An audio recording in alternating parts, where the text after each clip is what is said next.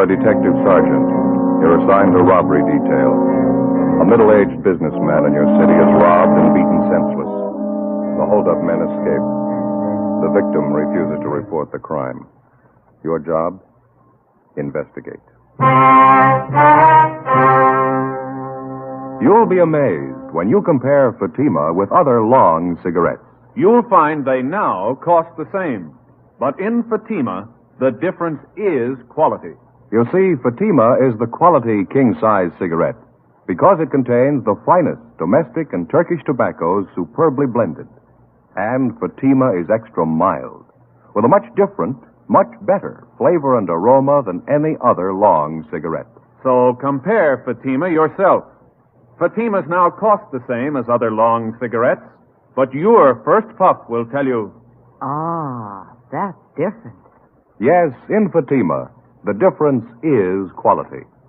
Ask your dealer for Fatima, the quality king-size cigarette. Best of all long cigarettes. Start enjoying Fatima tomorrow.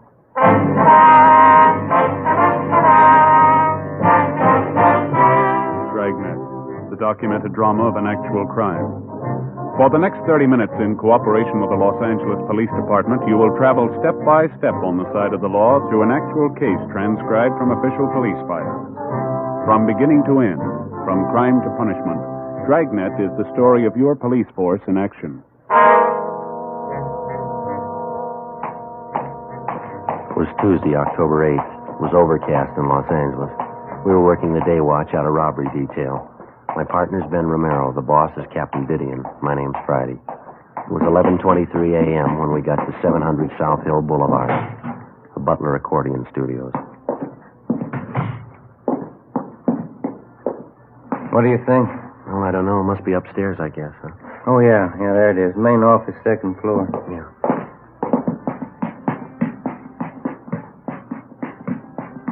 Who is that, Joe? What? That portrait up there on the wall. Just a minute. Some printing underneath here. Nice painting. It says Damien, the father of the accordion, Vienna, 1829. What do you know about that?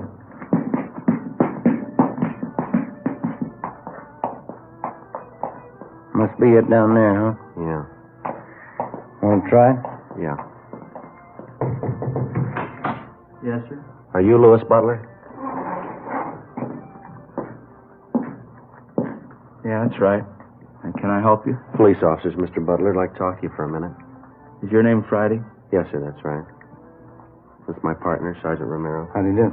I'm sorry, Sergeant. I told you on the phone. I just don't want to talk about it. We'd appreciate it if we could have your cooperation. It's a pretty important matter.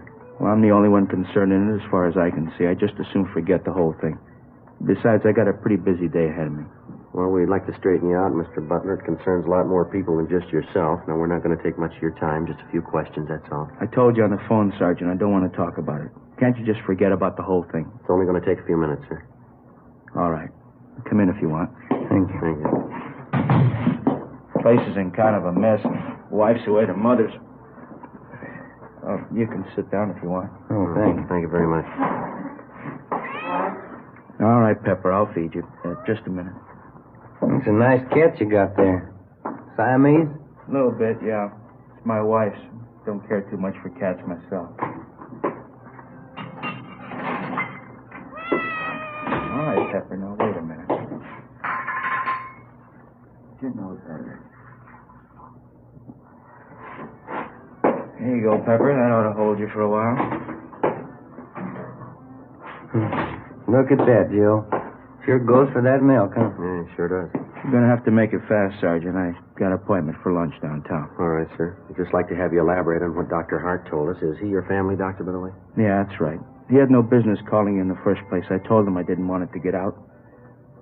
What did he tell you?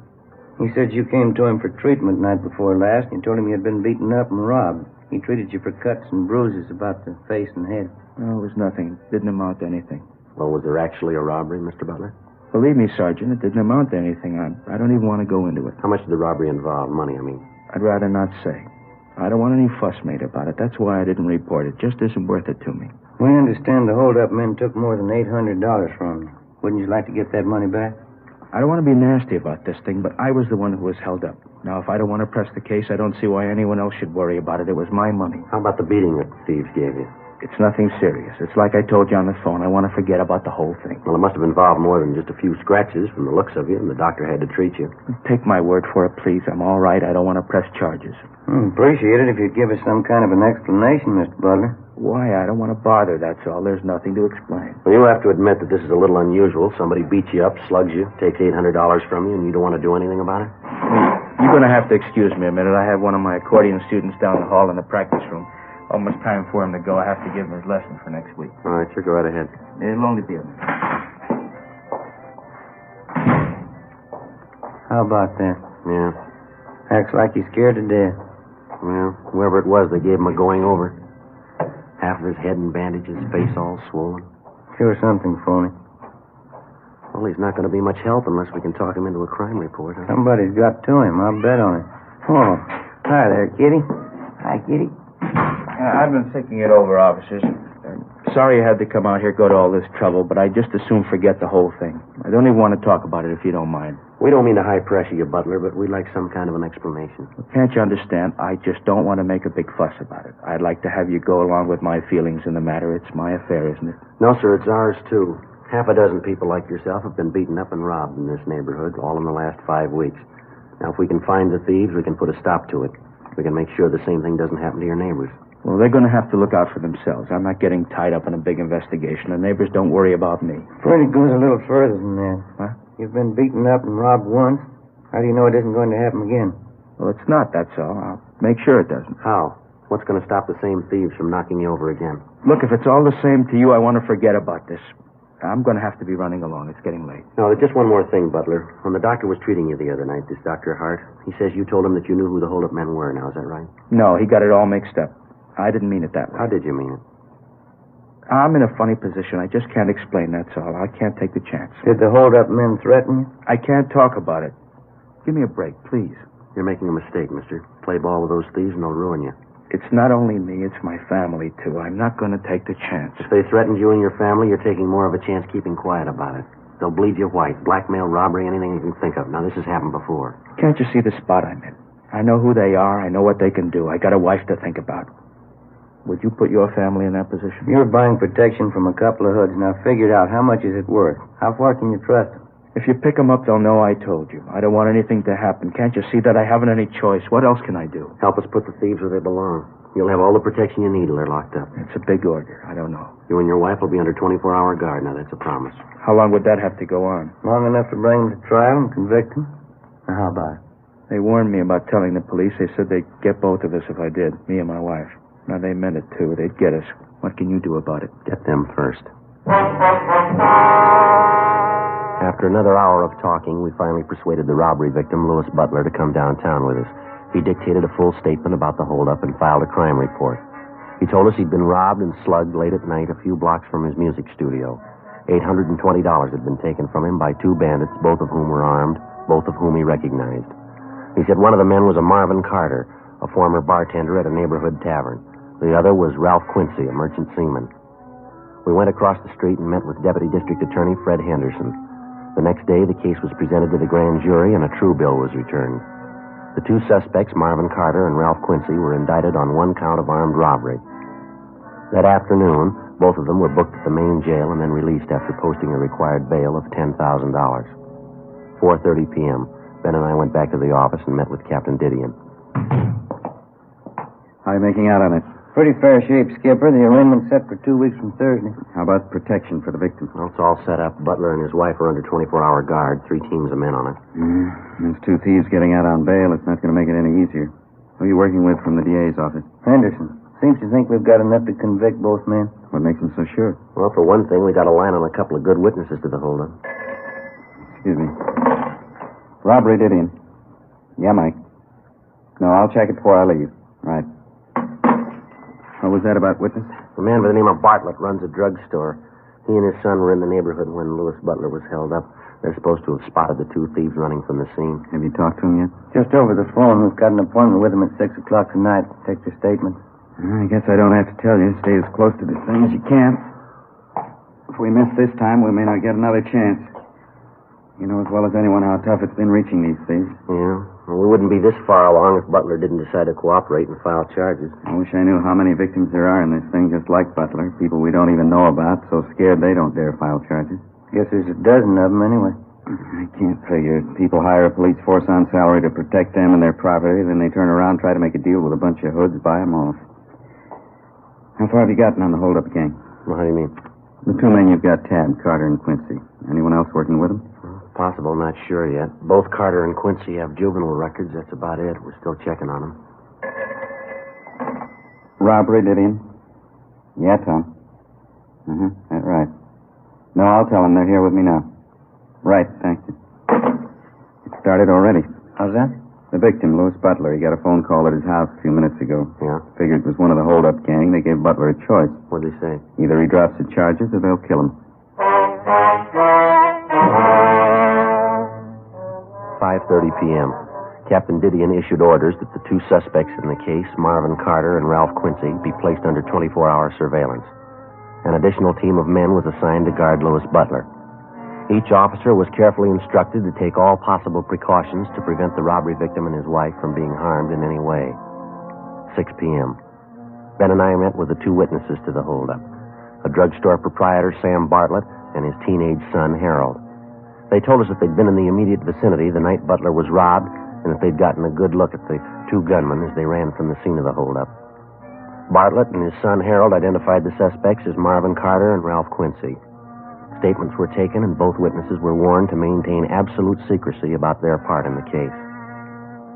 Next day, we made arrangements to have the druggist and his son subpoenaed for the Superior Court arraignment. 6 days went by. Thursday, October 17th, 8 a.m. We checked in the office and found the message waiting for us. What is it, Joe? The druggist's son, Harold Bartlett. What about him? Found him in an alley, 3 o'clock this morning. What? Yeah, slugged and beaten.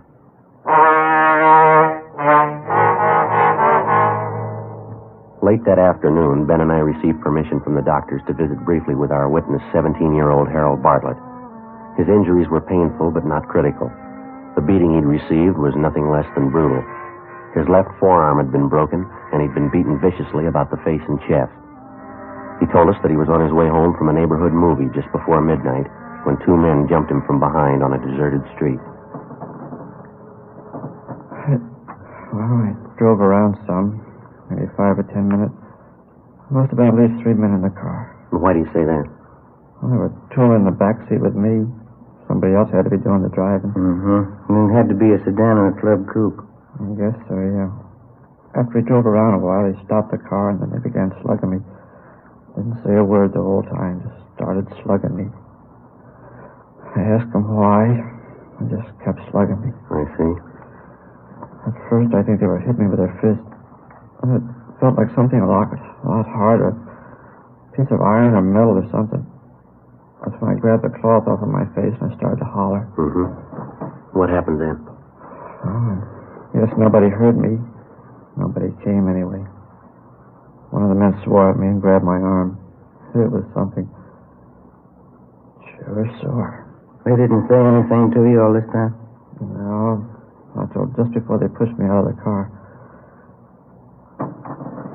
It seemed like I was at that car for hours.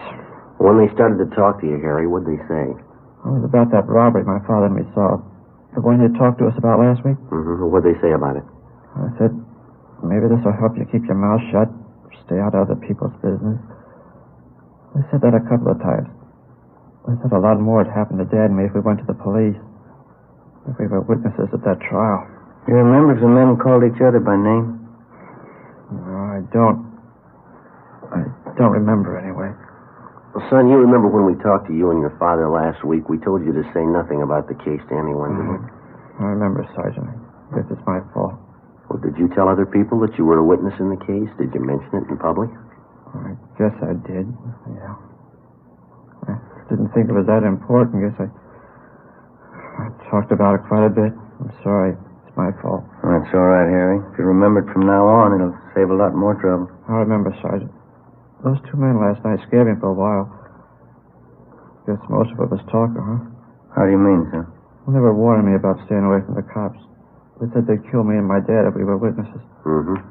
They were probably just trying to scare us, huh? They were fooling? Well, you had a sample last night, son. Yeah? Were they fooling?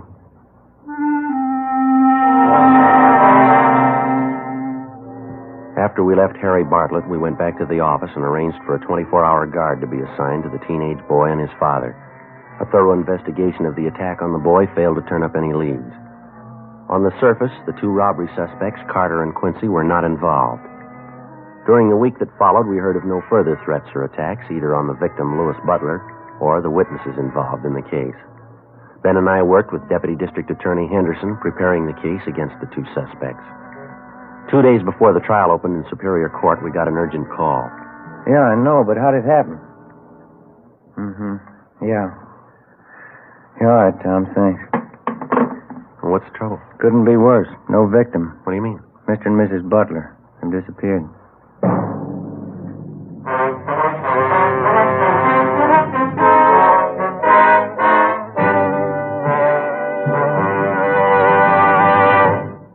You are listening to Dragnet. From beginning to end, Dragnet is the authentic story of your police force in action. Now, from beginning to end, the Fatima story. Actual convincing proof that in Fatima, the difference is quality. Quality of tobaccos. The finest domestic and Turkish varieties, extra mild and superbly blended to give you a much different, much better flavor and aroma. Quality of manufacture. Smooth, round, perfect cigarettes. Rolled in the finest paper money can buy. Manufactured in the newest and most modern of all cigarette factories.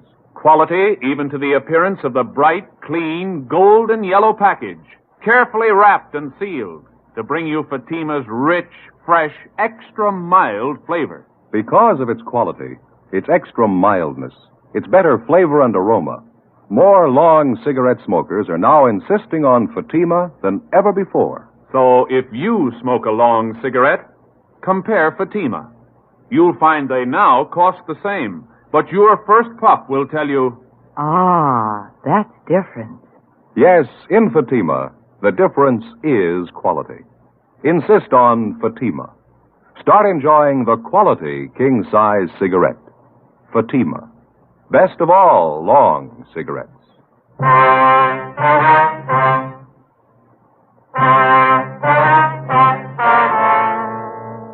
Tuesday, November 5th, 9 a.m. The trial of robbery suspects Marvin Carter and Ralph Quincy opened in Superior Court, Department 88. The complaining witness, Louis Butler, failed to appear. For 2 solid days, we'd been busy checking all of the Butler's friends and relatives in the city. They couldn't help. Each time the Butlers had left their residence, they'd been under surveillance. We'd had an understanding with them that in the event that they were in their automobile, and for some reason the officers assigned to them lost them in traffic, the Butlers would immediately return to their home. On the night of November 3rd, under the pretext of going to a neighborhood theater, the Butlers made a right-hand turn from a left-hand lane of traffic, so it became obvious that they were trying to elude the officers following them. A check was made at their home as prearranged, and they failed to return. When they failed to appear for the trial, a bench warrant was issued by Superior Court for the missing couple. Deputy District Attorney Henderson asked the court to grant a delay in order to find the Butlers. It was granted. In the meantime, we'd gotten out a broadcast and an APB. Missing persons detail helped out in the search. Still no sign. Tuesday, November 12th, 11 a.m. Deputy D.A. Henderson phoned us from the Hall of Justice. When was that, Fred? Is that right? Yeah, well, thanks a lot. What do you have to say? The attorney for Carter and Quincy asked the court for dismissal, no complaining witness. Well, the judge ruled on it yet? Yeah, case dismissed.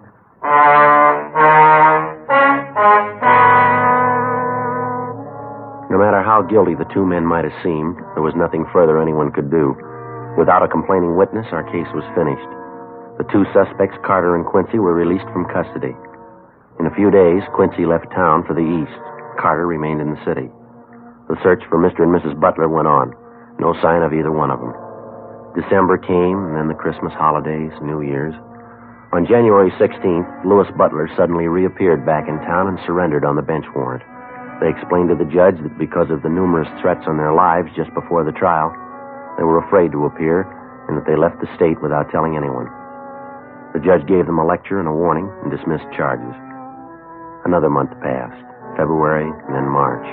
On April 2nd, we got word from Denver, Colorado, that one of our former robbery suspects, Ralph Quincy, had shot and killed a 24-year-old policeman while attempting a robbery in that city.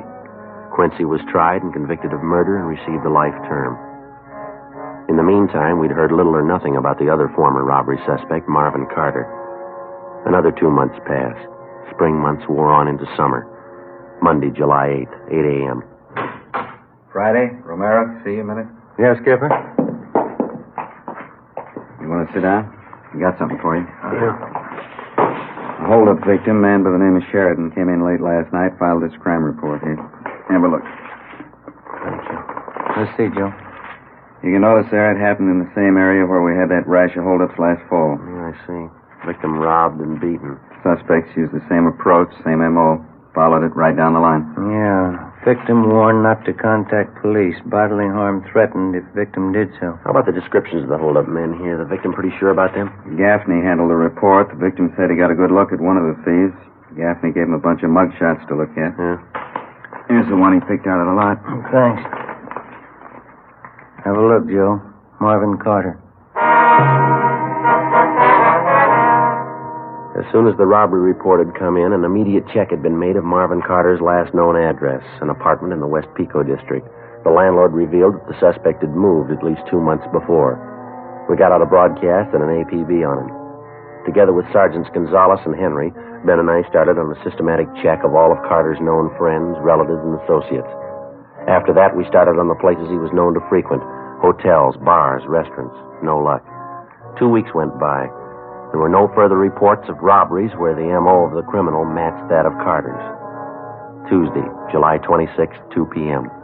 We got a call from one of our informants, Bertie Simmons, who told us that he might have some information for us. He said it concerned Marvin Carter. He told us he'd meet us at MacArthur Park on the 6th Street side at 2:30 p.m. 2:50 p.m. You'll have to excuse me, Sergeant. Sorry I'm late. I had to move from that other place. Things haven't been going too good for me. That's all right, Bertie. What's the matter? No luck with the horses? Yeah, a lot of luck. It's all bad. If there's a pig in the race, I have to bet on him every time. Getting so I can't even pick him to show anymore. I don't know. What else is new with you, Bertie? No job yet? No, I'm still looking. Been down around some of the joints, South Main, Alameda, keeping an ear to the ground. Mm-hmm. Want a smoke? Yeah, thanks. Don't mind if I do. There you go. Light for you. What have you heard, Bertie? Anything that'll help? That Marvin Carter, you're still looking for him, aren't you? That's right. Any rumble? I heard it last night having a beer downtown. I knew you fellows were in a little bind on the thing. I always like to help you when you're in a bind. Well, what'd you hear, Bert? Carter's still in town, hiding out. Like I say, I always like to help you out when you need it. Mm-hmm. I know what it is to be in a bind. That's when you appreciate help most. I'm kind of in a bind right now. A little short, you know. A couple of dollars, Bert. That's all I have on me. Will that help you out any? Saved my life, Sergeant. Tell you the truth, I didn't know where dinner was coming from tonight. No need telling you, I appreciate it. What was this you heard about Carter? Still in town. There's a place down by Venice, near the beach. Mm-hmm. Carter's been seen there once, twice lately. It's a little seafood joint, beer and clams, down by the beach. Well, now, is that somebody's story, or is it the real thing, The Bert? real thing, Sergeant. You know me better than that. No phony leads from me. Where's Carter supposed to be staying down there, do you know? Well, I do and I don't, I guess. What do you mean? This mooch who told me about Carter last night, he didn't know the address, but he described the place Carter's supposed to be hiding out in. I know the joint he means. But you don't know the address. No, but I can point out the place he means. It's a shack right along the speedway down there, down by the beach. Mm-hmm. You want to run down there with us now? Sure, I'll point it out for you. I'm not going near it, though. Why do you say that? Don't want to mix with it, that's all. I got the word. What do you mean? Carter. Won't be an easy one to take. How do you know? He's got a gun. 2:55 p.m. Along with our informant, Bertie Simmons, Ben and I drove down to the beach town of Venice. Bertie pointed out a brown wooden frame cottage where Carter was supposed to be hiding out. While Bertie waited in the car, Ben and I checked it out. There was nobody at home, but there was plenty of evidence inside the cottage that Carter was living there. I went back down the street to where we'd parked our car. I kept an eye on the cottage while Ben got to a phone to call the office. Pretty down here, huh, Sergeant? Yeah, it's a nice day. I don't get out in the air enough. I think that's my trouble. Some of this good ocean air makes you feel like a million. Yeah. Did you notice the place where your partner went to phone down the street there?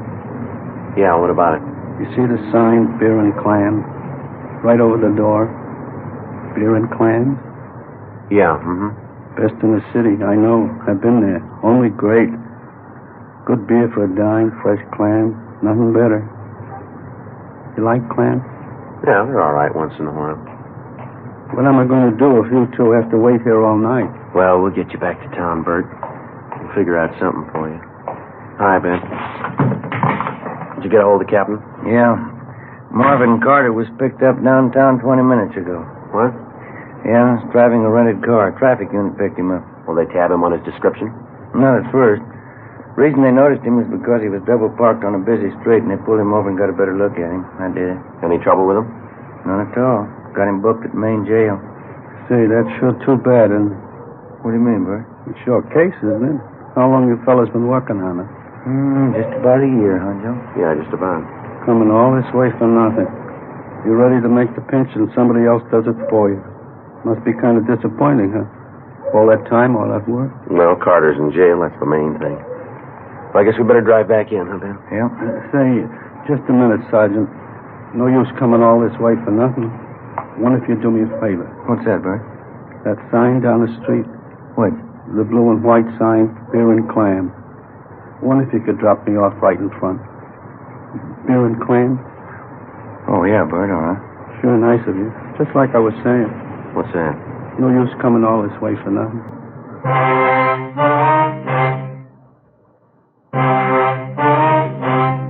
The story you have just heard was true. Only the names were changed to protect the innocent. On October 29th, trial was held in Superior Court, Department 86, City and County of Los Angeles, State of California. In a moment, the results of that trial. And now, here is our star, Jack Webb. Thank you. Friends, let me tell you how to size up king-size cigarettes. First, take a Fatima, and then any other king size. Now, side by side, the two look alike, but they're not, because no other king-size cigarette has Fatima quality. That's right. In Fatima, the difference is quality. Quality that results from a blend of the finest domestic and Turkish tobaccos. Quality that gives you extra mildness, a much better flavor and aroma. Remember, if you haven't tried Fatima yet, take my advice. Buy a pack. Smoke Fatimas and you'll discover what I know. In Fatima, the difference is quality.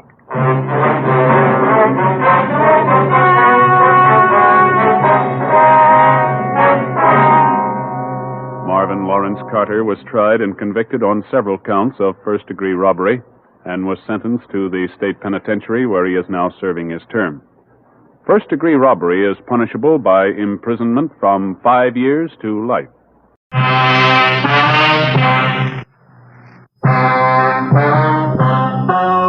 The story you are about to hear is true. Only the names have been changed to protect the innocent. Fatima Cigarettes, best of all long cigarettes, brings you Dragnet.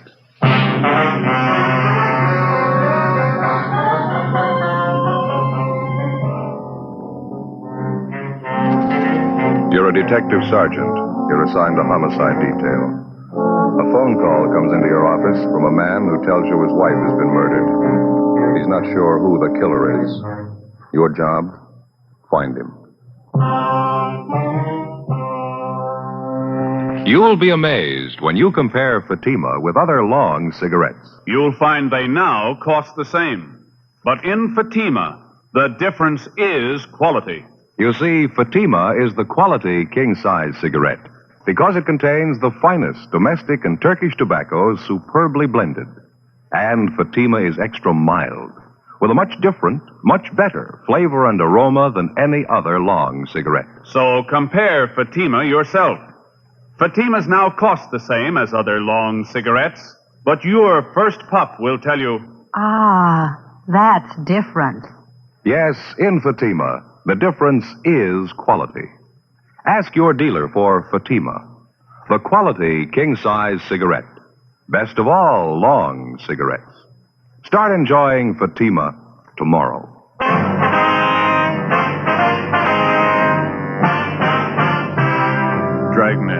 the documented drama of an actual crime. For the next 30 minutes, in cooperation with the Los Angeles Police Department, you will travel step by step on the side of the law through an actual case transcribed from official police files. From beginning to end, from crime to punishment, Dragnet is the story of your police force in action.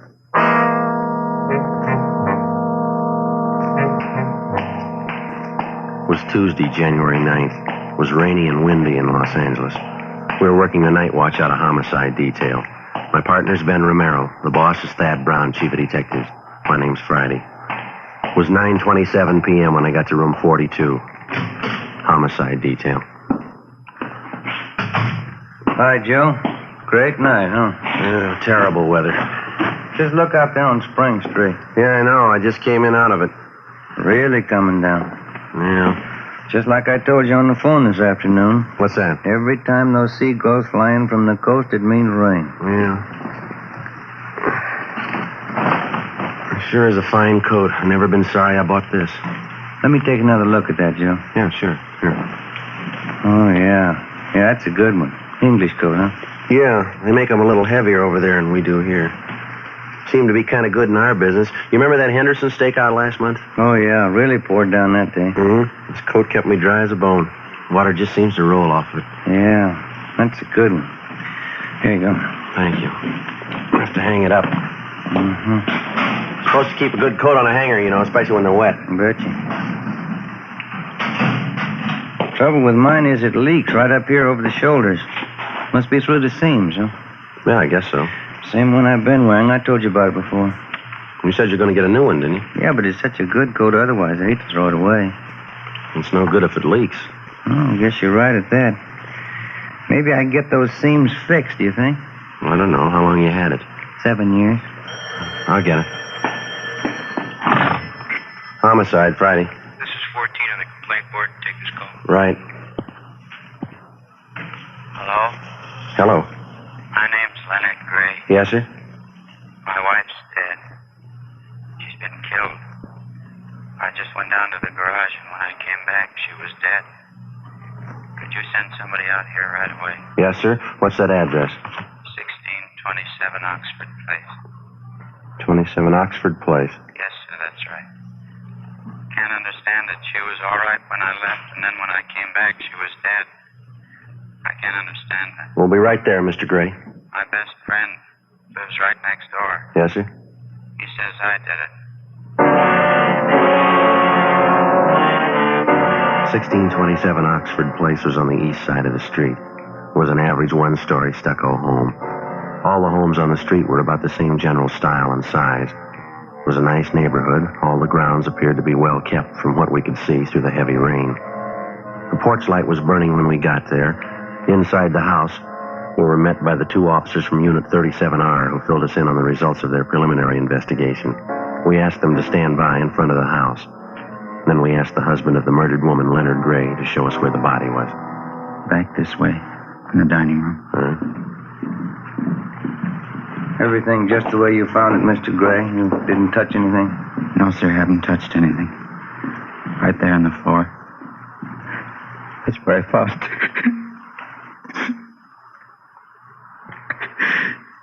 Cannot wait out there in the living room.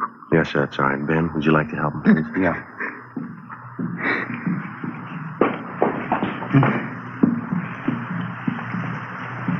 Just sit right there. I'll be right with you. Thank you. You and your wife live here alone, do you? Yes. It's just 2 of us, no children. Ben. Yeah. Well, the clothing's torn. Must have put up a struggle, huh? Yeah. Some redness there around the throat. Strangle? Yeah, could be. Deep gash there on the forehead. Broken vase there on the floor. You want to call the crime lab? Yeah, okay.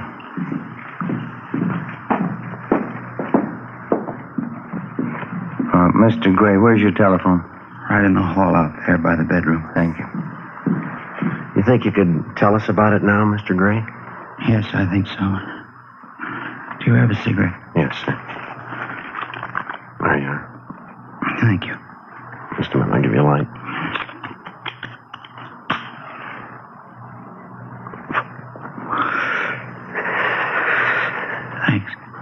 right. Now, can you tell me just what happened here tonight?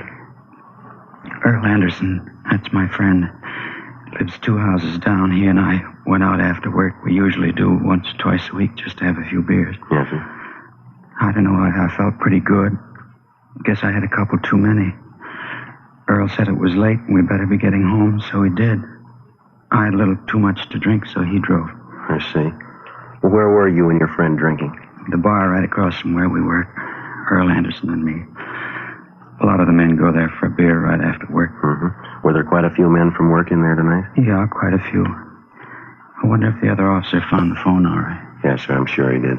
Kind of hard to find sometimes. Wife had it covered with little curtains. That's all right, Mr. Gray. Just try to take it easy. They're on their way. Right. He was telling me that he and his friend Earl Anderson stopped after work. They had a couple of beers, and then the two of them drove on home. I see. Is that right, sir? Yeah, that's right. Well, we got home, and I was feeling pretty good, so I asked Earl to come on in and have a little nightcap. Mm-hmm. What time was that when you got home? About 6:30. Earl didn't want to come in because he said Hazel would be upset with me because we were a little late. Anyway, I finally talked him into coming in with me. Was your wife upset? A little bit, yeah. She used to be unhappy when I was late because of dinner. But she was never unreasonable.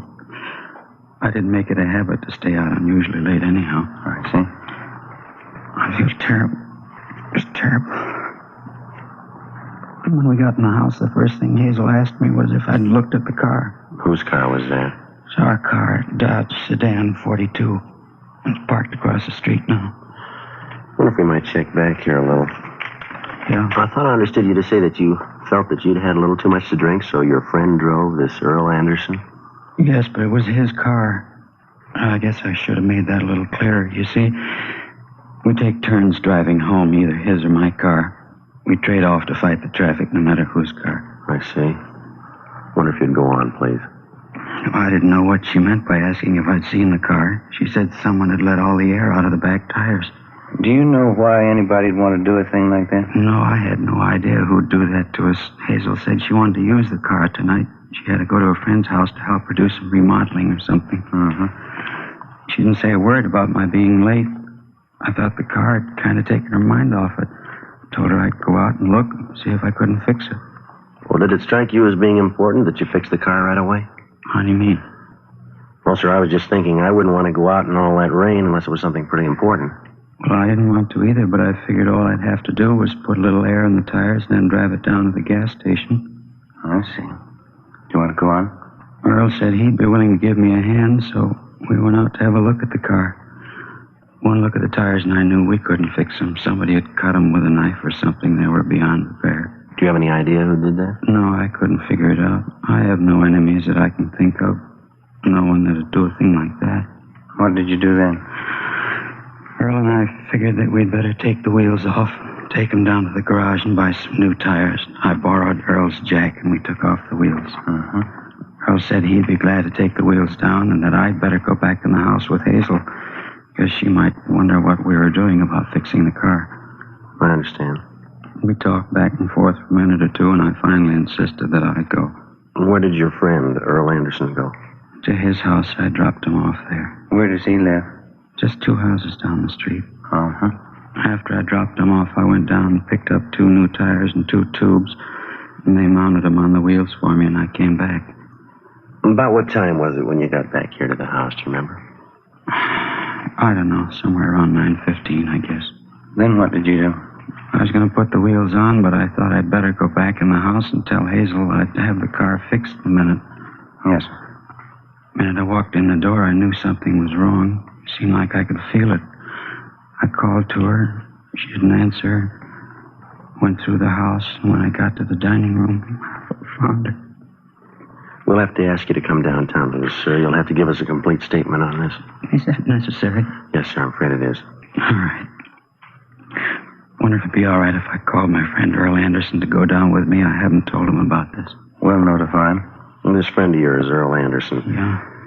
When you spoke with me on the phone, didn't you say something about your best friend saying that he thought that you killed your wife? Did I say that? Yes, sir, you did. Oh, I didn't mean it that way. How did you mean it?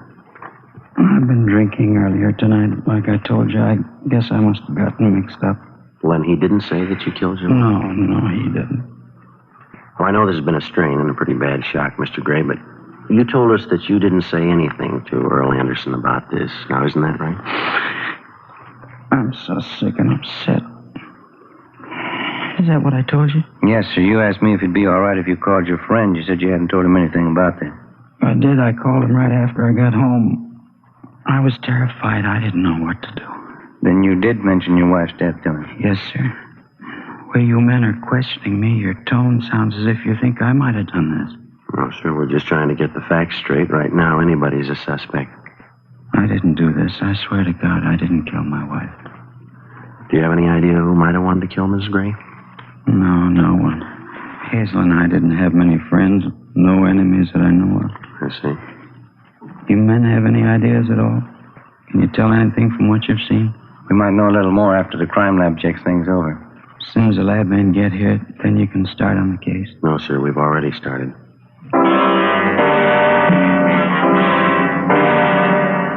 10:15 p.m. We continued to question Leonard Gray, the husband of the dead woman, Hazel Gray. His answers seemed to follow the same general pattern of hazy confusion. Ben and I weighed the possibilities and cause for his evident confusion. He admitted that he'd been drinking earlier that evening, the tremendous shock of the death of his wife, the complete interrogation necessary in the investigation. All these things could prove to be reason enough for Leonard Gray's apparent confusion. They could all be possibilities of pretense as well. We had to be sure. We asked him about relatives and in-laws. He told us that his parents were not living, that his wife's mother and father resided in Los Angeles in the southwest section of the city. He gave us the address. He furnished us with a list of his friends and his acquaintances. He was feeling quite badly, but seemed to want us to continue with the questioning. From time to time, he would add unimportant bits of his story, which he had omitted the first time through. 10:17 p.m. The crime lab crew arrived and went to work. Gray's friend, Earl Anderson, was picked up and brought to the murder house. Any idea who did this thing? We're working on it. There's just one thing I want to make sure of. Yeah? You don't suspect Len, do you? Why do you ask that? Well, I know how something like this can be. Len and Hazel are wonderful people, very good friends of mine. Just wanted to go on record as being able to vouch for Len. He wouldn't do a thing like that. Is that what you wanted to tell her? Well, yes, sir. I've known Len for about 5 years now, going on 6. We work at the same place. Just want to vouch for him, that's all. Would you know of anyone who might have a reason to kill Mrs. Gray? Not a soul in the world. Hazel was wonderful to everybody. She didn't have any enemies that I know of. Such a pretty girl. We know that you're a close friend of Gray's. Maybe you'd be able to answer a couple of questions for us. Any way I can be of help to you? How did Mr. and Miss Gray seem to get along? I mean, did they have any arguments that you know of? Well, I really don't think I should go into their personal life in this thing. You mean you don't want to answer? No, sir, it isn't that. It just seems that it's really not my place to go into it. We're going to have to question everybody that the Grays knew, all their friends and acquaintances. Appreciate any help you could give us. Well, it isn't that I don't want to help. I know that if I answer, it's going to make Len look bad at the moment. Well, we'll have to get all the facts from one source or another. Well, they used to have some arguments. Guess you'd find it out from the neighbors anyway. Were the arguments that bad? Pretty loud, yes, sir. Oh, I don't mean to imply that Len ever struck Hazel, but she used to get quite put out with him sometimes. Why? How do you know? Len likes to go out with the boys. You know, booze it up quite a bit. Mm-hmm. She used to tell him that she wasn't going to put up with it any longer. You said he never struck her. Not that I know of, Sergeant. Did they have these arguments often? I don't feel right talking this way about Len behind his back. Well, I know that as his friend, you want to get this thing cleaned up. Yes, sir, that's right, I do. Yes, they used to have quite a few arguments. Please understand that these differences of theirs may have been loud, but I know Len would never think of hurting Hazel in any way. I see. Did you find out who sliced the tires on Len's car? We're checking on it. Wonder if that couldn't have some bearing on this. Yeah, possibly. Anderson, we'd like to have you go back to the time you and Mr. Gray got home. Just tell us exactly what happened, would you? Will you excuse me for a minute? Sure. Friday, see you a minute. Right, Harris. I'll be right back. Okay. We're just about through. It's all photoed. Lifted some prints. Coroner's ready to take the body, okay? Yeah, it's all right. Get anything besides the prints? Yeah, a small piece of blue cloth, white button attached. Looks like it was ripped off a shirt. Where'd they find it? Near the body. We'll see you fellas back at the office, huh? Yeah, okay, Harris, thank you.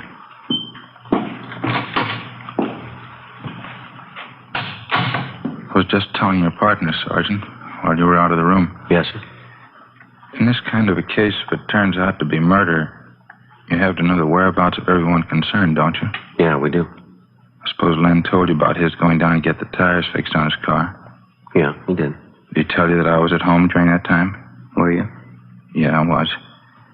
I don't mean to try to tell you your business or anything like that, but isn't that the sort of information you have to have? Yeah, that's right. Is there anything else you'd like to know? Yes, sir. Who killed Hazel Gray?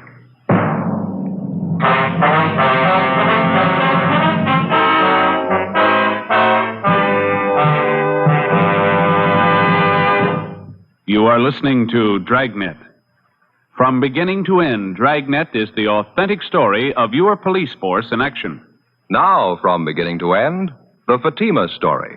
Actual convincing proof that in Fatima, the difference is quality. Quality of tobaccos, the finest domestic and Turkish varieties, extra mild and superbly blended to give you a much different, much better flavor and aroma. Quality of manufacture. Smooth, round, perfect cigarettes. Rolled in the finest paper money can buy. Manufactured in the newest and most modern of all cigarette factories. Quality, even to the appearance of the bright, clean, golden yellow package. Carefully wrapped and sealed to bring you Fatima's rich, fresh, extra mild flavor. Because of its quality, its extra mildness, its better flavor and aroma, more long cigarette smokers are now insisting on Fatima than ever before. So if you smoke a long cigarette, compare Fatima. You'll find they now cost the same. But your first puff will tell you... Ah, that's different. Yes, in Fatima, the difference is quality. Insist on Fatima. Start enjoying the quality king-size cigarette. Fatima. Best of all long cigarettes.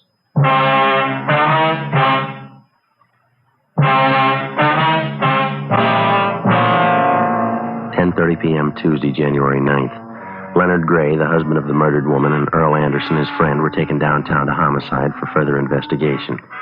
Complete statements were taken from both men. We checked them through R&I. No record on either one. We had all prowlers and burglary calls in the vicinity of the murder house rechecked. Units working the area where the murder had occurred had picked up 2 possible suspects loitering in the neighborhood, but they were eliminated almost immediately. All of the neighbors, friends, and relatives of Mr. and Ms. Gray were contacted and questioned. No leads. All their stories tallied almost exactly with that of Earl Anderson. The Grays had been known to argue, quite frequently. The arguments were loud, but no one could say that they ever showed any physical violence toward one another. It was the opinion of the relatives and in-laws that Leonard Gray drank too much. Earl Anderson, his friend, was checked and found to be a completely reliable man. We talked with the repairman at the garage where Gray had his tires exchanged. His story was correct in every detail. Earl Anderson's wife was checked. She vouched for the Grays as well as her husband. Ben and I talked with Captain Steed for an hour. 1:45 a.m. Well, Skipper seems to feel like I do about it. Yeah, my husband, Gray, huh? Sure looks that way, doesn't it? We've been over that story 3 times with him, and we get 3 different versions. Yeah, I know. He's completely sober now. He should be able to tell a straight story. I don't know, Joe. Yeah, well, I'm not completely satisfied. As far as that goes, the captain isn't either. You heard him. I'll admit Gray looks bad right now. What do you think?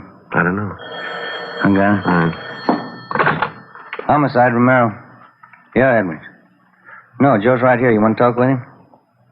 Oh, fine, yeah. Yeah, go ahead. Yeah. Okay, thanks, Bob. Georgia Juvenile. Yeah? Picked up a couple of kids. They confessed to slashing the Gray's tire. Well, that clears that up. Didn't seem to figure in anyway. Did it to you? No. Unless somebody did it to draw Gray out of the house. Well, it's cutting it pretty thin, isn't it? Yeah. What's the time? 10 minutes to 2. Guess I better call Leighton Print, see what they got. Okay. Did Edwards say that they were going to hold those juveniles for us? Yeah, I said they were bringing them down here for interrogation. Okay. Oh, hi, Mac. It's Romero. Yeah. Uh-huh, good. Yeah, right, thanks. Yeah. Got something. What'd he say? One of the prints they left it out there is a palm print. McLaughlin says it'll work for elimination. And something else. Yeah. The print was pressed in spots of blood.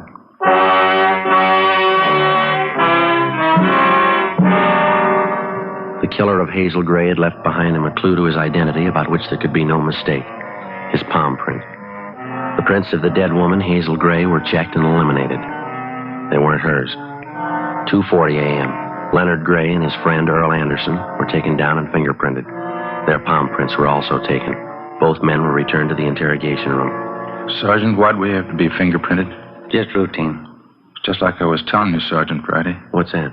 Len and I have been suspects all along, haven't we? Well, it's just a matter of elimination. Anybody involved in any way has to be checked out. Didn't the fellow down at the garage verify Len's story? Yes, sir, he did. It's the truth. I wouldn't lie at a time like this. I don't believe that anybody thinks you're lying, Len. It's just they have to be sure. That's right.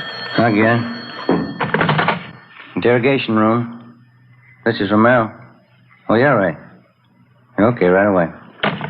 Crime lab, Joe. Pinker says he and Jones would like to see one of us right away. All right, you want to go? Yeah, I'll be right back. Okay. Sergeant, was there really any specific reason for us being fingerprinted?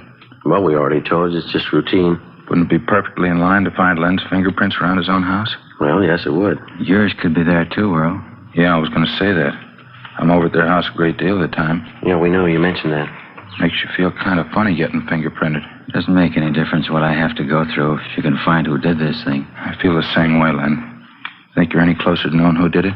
Well, possibly. You men have had a little time to think this over. Do either of you have anything to add to your story? Maybe some small detail you may have overlooked? I've been thinking about it all night. I can't think of anything I haven't already told you. Mm-hmm. You, Mr. Anderson? Hmm? Is there anything that you might have forgotten to tell us? Sorry, I was just thinking. Yes, sir? There couldn't have been anyone Hazel knew, could there, Len? How do you mean? Well, somebody maybe from her past, somebody she might not have told you about.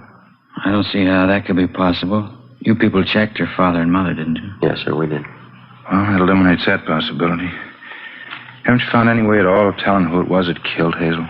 Yeah, we have. Well, I think that Len here's entitled to know. I'd be glad to leave the room if you want to talk to him alone. No, sir, that's not necessary. When we work it out, you'll both be told about it. If there's something definite, you'd tell me, wouldn't you? I think Earl's right. I'm entitled to know. Well, sir, we're assigned to the investigation, Mr. Gray, and we're doing everything that we can to get to the bottom of it. Sergeant Len and I think you men know a great deal more than you've been telling him. His wife was a victim. It's his right to know how the investigation's going, isn't it? Well, I told you before, whatever he should know, we'll tell him. Anything that we withhold from him is done for a good reason. Joe, want to take a look at this? Yeah, thanks. Yeah. Mm-hmm. Here's a report on it. Oh, thank you. Mm-hmm.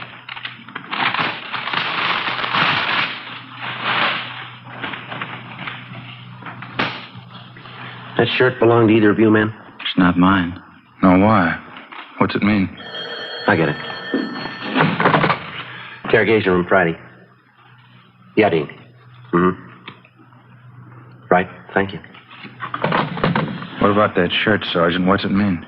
This button here, little piece of cloth attached. It's found by the body. You notice the front of the shirt here? Button ripped off? See how it matches? Yeah, it's not my shirt. It was found in your house. I never saw it before. It's not mine. The palm print was. What? The print of your palm.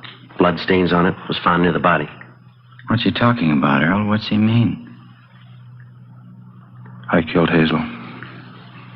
What? I killed Hazel. Why? Because I loved her. I think I loved her more than you did. You don't kill someone because you love them. You do if you love them enough. You ready to give us a statement, Anderson? Yeah, I'll tell you. I can't believe all this.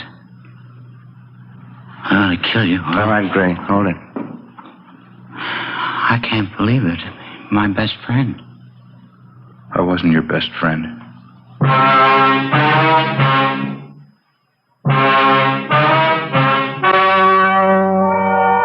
The story you have just heard was true. Only the names were changed to protect the innocent. On April 4th, trial was held in Superior Court, Department 89, City and County of Los Angeles, State of California. In a moment, the results of that trial. And now, here is our star, Jack Webb. Thank you. Friends, let me tell you how to size up king-size cigarettes. First, take a Fatima, and then any other king-size cigarette. Side by side, the two may seem to look alike, but they're not, because no other king-size cigarette has Fatima quality. That's right. In Fatima, the difference is quality. Quality that starts with a blend of the finest domestic and Turkish tobaccos and follows up with extra mildness, a better flavor and aroma. Now, if you haven't tried Fatimas yet, take my advice. Buy a pack. Compare Fatima. You'll find, just as I have, that in Fatima, the difference is quality.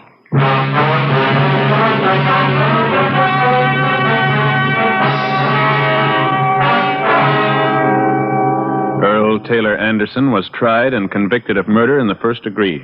He was executed in the lethal gas chamber at the state penitentiary, San Quentin, California.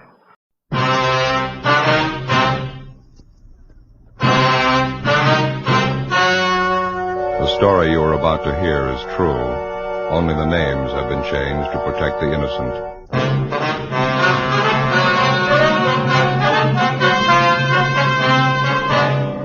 You're a detective sergeant. You're assigned a robbery detail. A man is pulled from his car on a deserted street. He's robbed, beaten viciously. His car is stolen. The criminal makes good his escape. Your job, find him.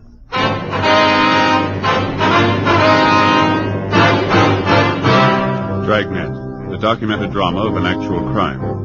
For the next 30 minutes, in cooperation with the Los Angeles Police Department, you will travel step by step on the side of the law through an actual case transcribed from official police files. From beginning to end, from crime to punishment, Dragnet is the story of your police force in action. It was Monday, July 9th. It was warm in Los Angeles. We were working the day watch out of robbery detail. My partner's Ben Romero. The boss is Thad Brown, chief of detectives. My name's Friday. It was 9:55 a.m. when we got to the Stacy Hollywood department store. Personnel department.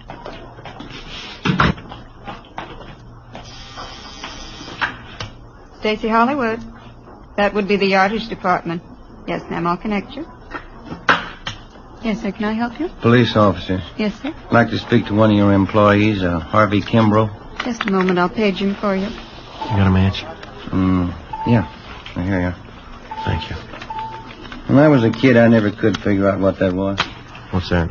The auto call system to call employees to the phone. Rings all over the store, you know. Yeah, I know. Office. Yes, Mr. Kimbrough, there are two policemen waiting to see you on the 10th floor. All right.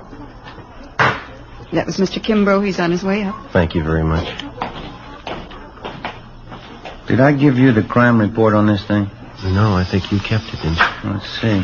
Stacy Hollywood. Oh, yeah. Yeah, here it is. Just a moment, Oh, say. Oh, wasn't he? What do you got there? They call them Pepto Pals. They're good. Try one. And what are they for? They coat the stomach. For stomach aches, you know, they're good. Well, I haven't got a stomachache. Oh. These gentlemen here, Stella? Yes, that's right. Are you Harvey Kimbrough? Yes, sir, that's right. I sure appreciate you people coming over here. I don't like to take time off from work. It makes it tough on my partners, Clive and Warren. Yes, we understand. Janitor working a big store like this keeps you hopping. Beautiful on. You haven't got any idea who the hold-up men are yet, have you? No, sir, we haven't. We'd like to get a little more information on what happened. Did you talk to the two officers in the police car? Well, yes, we did, but it's customary for us to make a follow-up for any additional information. You fellas are plain clothesmen, is it? Yeah, we're from Central Robbery. Oh, I see. Well, I never knew I'd get this much service. Yes, sir. Wonder if we might step outside the office here. I don't imagine you want to discuss your personal business here in the office. That's very considerate of you. Thank you. Fine. Go ahead. Wonder if you'd mind going over it again for us, Mr. Kimbrough. Maybe something you didn't think of when the other officers talked to you? I believe I told them everything. I was on my way into work this morning about 5 a.m. You live out in Alhambra? Yes, sir, that's right. I take the freeway in. It was on Commercial Street that you were held up? That's right, Commercial, right near Alameda, almost to the corner. Where they're tearing those buildings down. Man flagged me down. Looked like his car was stalled. Yes, sir. Always make it a habit to stop when I see somebody in trouble. I know how it is that time of the morning. No gas stations open. Figured maybe the fellow needed a shove or something. So you stopped to give him a hand, is that right? That's what I had in mind. I'd no more stop the car. And he came over, he pointed a gun at me and told me to get out. What'd you do? Well, I asked the fellow what did he want. I told him I didn't have any money. Told him I was on my way into work. What'd he say to that? Didn't say anything. He just opened the car door, grabbed me by the arm, and pulled me out. I wasn't prepared for it, and I kind of fell out onto the street. Yeah. I still didn't know what he was after. Thought at first he might have been crazy. He was going to kill me. Well, why'd you think he was going to kill you? Did he threaten you? No, but the gun and all, and the way he pulled me out of the car, I just couldn't make it out. I see. Would you go on, please? Well, he took my wallet from me. All the money I had, $14. And then he said, don't bother to get up and stay right there for 5 minutes after I leave. And then he bent down and he hit me in the face. What'd he hit you with? With his fist. Hit me right here in the mouth. You can see the cut right inside my lip here. Yeah. You see, it bled pretty heavy. Yeah, it's a nasty cut. Oh, it's better now. The men who came in the ambulance, they put something on it. It'll be all right. Well, did he knock you out when he hit you? No, I saw him get into my car, and then the car parked up ahead took off, and this man who held me up, he followed my car. Mm-hmm. Well, do you have anything more on the description of the hold-up man or his car? No, I think I told the other officers everything I could remember. Would you recognize the man if you saw him again, Mr. Ambrose? Yes, sir, I think I would. Well, your car is a blue 1948 Dodge sedan, right rear fender damage. Is that correct? Yes, sir. Any other identifying marks at all? No, sir, that's about the size of it. And the other car looked to you like a late model Chevrolet, is that right? 49 or 50 anyway, two-tone green. Yes, sir, that's what we have. Did you see the license number on that? No, sir, I didn't. This witness who's listed here, Mr. Sidney Ferguson? That was the fellow that stopped and picked me up, brought me into work. Did you talk to him yet? He might be able to help. Well, we're going to see him as soon as we leave you. 800 block on Satakoy. Yes, sir, that's right. Sure hope you get that thief. My car, too. Awful hard to get around Los Angeles without a car. We'll do our best. I was just wondering, Mr. Kimbrough. Yes, sir, what's that? Well, you say that when the man hit you, he didn't knock you out. You weren't unconscious? No, sir, I was not. Well, did you try to locate a phone, call for help? I didn't have to. This Mr. Ferguson pulled up and stopped right away, and then the officers came. Besides, I figured I'd better do what I was told. How's that? I was afraid. I was going to wait 5 minutes. Ben and I left the department store, picked up our car in the parking lot next door, and drove out to the San Fernando Valley, the 800 block on Satakoy Avenue. Citizen's home was better than one farmhouse. Round back! Through the gate there, down the driveway. This way, I guess, huh? Yeah.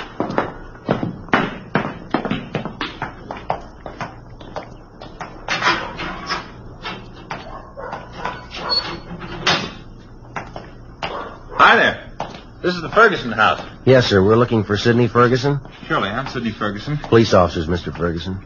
About that holdup this morning down on Commercial Street. Yes, sir, that's right. This is Sergeant Romero. My name's Friday. Happy New Year. Excuse my wet hand. Been cleaning out my tanks. Oh, yes, sir. You fellas work out at City Hall? Yes, we do. Wouldn't happen to know a John O'Grady down there. Narcotics Division? Went to Highland. No, I don't believe I know him. Ben? O'Grady? Yeah. Tall fella, kind of blonde, wavy hair? Yeah, that's right. Good-looking fella. Yeah, I think I've seen him around. Good friend of mine. Wasn't that a shame this morning, that Kimbrough guy? Yeah, it was a rough one. The reason we came out to see is that we thought that maybe you could give us some additional information on it. Glad to give you all the help I can.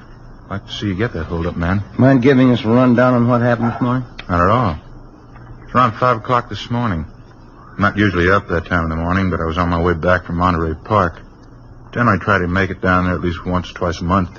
Go down to see Jack Robinson and a chorus friend I have down there. We swap fish. Yes, sir. I was on my way back, coming down Commercial Street, when I saw this man sitting on the side of the curb. Looked like he was hurt to me. I see. Wouldn't have noticed it, probably. It was pretty dark, but those two cars pulled out, one right after the other. Seemed to be in a big hurry. You pulled up to give Kimbrough a hand? Yes, I did. Of course, when I got close enough, I could see the guy had been kicked in the teeth. Bleeding pretty bad.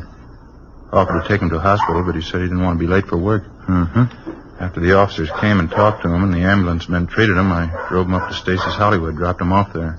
That's where he works, you know. Yeah. Well, the report says here that you got the license number of the getaway car, but you couldn't find the paper that you'd written it on when the officers interviewed you, then? Yes, I did, and that doesn't beat them all. What's that? Well, I had the piece of paper a few minutes before the officers got there. Guess I was more rattled than the Kimbrough fella.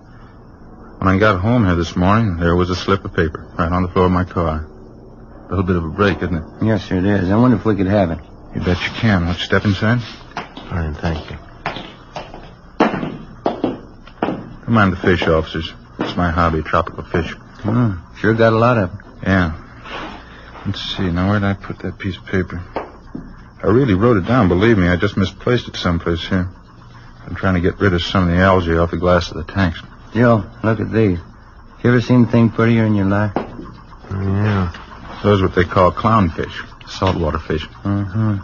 Do you keep all tropical fish in salt water? Oh, no. Most of them are freshwater. That is, ones that breed good in captivity. Where do you get all these fish? You catch them? Oh, no. A place called Aquarium Stock Company out on Beverly. Uh-huh. Look there, Joe. Down the corner. See him over there? Yeah. That's a seahorse, Joe. Yeah, that's right. They're also kept in salt water. Sure is interesting, huh, Joe? Yeah. How'd you fellas really like to see something you haven't seen before? What's that? Look in this tank here. Hoplochromos multicolor. That's a scientific name, commonly known as the Egyptian mouth breeder. Is that a fact? It's a little female there. She's one of the most sacrificing mothers in aquarium history. One of the strangest, too. How's that?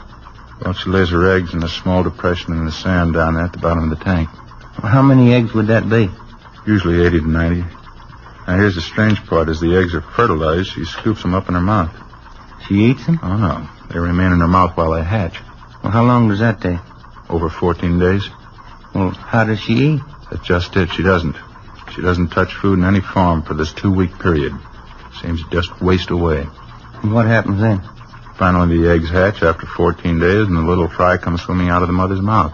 Yeah. And while the fry are growing up, first, you can hardly see them. They're so tiny. While they're growing up, if anything frightens them, quick as a flash, they're back in the mother's mouth. Well, that's certainly amazing. Joe? Yeah. Hoplochromos multicolor, commonly known as the Egyptian mouth breeder. Is that as big as they ever get? Yes, sir. 1 inch to 1.5 inches. It's hard to believe. The bedders are almost as strange. The male builds a bubble nest on the surface of the water. That's these in this tank. Oh, here's that paper. The one I wrote the license number on. Oh, that's fine. I wonder if I could see that, please. Here you are. Thank you. You pretty sure of this number, Mr. Ferguson? Yes, I am. I got a good look at it. Well, thank you much, sir. Yeah, thank you. Not at all. Wish you could come over and spend a little time. You seem kind of interested in tropical fish. Yeah, well, maybe I'll do that sometime. Bye. Bye, sir. Thanks very much. That's a good break if this license number checks out, huh? Yeah. That Ferguson's a nice fella. Yeah. Say, Sergeant Romero. Yes, sir? You almost forgot. I meant to ask you. What's that? About 5 weeks from now. Yeah? How'd you like a nice pair of baby Egyptian mouth breeders?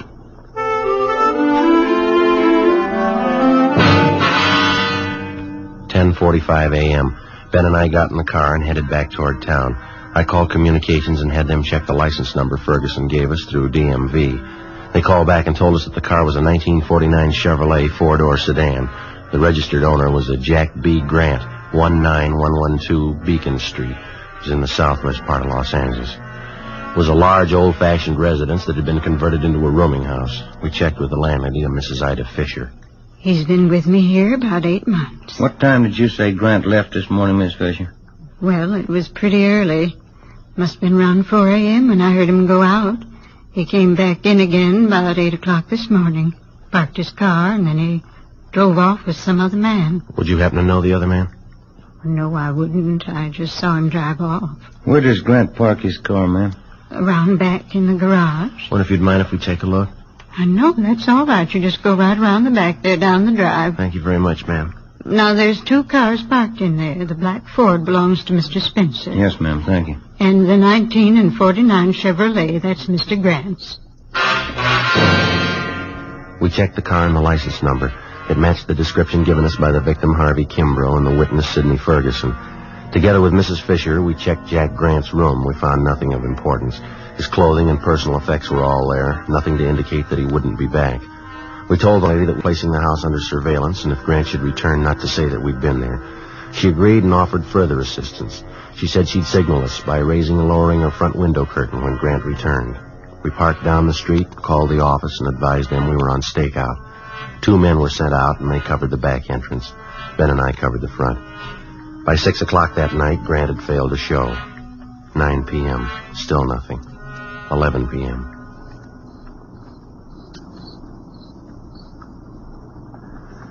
What time did they say that relief team was coming out? Around 11 sometime. Chandler and Ricketts, huh? Yeah, I guess so. Oh, I sure am stiff. Feels like needles all over my body. Been about 12 hours, hasn't it? Yeah. It's like driving up to San Francisco. Wife always makes me drive all the way. When I climb out of that car, I'm as stiff as a board. Car pulling up down the street there. Yeah.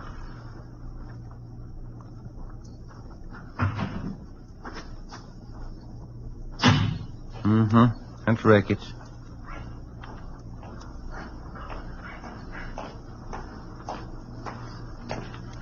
Hi, Jack. Friday? Who's that you got with you? Same guy that bought you your lunch yesterday. Stop bragging. That's the house right up there. Yeah, that's right, the green and white one there. No sign of them at all, huh? No, nothing. Well, you guys want to take off? Yeah, I guess you can make out, Ricketts. You got Chandler with you. I feel sorry for you, Friday, drawing this guy for a partner. Well, after 7 years, he kind of grows on you. I'd like to check out the landlady before we take off. Her name's Ida Fisher, Jack. Right, you. Let's go, Jim. Yeah. See you later, Jack. Say hello to Chandler. Right then. That Ricketts. Sure is a rib staker. Yeah. Front room lights are still on. Guess she's sweating it out with it. Yes? Who's it? Police officers, Miss Fisher. Who? Sergeant Friday. Oh, yes. Sorry to bother you again, ma'am. Oh, that's all right. I just couldn't see who it was, and the porch lights burned out. Yes, ma'am. Mr. Grant? I went out of his room. I don't see why he hasn't come in. Look out, Mom! Mr. Grant, moving! Mr. Grant! Ricketts, it's Grant! Out back! All right? Done. He made me hide him. Lady, will you call an ambulance? Hurry. Joe. He's not dead, is he? Lady, get the ambulance, please.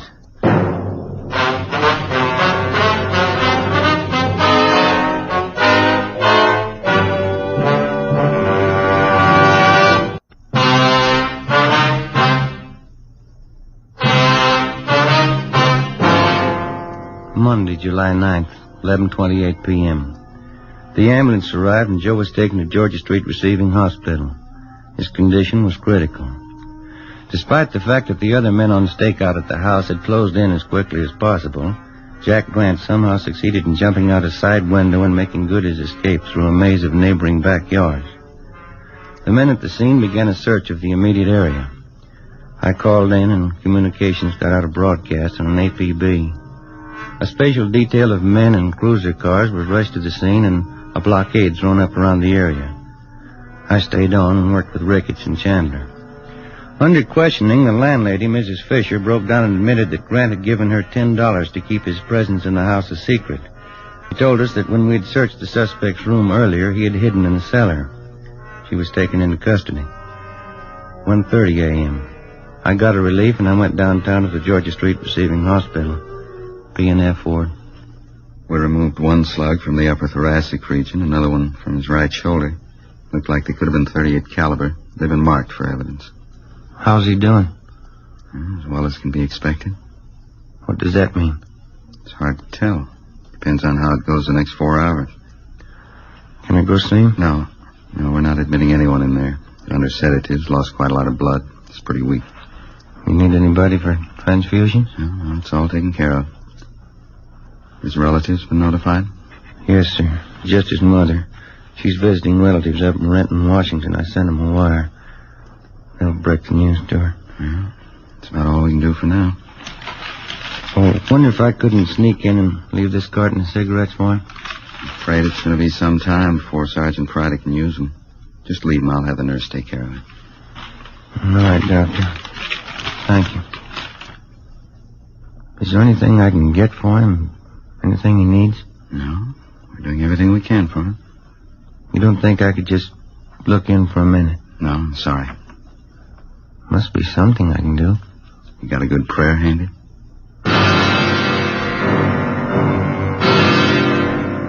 2 a.m. I left Georgia Street Receiving Hospital and drove back to the scene of the shooting. The search for the suspect, Jack Grant, was still going on. The neighborhood was checked and rechecked. Everything possible was done to find the man who had shot down Sergeant Joe Friday.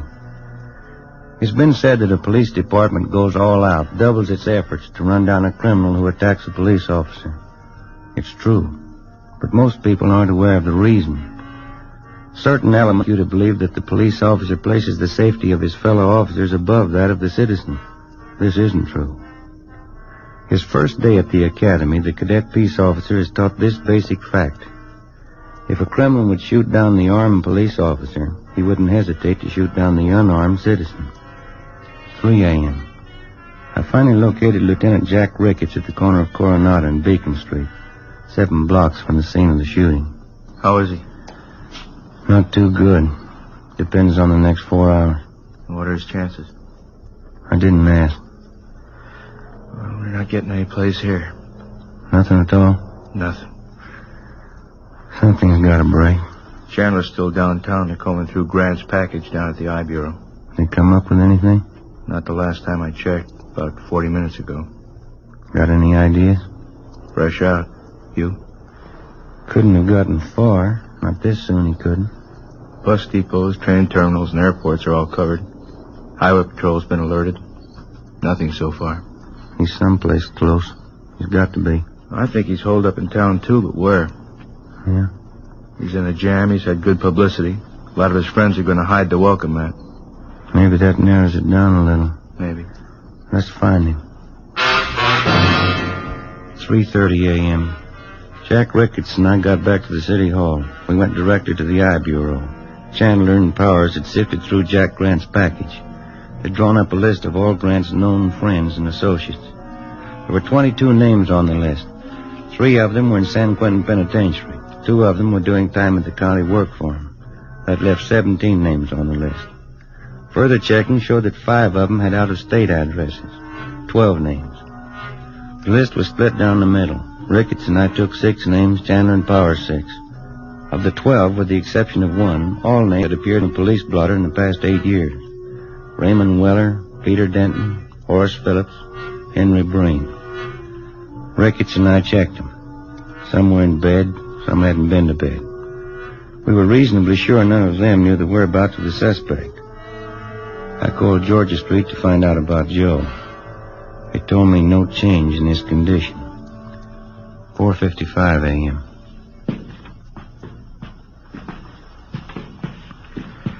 After this one, we get a quick bite to eat, huh? You don't look so good. I'm not hungry. What's this one's name? Anthony Baxter, room 23. This is it.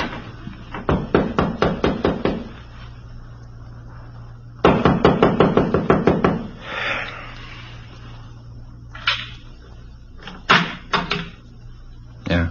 Anthony Baxter? Yeah. Police officers, we want to talk to you. It's a fine hour to get a guy out of bed. You always sleep with your clothes on?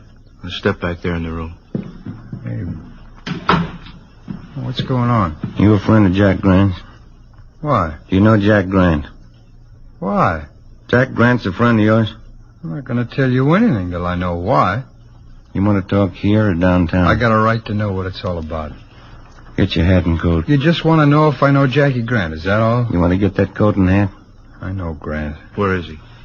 I don't want to get mixed up in anything. You're mixed up in it already. You know him. You know, that's the trouble with you guys.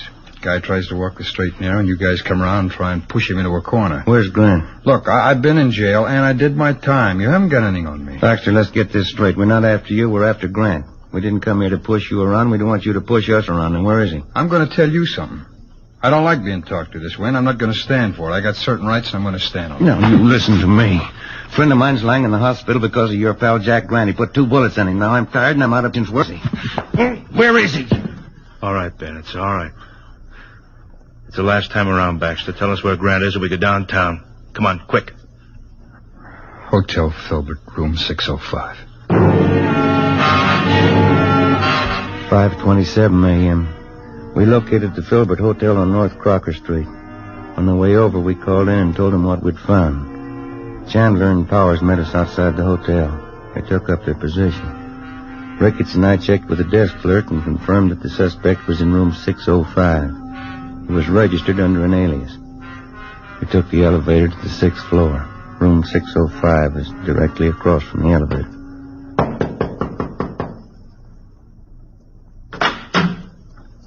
What is it? Police officer. Watch your pants. Now keep your hand out of that pocket, Grant. I wouldn't want to shoot you. 5:42 a.m. Ricketts and Chandler took the suspect into custody. It was 6:03 a.m. when I got to Georgia Street Receiving Hospital, P&F ward. Sergeant? How is he? You can go in. Don't stay too long. Thanks.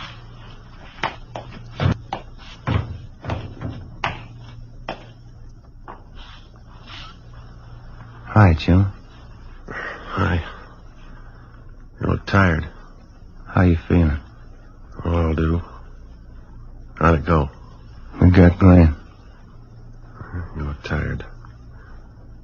You been working straight through on it? Yeah. Anything I can get you? No. Guess I better hurry up and get out of here, huh? Why? Well, we still got that stolen car to find.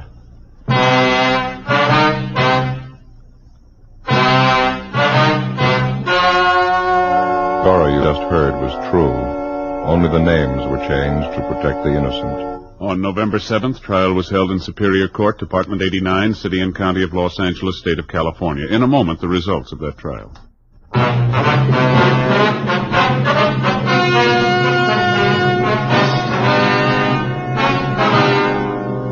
Jack Grant was tried and convicted on one count of assault to commit murder. He and his accomplice were convicted on several counts of first-degree robbery. Assault to commit murder is punishable by imprisonment for from 1 to 14 years. First-degree robbery by imprisonment from 5 years to life. The landlady, Ida Fisher, was placed on probation. The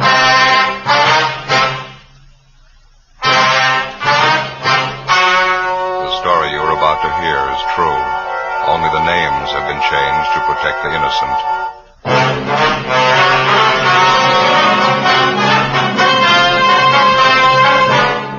You're a detective sergeant. You're assigned to homicide detail. It's New Year's Eve in your city and you're on special duty. Thousands of people crowd downtown streets.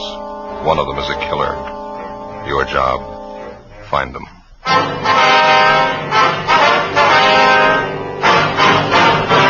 Dragnet, the documented drama of an actual crime. For the next 30 minutes, in cooperation with the Los Angeles Police Department, you will travel step by step on the side of the law through an actual case transcribed from official police files. From beginning to end, from crime to punishment, Dragnet is the story of your police force in action. It was New Year's Eve. It was cold in Los Angeles. We were working the night watch out of homicide, special duty. My partner's Ben Romero. The boss is Thad Brown, chief of detectives. My name's Friday. I was on the way back from dinner, and it was 8:35 p.m. when I got to room 42. Homicide. Joe?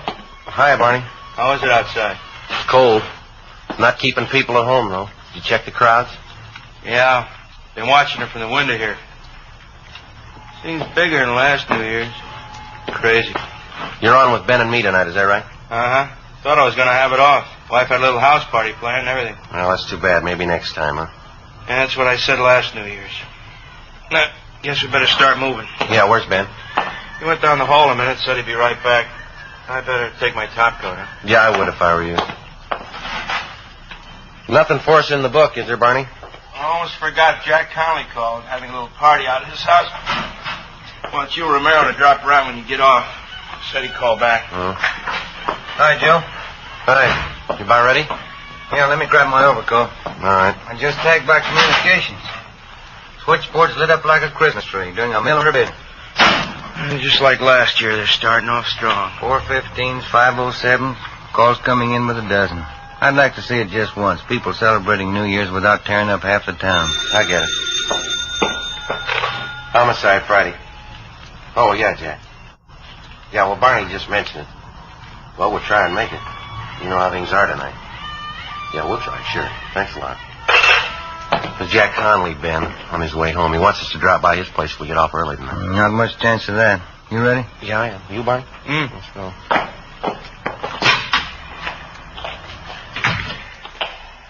Guess you can't tell. You might get a break. Hmm? The crowds are starting in pretty early. Good chance they'll break and go home right after midnight. That should get us off early. And that was the idea last year, wasn't it, Ben? Yeah. What time did you get off? 6 a.m. Together with Sergeant Barney Luchek, Ben and I left the city hall and started to cruise to the southern end of the central area. As any police officer can tell you, New Year's Eve for him is one of the hardest working nights in the year. This one was no different for us. Within an hour, we'd had more than a half a dozen calls to check out. Street fights, drunken driving, disturbing the peace. The usual complaints that you'd expect to get when a community of 3 million celebrates New Year's Eve. 9:43 p.m. We were cruising in the area of Alameda and Macy Street. Unit 72R at Wilshire in Geneva at 311. 311, KMA 367. Roger, 72R.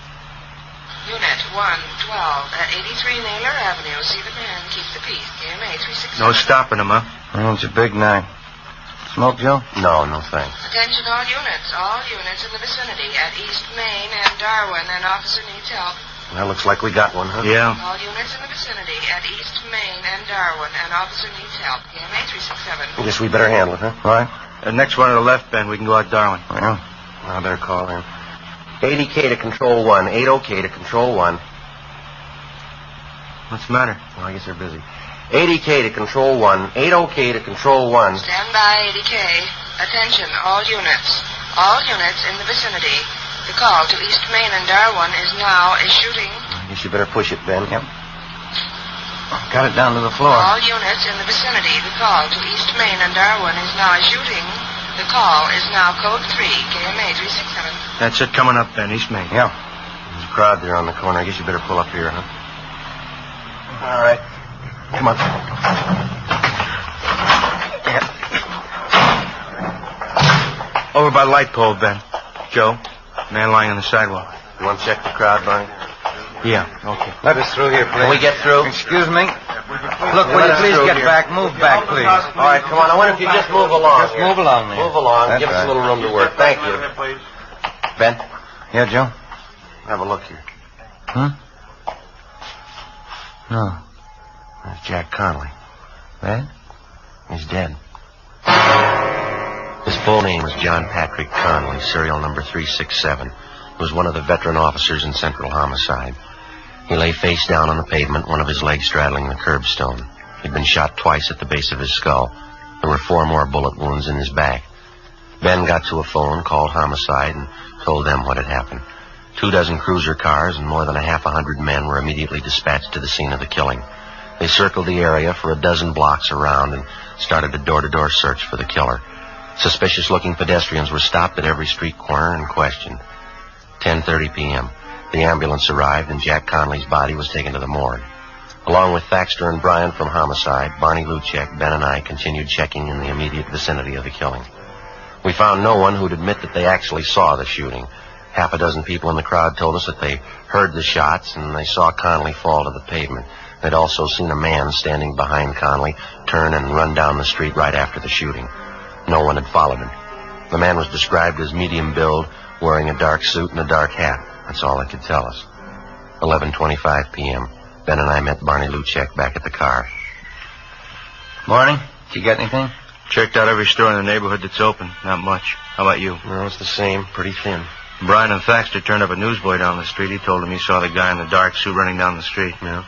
Thought he saw the guy come out of this bar here. We heard that too, Barney. We talked to the bartender. He doesn't recall the man. I'll say, I almost forgot. I checked with the office. Mrs. Conley's been calling in. Wants to know where her husband is. Oh, yeah. I asked personnel to hold off notifying her. Thought maybe you fellas would want to tell her. You knew Conley pretty well, didn't you? Yeah, long time. Family man? 3 kids. If you fellas don't want to tell her, I'll call personnel back. They can do it. No, it's all right. We'll tell her.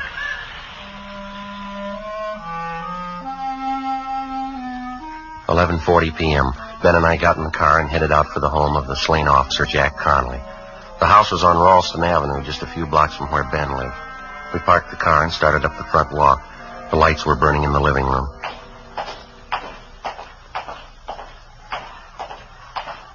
A lousy job. What? I said it's a lousy job. Yeah.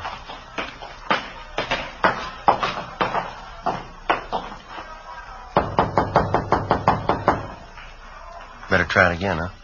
I heard it. Somebody's coming. Oh. Hi, Joe, Ben. Hello, Betty. Hi, Betty. I'm sure glad you can make it. Everybody's here. Come in, come in. Okay. Thank you. I'm still waiting for that wandering husband of mine. If he's not here by midnight, he's going to be in the doghouse for sure. Here, let me take your coat. No, Betty, that's all right. I wonder if we could go back into the kitchen. We'd like to talk to you. What's the matter? Can't you stay long? Well, no, not too long. Oh, that's too bad. Well, come on back in the kitchen and I'll get you something. Maybe you can drop back later on. Jack should be here by then. He'd better be. Come on in. Either one of you seen Jack? That's what we wanted to talk to you about, Betty. What? You want to sit down, Betty? What is it, Joe? Tell me. Well, he had an accident. Where is he? I want to go see him. How bad an accident? Pretty bad. I want to go see him, Joe. If he's hurt, I want to see him. Couldn't be that bad, could it? Yeah. Oh, please, Joe. Please, not dead. Tell me, Joe, please. I'm sorry, Betty. Dear God. Oh, God. Want to give me a hand here, Joe? Yeah. She's white as a sheet. Be worse when she comes to. We better get a hold of the family doctor. No, we're going to have to wait. We'll never get through now. Huh? Phone lines are probably jammed. It's midnight. Oh, yeah. Happy New Year. 12:30 a.m. We finally got a hold of the Conley's family doctor, and he told us that he'd be over as quickly as possible. Some of Betty Conley's relatives at the party said that they'd look after things until the doctor arrived. Ben and I left the house and drove back to the scene of the murder. The house-to-house check of the entire area was still going on. There was no trace of the killer. 1:30 a.m. A low fog moved in over the city. Traffic began to thin out a little. The street crowds disappeared. 2 a.m. The search went on. A little before 2:30, a patrolman on foot located a taxicab driver in the neighborhood who claimed that he'd seen a man answering the killer's description just after the shooting. Ben and I went down the street to talk to the driver. He sat behind the wheel of his cab. It was especially equipped with shortwave radio to handle calls directly from the taxi company's dispatch office. Try to pass it on for whatever it's worth, officer. It happened just a minute or two before I picked up my last fare. What time was that? Do you remember? Oh, remembering, too, and I got it right here on the way bill. Yeah, here we go. 9:48 p.m. I was parked just where I am now. Same old stand. I picked up a fare, drove him to North Main and Sotelo, and I came back here. My cab broke down. Lousy distributor. I've been waiting for the repair truck ever since. Well, just what was it that happened before you picked up that fare here? That was at 9:48, is that right? Yeah, 9:48, yeah. Well, I was going to say, it was just a minute or two before that. I was parked right here. This guy comes running down the street through the crowd. He was really running, too. Yeah, go ahead. He's almost past me when he stopped all of a sudden, turned around and looked at me. I thought he wanted a cab, so I opened the door for him. He just looked at me and said, "Never mind," or something like that, and then he took off down the street. Maybe he was just a little goofed up, I don't know. Can you remember what he looked like? Oh, about your build, I guess. Medium. He had a hat on, dark hat, dark suit. Did you get a look at his face? Yeah, he's about 28 or 30, dark complexion. Anything else you remember about it? No, not for sure. He looked like 100 other mooches down around this neighborhood. Just listen to those calls come in, huh? New Year's Eve, and I draw a lame cab. Well, there's nothing else that you remember about this man that you think might help us, huh? No, you got it all, Sergeant. Just acted a little queer, that's all. Goofed up, probably. Did you see which way he went when he took off? Right down the street. That way. Mm-hmm. Lost himself in the crowd. I couldn't be bothered. Mm-hmm. How about when he came running down the street towards you? Did you happen to notice where he was coming from? Matter of fact, yeah, that was just after I heard those gunshots. Of course, I didn't know there were gunshots then. Yeah. Looked to me like he came out of that joint up there, right near where the cop was shot. Which joint was that? The 228, that bar up there. Well, it wasn't much, but it was the only lead we had to go on. 7 persons in the vicinity at the time of the shooting had volunteered the information that the killer had been a recent customer at the 228 Club, the neighborhood tavern.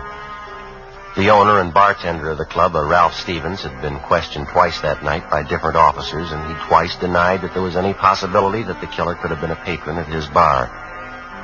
Stevens' denial didn't make any more sense than the killing itself. We made arrangements to have the cab driver we interviewed come down to the city hall to check through our mug books for the suspect. By 10 a.m. the next morning, the body of the slain homicide officer, Jack Conley, had been posted.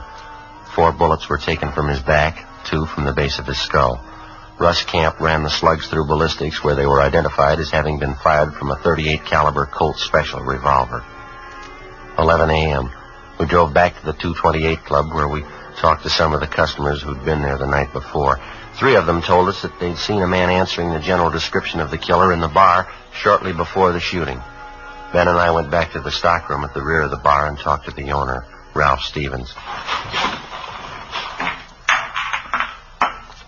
Look, how long does this thing have to go on anyway? I told you everything I knew last night. We know that, Stevens. Doesn't seem to jibe with what the rest of the witnesses saw, though. Then maybe you better take it up with them. I don't know anything about it. I got work to do, and you're in my way there. Excuse me. How come you're so sure that the man we want wasn't in your place last night? I'm not on trial here. You asked me what I know, and I told you. If you don't mind, I got work to do. You mind moving over there? All right, we'd appreciate it if you'd cooperate. All right, if you want to know the truth, you're not good for my business here. Cops never are. Coming around asking questions, customers don't like it. It's no good for business, no good at all. A cop was killed last night right outside your front door. Now, half a dozen people say that the guy who did it was in here drinking. I run this place. It's mine. I say the man wasn't in here. Still like to know how you're so sure. I'm getting a little tired of this. I don't have an office down at the City Hall to lounge around in. I got work to do. How about leaving, huh? You want to get your coat? We can talk to you downtown. Come on. Not before I call my lawyer. Go ahead and call him. Where's your coat? Why do we have to have trouble? I haven't got any beefs with you. No trouble, Stevens. We have to get to the bottom of it, that's all.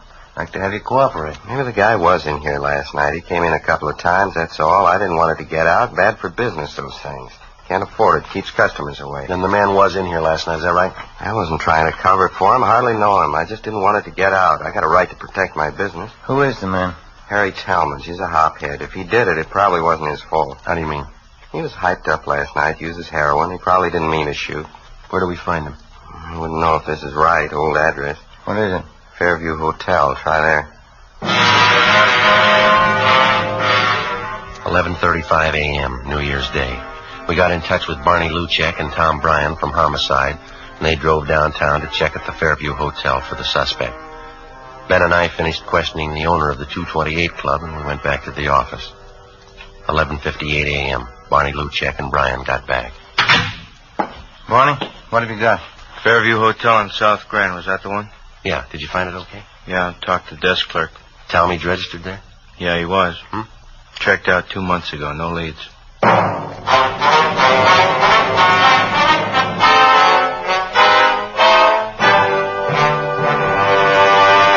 You are listening to Dragnet, a series of authentic case histories documented from official files.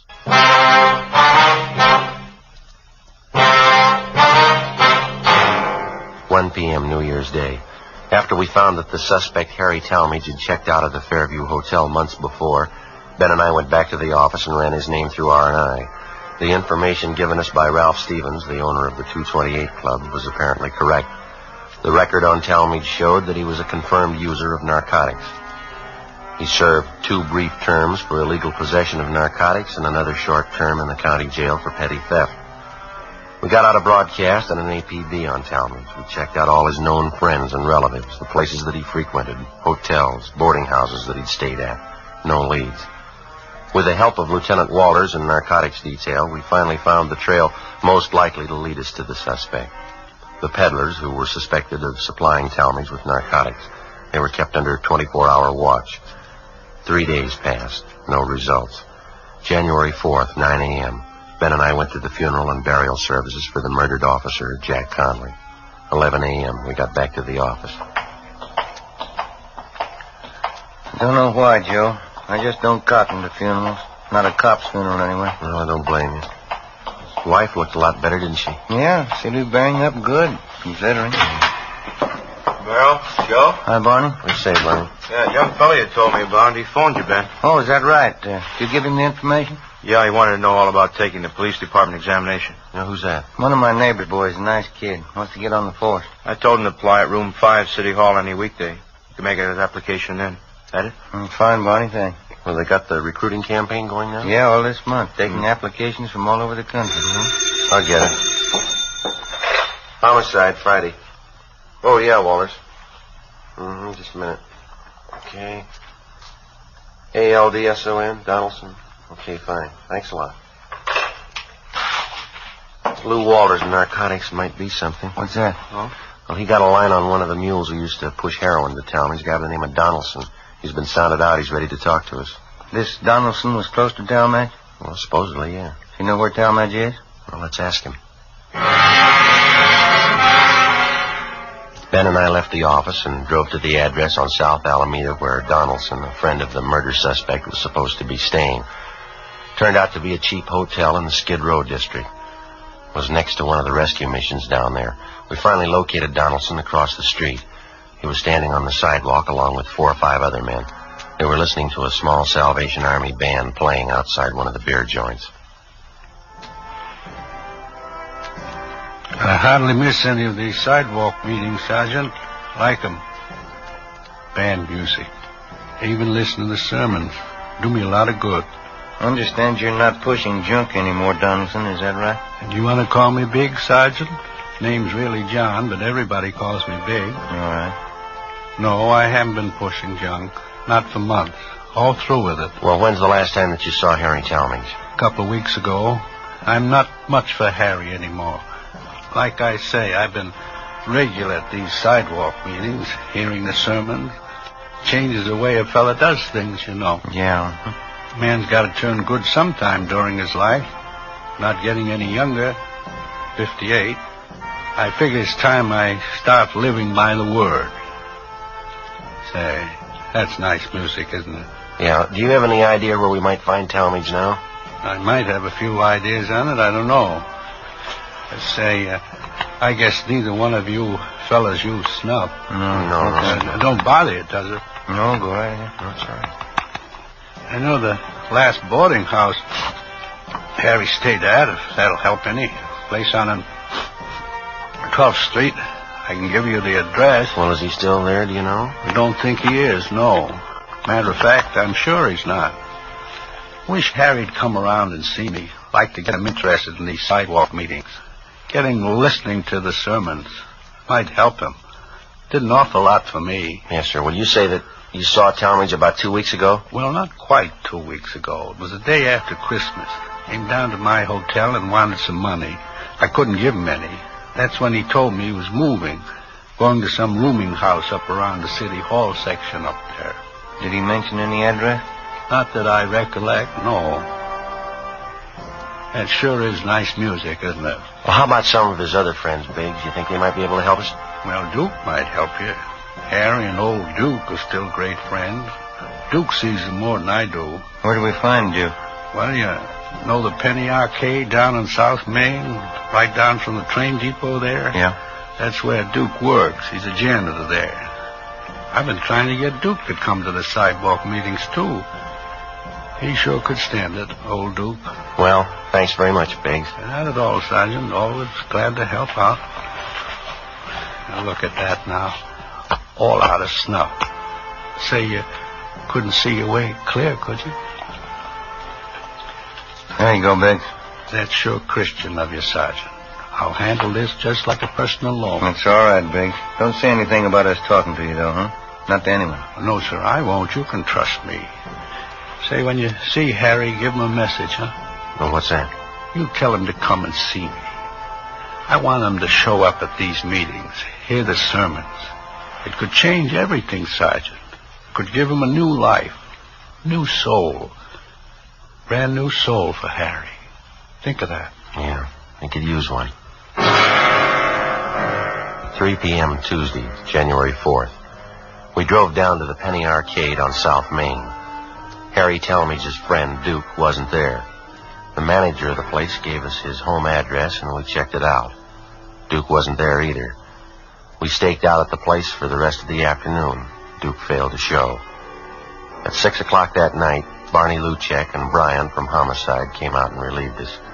Ben and I had dinner at Johnny Copen's, and then we went back to the office. 7:20 p.m. Want to grab that, Joe? Yeah, I got it. Homicide, Friday. This is Luchek, Joe. Oh, yeah, Barney. Talmadge's friend just showed up here. We're talking to him now. Will he tell you anything? Yeah, you got a pencil. You better write this down. All right, wait a minute. Just a second. All right, go ahead. 1727 West Hoover, apartment 3. It was 1727 West Hoover, is that right? Yeah. Apartment 3? Well, what's the pitch? Harry All right, Barney, thanks. Bye. Blue check? Yeah. What's he got? Harry Talmadge.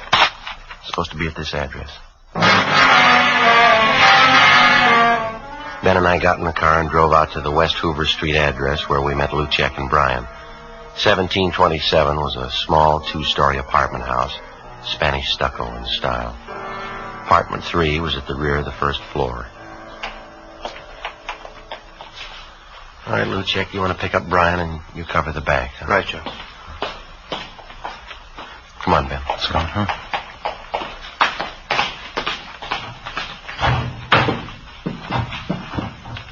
Get us up the stairs, huh? Mm-hmm.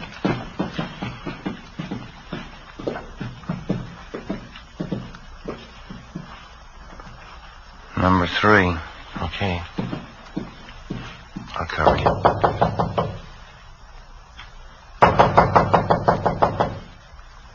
No sound inside.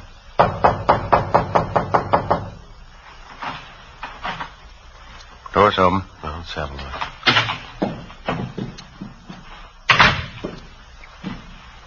No, it's empty. You want to try the bedroom? I'll check the kitchen. Joe,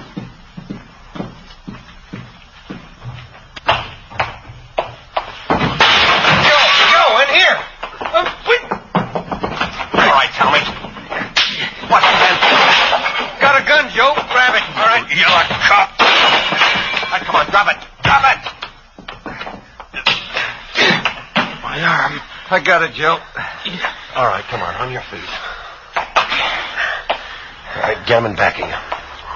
All right. Come on, hold still. 38 revolver, Joe. Colt Special. All right, how about it, Talmadge? It's mine. What of it? Where's your coat? I don't know. Why'd you kill him? Because I wanted to, that's all. He was a cop.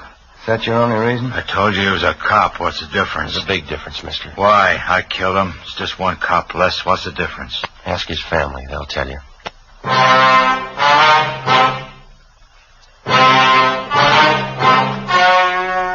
story you have just heard was true. Only the names were changed to protect the innocent. On March 26th, trial was held in Superior Court, Department 86, City and County of Los Angeles, State of California. In a moment, the results of that trial.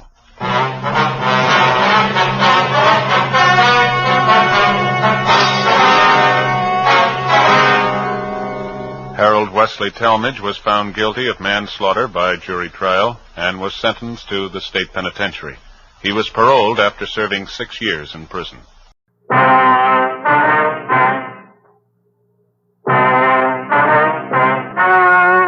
story you are about to hear is true. Only the names have been changed to protect the innocent. Fatima Cigarettes, best of all long cigarettes, brings you Dragnet.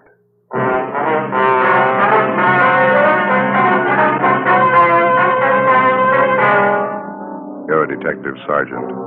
You're assigned to homicide detail. 12 men drop completely from sight over a short period of time.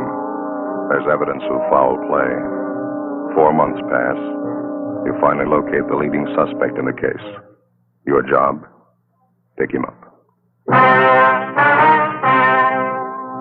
You'll be amazed when you compare Fatima with other long cigarettes. You'll find they now cost the same. But in Fatima, the difference is quality. You see, Fatima is the quality king-size cigarette because it contains the finest Turkish and domestic tobaccos superbly blended. And Fatima is extra mild, with a much different, much better flavor and aroma than any other long cigarette. So compare Fatima yourself. Fatimas now cost the same as other long cigarettes, but your first puff will tell you... Ah, that's different. Yes, in Fatima, the difference is quality. Ask your dealer for Fatima, the quality king-size cigarette.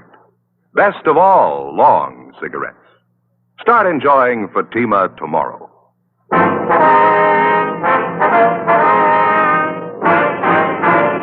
Dragnet, the documented drama of an actual crime. For the next 30 minutes, in cooperation with the Los Angeles Police Department, you will travel step by step on the side of the law through an actual case transcribed from official police files. From beginning to end, from crime to punishment, Dragnet is the story of your police force in action. It was Wednesday, October the 6th. It was sultry in Los Angeles. We were working the day watch out of homicide. My partner's Ben Romero. The boss is Thad Brown, chief of detectives. My name's Friday. We were on the way out from the office, and it was 10:45 a.m. when we got to Ortega Street, number 1285. Second floor? Yeah, room 14.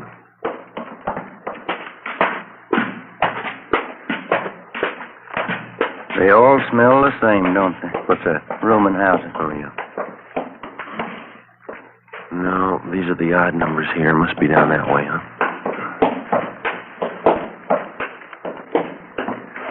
Yeah, here it is. 14. Yeah. Just a minute.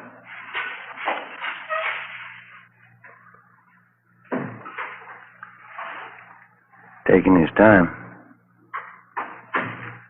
Try it again, huh? Yeah, all right.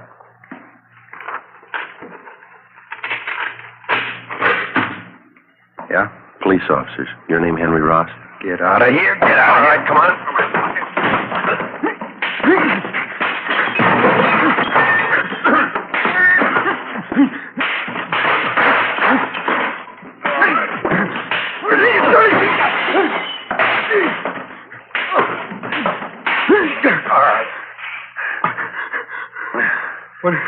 What is this? What do you want? Ben? Yeah. I got him. What is this? You guys really cops? Come on, get up.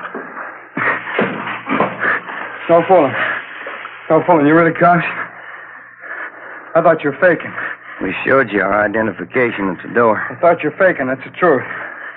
There's a couple of guys out to muss me up. I thought you were them. Your name Henry Ross?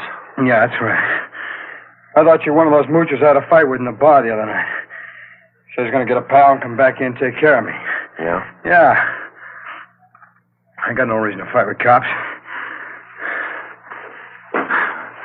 I didn't do my room any good.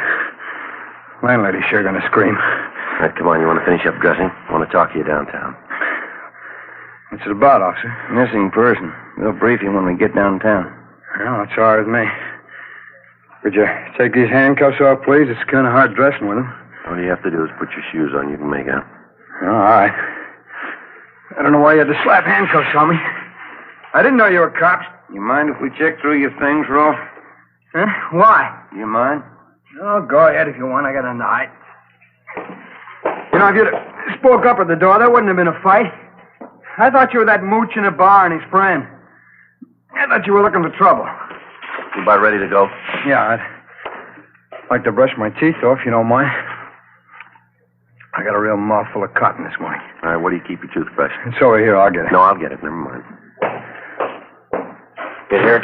Yeah, first shove. It's in the glass. Yeah, Don't you trust me? Here you go. Want some toothpaste? Yeah. All right. There you go. Turn on the water tap, huh? Hey. Nothing, Joe. It's pretty clean. Of course I'm clean. What do you expect? Anybody could have made the mistake. I didn't know you were cops. Henry Ellsworth Ross. Is that your full name? Yeah, that's right. I hardly ever use the Ellsworth, though. It's a real lousy name, huh? Well, what's the fetch on all this, officer? We told you, missing person. Want to talk to you about it. I don't think I can help you. Nobody I know is missing. How about Paul Davis? Davis? Yeah, I know Davis. I don't know if his name is Paul, though. Been gone a long time, huh, Miss Davis? Yeah, that's right. Something wrong, you think? We figure murder. After going over his room thoroughly, we took Henry Ellsworth Ross back to the city hall to the interrogation room. He was a slightly built man, dark hair, brown eyes, swarthy complexion. He was a longshoreman by trade. Among his friends and acquaintances, he was known as a heavy drinker and a man with a violent temper. Ben and I questioned him for a half an hour and got nowhere. He sat across the table, relaxed, scraping at a thick callus on his hand with his fingernail. I'll tell you the truth. I just don't know what you're getting at. I think I know a guy named Davis, and that's about as far as it goes. Sure that's all you got to tell us? Of course I'm sure. Now, look, I got a right to call a lawyer if you're going to sit there and throw a lot of charges at me. We're not throwing charges at you, Henry. We've got a missing persons case. We'd like to have you cooperate. That's about it. Well, maybe I'd like to, but I can't. Paul Davis is just a name to me. Maybe I know him. I don't know. You got that report there, Ben? Yeah, just a minute. Here you go. Thanks. Well, here's the way it goes, Henry. Yeah? According to his wife, Paul Davis left Los Angeles by auto a little over 4 months ago. He was driving up to Oakdale, California to take a job with a dairy company up there. He never got there. He's been missing ever since. So? What's the pitch? All we've been able to find is Davis's car, the 36 Ford Coupe, 7 Tom 792. It was sold a month ago up in Lodi, California. But Davis didn't sell it. A man by the name of Carter signed the pink slip at the time of the sale. Henry Carter. Sorry. Don't mean anything to me. Well, this Carter made it look like Paul Davis had signed the Ford over to him. We checked it out. Davis's signature was forged. That's so? It's supposed to have something to do with me? Did you ever use the name Henry Carter? Of course not. Ross. That's the only name I go by. Never had your name changed? No. Never used an alias? I told you, no. I wonder if you'd mind taking a look at this. Here you go, this here. What's this got to do with me? The pink slip to Paul Davis' car. See these signatures on the back here? Transfer of ownership. You recognize either one of them? Paul Davis. Henry H. Carter. No. Doesn't mean anything to me. Is it supposed to? It should, yeah. Why? The signatures are both in your handwriting. How about it, Henry? How about what? I don't even know what you're talking about. You're trying to give me the treatment? What's this all about? I'm trying to locate Paul Davis. I'm not even sure I know the guy. I think you better level, Henry. Our handwriting man checked both the signatures. It's your writing. Well, then maybe you better get a new handwriting man. I never saw that slip. I never wrote those signatures. Anybody can copy handwriting. Well, I've got something else for you, Ross. I'd like to have you check it over, see if you can identify it. What is it? It's a letter. Want to take a look here? That mean anything to you? No, nothing. I hope you're not going to tell me this is my handwriting. That's what the report said. Oh, it's crazy. I never wrote like that in my life. All the writing characteristics match up, same as the signatures on the pink slip. All right, maybe they are the same. I didn't write either one. I never wrote like that in my life. Here, let me show you how I write. That's all right, Henry. Ben, you want to pull the package from R&I? Yeah, okay. I don't savvy one bit of this, Sergeant. How about laying it out for me? You can see the name at the bottom of the letter. It's signed Henry Carter, same as the pink slip. Well, that doesn't mean anything to me. Well, this letter was sent to the wife of Paul Davis about 9 weeks ago, and it says here that Davis supposedly was too busy to write his wife, so he had this Henry Carter send a letter. He also writes in here that Davis sold his car to Carter. Somebody trying to cover up, huh? Yeah, we think so. We think it's Henry Carter. This Davis guy, he's been gone about 4 months? That's right. Well, you said you thought Davis was murdered. How come? Just an idea. Oh. 8 men had disappeared from around here in the last 14 months, just like Davis. 6 more up in the San Joaquin Valley the same way. They took off alone on auto trips. Were never seen again. Not a trace. Pretty funny. Here you go, Joe. Thank you. You've got your record here, Henry, from Baton Rouge. Sent to Sheriff Clemens for it. Huh? Look, do we have to drag all out again? It's past. Just one thing we had to check, Henry. You told us that you never use an alias, is that right? All right, I have. I didn't know what you're getting at. I didn't think there was any use dragging out dirty laundry again. I asked you if you ever used the name Henry Carter. Okay, I've used it. It's a common name. There's a lot of Henry Carters around. We only know one who fits your description. I'm clean. You know that. Want to smoke, Henry? No. Joe? Yeah, thanks. Well, let me have one, will you? Sure. Here you go. Thanks. We got a match here. You know, we rode this thing for 4 months. It's all over the state. Here. Thanks. I'll tell you what we got, Henry. We'll let you make up your own mind. It's not my writing. On June 4th, Paul Davis left Los Angeles in his car headed for Oakdale. Late in the afternoon, he stopped for gas at a service station just beyond San Fernando. The attendant says a man was with Davis. You fit that man's description, Henry. Yeah? Well, I've seen monks like that in court. They get on the stand and can't even remember their own name. A couple others. You and Davis stopped for a hamburger just outside of Gorman. There's a man there. He remembers you, too. You stopped again in Bakersfield. Picked up a quart of oil for the car. You and Davis had a Coke. It's the last time you were seen alive. That makes me a killer, huh? A month after that, the pink slip to Davis's car came through DMV up in Sacramento. That was for the transfer of ownership from Davis to Henry Carter, both in your handwriting. A couple of weeks later, Mrs. Davis got that letter. A month ago, Davis's car was sold to a dealer in Lodi. Yeah. We found the dealer, Ross. Showed him your mugshot. He says you sold him the car. That all? That's just the main part. There's more. We've been on the road a lot. We followed you from here to Sacramento and back, Henry. Every stop, every detour. It took us a long time. Yeah, I guess it did. What do you say, Ross? Nothing. Any way you want it, Henry. You got another smoke? Yeah? Yeah, here you are. Thanks. Here.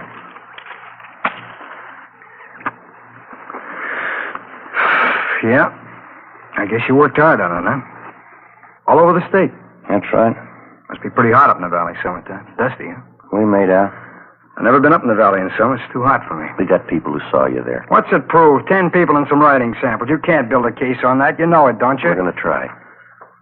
You think I murdered Davis? You, Sergeant? Yeah? You think I murdered those other guys, too, huh? What was it, 10, 12 of them? We're asking about Davis. You think I killed him? Tell me the truth, do you? You think I murdered Davis? Yeah, I think you did. Uh-huh. Well, then you know as well as I do. There's only one way to prove it. Yeah. Find his body. 1:15 p.m. Ben and I took Henry Ross out and fed him some lunch. Then we took him back to the city hall to the interrogation room where we continued to question him. It was relaxed, and he talked a great deal about everything but the disappearance of Paul Davis. He didn't seem anxious to get away, made no demands for an attorney to represent him. For a full hour, he did most of the talking. He told us about the different homicide cases he'd read up on. He asked us about the 12 men who'd disappeared in the past months in the same manner Paul Davis had. Was there any trace of them at all? Did we have any leads? How did we think we were going to find them? Well, we finally got around to asking him if he'd submit to a lie detector test. He seemed taken by the idea and agreed to it almost immediately. Ben called Sergeant Berger and made arrangements for the test. We made up a list of key questions. At 5 p.m., we took the suspect to the third floor of the old city jail where Sergeant Berger gave him the polygraph test. On the way back to the office, Ross complained he was hungry. We stopped and bought him coffee and donuts. We got back to the interrogation room a little after 6 p.m.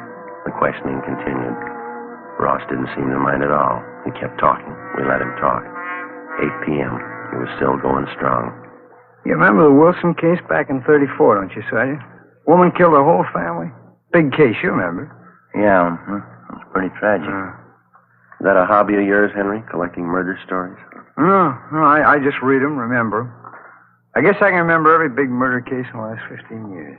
That's so. Yeah, it's about all of them. I guess it is kind of a hobby. I get a big kick out of it. I get it, Ben. Excuse me, Henry. Oh, sure. Interrogation room, Friday. Oh, yeah, Berger. No, how many? Yeah. Okay, thank you. You know, there's one thing I get a real big kick out of, those detective magazines. Mystery stories, the way they make out the murderer. How do you mean? You know, they always build it up into something big. Somebody's always killing somebody else for $1 million, or maybe over some woman, some beautiful woman. Same way with the movies. That's where they get it all mixed up. I don't think I follow you, Henry. Oh, sure you do. Every time some guy writes a murder story, he's got to build up a big reason for the killing. A lot of money, beautiful woman, revenge maybe. Always got to be a big reason. Motive, that's what they say. Yeah, well, it generally works out that way, doesn't it? Why? I bet you there's a 1,000 murder cases in your files without any reason at all. Some people kill, that's all. I've heard about lots of them. They just want to kill, and they go ahead and do it. Maybe for a few bucks, maybe for nothing. They just do it, that's all. That's so. Sure, you know that. Like this thing you've been talking about. 10, 12 guys disappear. They got a few bucks, maybe they got nothing. Somebody plows them under, and that's all. No big reason. They just do it. So 12 guys are gone. It doesn't mean anything. That's how you got it figured, huh, Henry? Huh? The phone call a minute ago there was the man who gave you the lie detector test. Oh, that right? How'd it go? He just finished going over your graph. He got 16 positive reactions. Yeah, what's that mean? You lied, Henry, 16 times. That right. You better tell him to get a new machine. I lied all the way through. Mind telling us why? No, I don't mind. I guess I knew you'd find out. Let's go get something to eat first, though. I'm hungry. Well, we better talk a little more, Henry. Oh, let's go. I'll tell you why we're eating. Bring a pencil with you. I'll draw you a map. Map of what? The canyon, where I buried it.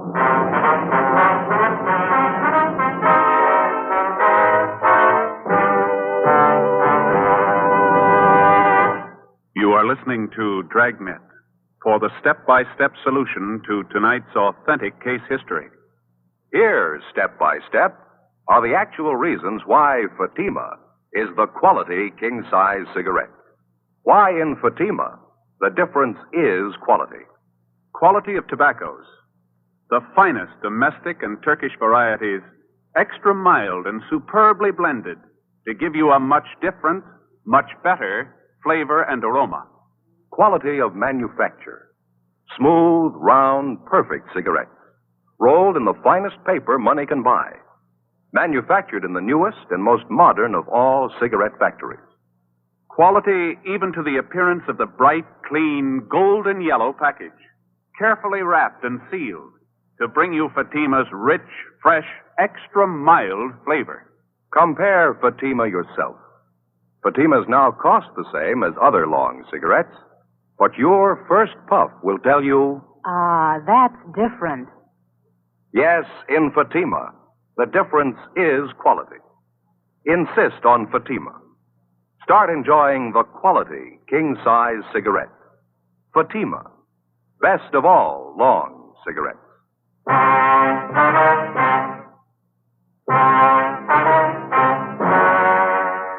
Wednesday, 9:55 p.m. Ben and I took Henry Ross across the street, bought him a Coke at Mac's place. Then we took him next door to the Melbourne cafeteria. It was almost closing time. Ross got himself a cottage cheese and pineapple salad, bacon and liver with onions, rye bread, banana pie, and coffee. Ben had a hot beef sandwich, mashed potatoes, and coffee. I had the same. At the back of the cafeteria, one of the bus boys was mopping the tile floor. It was a strong smell of disinfectant. How about that table over there, Sergeant? That all right with you? Yeah, it's okay. Doesn't make any difference. It's fine. Yeah.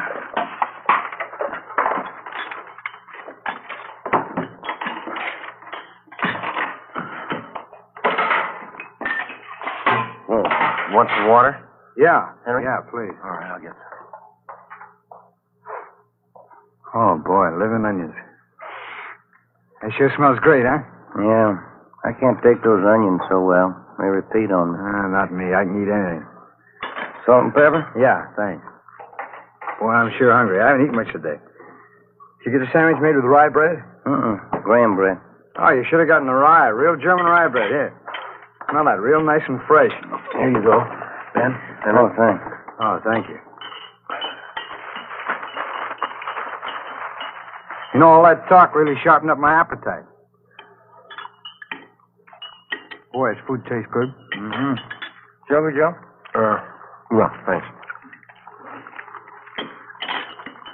We brought a pencil along, Henry. You want us to start taking notes? As good as time as any, I guess. You know, the whole thing just comes right back to what I was trying to tell you there in the office. Yeah, what's that? Well, you know, all about those phony mystery stories. Oh, yeah. Every time there's trouble, there's a big reason behind it. It's phony, that's all. Yeah? Sure, this Paul Davis, for instance. I guess I knew you'd find me out. I knew this morning when you picked me up, you had it figured. Must have been a big job, huh? Finding me? Mm-hmm. Pretty big, Henry, yeah. A lot of mileage. How'd it happen? Well, there again. It's just like I was saying. There's no big reason behind it. I needed a few bucks, and this Davis came along. I guess he was it. Hey, pass me the ketchup, will you? Oh, yeah. Here you go. I'll get the lid off there. There you go. Thanks.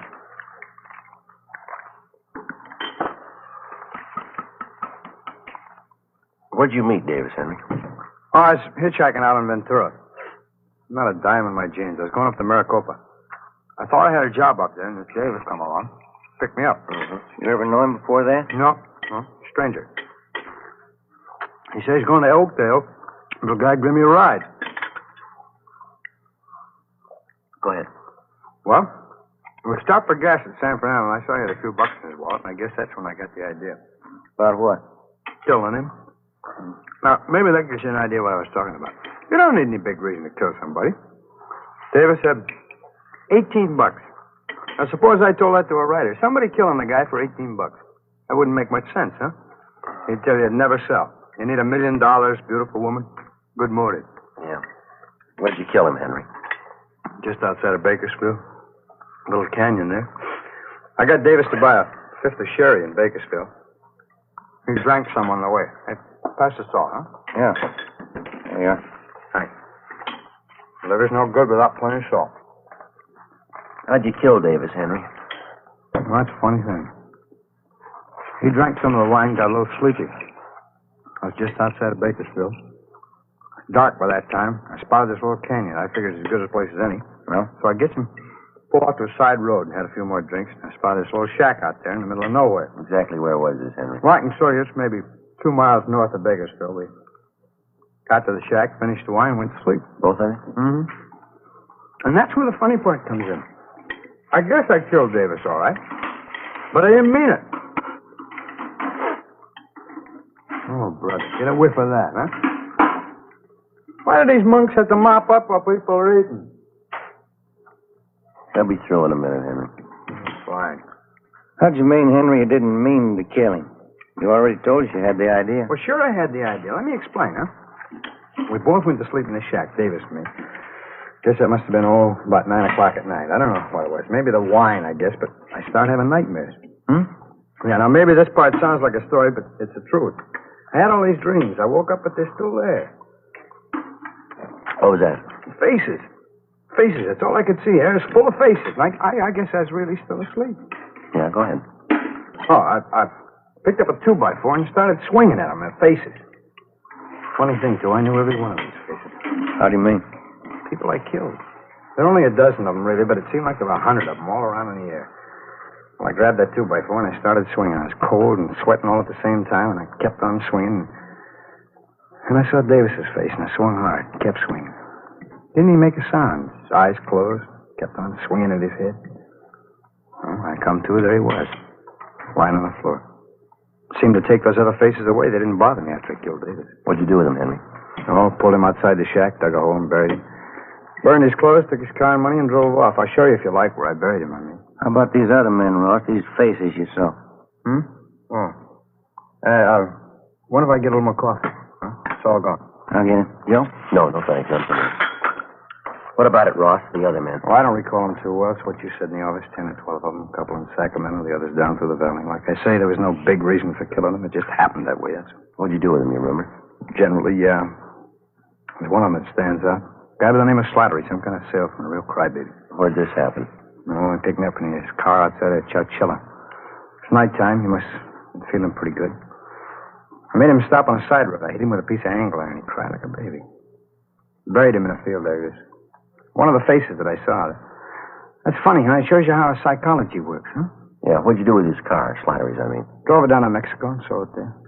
Guess that's what I should have done with Davis's gun. Oh, here you go. Oh, right. These killings of yours, you got any more you want to tell us about? Well, I told you already. 10 or 12 of them. They're pretty much the same. When was the first one? Oh, maybe 18 months, 2 years ago. First one wasn't any harder than the last. It's just like I was telling you before. Yeah. Everybody builds up murder. It's supposed to be a big thing, hard to do, all those phony stories. I'd just hit a guy a couple of times or something, that'd be it. A real small thing. Didn't change me any. That's why I say it's all built up. You ever been treated for any mental sickness, Ross? No, why? You ever been examined by a psychiatrist? No. After you killed these men, did it bother you at all? I just had one dream. Time I was with Davis. That's about it. Sure good meal, Sergeant. Thanks. Yeah, okay. You ready, Ben? Let's go. All right. We go back upstairs, huh? Yeah. You want to give us a statement? All right. I had an idea you'd find me. I guess I always knew that you'd find me. Well, let's go, Henry. Guess I proved my point anyway, huh? It's all build up. Huh? Murder. Killing somebody. Those phony stories. It's all build up. It's cheap. No, you got it wrong, Henry. Huh? Wait till they read you the bill. The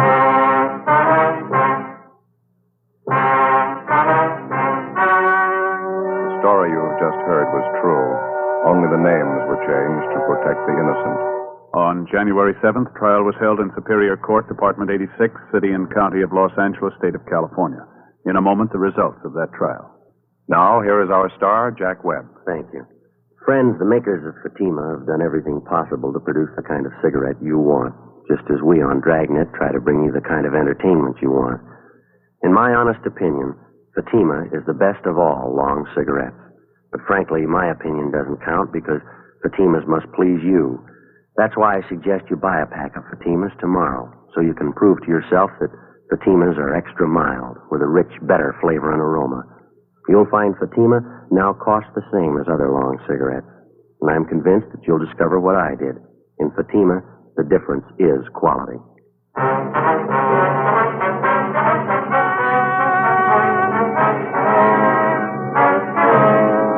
Henry Ellsworth Ross was tried and found guilty on 2 counts of murder in the first degree and received the death sentence. While he indicated that he had murdered the other 10 men, he refused to give any further information regarding the killings or what he had done with the bodies. Ross was executed in the lethal gas chamber at the State Penitentiary, San Quentin, California.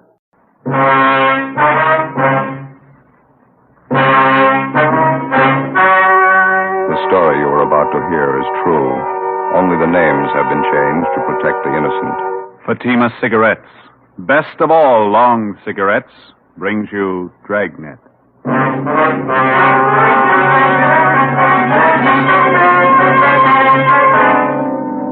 You're a detective sergeant. You're assigned to Juvenile Bureau. You receive a complaint about an 8-year-old boy and his sister. A neighbor reports they've been going from door to door begging for food. Supposedly, the children are from well-to-do parents. Your job? Investigate. You'll be amazed when you compare Fatima with other long cigarettes. You'll find they now cost the same. But in Fatima, the difference is quality. You see, Fatima is the quality king-size cigarette because it contains the finest Turkish and domestic tobaccos superbly blended. And Fatima is extra mild, with a much different, much better flavor and aroma than any other long cigarette. So compare Fatima yourself.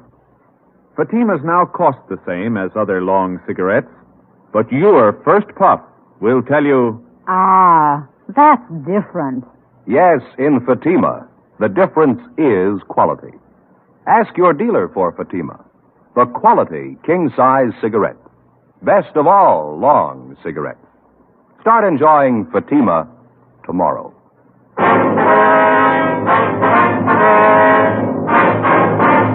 Dragnet, the documented drama of an actual crime.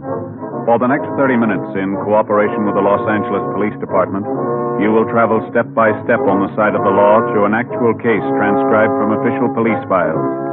From beginning to end, from crime to punishment, Dragnet is the story of your police force in action. It was Tuesday, April 27th. It was overcast in Los Angeles. We were working the day watch out of Juvenile Bureau.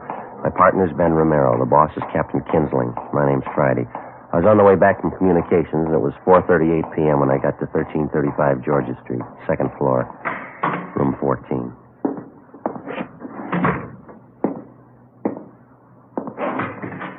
Hi, Joe. Been waiting long? I was just checking the record. No, I just got here. What's this thing all about? Well, just what I told you on the phone. 7-year-old boy and his sister covering the neighborhood begging food. You ready to go? Yeah, let me put this away first. Kid's supposed to be from a wealthy family, huh? Well, wealthy enough to live in the best part of Bel Air, yeah. Doesn't make much sense. Must be some kind of a gag, huh? No, not according to the neighbor who called in. Yeah? She says the kids are half starved. Ben and I got in the car and drove out Sunset Boulevard to the Bel Air district. We pulled up in front of a large 2-story home near the corner of Brookline Avenue and Knightsbridge Drive. It was a white frame colonial mansion set back in the middle of well-landscaped lawns and gardens. The other homes in the neighborhood were just as large, $50,000 and up. was the last place in the city that you'd expect to find neighborhood children begging food. 5:20 p.m. We went around to the rear entrance of the Colonial Mansion as we'd been instructed on the phone. We located the woman who'd called in the complaint, a Miss Jeanette Bejan. She was employed as laundress and cook by the owners of the house. She was busy fixing dinner.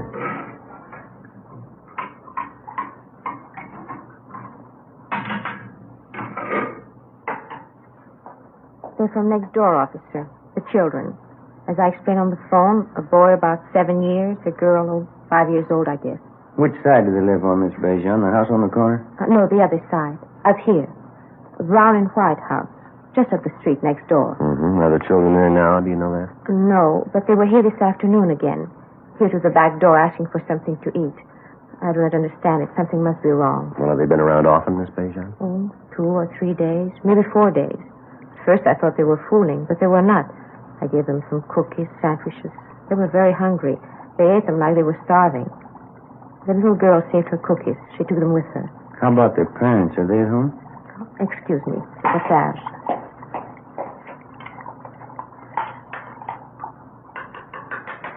There. That's better. No, I haven't seen the mother the last few days. I understand they are divorced. The mother, she lives there with the children. The father, I don't know. Well, what's their name, do you know? Kessler. Madame, the woman I work for. She says there are 3 children in the Kessler family. But I don't know. I have only seen the 2, the boy and the girl. I would go over and see what is wrong, but I do not know the Kessler. It is not my place. That's why I called you, officer. All right, Miss Bejan. Well, thank you very much. Oh, not at all, officer. You understand, I do not mind giving the children food. Well, I think only something is wrong if they do not get it at home. Well, thank you very much for notifying us. We're going to check into it. I'm just a little curious, Miss Bejan. What's that you're making? This? Napoleon. How's that? Napoleon. You know, Napoleon pastry. Oh, yeah. Sure smells good. Well, thanks again. Oh, certainly, officer. If there is anything I can do, you will let me know? Yes, ma'am, we will. Goodbye. Goodbye. Thank you very much.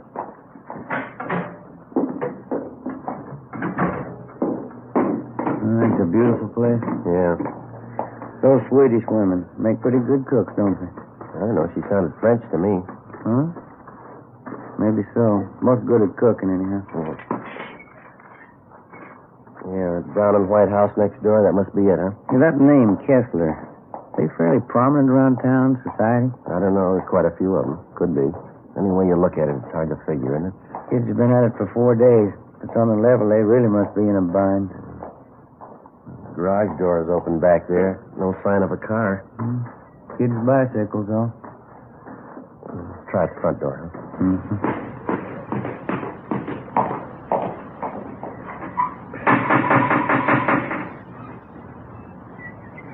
You better try it again, huh? Yeah.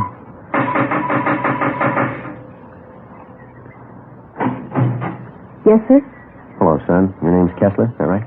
Yes, I'm Richard. My mother's not home right now. Maybe you can come back tomorrow. Well, we're police officers, Richard. If you're not busy, we'd like to talk to you for a minute. Is that all right? Yes, sir. That'd be all right. Would you come in, please? Thank you. Richard Kessler was a blonde-haired, wiry boy, polite, well-mannered. He told us that he was 8 years old and that he attended the neighborhood grammar school.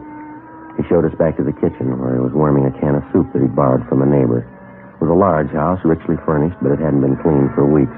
Dust was piled up thick on the furniture, and children's books and toys were scattered around the rooms along with scraps of dried bread, half-eaten. The house was cold and musty. On a small bar in the dining room, there were 3 half-filled cocktail glasses, a plate full of cigarette butts. Evidently, they'd been standing there for days. On the sink in the kitchen, there were a few pieces of stale bread and an open bottle of milk that had turned sour. Next to it were a half a dozen empty whiskey bottles. The Kessler boy was well-dressed, except for the shirt that he had on. It looked as if he'd been wearing it for a week. What did you want to talk to me about, officer? I haven't done anything wrong. Oh, we know that, son. We'd just like to find out how you've been getting along. I've been getting along all right. 2 A's and 4 B's on my report card last month. Mm-hmm. Where's your sister, Dick? Judy, she's down the street. She'll be back in a minute. How about your mother? Where's she? She's out, too. She'll be back. When do you expect her, son? Pretty soon. He's coming back pretty soon. Well, your sister, Judy, she's younger than you are, isn't she, Dick? Yes. Judy's only 6. I'm 8. Any other grown-ups live here with you besides your mother? No, Mom takes care of us. She'll be back pretty soon. We'd like to have you tell us the truth now, Dick. How long has she been gone? I don't know. Probably important. Taking her a long time. You can come back tomorrow. She'll probably be here then. When was the last time you saw her, son? Son, how about that? A couple of days ago. Well, this is Tuesday. You mean she left the house Sunday? No, before that. Last Friday night she went out. Said she'd be back. I don't know. Did your mother say where she was going, Dick? No, her boyfriend was here. Larry, I don't know his last name. Mom went out with him to a party, I think. I don't know where. She'll be back all right. Did you leave anyone to take care of? No, we can take care of ourselves. Nobody's fixed the cooking, though. I don't know how yet. I'd better look at the soap on the stove. No, I'll take care of it, son. You go ahead. Sit down. Has your mother ever left you like this before, son? Maybe once or twice. She never stayed away this long, though. I don't know. What's the matter, Dick? Well, Johnny, officer, my little brother. He hasn't eaten much for a while. Must be hungry by now. I was fixing the soup for him. Yeah, well, where's Johnny? He's upstairs in the nursery. He's been sick with a bad cold. Mom knew Johnny was sick. That's why I wondered. He hasn't come back yet. I don't think Johnny's feeling good. Do you want to take steps for him, son? Yeah, all right, if you want. Ben, you want to come on? Yeah.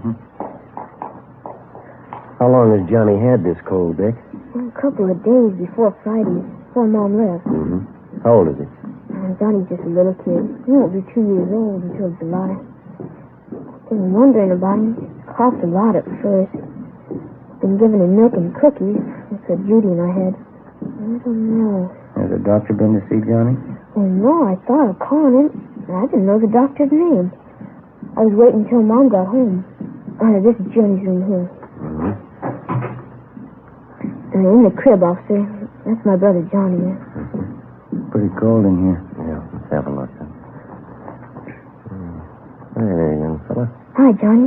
You hungry now? Sure. Look at his eyes. Yeah. I want to get to a phone, doctor, and ambulance. Tell him to hurry. Right. Oh, what's the matter, officer? What about Johnny's eyes? He'll be all right, Dick. Oh, he's been acting awful quiet, though. Hardly moved around at all. Most of the time he's jumping up and down in his crib like anything. Has anyone at all been in here to see him since Friday? Yes, sir. My sister Judy and I. We change his diapers and give him something to eat. I see. Gee, I sure wish Mom would get home. I'd like to talk to her. Yeah, so would I. 5:48 p.m. We put in a call to the office for a policewoman, then we got in touch with Lieutenant Lee Jones at the crime lab, and he sent out a man to photograph the condition of the Kessler home and the children. The doctor and the ambulance arrived, and little Johnny Kessler was taken to the general hospital in critical condition. The 22-month-old boy was in a coma. Richard Kessler and his sister Judy were taken to Georgia Street Juvenile Bureau and then transferred to Juvenile Hall and placed under protective custody, Section 700 Sub B, Welfare and Institution Code. The two of them were given a bath and something to eat. Judy Kessler was interrogated separately by a policewoman. Ben and I talked to the boy, Richard. After a few minutes, he broke down and admitted that his mother had gone off and left the three children alone on at least a half a dozen occasions. He told us his parents were divorced. He rarely saw his father, but his mother had had 2 or 3 boyfriends at the house during the past year. He also told us his mother drank quite a bit. But she's never been gone this long before, Sergeant. Maybe she's out somewhere and has no way to get home. We'll find her all right, son. Don't you worry about it. Well, this boyfriend of your mother's, Dick, his first name was Larry. Is that all you can tell us? Yes, sir. I don't know his last name. Are you going to keep us here all night, Judy and me? Just for a day or so. They'll take good care of you, son. Where'd you take Judy? Well, she's just next door, Dick. You can see her in just a minute now. And how about Johnny? I always take care of him. Pretty fussy around strangers. Well, they've got him over at the hospital, Dick. They're going to take good care of him now. You can count on that. I don't know, officer. I better see him. He might get awful fussy. All right. We'll fix that up for you. Do you have any relatives in Los Angeles, son? Aunts, uncles, anyone like that? No, just my father, but I don't know where he lives. We had a nurse who used to take care of us, Mrs. McIntosh. She was swell. My mom fired her, though. Oh, how'd that happen? Do you know? No, I'm not quite sure. Maybe my mom was drinking. Mrs. McIntosh got mad at her. Had a big fight, and Mom fired her. Oh, now, this Mrs. McIntosh, you know where we can find her? No, sir, I don't. How about some of the other boyfriends that your mother had, Dick? Do you remember any of their names? No, one of them was George something. I don't remember the other one. Joe, see you a minute? Yeah, Mac. You want to stay with the boy, huh, Mac? Yeah. Hospital call. It's a lousy thing. Well, what's that? The Kessler boy, little Johnny. Yeah? He just died. John Albert Kessler, white male American, age 22 months. All the pertinent facts and data would be listed on the crime report. And if and when the case was closed, the report would be filed away. Wouldn't be any different from 1,000 other dead body reports. Same size, same color, same number up in the left-hand corner. In the course of 10 or 20 years on the job, a police officer sees a lot of them. Most of them he forgets. A few of them he never forgets. The next morning, the body was posted to the county morgue. It was found that the youngster had been suffering from malnutrition, but the cause of death was listed as a basal skull fracture. Homicide detail was notified.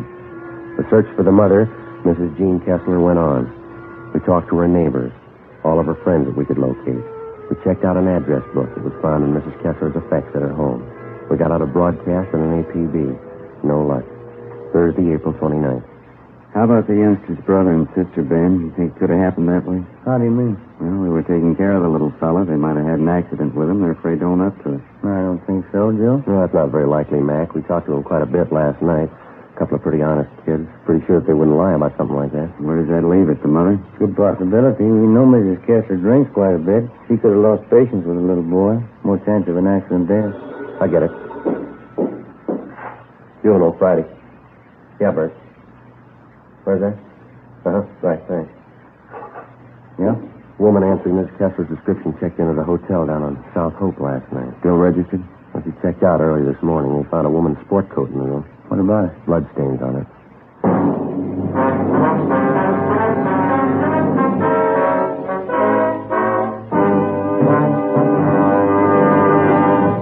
You are listening to Dragnet for the step-by-step solution to tonight's authentic case history. Here's step-by-step are the actual reasons why Fatima is the quality king-size cigarette. Why in Fatima the difference is quality. Quality of tobaccos. The finest domestic and Turkish varieties. Extra mild and superbly blended to give you a much different, much better flavor and aroma. Quality of manufacture. Smooth, round, perfect cigarettes. Rolled in the finest paper money can buy. Manufactured in the newest and most modern of all cigarette factories. Quality even to the appearance of the bright, clean, golden yellow package. Carefully wrapped and sealed to bring you Fatima's rich, fresh, extra mild flavor. Compare Fatima yourself. Fatima's now cost the same as other long cigarettes, but your first puff will tell you... Ah, that's different. Yes, in Fatima, the difference is quality. Start enjoying Fatima quality yourself. Insist on Fatima, the quality king-size cigarette. Best of all, long cigarettes.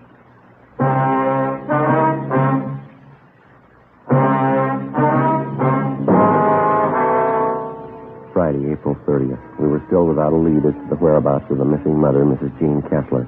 The blood-stained coat, which had been found in the South Hope Street Hotel, was shown to Mrs. Kessler's friends and to her children, Richard and Judy. They identified it as belonging to the missing woman. Routine investigation of the hotel room failed to uncover any further leads. We got out a supplementary APB, and then we started rechecking with the Kessler woman's friends and acquaintances. Nothing. We rechecked a dozen taverns and cocktail lounges that she'd been known to frequent. No sign of her, no sign of her boyfriend. In rechecking her personal effects, we found a canceled check payable to their former nurse, Mrs. McIntyre. The endorsement carried her address. We checked it out. She'd moved. We traced her to the forwarding address. There we were told that she had a new job as a nursemaid with a wealthy family living in the Los Feliz district. We called there and talked to Mrs. McIntyre, and she told us that she was just leaving the house with the 3 children for an outing at the park and the zoo. We made arrangements to meet with her out there, 1:30 p.m. Ben and I located her at the head of the path leading through the main part of the Griffith Park Zoo. I read about it in the paper, Sergeant, about Johnny. I didn't know you wanted to talk to me. I would have called in if I did. We're still trying to locate the mother, Mrs. McIntosh. Can you help us out there, though? No, I don't know if you asked at those places she used to go to all the time, where she used to drink. Yes, ma'am, we have. They couldn't help her.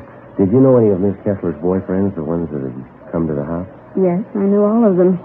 Donald, don't you wander off now. Same for you, Patsy. You stay close. The boy, Richard, he was telling us about one of the boyfriends, ma'am, a fellow named Larry. Oh, yes. Donald, you heard what I said. You stay close. Yes, I knew Larry. You remember what his last name was, ma'am? Yes, Bartell. Some kind of an actor in the movies, I think. Larry Bartell. You know where he lives? No, I think he had an apartment in Hollywood. I wouldn't know the address. What kind of a man was this Bartell? I mean his temperament and things like that. Well, I think he was kind of lazy. I think Mrs. Kessler was giving him money. Mm-hmm. Did the two of them ever argue or have any fights? All the time. He had a terrible temper. Did you ever strike Miss Kessler? Yes, I saw it happen several times. Not too close to the cage, Donald. Back a little. How did this Bartell act toward the children, Mrs. McIntyre? Different, I guess. They annoyed him sometimes. Well, that was after that you had the argument with Miss Kessler? Yes. It was about her drinking and the boyfriend and all the rest. I just got sick of it, and I told her what I thought. She didn't want to admit she was getting old. Not caring for the children, pretending she was still in her 20s. Well, do you have any idea where we might locate the father? Well, they're divorced, you know. He's the head salesman for a lumber concern downtown. He inherited most of his money.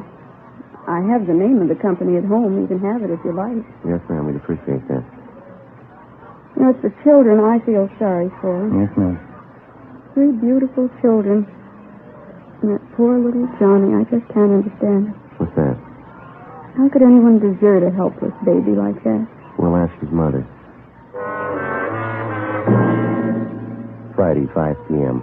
Mrs. McIntyre called us at the office and gave us the business address of the missing woman's ex-husband, Richard Lane Kessler. We called there, but they told us Kessler was away on a week's vacation. They had no idea where to contact him, but he was expected back in a few days. We called Central Casting and asked them to check their talent list for a bit player by the name of Larry Bartell. They had no such name listed. Saturday, 8 a.m. The Kessler children, Richard and Judy, remained in the custody of juvenile authorities. The search for their mother continued. All day Saturday, Ben and I ran down what few leads we had. They went nowhere. Checks to the morgue, the city hospitals, and the drunk tank at the main jail still failed to turn up the missing woman. We checked again at the different drinking places she used to patronize. No one had seen her. 5:30 p.m., we went back to the office. A lot of mileage today. Yeah, there's not much to show for it. Not going to be much fun for those Kessler kids this Sunday. Why? What do you mean? First Sunday in May. Huh? Mother's Day. Oh, yeah. Hi, Mac. Hi. Got a piece of news for you. Yep. The Kessler woman's boyfriend, Larry Bartell. What about him? He's been located. When he'd seen his name mentioned the previous night in the newspaper stories concerning the case, Larry Bartell had contacted the office to let us know that he didn't consider himself a fugitive. At least that was his story. He'd called just a few minutes before we got back to the office. He left word that he could be found at a Wilshire address all day Sunday. In the meantime, he'd be at the Spotlight Club, the club for theatrical people located in West Hollywood. 6:25 p.m. Ben and I located him at the club back in the billiards room. He was tall, dark-haired, dressed expensively. I told the cop when I called in, you weren't supposed to contact me here. It was important. That little Kessler boy's dead, Bartell. We think that's pretty important. Well, I didn't know anything about that. You didn't have to interrupt me. That's an important man I was playing with. Now, what do you want to know? Where's Miss Kessler? Well, why ask me? I don't know. You're a pretty good friend of hers. You were the last person seen with her. Oh, it was a week ago. We went out to a party last Friday night. I haven't seen her since the following Monday. Last Monday. I'm through with her anyway. What do you mean? Well, I just got sick of her, that's all. Pawing all over me, asking me to marry her. I just got sick of it. It wasn't worth it. You accepted money for her? Just to tide me over. She had plenty of it. Why not? Where'd you last see her? Keep your voices down. I wouldn't like this stuff to get around the club. There's a hotel downtown on South Flower. I can get it address. Were you at another hotel with Miss Kessler last week? Yeah, on South Hope, around 9th Street, I think. Oh, that's where you found a clue, huh? You've got an explanation for that? Bud's thing? Sure. Crazy day. Told her I saw her, then she tried to hit me with a bottle. Cut herself. Boy, I tell you, this wasn't worth it, that's all. I guess you can prove everything you're telling us, huh? Of course I can prove it. It's the truth. And what about the little boy? How'd that happen? I didn't have anything to do with it. It wasn't my fault. Well, how'd it happen? Well, it was that Friday night just before we left the house. The old lady and I were downstairs having a few drinks. She put the little kid to bed, but he wouldn't stay there. He kept getting up out of bed and running downstairs crying. Yeah, go on. Well, she finally took the kid, gave him a good spanking, threw him back in bed. I think he hit his head in one of the posts of the creek. Why didn't you do something about it? Well, I told her, but she said it was nothing, didn't matter. Got a coach from us, that's all. Kids are all right when we left. You mean all the times you and Mrs. Kessler went out, you knew those children were being left all alone in that house? Oh, what of it? She's the mother, not me. Oh, look, I gotta get back. I kept that game waiting on. No, just a minute. It's going to wait a little longer. Come on. Larry Bartell was taken downtown and held for questioning on suspicion of 702 WIC, contributing to negligence of minors. He gave us the address of the hotel where he'd last seen Mrs. Kessler. Ben and I checked it out. It was a typical cheap downtown hotel with a bar opening off the lobby. The desk clerk told us a woman answering Mrs. Kessler's description was registered in a room on the second floor. They had an old-fashioned player piano going full volume in the bar. The sound followed us up the stairs. Tenants here sure must like their music. Yeah. That's just there, isn't it? 216? Yeah.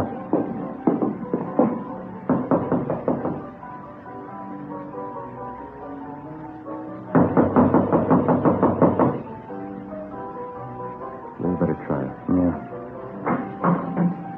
Let's have a look. Who's there? Who is it?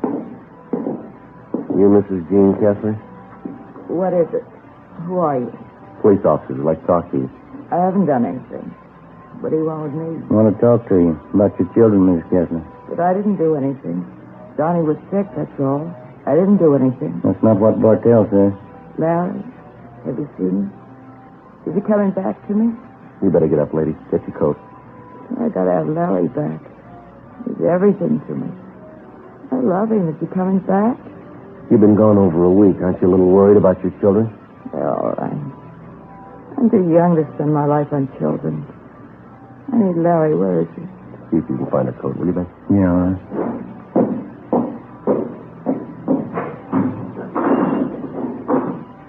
I've been drinking off this. I felt terrible. Yeah. I need Larry so bad. He was young like me. Loving. I gave him all my love. Gave him every bit of it. Yeah, you gave him too much. What? You didn't have any left for your kids. The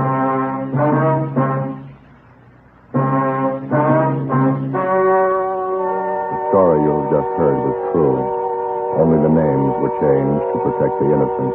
On July 2nd, trial was held in Superior Court, Department 87, City and County of Los Angeles, State of California. In a moment, the results of that trial. Now, here is our star, Jack Webb. Thanks, Jim. Friends, if you're with us week to week, you've heard me say, in Fatima, the difference is quality. It's a difference that you can prove just by buying a pack and smoking them. You'll find Fatima's extra mild, with a rich, better flavor and aroma. Stop in at the store in the corner and buy a pack of Fatimas the first chance you get. You'll find in Fatimas, the difference is quality. Ladies and gentlemen, I'd like to take a moment to thank all of you for your very fine response to our program, Dragnet. Since the first show went on the air about a year and a half ago, your cards and letters have been a constant source of encouragement and guidance. In the field of radio presentations, we felt that we were attempting something a little different, and we were not altogether sure that it would meet with your approval. Possibly, we were sure that our approach to this type of presentation was a sound one, but the final approval had to rest with you. If we may judge by your response, you've placed Dragnet high among the programs that you enjoy most. And for this, we're indeed grateful. We've tried to bring you, first of all, an adult program worthy of the 30 minutes that you spend with us each week. We've tried to bring you an honest and authoritative report on the work of your police force. We've tried to bring before you documented police cases that were informative as well as entertaining. In forthcoming weeks, we sincerely hope that Dragnet remains one of your favorite shows. Your letters have been read by all members of the Dragnet production staff. So if you like to listen to Dragnet, it's because you, our listeners, have helped to guide us in presenting the kind of entertainment that you want. And for this, our thanks.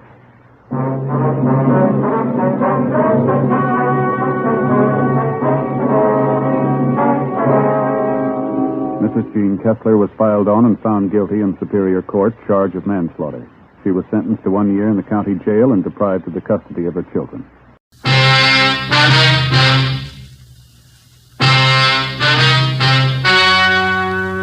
The story you are about to hear is true. Only the names have been changed to protect the innocent. Fatima Cigarettes, best of all long cigarettes, brings you Dragnet.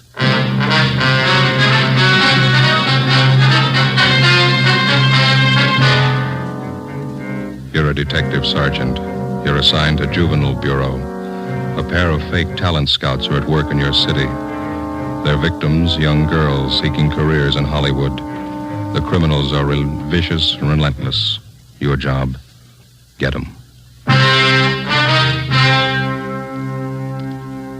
You'll be amazed when you compare Fatima with other long cigarettes. You'll find they now cost the same. But in Fatima, the difference is quality. You see, Fatima is the quality king-size cigarette because it contains the finest Turkish and domestic tobaccos superbly blended.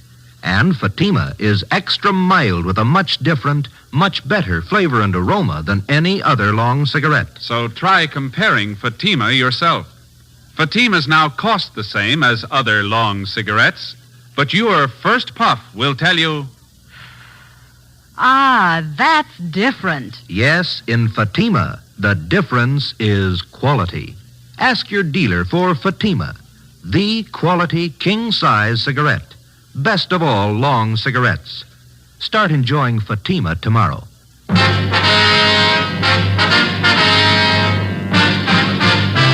Dragnet, the documented drama of an actual crime. For the next 30 minutes, in cooperation with the Los Angeles Police Department, you will travel step by step on the side of the law through an actual case transcribed from official police files. From beginning to end, from crime to punishment, Dragnet is the story of your police force in action. It was Tuesday, May 7th. It was mild in Los Angeles. We were working the day watch out of Juvenile Bureau. My partner's Ben Romero. The boss is Inspector Bowling, Commander, Juvenile Division. My name's Friday. It was 10:13 a.m. when I got to 1335 Georgia Street, second floor. The squad room. Hi. Hi, Ben. Did you pick up that latest run the stats office made for us? No, I don't think they got it ready yet. Notice there in the book it's been ready since yesterday. You were over there. You could have picked it up. Well, yeah. What's the matter with you this morning? Don't you feel good? No, just this stinking cold seems to be settling in my chest. Miserable. Yes, sir? Can I help you? Oh, yes. I'd like some information, please. This is the Juvenile Bureau, isn't it? Yeah, that's right, sir. What can we do for you? Oh, mind if I sit down? I'm climbing those stairs. Takes your breath away. Yeah, sure. Here you are. Thank you. My name's Wayne Kenworthy. Officers out here on a convention. My home is in Minnesota. Mm-hmm. Went out last night with some of the boys at the convention. We stopped at a bar down on your Alvarado Street. Alvarado. Alvarado. Anyway, we were drinking there, and the bartender got to talking to us. Finally offered us some pictures for sale. I got one of them right here. Let's see. Oh, yeah. Yeah, there you are. I paid him $2 for it. Just look at that. Yeah, it's filth. Do you have the address of the bar where you bought this? Yes, sir, I have. That's not the reason I'm here, though. I'm not a one-man moral squad. I'm not the type makes a habit of buying obscene photographs of young girls, either. Yes, sir, we understand. And I bought this picture from that bartender because I know the young girl in it. She's the daughter of one of my neighbors back home in Minnesota. Known her ever since she was a baby. I see. This girl came out here about 8 months ago to live with a girlfriend. Mm-hmm. She was crazy for Hollywood, thought she might break into the movies or something. She stopped writing her folks about 2 months ago, hasn't been heard from since. Well, it sounds like a case for a missing persons bureau, Mr. Kenworthy. Well, the girl's folks have already contacted them. Nothing's been turned up. Nothing at all. Then last night, just by an accident, the bartender shows me this photograph. It's that girl, all right, no mistake. Well, we'll do everything we can to help straighten it out, sir. Well, that young girl I know. I've known her since she was a baby. Good family, good training. She never would have posed for a photograph like this. Rotten filth. She's just not the type, that's all. Yes, sir, we understand. What was this young girl's name, Mr. Kenworthy? Lois Brewster, that's her real name. Well, she wrote her folks she was using another name while she was out here. Thought it might help her movie chances. Drake, I think that's what it was. Linda Drake? Yeah, that's right. About 5'4", 115 pounds, dark hair, dark eyes? That's right. Yeah. You know where she is? Oh, yeah, we do. We had her case called to our attention. Where is she? Is she all right? No, sir. She's dead.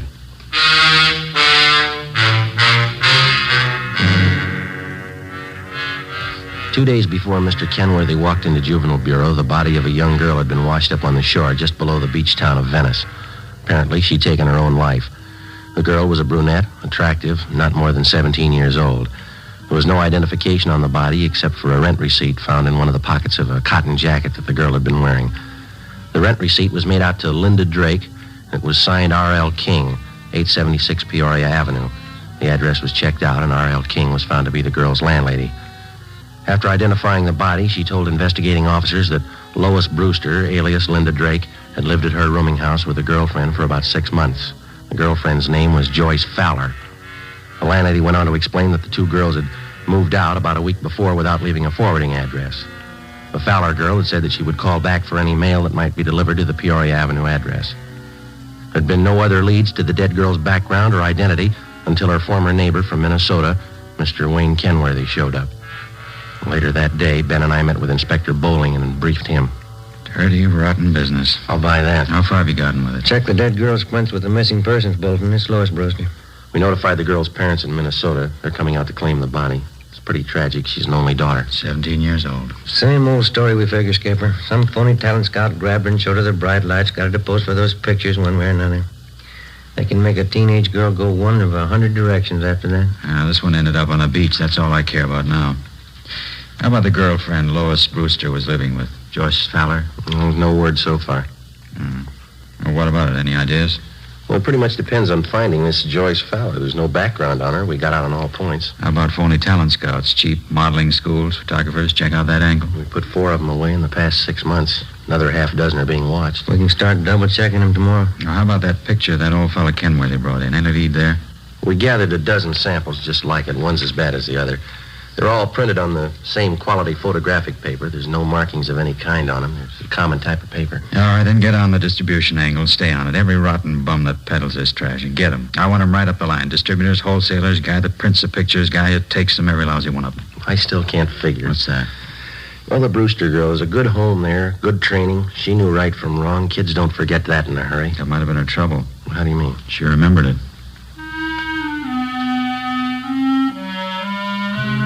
Wednesday, May 8th. 6 teams of men from Juvenile Division, working in conjunction with the Detective Bureau, started the drive against the obscene literature and photography traffic.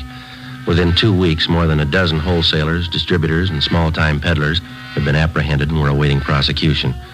But we still had failed to uncover any new leads in the Lois Brewster case. The roommate, Joyce Fowler, the all-important witness in the case, was still missing. No trace of her. The dead girl's parents arrived in the city, claimed the body, and took it back to Minnesota for burial. The drive continued. Another week passed. On May 29th, on a tip from a usually reliable informant, Ben and I checked out a small photographic studio on Sunset Boulevard, operated by an Emil Joseph Martin. He was sullen and uncooperative. We checked through his files. Just what I told you. A few special shots I keep filed away just for laughs. Once in a while, a friend drops in. I print one of them up for him. Yeah. Hold that one up to the light. Some of them are nice-looking dolls, huh? I print one up for my friends once in a while. What kind of friends do you have? What? How about this negative here, Martin? Do you mind printing this one up for us now? Sure, officer. My compliments. How many copies you want? One's enough. If you say so. Let's see. Yeah, one of the best. I'll print it up right now. This way.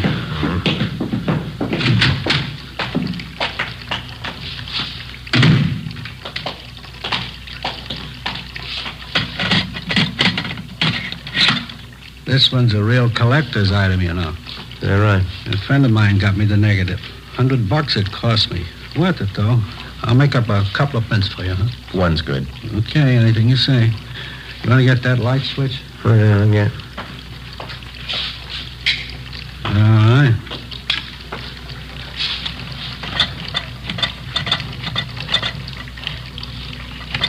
Yeah, beautiful negative. Yeah, you picked a good one, all right. Yeah, get the paper in here.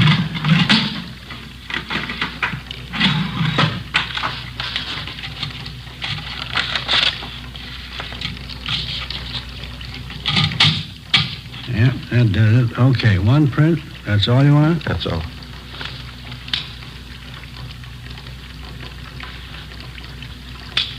Okay, let's put it in the soup.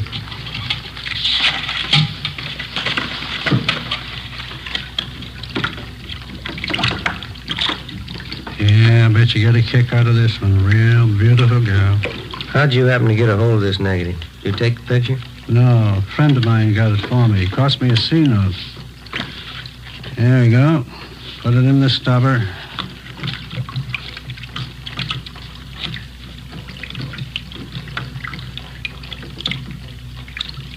There we go. How about that?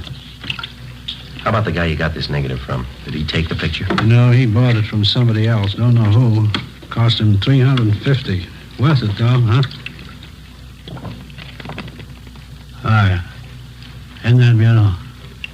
We've seen her before. Oh, that's so? You know her? Only from her pictures. Oh. Of course, you understand I didn't take the picture. I just bought a negative, that's all. You couldn't tag me for that, could you? We're going to try, mister. Get your coat. Oh, no. Wait a minute now, officers. I'm small fry in this operation. You know that. You want the big fish, right? We want all of you. You know who they are? Well, some, maybe. Must be worth something to you. Well, you know better than that, Martin. If you cooperate, we'll mention it in our report. That's all we can do. No promises. Not a very good offer. You're not in a very good position. Yeah. How about it? All right, I'll tell you. Emil J. Martin was booked at City Jail for violation of 311 PC. His file of lewd photographs and negatives were impounded and booked as evidence. With the help of information which the suspect had given us, we were able to round up 3 wholesalers and another distributor of obscene books and photographs. Each one of them was questioned thoroughly. We ran into the same old routine. They denied knowing anything about the man who was masterminding the racket or where he was operating from. The Lois Brewster case dragged on. No progress. In virtually every case of tracing the lewd pictures to the point of production, the investigating officers were able to link the small-time peddlers to their distributor and the distributor to the wholesaler. Well, that's where it stopped, a dead end. Beyond that, nobody knew anything about the operation of the racket. Stakeouts were set up at locations where sales and deliveries of obscene material were known to have been made. Nothing happened. The drive stalled. Thursday, June 11th. Well, now, Joe? Yes, Gibber? First piece of news, no more. The policewoman just called it in. Yeah? Lois Brewster's girlfriend, Joyce Fowler? Yeah? She's been found.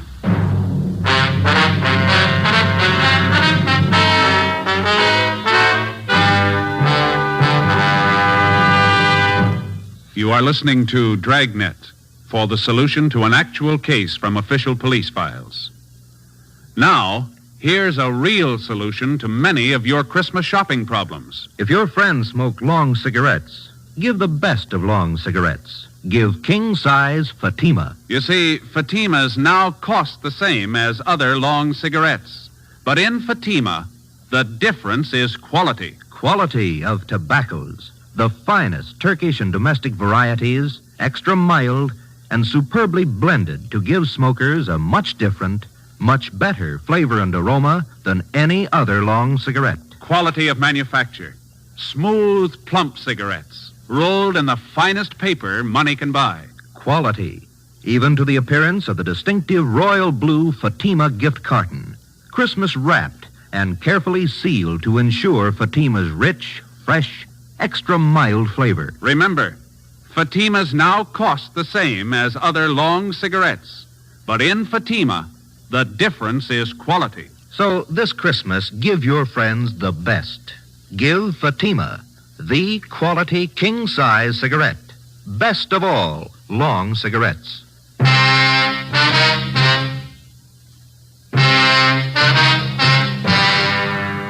Like most organized crime, the traffic in obscene literature and photographs is a racket jealously guarded because of its heavy profit. It's nationwide, and every year it nets millions of dollars for underworld promoters and their employees.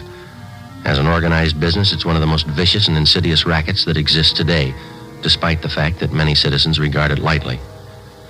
Thursday, June 11th, 10 a.m., Ben and I met with policewoman Paula Johnson. She told us that the previous evening, Joyce Fowler, the girl Lois Brewster had been living with, had gotten into a brawl with an unidentified man at a bar on Sunset Boulevard. Police officers arriving at the scene identified her as the missing girl and handed her over to juvenile authorities. At 10:30 a.m., Joyce Fowler was brought to the interrogation room. She was a tall brunette, fairly attractive. She looked older than her age. Together with policewoman Paula Johnson, Ben and I questioned her. I was out on a date with this man. We were sitting at the bar, and he started saying things I didn't like. What a row, that's all. The man seemed quite a bit older than you, Joyce. Was he a good friend of yours? Friend. He was about 50, I guess. I thought he was all right. He wasn't. How old are you, Joyce? 21. We've checked your background, Joyce. You might as well tell the truth. All right, I'm 17. I'll be 18 next week. Look, can't I go get an aspirin? I've got a terrible headache. I got some in my locker. Be right back. Okay. I still don't know why I'm here. What do you want to know? Well, you were a good friend of Lois Brewster's. You lived with her, is that right? Is that why I'm here? It's one of the reasons. Lois spent 8 months out here before her death. As far as these officers know, you lived with her during those 8 months. We want to find out what happened to her. We want to find out what's happening to you. Nothing's happening to me. I can take care of myself. That's what Lois Brewster thought, Joyce. How about it? You tell us? She didn't know what she was doing. I don't know what happened to her. I'm to blame for bringing her out here, but it's not my fault what happened to her. It's not my fault. Well, whose fault is it? All of them. The whole rotten, dirty bunch of them. Here's your aspirin. Are 2 of them be enough? Thanks. I'll get some water.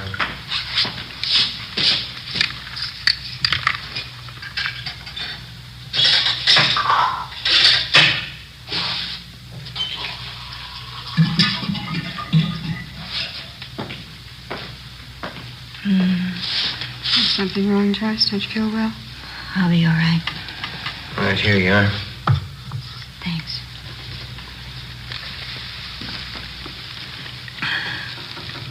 I don't remember too well how it started. Lois came out to Hollywood to live with me for 6 months, you know. Yeah, we know. We tried to get modeling jobs, bit parts in the movies. We didn't have much luck. We had to eat, pay the rent.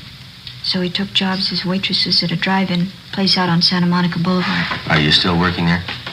No, we were only there 2 weeks, and we got this other job. That's when it started. What was that?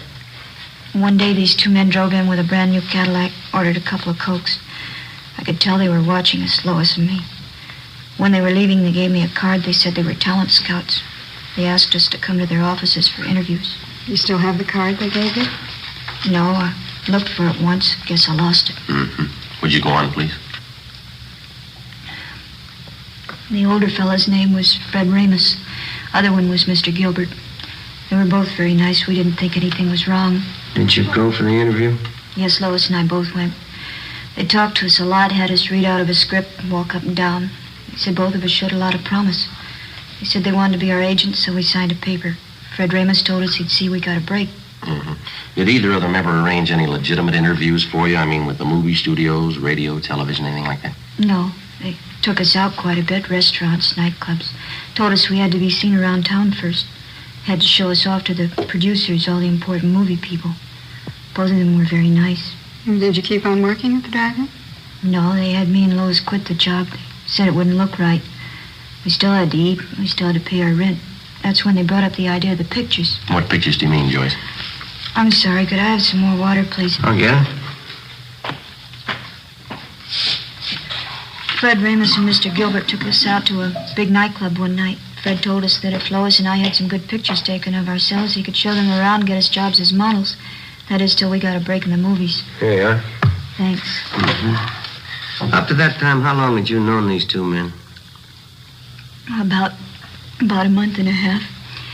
I didn't see anything wrong in it, so Lois and I went to this photographer's studio with Mr. Ramus, and we had our portraits taken. Regular pictures. Oh, excuse me, Joyce. Did both of these men know how old your girls were? We told them the truth. We were both 17. Mm-hmm. What happened after that? Mr. Ramos came back and said he'd found an advertising agency that wanted to buy pictures of Lois and me. He said we get $20 apiece every time we posed. For portraits? No, for posing in bathing suits, pajamas, things like that. They were supposed to be for magazine ads. In about a week, he brought us to his office and said the agency wanted us to pose without clothes, without anything. He said he'd pay us $40 for that. Oh, go on, George. They showed us lots of pictures of models like that. They talked about it all the time. We kept saying no, both of us, Lois and I. Did you ever agree to pose for the kind of pictures they wanted? You can't agree to something you don't know about. I don't know how it happened, but it did. Mr. Gilbert and Fred Ramos, they kept taking us out. We used to drink quite a bit with them. Went on for weeks, I guess. One night there was a big party. We drank. Lois and I got separated. I still don't know what happened. I see. Next morning, we both woke up with headaches. Fred Ramos came and showed us the pictures. I felt dirty all over. I don't know how it happened, I swear it. Lois began to cry. I hit Mr. Ramos. I slapped him. And what does Mr. Ramos tell you? He pretended to be very nice about it. Said he'd pay us well if we go on posing for pictures, the kind he wanted. If we didn't, he said he'd wreck any chance we might have in Hollywood. Said he'd see that the pictures got out. Threatened to send copies to our families, our friends back home. Didn't you think of going to the police? We talked about it. We were afraid of the publicity, the newspapers. We just kept going on, doing what he said. It's like a nightmare. Kept getting worse. We kept getting in deeper. Sergeant, you have that envelope? Yeah. Yeah.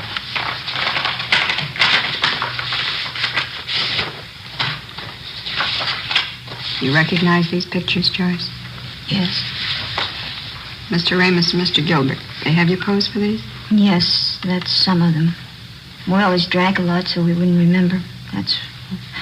That's not why Lois is dead, though. Those pictures aren't the reason. Well, how do you mean, Joyce?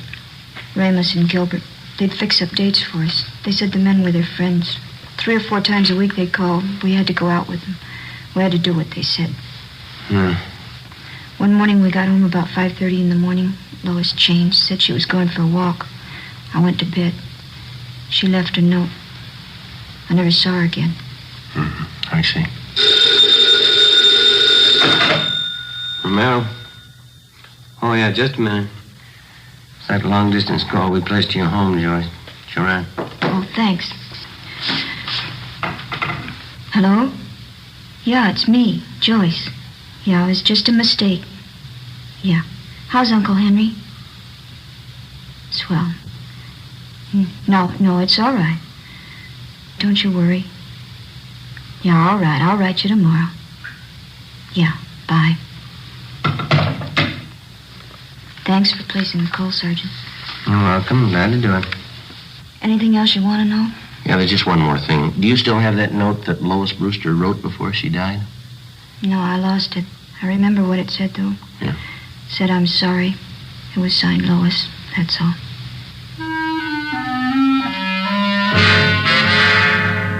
Joyce Fowler supplied us with the addresses of Fred Ramos and his partner, Gilbert.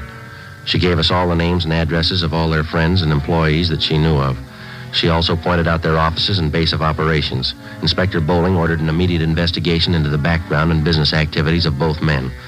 Previously convicted wholesalers and distributors of obscene photographs were called back in and re-questioned. We finally completed the missing link in the supply line from the peddler to the producer. 5 former workers for Ramos and Gilbert fingered them as head men controlling the racket. Their offices and studios were raided and their files seized as evidence. On June 18th, Fred Ramos and his partner, Harold Gilbert, were placed under arrest. What's the pitch, Sergeant? What's this all about? I think you know Mr. Ramos. Oh, you can't tag me on those pictures. You want to get your hat? It's artwork, legitimate artwork. My lawyer can prove that. He better be good. You bet he is. You know, I'm kind of surprised at you cops taking the word of somebody like that Fowler girl. She doesn't know what she's talking about. She's a psycho. Is that right? Why, sure. I tried to do something with her and that girlfriend of hers. I even signed up as her agent. They were hopeless. You've got quite a stack of negatives here. Pictures of both of them, 17-year-olds. They're just candid shots, you know. Spicy for my private collection. There's nothing wrong in that. I figured I'd give the girls a break, let them earn a few bucks. Yeah? Look, I couldn't have treated those girls better. I took them around, showed them the town. Both psychos. I never did trust them. Well, that's the big difference, Remus. Huh? They trusted you.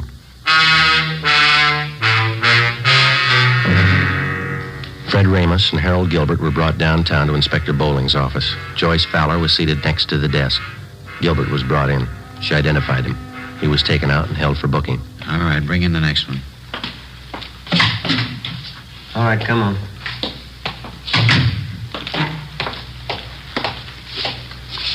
Yeah? Can you identify this man, Miss Fowler? Yes, he's Fred Ramus. What's the trouble, Joyce? Weren't you satisfied with what I was paying you? Could have settled this between ourselves. If you had any beef, you could have come to me.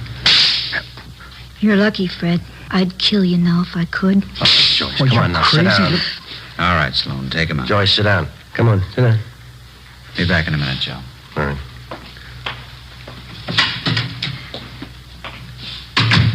I'm sorry. Doesn't do any good. Are there any more? No, that's about all. You've helped quite a lot. Yeah, I'm glad I could do it. Is that all, Sergeant? Well, for now, yeah. You'll have to testify at the trial. After that, the juvenile court's going to keep in pretty close touch with you. I see. Aren't you going back home, Joyce, to Minnesota? No, it'd be the same old thing. My aunt'd be glad to see me for the first week. Then she'd start all over again, hollering at me, picking. Wouldn't be any use. What are you going to do out here, Joyce, you know? I know a nice fella in Santa Monica. He's going to get me a job at a brand new drive-in. Cute uniforms. But I don't think juvenile court's going to let you take a job like that, Joyce. I hope so. A lot of talent scouts go there. Radio, movie producers. They might notice me. Yeah? Never can tell. Might lead to something.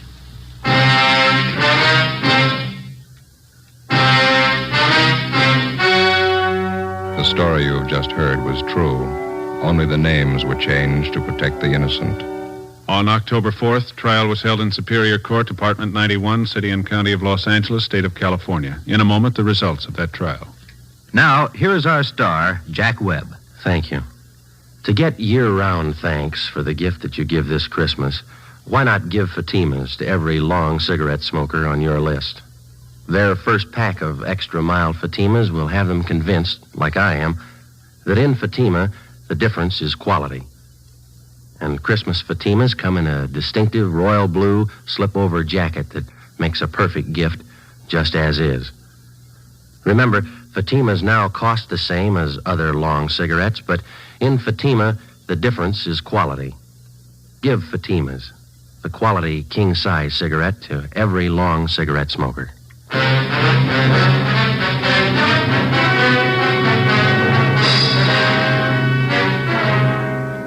Fred Ramus and Harold Gilbert were tried and convicted on several counts of rape and lewd conduct. They received sentences as prescribed by law and are now serving their terms in the state penitentiary.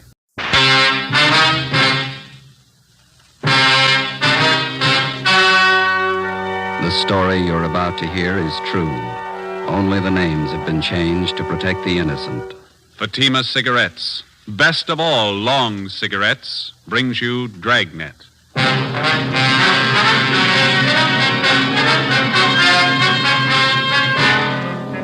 You're a detective sergeant. You're assigned to robbery detail. In 4 months, 15 food markets in your city have been held up and robbed. The bandit is well-dressed, well-armed. Your job, stop him.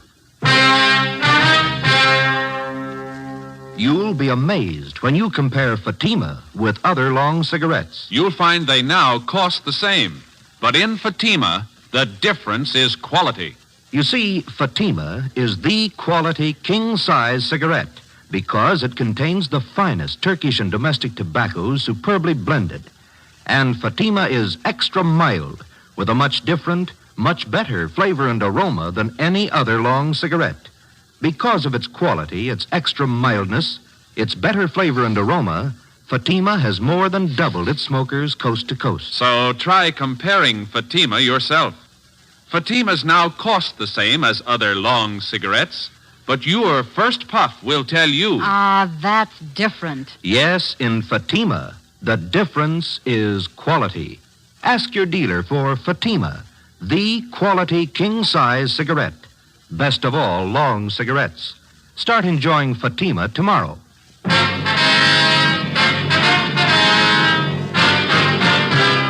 Dragnet, the documented drama of an actual crime.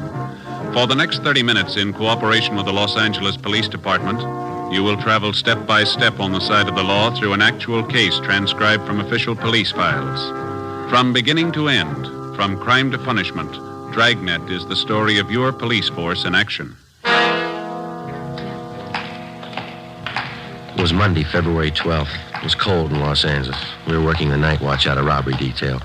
My partner's Ben Romero. The boss is Thad Brown, chief of detectives. My name's Friday. It was 9:48 p.m. when we got to room 25A, interrogation room. Have a chair, Mr. Pollard. Yeah, thanks. Now, what is it that you want to tell us, sir? Well, you have a cigarette, please? Yeah.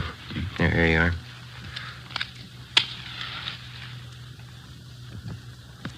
Thanks. I'm a little nervous. It's never happened to me before. What's that? Well, after I thought it over, I knew it wouldn't be any use to keep it up. I knew you'd find me. I don't think I quite follow you. I want to confess. That's why I came here. Yeah? I knew I was doing wrong. I just couldn't help myself. What have you done? I'm not trying to defend myself. I needed money, that's all. There wasn't anything else I could do. Well, we still don't know what you're talking about, Pollard. Been after me 4 months. Thought maybe you'd recognize me from the description. Some of the people must have seen me. Those food market holdups? You pulled those robberies by yourself? Yeah, 15 of them. Needed the money. Pollard, is that your true name? That's right, yeah, Frank Pollard. You ever been arrested before? Drunk charge, that's all. I don't know why I went wrong. It just did. You ever done any big time? No. Well, why do you want to confess? I want to get it off my mind. I want to tell somebody. Everybody. Look, call in the newspapers now. I'll give them a whole story. I'll tell them everything. How many of those markets did you hold up, Pollard? 15. You said you needed the money, is that right? Why? Personal reasons. Now, look, you got a light again. The smoke's out there. Yeah. Here you are. Yeah, thanks. You used pretty much the same routine on all of the holdups, is that right? Yeah, I only pull one job a week. Figured that was the safest way. Dressed pretty well, like a salesman. Always had a briefcase with me. Is that where you carried the gun? Yeah. Always worked, too. I'd show up at closing time, get the manager in the back room, then pull the heist. What kind of a gun did you use? Service pistol. I had it from when I was in the Army. How do you usually work it? Well, when I got the manager alone in the back office, I'd just pull the gun and I'd say, give me the money, all of it. They knew I wasn't fooling. They'd give me the dough. You don't seem to fit the hold-up man's description too closely. Did you wear a mask on those jobs, is that it? Sometimes I did, sometimes I didn't. How about the man who worked with you? Where's he? Wasn't anybody else, just me. Worked him alone. That's where you cops were wrong. You thought there were two of us, didn't you? We thought so, yeah. Pulled every job by myself. That's where I crossed you up. I knew what I was doing. I didn't need any help. Well, how about that market out on West 7th that you held up last night? Did you pull that one alone, too? Yeah, sure. I always work alone. Guess I had you guys going, huh? Your story doesn't come very close. The man we're after doesn't use a service pistol. He never wears a mask, either. What are you guys getting at? I told you I pull those robberies. I ought to know how it happened. I use a service pistol. Did you use it in that robbery last night, the one out on West 7th? Sure, I always use the same gun. Last night was no different. You're wasting time, mister. How do you mean? Look, I just want to confess. No, sir, there wasn't any robbery last night. On further questioning, the suspect, Frank Pollard, broke down and admitted his confession was a lie. He explained that he wanted the publicity to impress a girlfriend. We had him fingerprinted and delivered him to the Georgia Street Hospital detail. He was filed on and then removed to the psychopathic ward at the county hospital for further examination and treatment. Our 4-month-old search for the market bandit went on. In the 2 weeks that followed, we tracked down more leads. They led nowhere. The real market bandit was still at large. On the night of February 25th, he hit again, this time at a supermarket out on Santa Monica Boulevard. We interviewed the manager, a Mr. Harry Talbot, in his small office at the rear of the store. I guess I should have known better. I got the bulletin you sent out on the guy, his description, everything. I just wasn't thinking, I guess. He came in the market just before closing time, is that right? Yeah, a couple of minutes after 8. Looked well-dressed, had a briefcase under his arm. I fell for it like the rest of them. I thought he was a salesman. Well, how about the man's description, sir? About 5'11", 170 pounds, I guess. Gray suit. It's the same description you had printed up in the paper. Was anyone else around when the man came in the door? One of my clerks, Everett Smiley. He saw him leave and get in a car right after the robbery. Is this clerk still around? We'd like to talk to him. Oh, he went down the street a minute. He'll be right back. Mm-hmm. Yeah, maybe that's him. Yeah? Mr. Talbot, you remember me, Mrs. Bolton? Oh, yes, ma'am. I'd like to ask you a favor, Mr. Talbot, as an old customer. I'm tied up right now, ma'am. Could I see you a little later on? I won't even come in, Mr. Talbot. You see, we're having our annual benefit whist party down at the community church. They were going to have it next Thursday, but I made them put it off another week so we could get some decent prizes. Oh, yes, ma'am. Of course, a lot of our people are good customers of the store here, so I knew you'd be willing to give something to the prize list. Oh, yeah. Shall I put you down for one of the door prizes? Maybe 2 or 3 market baskets full of canned corn, peas, things like that. Yeah, okay, Mrs. Bolton. I'll have Everett fix him up tomorrow. Of course. Well, thank you very much, Mr. Talbot. I'll have my boy Robert pick them up tomorrow. You'll have the baskets fixed up real nice, won't you? Yes, ma'am. I'll take care of it. Well, thank you again. Goodbye. Goodbye, ma'am. Goodbye, gentlemen. Goodbye. Mr. Talbot, I wonder if you could tell us what happened after you got back here in your office with the hold-up man. Well, it happened pretty fast. He reached into the briefcase he was carrying like he was going to get his order book, and he came up with this gun. He told me to open that safe there. But I stalled. I said I didn't know how. I see. And that's when he started telling me what he'd do to my family, my wife, if I didn't open the safe. He knew all about us, my address, my wife's name, my kids. He said he'd get them if I didn't do what I was told. Same M.O. Never failed him. What'd you do then, Talbot? Well, money's not worth that much to me. I opened the safe and gave him everything. A little over $400. I still don't know how he got that information about my family. Do you have any suspicions at all? No, nobody I can think of. How about the gun he had? Can you describe it? Well, just like you have it listed in that bulletin on him. 38 revolver, blue steel, long barrel. Mr. Talbot. Come on in, Ev. Officers, this is my clerk, Everett Smiley. I'm sorry I forgot your name. Friday and Romero, robbery detail. Hi. No. Hello there. Say, Mr. Talbot says that you saw the hold-up man leaving the market. Is that right? Yeah, that's right. He walked right out of the store and down the street just like nothing happened. I didn't know anything was wrong till later. Did you notice if the men got in the car? Yeah, I did. The car was parked about halfway down the block. Another guy was driving. The motor was running. Did you catch the license number? No, but it was a brand new sedan. A Pontiac, I think. You shouldn't have much trouble finding it. Without a license number? Well, it's a brand new car. I remember the color. I couldn't forget that. Yeah? Bright red, just like a fire engine. 90% of the time, color identification of a car means nothing. For one thing, a getaway car can be painted in a matter of a few hours, and for another, the color of a vehicle is not listed on the registration slip. It's impossible to check a car through DMV on color alone. But in this case, we figured that we had half an exception to the rule. The car used in the robbery was new, was painted a very distinctive color. We began an immediate canvass of automobile dealers throughout the city. After a day and a half of calling and checking, we found 2 dealers who had sold 2 new cars within recent weeks with fire engine red paint jobs. We got the names and addresses of the purchasers and checked them out. One of them was a Miss Mona Taylor, an ad taker for one of the daily morning papers. I'm sorry to bother you at your work, Miss Taylor. Oh, not at all. Most of it's over for today. What is it you want to know? Well, we understand that you bought a new Pontiac sedan about 3 weeks ago. Is that correct? Yes, I did. If this is about that parking ticket, why, I've already taken care of it. No, ma'am, that's not it. We'd just like to know if you still own that car. Well, I don't own it yet. I'm still paying on it. Color's a bright red, is that right? Yes, it is. Fire engine red. I like bright colors. Well, does anyone else besides yourself drive the car, Miss Taylor? Well, yes, once in a while. I lend it to my boyfriend, Al. Al Daly. I've known him for a long time. Oh, excuse me. Sure. Classified ads, Miss Taylor. Yes, sir. A 2-room apartment. Unfurnished. All right. You got a smoke, Joe? Steam, heat, Yes, man, I got one. view, Beverly Hills. That's it, thanks. There you go. $80. What's that? Yes, sir. Tomorrow morning's edition. Yes, $2.12 for 2 days. Could I have your name, address, and telephone number? Thank you, sir. About this friend of yours, Miss Taylor, and this Al Daly. How long have you been lending him your car? Since he got his new salesman's job. He has to make night calls on customers out in the valley, so I let him have the car, usually about once a week. When's the last time that he borrowed the car, miss? 2 nights ago. From Mona Taylor, we got the address of her boyfriend, Al Daly.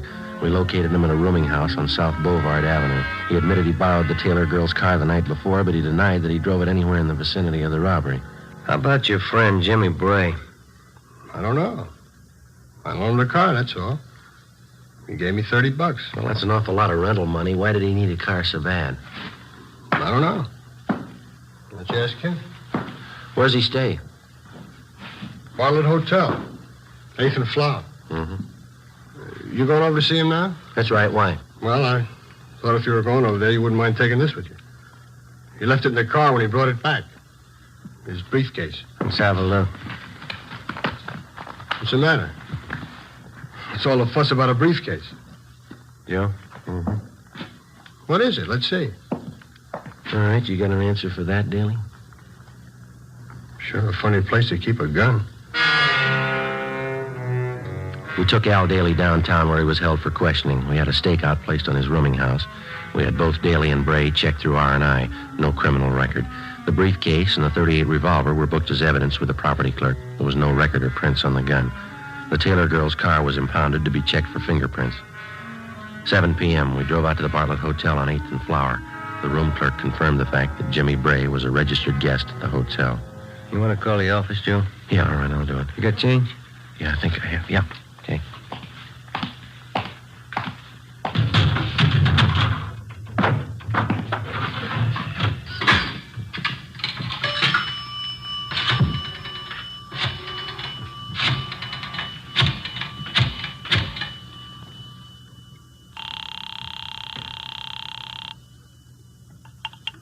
City Hall. 2511. 2511. Robbery, Powers.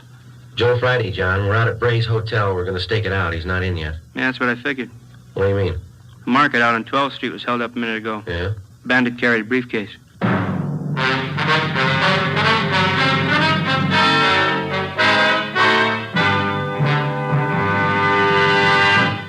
You are listening to Dragnet, authentic stories of your police force in action.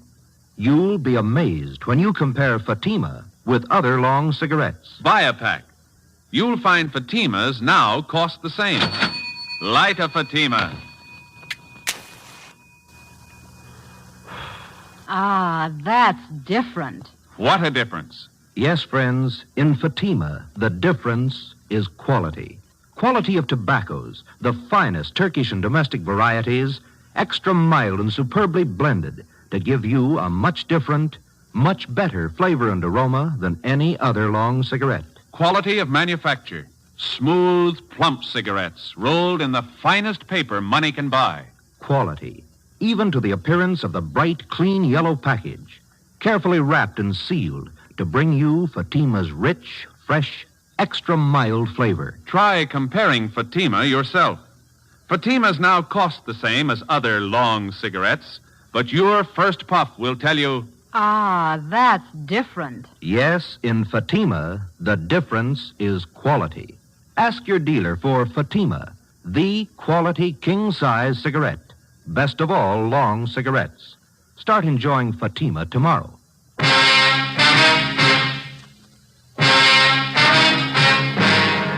11:30 p.m. After checking Bray's room and finding nothing, Ben and I remained on stakeout at the Bartlett Hotel. The suspect failed to show up.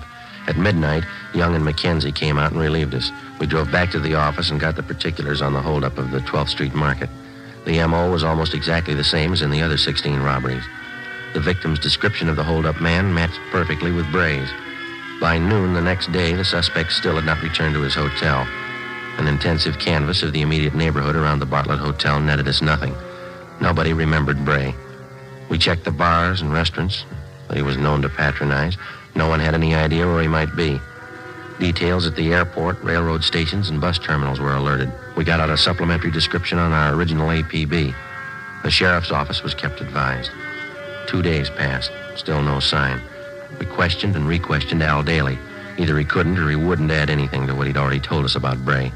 A series of stakeouts were placed at food markets in areas where Bray had staged robberies previously. A composite picture of the suspect was made up and given wide distribution throughout the city. It all went for nothing. The following Tuesday, March 4th, Bray robbed a neighborhood market in Highland Park of $150. I had to give him the money, Sergeant. He threatened my wife and kids. Said he'd see something happen to them if I didn't open the safe. Did you say he wore gloves, sir? That's right.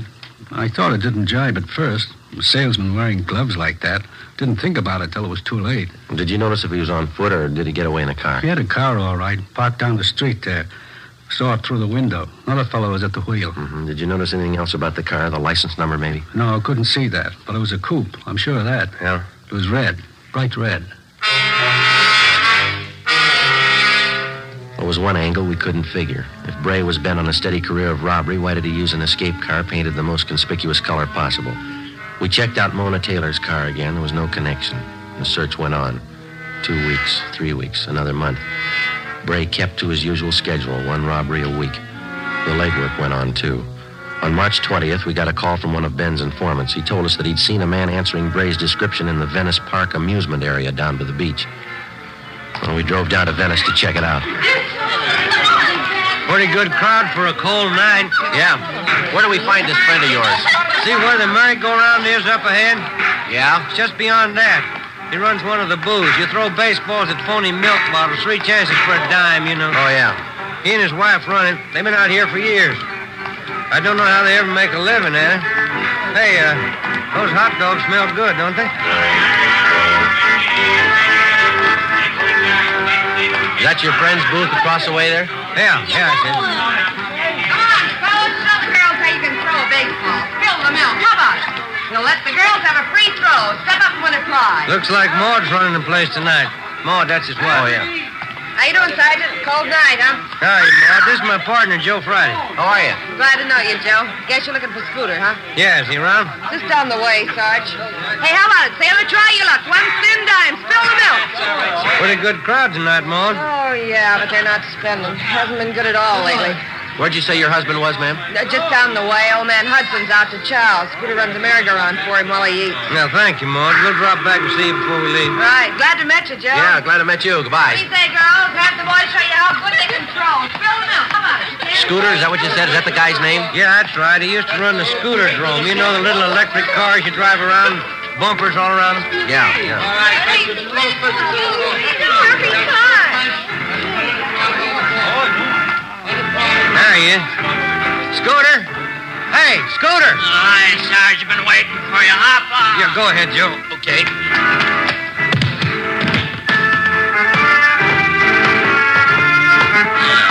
How you doing, Sarge? Good to see you. Scooter, my partner, Joe Friday. How are you?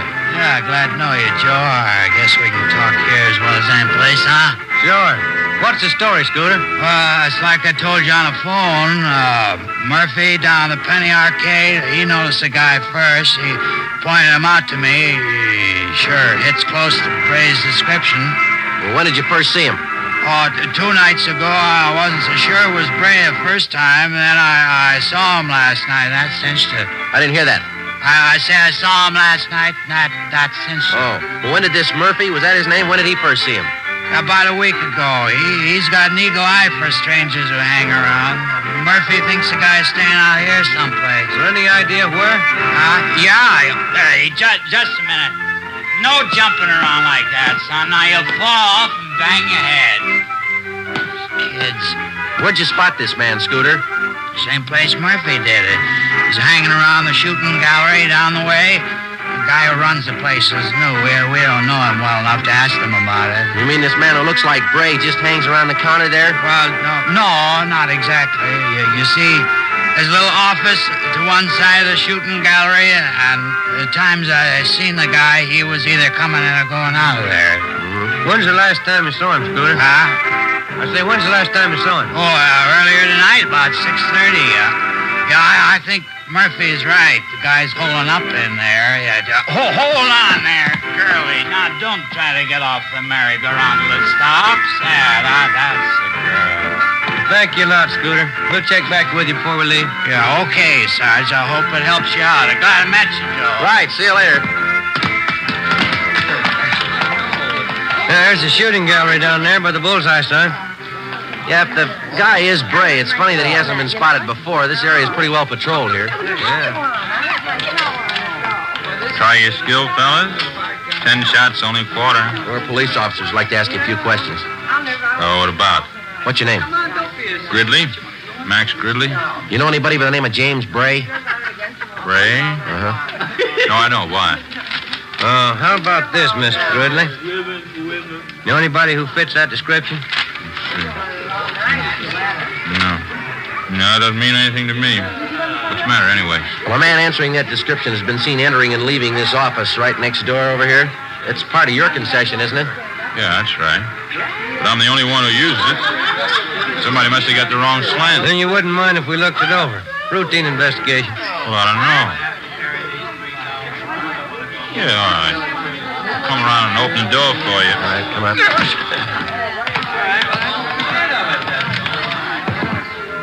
It's just a cubby hole, as you can see. Trying to use it as a storage place. Sometimes I have my lunch in here, take a nap once in a while. Looks pretty well lived in.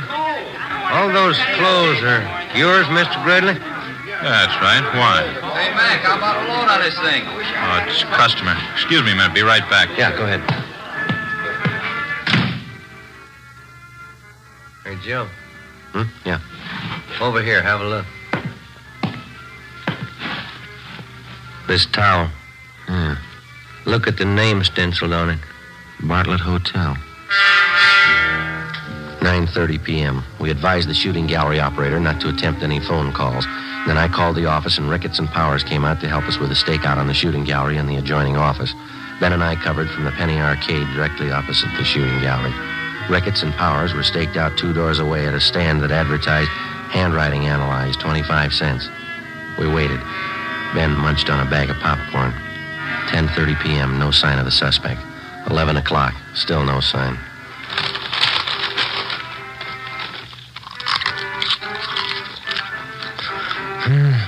Getting pretty cold. Everybody going home? Yeah. You got any more of that popcorn there? Oh, yeah, here you are. There's 2 pieces left. Very good. Must have been. Not much in there now. Oh, I'm sorry. I can get another bag. Machine's right over there. No, turn it off. How about some peanuts? No, thanks. Oh, sure there's some in there, Joe. Want some? No. Sure would like to see Bray show up. Hate to spend the night staked out here. Yeah. Hey, wait a minute. Look. Huh? The shooting gallery. The guy in the blue suit. He's talking to the manager. He's going around the side door. Yeah, come on. He's going inside. All right, hold it right there, mister. Joe, watch it. Ricketts, Johnny, cover the back. Right, Joe. I'll get the door. All right. Come on, let's hit it. Yeah. What out the back? Come on. Yep. Hold it. Johnny's got him. Yeah.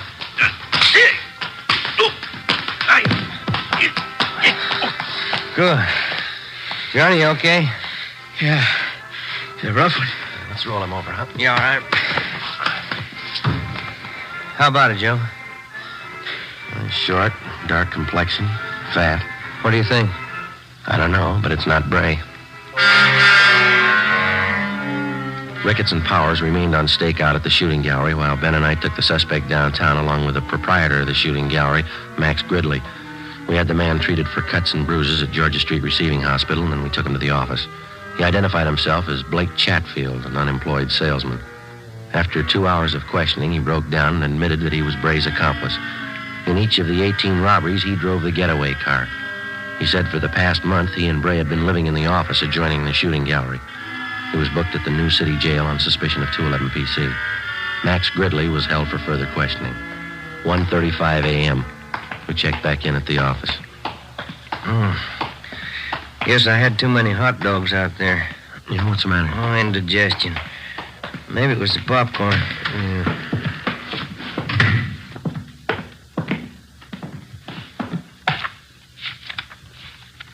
A couple of messages in the book. My wife wants you to call her before you go home. Uh-huh.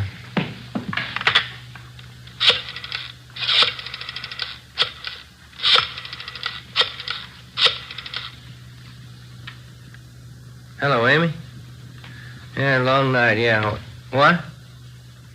Loaf of graham bread. Well, I'll try. Okay, dear. Yeah, bye. Same old thing. Yeah. I get it.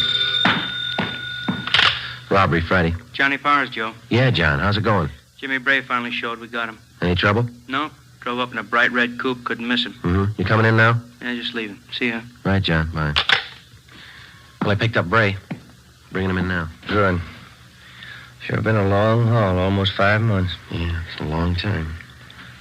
Hey, Joe. Yeah? Where am I going to get a loaf of graham bread at this time in the morning?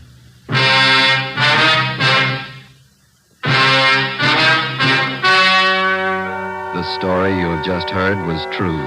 Only the names were changed to protect the innocent. Now, here is our star, Jack Webb. Thank you. For the past few weeks, I've asked you to send me the names of dealers who are out of Fatimas. You see, the demand for Fatimas is so great, I want to make sure that all of you can buy them. So keep on writing. If you find a dealer fresh out of Fatimas, let me know, and we'll have something done about it. Write your dealer's name and address on a card and mail it to me, Jack Webb, Post Office Box 951, Hollywood 28. That's Jack Webb, Post Office Box 951, Hollywood 28. Now, a word for you, Mr. Dealer. The coming holiday season will find new thousands insisting on Fatima quality. So step up your orders for Fatima tomorrow. Get in on the increasing demand for the quality long cigarette.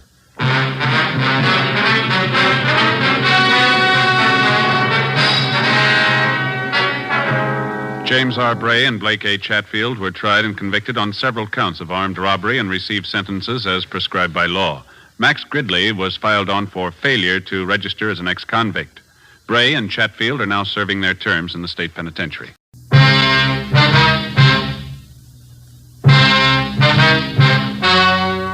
story you are about to hear is true. Only the names have been changed to protect the innocent. Fatima Cigarettes, best of all long cigarettes, brings you Dragnet.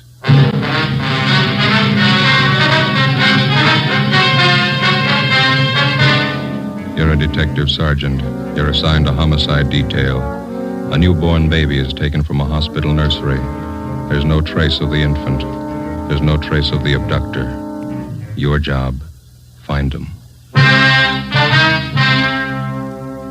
You'll be amazed when you compare Fatima with other long cigarettes. Buy a pack of Fatimas. You'll find they now cost the same. Light a Fatima. Your first puff will tell you... Ah, that's different. Yes, what a difference. In Fatima, the difference is quality. You see, Fatima is the quality king-size cigarette because it contains the finest Turkish and domestic tobaccos superbly blended. And Fatima is extra mild with a much different, much better flavor and aroma than any other long cigarette. Because of its quality, its extra mildness, its better flavor and aroma, Fatima has more than doubled its smokers coast to coast. Try comparing Fatima yourself. Fatimas now cost the same as other long cigarettes, but your first puff will tell you... Ah, that's different. Yes, in Fatima, the difference is quality. Ask your dealer for Fatima, the quality king-size cigarette. Best of all, long cigarettes. Start enjoying Fatima tomorrow.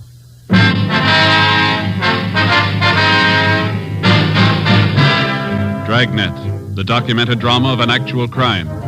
For the next 30 minutes, in cooperation with the Los Angeles Police Department, you will travel step by step on the side of the law through an actual case transcribed from official police files. From beginning to end, from crime to punishment, Dragnet is the story of your police force in action.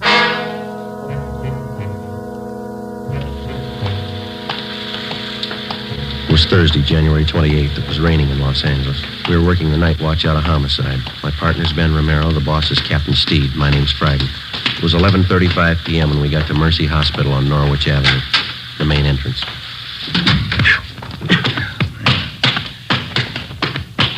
Better check at the desk. Yeah. 2B, right away, Eleanor. 2B, Wayne.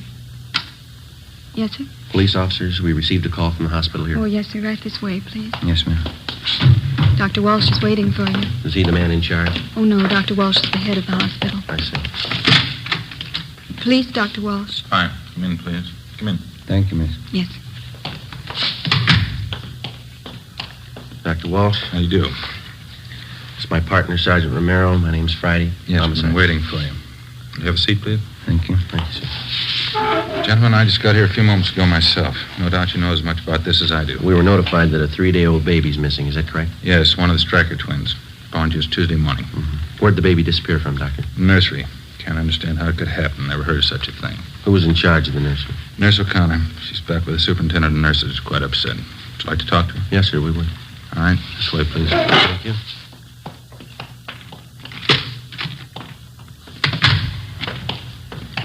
Can't understand it. How could a baby disappear like that? Have the parents been notified? Father's on his way in now. We haven't told the mother yet.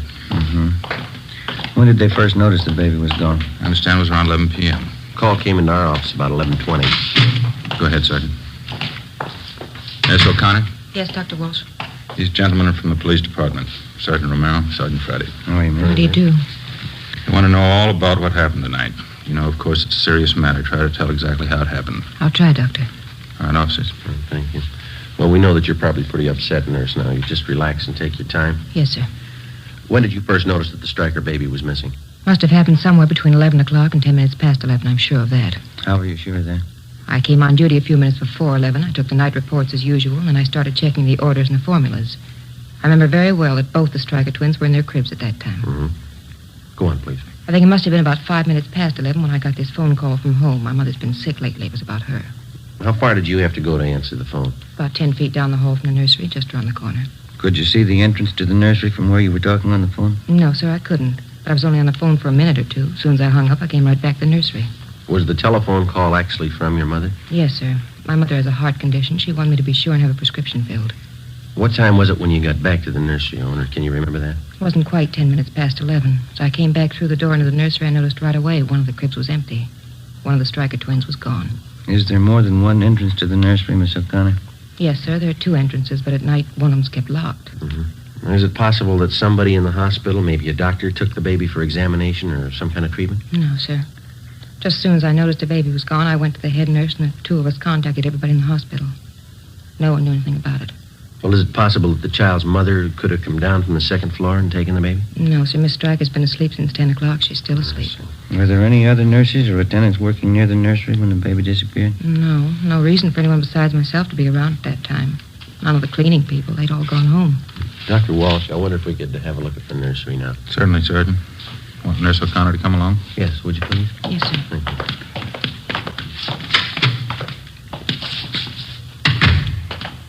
This way, gentlemen. Straight down the hall. What are the hospital visiting hours, Doctor? Usual. 2 until 4 in the afternoon, 7 to 9 in the evenings. Quite strict about that. Do you know if all the visitors had left the hospital by 9 o'clock tonight? Of course, I wasn't here, but the superintendent of nurses told me they'd all left by 9. She's compiling a list of every visitor we had this evening. Good. They'll all have to be checked. Nursery's right here, officers. This empty crib just inside the window here. Yes, sir. It's where the baby was. You can see it's right next to the door here. I noticed that there's no blanket in the crib. Is that missing, too? Yes, sir. The crib's just the way I found it when I came back from the telephone. I haven't touched it. Are there any marks of identification on the blanket or the clothing? Each one's stenciled Mercy Hospital. Each baby wears an ID bracelet. Doctor, I wonder if we could have that crib brought out to have it checked for possible fingerprints. Certainly, of course. Is this the other door to the nursery you mentioned, Miss O'Connor? That's right, Sergeant. I checked it. It's locked. That large window on the other side of the nursery. Is that a stationary window? Yes, sir, it is. It faces onto a small court. Well, then whoever took the baby had to use this door. It's the only way they could have gotten in. Oh, excuse me a minute. I want to attend to the baby in there. Sure.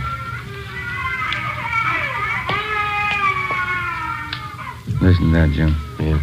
Doctor, are there any other entrances open at night besides the main one? Not after 10 p.m., no. Just the main entrance on Norwich Avenue. There's a nurse on duty there at all times. How about the parents? Is there anything unusual there? No. Father's a working man. Mother's a housewife. Both the babies are perfectly normal. Nothing unusual at all. 3-day-old baby. They usually take a lot of careful handling, don't they? Yes, definitely. First week's always critical. And this thing, taking a 3-day-old infant out in this weather, cold, rain. Afraid the odds are all against the child. You're sure the main entrance was the only one open after 10 o'clock? Yes. I can't understand it. How could anyone get that baby out of that hospital? How could they? We're not sure they did.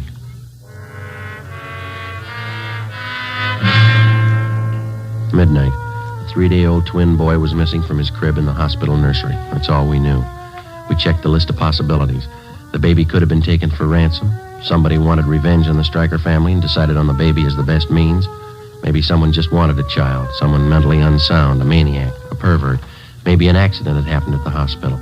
Somebody wanted to cover up. Possibly one of the parents or their families had a motive. Perhaps somebody just wanted the child dead. We called the office and got out an APB on the Stryker baby and a description of the blanket and the clothing. Details of officers were alerted at the bus depots, railroad terminals, the airports, all public transportation facilities. Steps were taken to notify doctors, hospitals, sanitariums, anybody in any place where a 3-day-old baby might be taken. The entire area around Mercy Hospital was canvassed. No information. The baby's crib was dusted for prints. No leads, no physical evidence. The investigation continued. When George Stryker, the father of the child, arrived, Ben and I met with him in the office of the hospital superintendent. Can't we let people know about it? Newspapers and the radio? We've already covered that. Stories and pictures have gone out to the papers. We've notified the radio stations. They're getting out broadcasts on it. How am I going to tell my wife? Well, sir, there's only one thing that we can promise you. We'll do everything we can to find your baby. Well, isn't there something I can do? Isn't there some way I can help?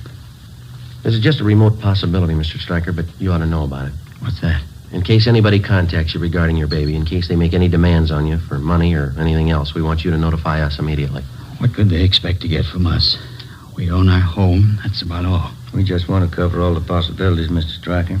In case any demand at all is made, don't try to deal with the people. All right? Yes, sir, I understand. Sergeant? Yeah?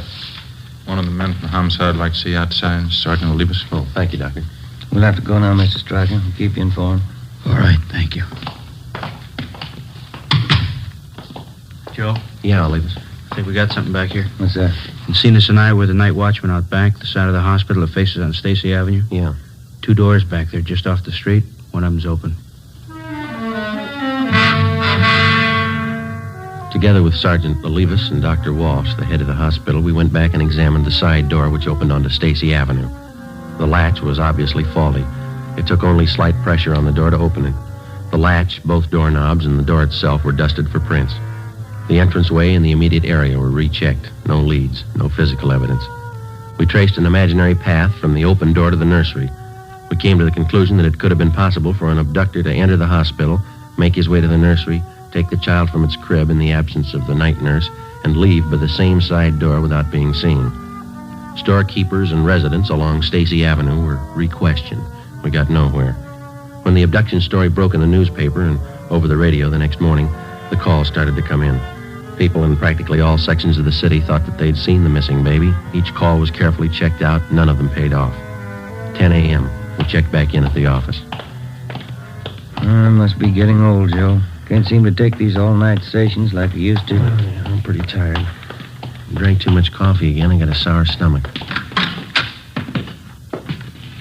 Hi. Hi, Olivas. Right. The stats office come up with that run for us yet? No, they're still working on it. How about that San Bernardino call? Yeah, they called back. They picked the woman up when she got off the bus, checked her and the baby out. Baby belongs to her. Mm-hmm. Anything else come in? All been checked out. The press called again, want to know if there are any new leads. Yeah. Sergeant Friday in here? Yes, sir. Can I help you? They told me in the business office to come down and see you. Surely. Come on in. Thanks. My name's Wallace. I'm the desk clerk down at the hotel on 11th Street, Bluebird Hotel. Yes, sir. I got some information I'd like to talk to you. All right, sir. This is my partner, Sergeant Romero. This is Sergeant Olivas. How are you? Wallace. What's the information about? Well, I got hold of a paper this morning, read about that baby that's missing. Yes, sir. Imagine those people are pretty worried about the kid. Guess they'd like all the information they can get, huh? Looks like that hospital's in a jam, wouldn't you say? Well, what information do you have, Wallace? I guess those parents could sue the hospital if they wanted to, huh? Well, sir, all we're interested in is finding the baby. Can you help us there? Well, I don't know for sure. What are you trying to tell us? Have you seen the baby? Well, I may have. Do you happen to know if they're offering any reward for information? Well, I don't know where it'd come from. The father's a working man. Oh, don't get me wrong, Sergeant. I don't expect anything for any information I'd give, but... Well, I don't make too much at the hotel. You know, if they wanted to show their gratitude in some way, just thought I'd mention it. Well, thank you, Wallace. Don't worry about that. Now, what's the information? Well, you know, I didn't mean anything by that. Anybody'd be glad to help out in a case like this. What I came in to tell you was a woman and a young baby checked in the hotel last night when I was on duty. What time? I think it was about 12 o'clock. Woman didn't have any baggage or anything. One little blanket around the kid. When I saw that story in the paper this morning, I got suspicious. Is the woman still registered at the hotel? She was when I left. That was about an hour ago. What name did she register under, you remember? No, I don't, but it's in the register. You can check it if you want. Where is the hotel? 11th and Charleston, right in the corner. I'm sure it must be the kid you're looking for. Say, I hope you haven't got me wrong. How do you mean? About the reward, you know. I don't expect anything for this. We haven't got you wrong. 8:35 a.m. It was still raining. Together with the desk clerk, Wallace, we drove to the Bluebird Hotel on 11th Street. We checked the cards at the desk and found that the woman had registered under the name of Mrs. Harold Parks. The clerk on duty told us as far as he knew she was still in the room with the baby. The room's down this way, Sergeant. Okay. This is the 116. Mrs. Parks. Mrs. Parks. You have a passkey with you, Wallace? Here you are. Thank you.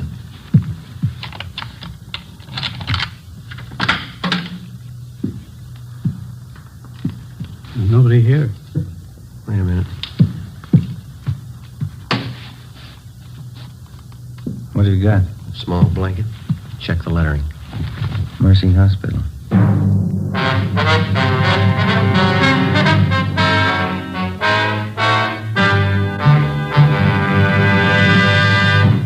You are listening to Dragnet, authentic stories of your police force in action. Oh, no. Ah, that's different. Yes, what a difference. There's a difference you can hear, there's a difference you can see, but the difference in Fatima is quality. Yes, friends, when you compare long cigarettes, you'll find that in Fatima, the difference is quality. Quality of tobaccos, the finest Turkish and domestic varieties, extra mild and superbly blended to give you a much different, much better flavor and aroma than any other long cigarette. Quality of manufacture. Smooth, plump cigarettes rolled in the finest paper money can buy. Quality even to the appearance of the bright, clean yellow package, carefully wrapped and sealed to bring you Fatima's rich, fresh, extra mild flavor. Fatimas now cost the same as other long cigarettes, but your first puff will tell you... Ah, that's different. Yes, in Fatima, the difference is quality. Ask your dealer for Fatima, the quality king-size cigarette. Best of all, long cigarettes. Start enjoying Fatima tomorrow.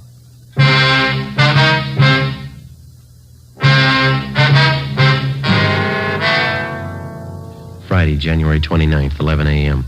We were unable to locate the woman who had registered at the hotel under the name of Mrs. Parks. There was no sign of the baby. The blanket we found in the room was identified by hospital personnel as the same type used in the nursery.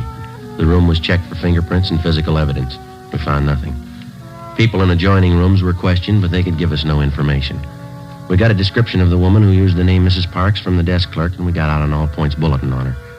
Her hotel registration card was checked for handwriting and fingerprints. Captain Steed ordered an immediate canvass of all hotels, apartments, and rooming houses in the central area. The hotel clerks were shown mug shots of possible suspects. They failed to identify any of them. 3 p.m. Friday, the search for the Stryker baby went on. Yeah, checked out all right. Okay, Gil, thanks. Anything? Gil and Zenas, check that Wilshire call. It's another phone. Might have something, fellas. Yeah? Ruiz and I were making the rounds of hotels out along Pico. Stopped at a drugstore for a cup of coffee. Mm-hmm. We talked to druggists while we were there. Had a pretty good story for us. You got a light? Yeah. Here you go. Thanks. This drugstore is 2 blocks from the hotel where the woman stayed. It's open all night. And the druggist told us the woman answering this Mrs. Parks description came in about 1:30 a.m. Bought a whole raft of stuff. Mm-hmm. How do you mean, what kind of stuff? Well, everything for a baby. Bottles, nipples, dextrose, oil powder, all that stuff. Was he sure of the woman's description? He gave it to us before we'd even mentioned what this Mrs. Parks looked like. Right down to the color of her coat. Did she have the baby with her when she bought this stuff? The druggist said no. She even asked him if she could buy canned milk there. Where does it lead? How do you mean? Does he have any idea where the woman came from, where she went? No, but he said if she came back in again, he'd call us right away. He's going to notify the other clerks, too. They'll keep us posted if anything turns up. I got it. Homicide, Friday. My name's Mrs. Lucy. I'm calling about that missing baby in the paper. Am I talking to the right department? Yes, ma'am. Do you have any information on the case? Well, I certainly have. I know where that Stryker baby is right now. Where's that, ma'am? Right next door. The Salazars have him. What makes you so sure? It's perfectly obvious, that's all. It's not their baby. Why do you say that? That baby they have no more looks like Mr. Salazar, Mrs. Salazar, than mine do. How do you mean, Mrs. Lucy? It's very simple. Mr. Salazar is dark, quite dark. Dark hair, dark eyes, dark complexion. His wife's the same way. Yes, ma'am. The baby they have is a blonde. Before I hung up, I got the woman's name and address and told her that we'd check out her neighbors, Mr. and Mrs. Salazar. We weren't sure what it meant. It could be the real thing. It could be like 100 other calls that we'd had in the last 12 hours. Ben and I got in the car and drove out to the Salazar home on Wonderland Avenue. We noticed several cars parked in the driveway and in front of the house. We went up the front stairs and rang the doorbell.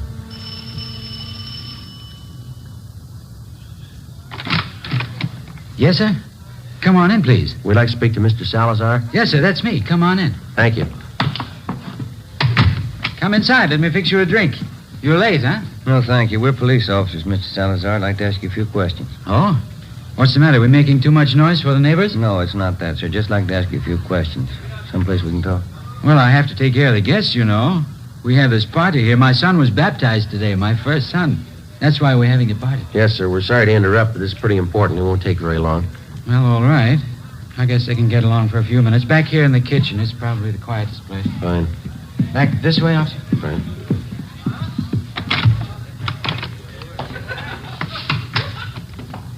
Over there. Pull up a couple of chairs. Oh, thank you. Miss Salazar, this is my partner, Sergeant Romero. My name's Friday. Homicide. Yes, sir.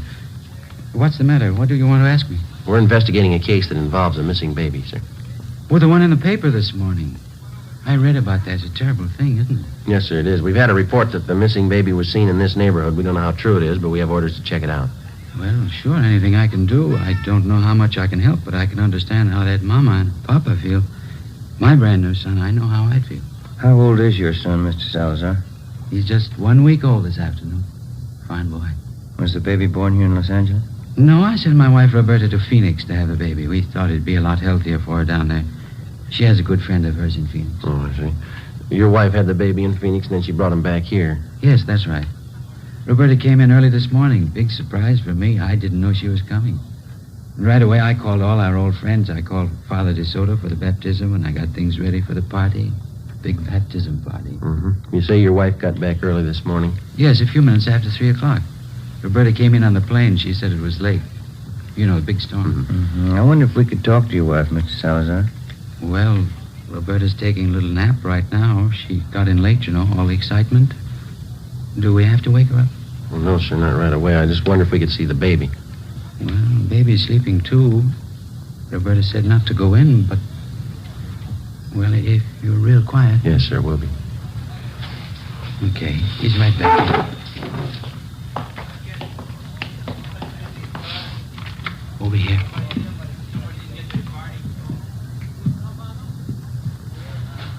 Let me pull the blanket down. Yeah. There he is. Big fella, huh? He's blonde. Huh? What do you think, Joe? I think he's got a twin. 5 p.m., Harlan Stahl from Latent Fingerprints arrived at the Salazar home. The footprint of the missing child taken at the time of birth was compared with the print from the child the Salazars had. The prints were identical. The missing baby had been found. 5:20 p.m., Ben and I talked with Mrs. Salazar in the kitchen of her home. The christening party went on. I don't think I understand what this is all about, officer. What has my baby got to do with all this? You know as well as we do, Miss Salazar. That baby in there, it doesn't belong to you. It's not yours. What do you mean it's not mine? Of course it's my baby. My husband's and mine. I just brought him from Phoenix last night. That's where the baby was born. What are you trying to do to me? That baby isn't yours, Mrs. Salazar. Now, you know that. It was taken from the hospital. How about the truth? You don't know what you're saying. You don't know what you're talking about. It's my baby. He was baptized today. Juan Tomas Salazar. It's my baby. This is a pretty serious matter, ma'am. The baby's footprint has been checked out. The child belongs to a Mrs. Stryker. We want to know how you happen to have him. Because he's my baby. That's why I have him. You don't know what a mistake you're making. He's my baby. I brought him from Phoenix last night. You can ask my husband. He'll tell you. A woman checked in at the Bluebird Hotel on 11th Street about midnight last night, Mrs. Salazar. She had a young baby with her. You fit her description. I didn't go to a hotel last night. The plane landed here from Phoenix. I came right home. The hotel clerk remembers you. He can identify you. So can the druggist when you bought the supplies from. I bought nothing. The plane landed. I came home. It's my baby. It's my baby. We found the baby's blanket in the hotel room you rented. We have your description from at least 3 people, even the color of the coat you wore last night. You can't take him away. He belongs to me. Me and Frank, you can't take him away, please. You can't. Miss Salazar, why don't you put yourself in the place of the real mother of that baby? How do you think she feels about her baby being taken away? How about it, Miss Salazar? Have a drink, officers, please? For the party? Have a drink, I'll tell you. Tell us what, ma'am? I'm tired. Let me sit down. Yeah. Please, just for a few minutes. I tell you how it happened. I know you understand. Yes, ma'am. It'll be 11 years next month that Frank and I were married. I don't have to tell you we want a baby. Frank always wanted a baby, but no more than I did. It's what we live for. A baby of our own. Yes, ma'am. Boy or girl, we didn't care. But we didn't have one. For 11 years, we didn't have one. Then last April, that's when the doctor told me. He said I was going to have a baby. Yes, ma'am, I understand. Well, a month before the baby was born, we thought it would be better if I went to my friend's place in Phoenix, Arizona. For the winter, you know, it would be warmer there. And Frank thought it would be nicer for me and the baby. Your husband was still in Los Angeles? Yes, he tried to come to Phoenix, but he had to work, so I had my baby alone. It was a boy. My friend was with me. She'll tell you it was a boy. Yes, ma'am. I kept calling for him to bring my baby. It was a long time I kept calling. Then they finally came, and the doctor, too. And he's the one that told me. Yes, ma'am. He looked just like his father. I know that. But they told me he was dead. I don't remember much after that, Sergeant. I got out of the hospital, and I took the plane, and I came back here. Mm-hmm. It was dark, and it was raining. But I walked around. I walked up and down the streets, thinking, what could I tell Frank? Baby was dead, that's all I could tell him. Then I walked past the hospital. That was Mercy Hospital, huh? Yes. And it was raining. And I could see all those babies inside, warm and in their cribs. And I wanted just one of them. Just one for Frank and me. So I went in the side door and I found the nursery. And when the nurse was gone, I took him and left. My baby. I went to the hotel to keep him out of the rain, and when it cleared a little, I took him home. I took him home to Frank. I took my baby home. That's why you want my baby, isn't it? Because I took him? Because my baby died and I took him? Everything will be all right, Miss Salazar. I think we can straighten it out. Roberta, you talked to the officers? Frank, what do you want me to say? It'll be all right, officers. Won't everything be all right? Yes, sir. I think we can work it out. What could I tell you, Frank? What was there to say to you? It's all right, honey. It's all right. I'll go out and tell the people now. And what can you say? What can you tell them? Party's over.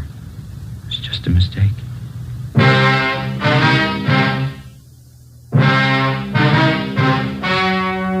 The story you've just heard was true.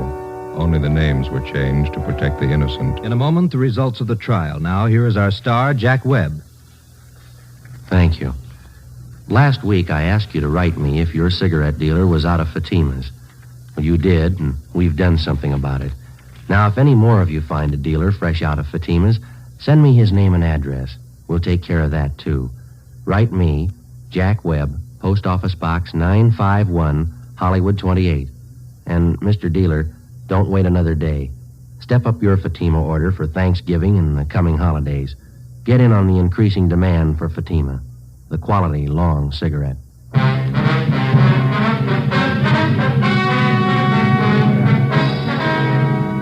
Roberta Salazar was examined by 6 psychiatrists and was ordered to be placed in a state mental institution for treatment.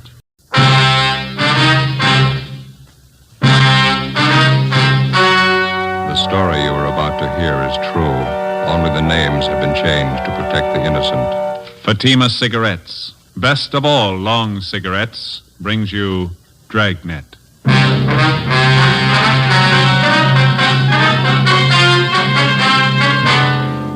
You're a detective sergeant. You're assigned to homicide detail. The life of a young woman is in danger.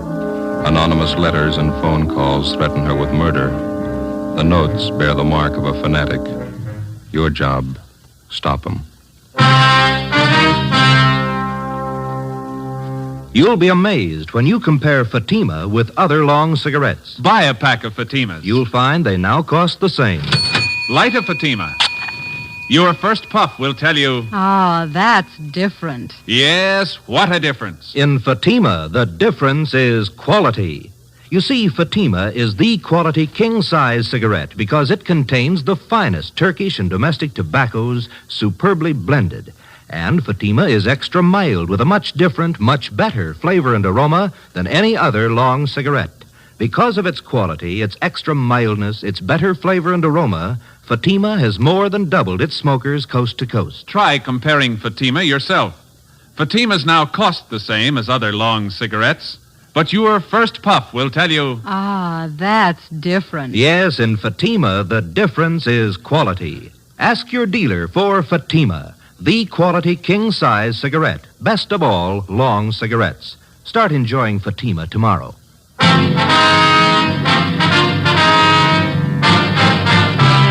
Dragnet, the documented drama of an actual crime.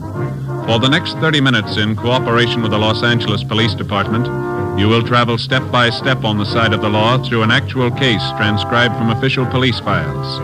From beginning to end, from crime to punishment, Dragnet is the story of your police force in action. It was Tuesday, March 8th. It was cold in Los Angeles. We were working the night watch out of homicide. My partner's Ben Romero. The boss is Captain Steed. My name's Friday. We were on the way out from the office, and it was 6:45 p.m. when we got to Greenwich Street, number 318.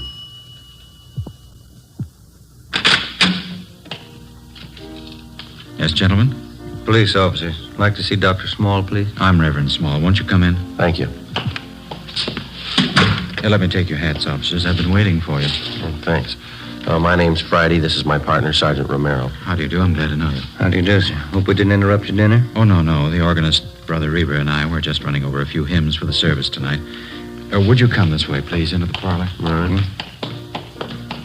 As I mentioned on the telephone, I'm not much of a detective, but I think something should be done about this matter as soon as possible. Well, we'd like to get a few more particulars first, Reverend. When did you first find out about these threatening letters? Sister Dorothy Wilson.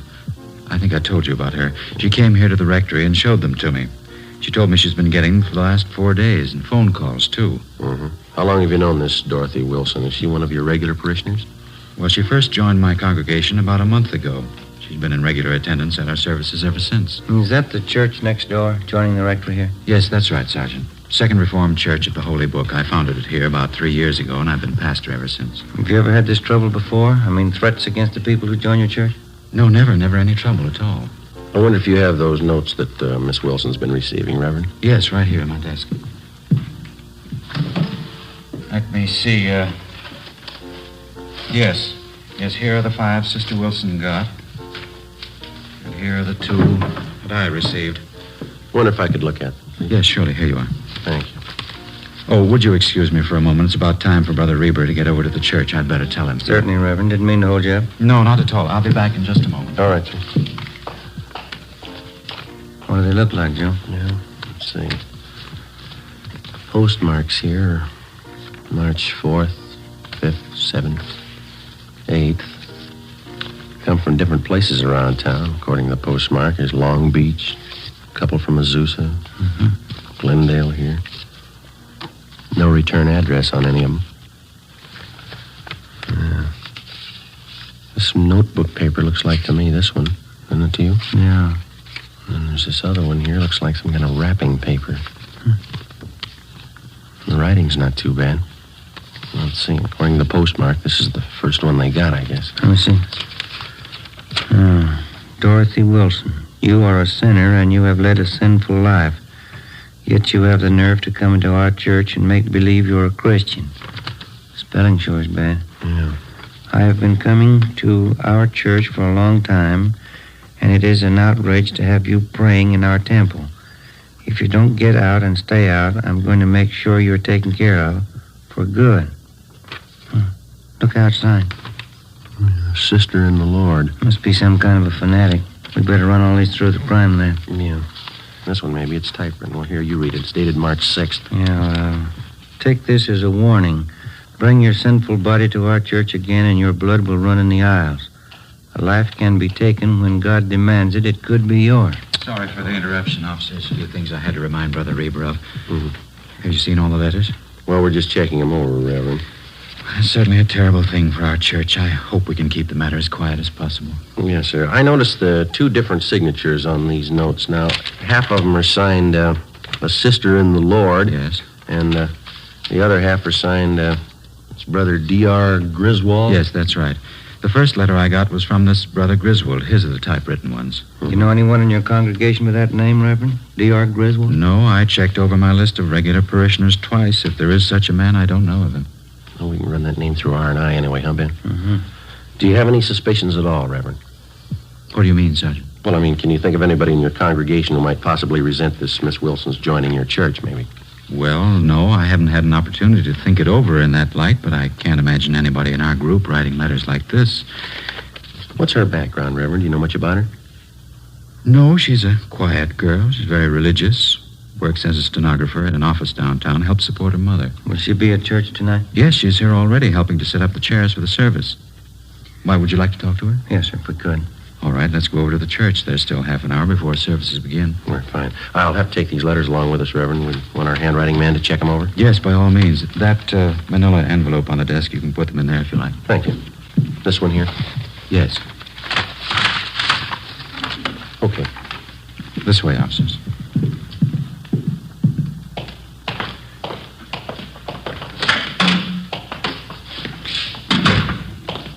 How many members do you have in your church, Reverend Small? 162 regulars. Another 100 or so on the fringe. They attend only occasionally. You mentioned that this Miss Wilson's had threatening phone calls, too. Yes, that's what she told me this afternoon. Man's voice or a woman? Well, Sister Wilson said both. The phone calls usually follow each letter. They identify themselves the same way, Brother Griswold and a sister in the Lord. Have you received any calls from them? No, I've been half expecting them, but I haven't had any yet. Here, shall we go in? Please. Here we are. Our seating arrangement's still temporary. We hope to have pews installed next year. Uh-huh. Nice church. Yes. Thank you. Oh, there's Sister Wilson. She's helping set up the chairs. If you'd like to wait in the choir's dressing room, I'll bring her in there to you. All right, thank you, Reverend. Let's go, Ben.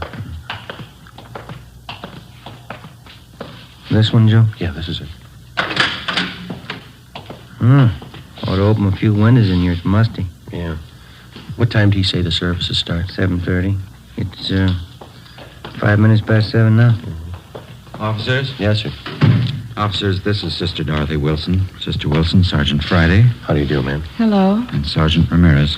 That's Romero. Oh, I'm sorry. Sergeant Romero, Sister Wilson. Hello. Glad to know you. I guess you want to speak with Sister Wilson alone, do you? Well, we'd like to have you stay if you would, Reverend. Wonder if there's someplace where we could sit down. Yes, certainly. Right over here in the anteroom. Fine. Yeah, this will be fine.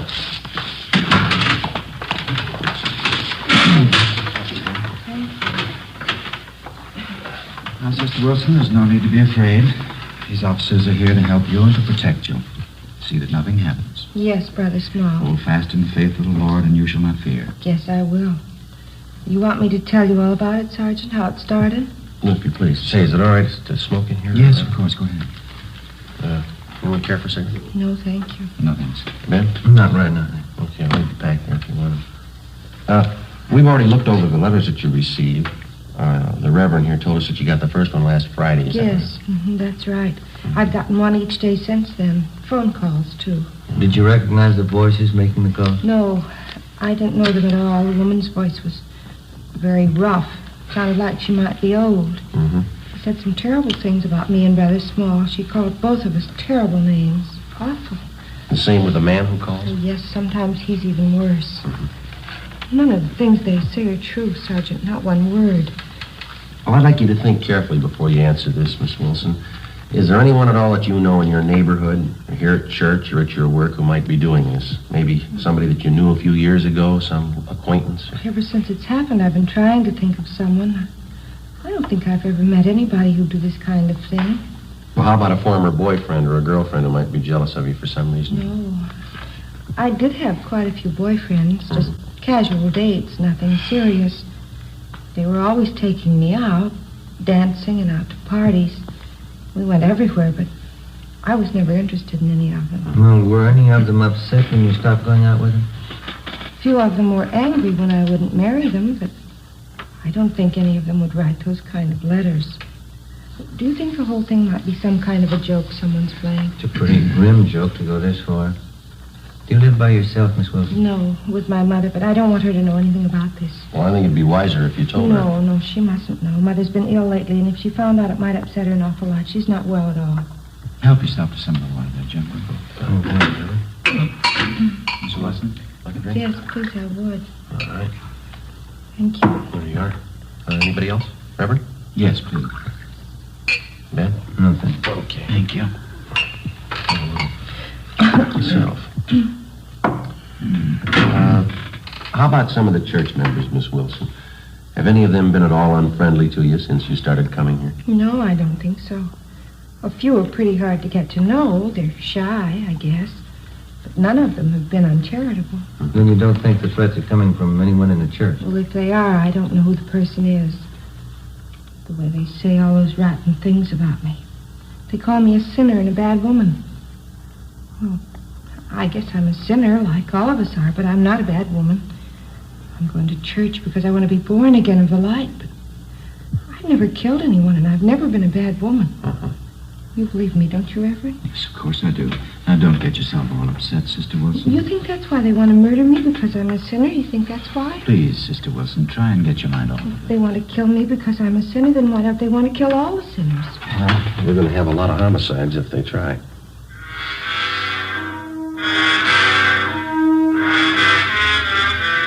"10 p.m. Together with Sergeants Raines and Bechtel, we tailed Dorothy Wilson to her home. She parked her car at the rear and went inside. A stakeout was placed on her house. The next morning, we took the threatening letters which the Wilson girl had received and asked Don Meyer in handwriting to check them over. During the next 5 days, we checked thoroughly into the background of Dorothy Wilson. We talked to her relatives, her employers, all her friends, past and present. We had no good reason to suspect any of them. We checked out the people at the church, and they were clear. Both Reverend Small and the Wilson girl continued to receive more threatening letters. Some of the language and the accusations were pretty foul. Still, no outward attempts were made on the life of the Wilson girl. A week after we started on the case, we tallied up our findings. They seemed to make sense. We talked it over with Raines in the squad room. Don Myers checking those letters and a sample of the Wilson girl's handwriting, isn't he? What's he got to say? The letters written in longhand are signed a sister and the Lord, and the typewritten letters are signed Brother D.R. Griswold. Yeah, I know that. Don says all the letters were written by the same person. How's he figure? Well, similarities in phrasing, same mistakes in spelling, typewritten and longhand both. Signatures on the Griswold letters match the handwriting in the other letters. Well, they were only dealing with one suspect. And Don Meyer seems pretty sure of it, yeah. Well, how does the Wilson girl's handwriting check out? He's working on that. Where does that leave us? You've been on stakeouts at the Wilson girl's home a few nights. Haven't you noticed anything peculiar about the setup? How do you mean? Something that didn't fit, something that didn't quite jive? No, I don't think so. Well, just that business about her car, I thought that was a little out of line. Yeah, it struck us the same way. Girl always seemed frightened enough about the situation when she's around us, but when she thinks she's alone, it looks to me like she takes it a little differently. Yeah. Every night when she drives home, she parks the car in that dark garage. Must be at least 50, 75 yards from her house. Yeah. I've never seen her look particularly nervous when taking that long walk to her front door. Well, sure, the normal reaction for a frightened woman would be to park the car right in front of the house and then hurry inside. She hasn't done that once. How about all those friends of hers you guys checked out? Anything there? Well, we've been staked out at her house, at the church, and her work. You know that. There's not a thing. Checked with some of her ex-boyfriends, too. Nothing there? Well, the Wilson girl told us that some of the boys had proposed to her. We couldn't find one who'd admit it. They all said she was a nice girl, but they didn't propose marriage. Those threatening phone calls are another thing. Both the pastor of the church and Dorothy Wilson got letters, but only the girl received a phone call. Yeah. Well, logically, if the Reverend got the letters the same time as the girl, he should have been getting phone calls, too. He hasn't received the one. Well, it could be accidental. Whoever wants to kill the girl might figure the Reverend would recognize his voice. Well, it's possible, but you remember that story that the Wilson girl gave us about her mother. Remember that? She didn't want her to know about the letters because her mother was sick. Well, we checked with her mother's doctor, and Mrs. Wilson hasn't been sick in 5 years. Yeah, how about that? What do you figure? I think the girl's a fake. Everything we knew about the case of Dorothy Wilson, everything we'd learned through questioning and observation seemed to point to one definite conclusion. Dorothy Wilson, for one reason or another, was writing the threatening letters to herself. As for the warnings that she got over the telephone, we only had her word for it. We took our findings to Captain Steed and laid out the case for him. He directed us to stay on it for a few more days until we could find enough evidence and testimony to prove out our theory. The following day, Dorothy Wilson received a letter more threatening than any of the previous ones. Reverend Small also received a copy of the same letter. Again, Don Meyer's opinion was that they were written by the same person.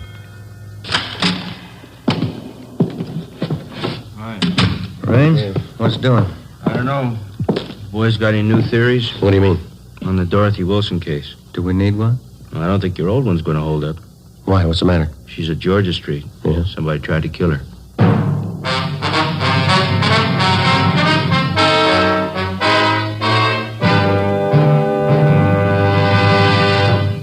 You are listening to Dragnet, authentic stories of your police force in action. Oh, no. Ah, that's different. Yes, what a difference. There's a difference you can hear, there's a difference you can see, but the difference in Fatima is quality. Yes, friends, when you compare long cigarettes, you'll find that in Fatima, the difference is quality. Quality of tobaccos, the finest Turkish and domestic varieties, extra mild and superbly blended to give you a much different, much better flavor and aroma than any other long cigarette. Quality of manufacture. Smooth, plump cigarettes rolled in the finest paper money can buy. Quality even to the appearance of the bright, clean yellow package. Carefully wrapped and sealed to bring you Fatima's rich, fresh, extra mild flavor. Fatimas now cost the same as other long cigarettes, but your first puff will tell you... Ah, that's different. Yes, in Fatima, the difference is quality. Ask your dealer for Fatima, the quality king-size cigarette. Best of all, long cigarettes. Start enjoying Fatima tomorrow.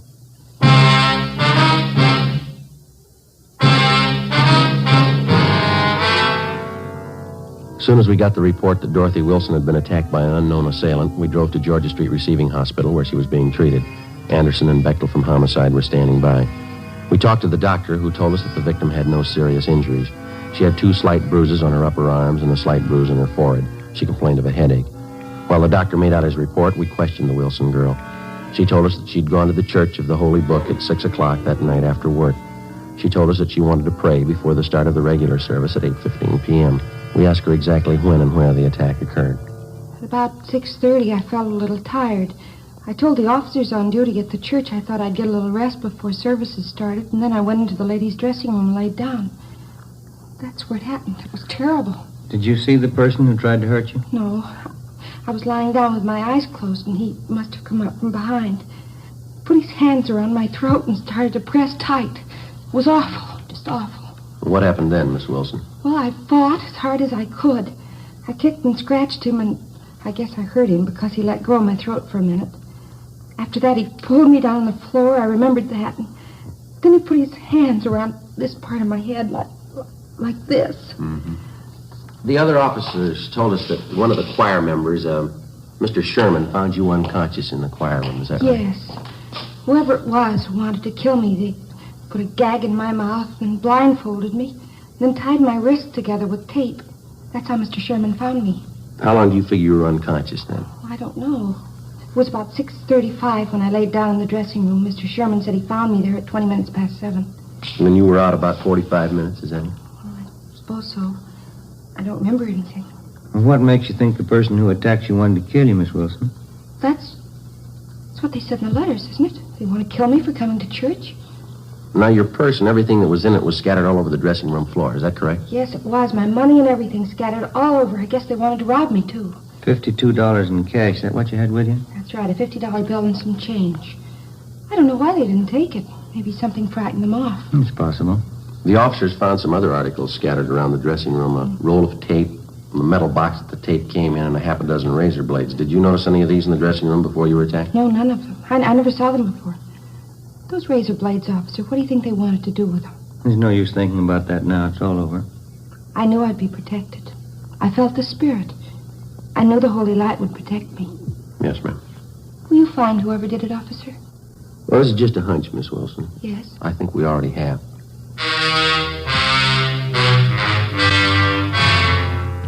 Before we left Georgia Street, we talked to the doctor in charge and got a release for the patient.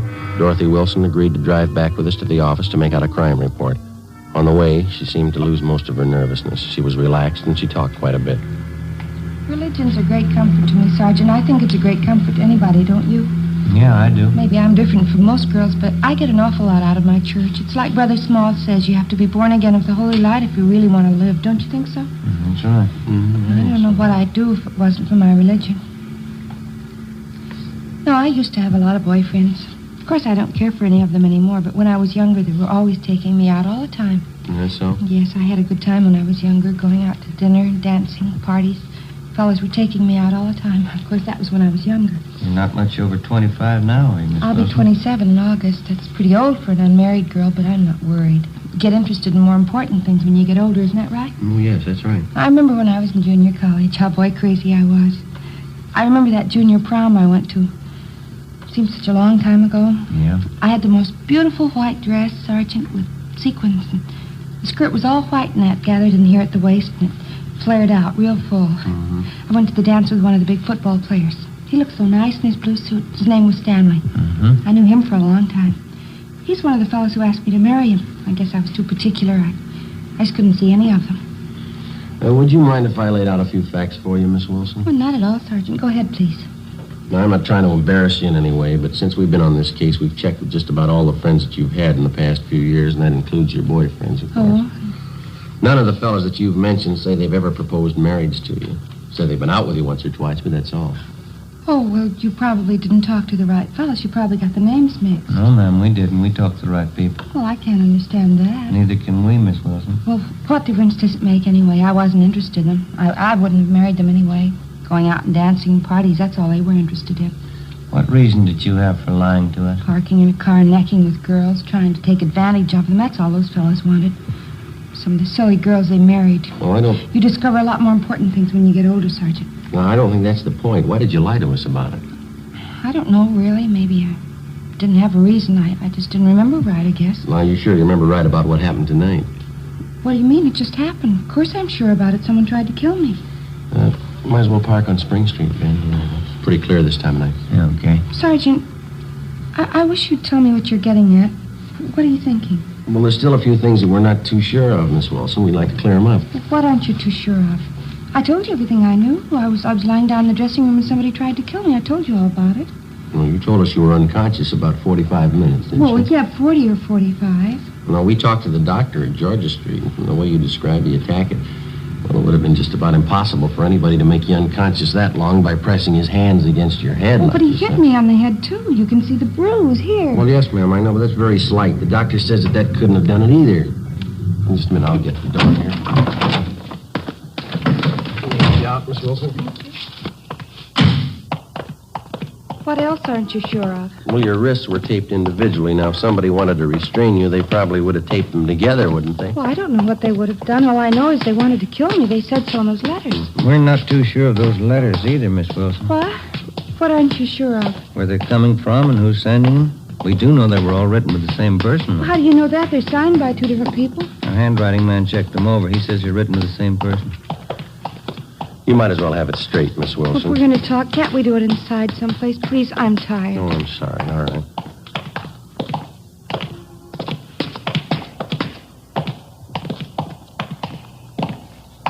Hey, Joe. Yeah. I'll see if Leighton Fingerprints is finished with that stuff. Yeah, bring it along. If they are, we'll be in the interrogation room. Yeah, all right. This way, Miss Wilson. A man I know used to be on the police force. Nice fellow. We used to go out all the time together. Is that so? What's his name? Well, that's funny. I don't remember. He's an awfully nice fellow, though. We used to go dancing every week. Mm-hmm. Here we are. Go right ahead. I started questioning Dorothy Wilson, but she wanted to talk about everything except what concerned the case. Dean Bergman and Leighton Fingerprints had already checked each article that was found at the supposed scene of the crime. The Wilson girls' prints were all over them. Did you write those threatening letters to yourself, Miss Wilson? I don't understand. Why do you ask me something like that? Did you write the letters to yourself? You know that's not a fair question, Sergeant. I don't know what you consider fair, but we'd like to know, did you write the letters? Do you know what it is to pray, Sergeant? I mean, really pray? What's that got to do with it? I've been praying all my life. I've been praying hard. Ever since I was a little girl. We'd like to have you answer our question, Miss Wilson. I think you'll understand. This is the answer, Sergeant. I can feel the Holy Spirit in my heart. I know you'll understand. Yes, ma'am. I've been praying for an awfully long time, Sergeant. When I was a little girl, 6 years old, I was praying. Night and day I said my prayers, but there never seemed to be any answer. I never could understand it because I only prayed for one thing. I didn't think it was too much to ask. What was that? I wanted people to know me, Sergeant. I wanted people to know me and like me, that's all, but it never seemed to happen, even when I was a little girl. Don't think I quite follow you, miss. You've got to understand me. Nobody else does. From the time I was a little girl, 6, nobody ever seemed to care if I was around or not. I always tried to make friends, tried to make people like me. I tried very hard, but nobody seemed to care. Nobody even noticed me. Nobody ever noticed me. You mean that's why you wrote those threatening letters to yourself, so that you'd be noticed? I wanted somebody to care about me, that's all. I wanted them to know who I was. Dorothy Wilson. I wanted to walk down the street and have people nod and have them say, that's Dorothy Wilson. There goes Dorothy Wilson. Just for somebody to care, that's all, Sergeant. Just for somebody to care. Well, then the whole thing's purely your imagination. You wrote the letters to yourself, and you pretended somebody attacked you. And all the rest. God told me to do it, Sergeant. He told me to make myself noticed. To stand up and make people know me. I'm sorry for it now, but it didn't hurt anyone, did it?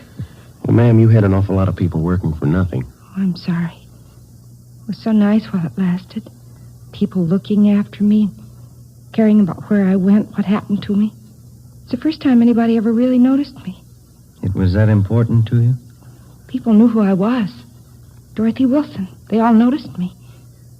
I feel better now that it's over. Oh, there's one thing I've got to tell you, Sergeant. Yes, ma'am. Remember driving here in the car I told you about that junior prom I went to? Mm-hmm. That time I had a beautiful white net dress with a full skirt, the beautiful new white dress. Mm-hmm. Yes, ma'am, I remember. What about it? Well, it was really pink organdy, an old dress. I knew you'd find out. That's why I had to tell you. Yeah. I didn't want you to think I was a liar.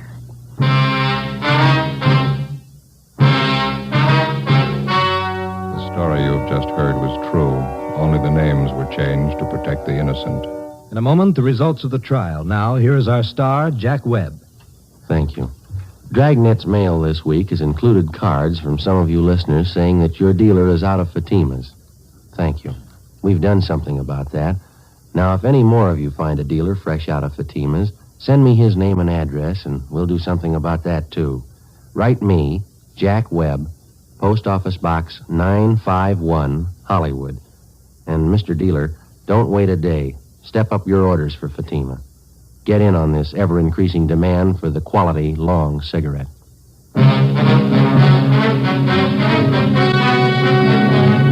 By her own admission, Dorothy Wilson was guilty of filing a false crime report, a misdemeanor. She was released into the custody of her mother.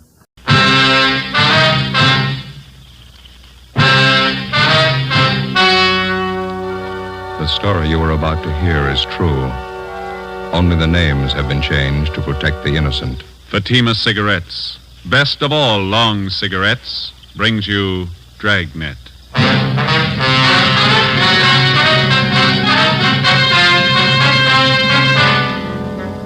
You're a detective sergeant. You're assigned to narcotics detail. A gang of veteran dope peddlers moves into your city. They offer $100,000 worth of heroin for sale. They make their contacts. They're ready to do business. Your job, stop them. You'll be amazed when you compare Fatima with other long cigarettes. Buy a pack of Fatimas. You'll find they now cost the same. Light a Fatima. Your first puff will tell you... Ah, that's different. Yes, what a difference. In Fatima, the difference is quality.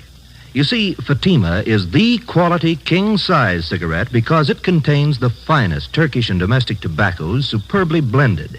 And Fatima is extra mild with a much different, much better flavor and aroma than any other long cigarette. Because of its quality, its extra mildness, its better flavor and aroma, Fatima has more than doubled its smokers coast to coast. Try comparing Fatima yourself. Fatimas now cost the same as other long cigarettes, but your first puff will tell you... Ah, that's different. Yes, in Fatima, the difference is quality. Ask your dealer for Fatima, the quality king-size cigarette. Best of all long cigarettes. Start enjoying Fatima tomorrow.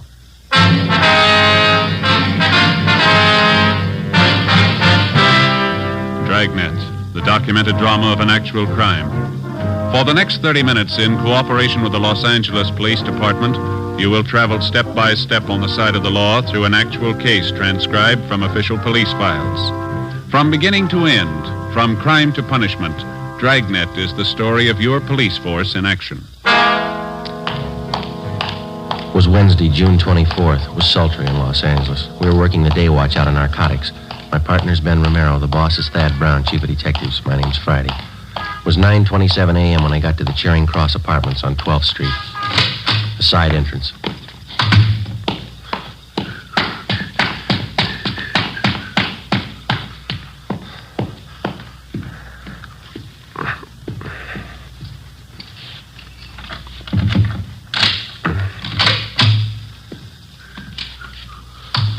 Hi. Hi. Anything doing? Nothing. How's the bug working? Better. One of the fellows in the crime lab came out and fixed it last night, went next door and replaced the microphone. I'm getting real sour on this detail, Joe. Well, here, let me take over for a while, huh? Yeah, you bet you. Here. My ears feel like a couple of baked cauliflowers. 2 solid weeks holed up in this place with a pair of earphones on. Yeah. What do we got to show for it? That woman next door hasn't even mentioned narcotics in 2 weeks. All she does is eat, sleep, and play solitaire. Goes out for groceries once in a while. Hold it. Somebody ringing the buzzer next door. First visitor in a week. Yeah. Just a minute. Yes? Your name is Maywater. That's right. What is it? I talked to a friend of yours, George. Said it might be a good idea if I looked you up. What do you want to see me about? Well, it's business, Miss Washburn. Could we talk inside? All right, come on in. Let me plug in these earphones, Joe. Yeah, go ahead. I'd like to introduce myself, Miss Washburn. My name's Howard Scully. You and George were former associates, I understand. We worked together a little. What can I do for you? Well, George and I are old friends. We were in business in Hong Kong before the war. He's a nice fellow, George. I have a date downtown in half an hour. I don't have much time to talk. Sorry, I didn't realize you were in such a hurry. I'll get right to the point. Yeah. My business partners and I just came up from Mexicali a few days ago, and we have some merchandise that's ready for the market. It's good quality. That's what I hear. I contacted George, thinking he might introduce me to some prospective buyers. He said he didn't want to handle any merchandise at this time. Why not? Oh, it's something about the police. They seem to be watching him. He just didn't want to take any part in any business venture. Just get it. George gave you a bum steer, sending you to me. I can't help it. Well, you haven't heard my proposition. I don't have to hear it. Count me out. I don't fool around with junk, any of it. It's a tough rap out here. Well, if you'll just listen to my proposition, Miss No. Washburn. No, please, I'm not asking you to be involved. I'm perfectly safe and legitimate transaction in mind. You'll be well paid for your time and effort with no risk whatsoever. Yeah, I know. All you big connections make it sound good. George tells me you're acquainted with the right kind of people. People with money, that's the kind of people that my partners and I want to meet. Now, all I'm asking you to do is introduce me to a few such persons for our mutual benefit, and then you just leave the rest to me. Yeah, it's still too much.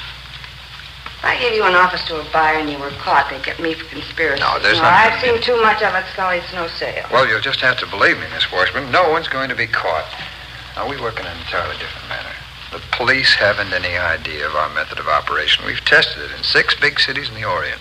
And not once did it fail us, and I tell you, it's not going to fail us here. It's your story. Well, it's... I'm not chancing a rap to prove you're wrong. Well...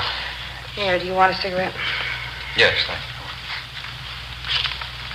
No, that's right. Okay.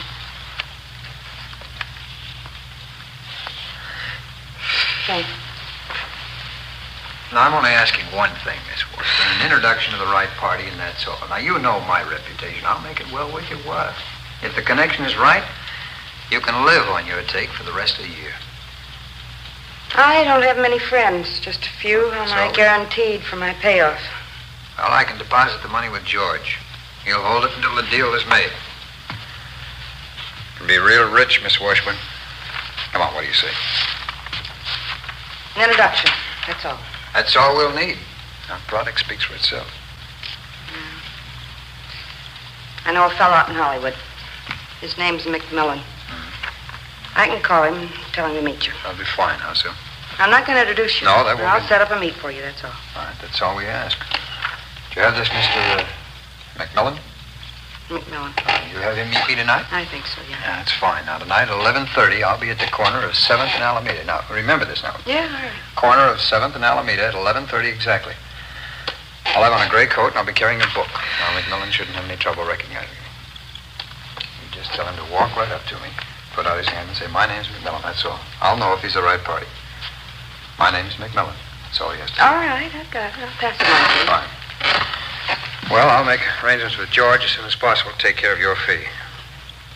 Thank you very much, Miss Washburn. Not at all. Just don't be too sure of yourself. The fuzz in this town could smell a bite 3 miles away. We'll take care of the police, Miss Washburn. The system should teach them a few lessons. Well, goodbye, Miss Washburn. Thanks very much. Yeah. Don't come here after this. Call me on the phone. Certainly. Goodbye. Joe, wait a minute. She's going for the phone. Come on.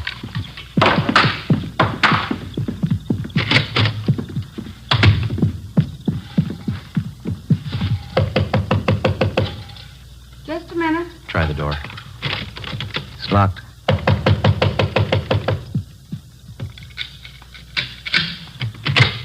What do you want? Police officers. All right, what's the pitch? I'd like to talk to you downtown. About what? Howard Scully. What about him? We know why he was here. Get your coat, please. I haven't done anything. Come on, lady, let's go. I told Scully I didn't want in. He made the proposition, but I didn't buy it. You know that. I didn't buy a word of it. We did. Before the suspect was taken downtown, we informed her landlady to tell anyone that she'd be out of town for a week. That information was to be passed on to any of her friends or business acquaintances who might try to contact her. After that, we took May Washburn back to the office. After being questioned thoroughly, she was detained for further investigation. At 2 p.m., Ben and I met with Captain Kearney, Central Narcotics, and Inspector Virgil Beckner, State Narcotics Bureau, Southern Division. $100,000 buy, is that what they have in mind? That's the word around town, Skipper. Washburn girl told us the same thing. The Washburn woman was approached for an office, huh? Yes, that's right, Beck. She was ready to go when we picked her up. Pusher's Howard Scully, you remember him? About 9 years ago, wasn't it, the Tijuana deal? 8 or 9 years, yeah. That big heroin buy, they tagged every one of the gang but Scully. Yeah, he's no amateur.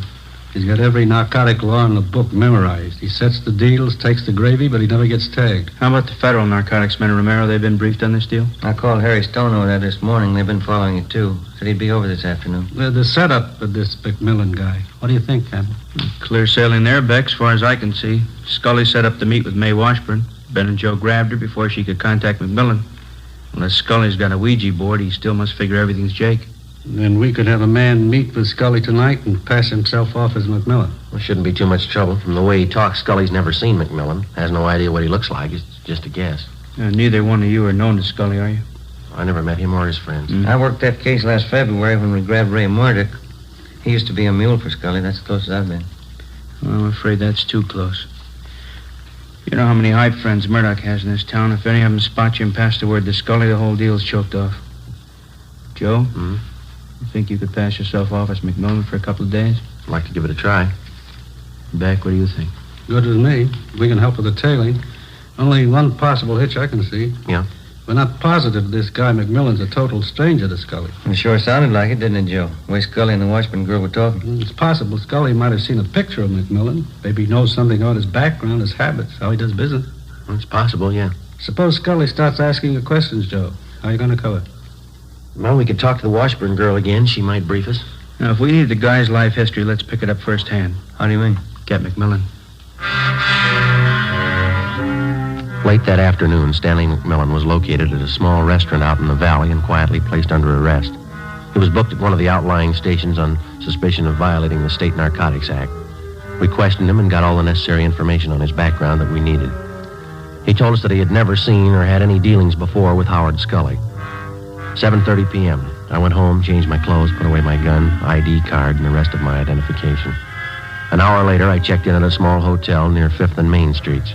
11:15 p.m., I left the hotel and started for 7th and Alameda Streets, where the scheduled meet with Howard Scully was to take place. As in most cases, there was one all-important rule that I had to work by. If the suspects were to be arrested and successfully prosecuted, we had to get them with narcotics in their possession or under their control.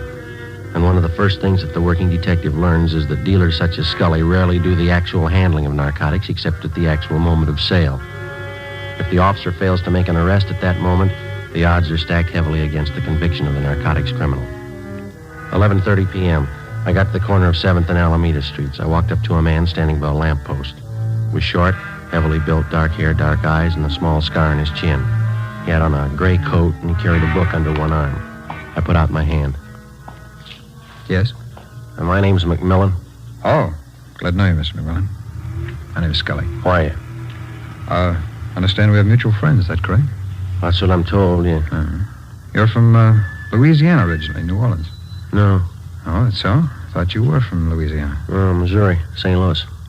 Oh, I see. I suppose we go for a drive, huh? My hotel's down on 5th. We could talk there.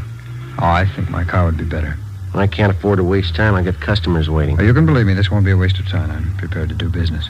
All right, let's go. Fine.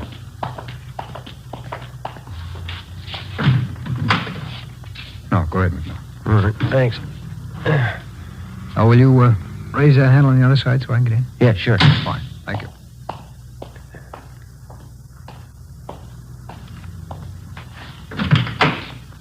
You can't be too careful in L.A., I hear. Yeah, that's right. There's a lot of heat. Oh? I hope none of it's on you. Don't worry, I'm clean.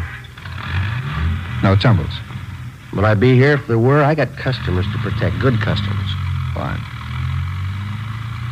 You know, maybe we can do business. How much can you handle? How much you got? How about 10,000 worth? Standard rate, full measure. Hardly cut at all. Sounds fair. We drove 3 more blocks, and then Scully pulled the car to a stop underneath a row of spreading palm trees on a deserted street. He pulled the emergency brake on, then he turned to me, clamped my arms to my sides, and shook me down. What's the pitch here? What's the idea? No offense, McMillan. Simple precaution in case you had a gun. What do you take me for, mister? I'm not used to doing business this way. That might go real great in the East, but it's nothing out here. Oh, I said no offense. This is a hot town. You could be a fuzz. You can't be too careful. You know that. Yeah, well, you don't have to pull that careful stuff with me. Who set up this meet, anyway? May Washburn. All right, if you can't trust her, you can't trust me. Now, maybe I'm not in the mood for business. Oh, no, come on. Take it easy, Mac. We work this right, and we both got a good deal. Well, let's get to the point. Where's the stuff?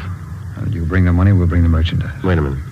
The car that pulled up behind us. Let's get out of here. Oh, you're nervous, Mac. Relax. That's my partner. Come on, I'll introduce you. All right.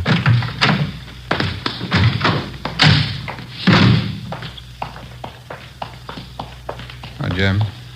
Jim, this is McMillan. Mac, this is my partner, Jim Rhodes. Who are you? Yeah. Do we do business, Howard? Yeah, he's all right, Jim. He's ready to score. How much do they want? Whole bundle. You can start with 10 G's worth. Can you handle that, McMillan? I'd say so if I couldn't. I don't give it away. You get the money, you get the stuff. When? 10 G's worth tonight, rest next week. Well, midnight now. What do you expect me to do? Bring the money with me? Howard will pick you up at 3 a.m., same corner. Sure.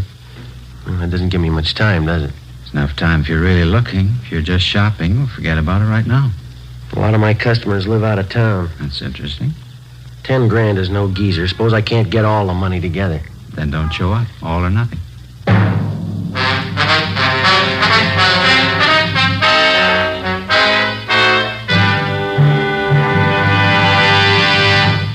You are listening to Dragnet, authentic stories of your police force in action. Oh, no. Ah, that's different. Yes, what a difference. There's a difference you can hear, there's a difference you can see, but the difference in Fatima is quality. Yes, friends, when you compare long cigarettes, you'll find that in Fatima, the difference is quality. Quality of tobaccos. The finest Turkish and domestic varieties, extra mild and superbly blended to give you a much different, much better flavor and aroma than any other long cigarette. Quality of manufacture. Smooth, plump cigarettes rolled in the finest paper money can buy. Quality even to the appearance of the bright, clean yellow package. Carefully wrapped and sealed to bring you Fatima's rich, fresh, extra mild flavor. Fatimas cost the same as other long cigarettes, but your first puff will tell you... Ah, that's different. Yes, in Fatima, the difference is quality. Ask your dealer for Fatima, the quality king-size cigarette. Best of all, long cigarettes. Start enjoying Fatima tomorrow.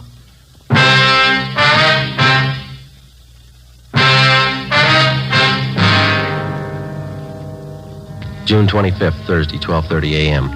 I had 2.5 hours to raise $10,000. The narcotics dealers, Howard Scully and his partner, Jim Rhodes, had laid it out for me.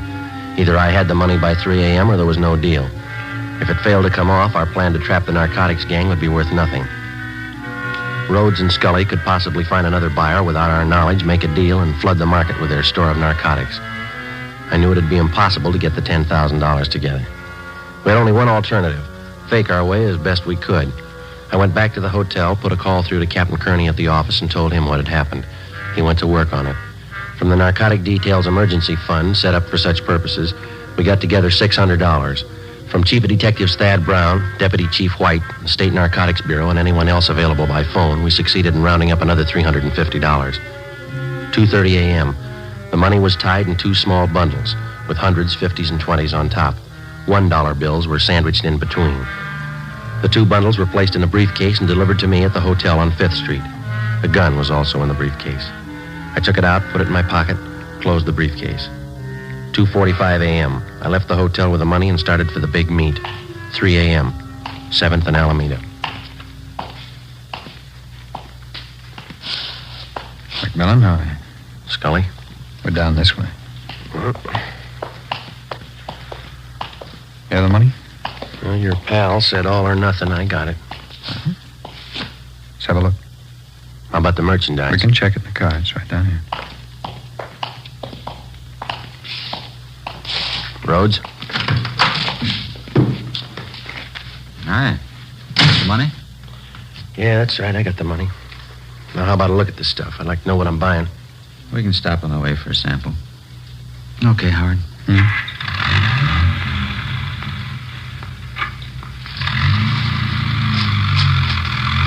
Care for some, McMullen? What do you got? Cashew nuts. Have some. Thank you. There's lots of heat in this town. Cops as thick as flies. Yeah, that's right. Rough time. I gotta be careful. What's the reason, anyway? When to start? Well, about 6 weeks ago, Bulls tagged some high school kids. Half dozen of them. Huh? What for? Well, they were regular hypes. Just punks, 18-year-olds. A couple of them were 17. Young squirts. Yeah, and the heat's gonna get worse. One of the punks cashed in yesterday. Read it in the paper. Overdose. Not gonna help, is it? Well, I'll tell you one thing. I'm playing it close. I got good customers, and I'm not gonna risk my neck. How much stuff you think you can handle a month, McMillan? No thanks, no more. Oh, I got about 30 mainliners. They're regular and they're sure. 8-10 ounces a week, but they like good stuff, no alley hype junk. Howard must have told you it's all we handle, good stuff. If it goes right, we could make it a permanent connection with you. Well, I'd like to see what you're offering first. We'll have a good look. All right, Howard, you know where to pull up. Yeah.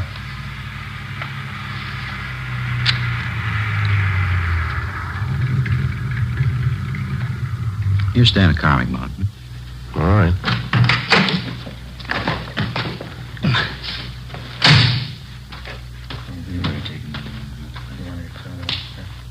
Yeah.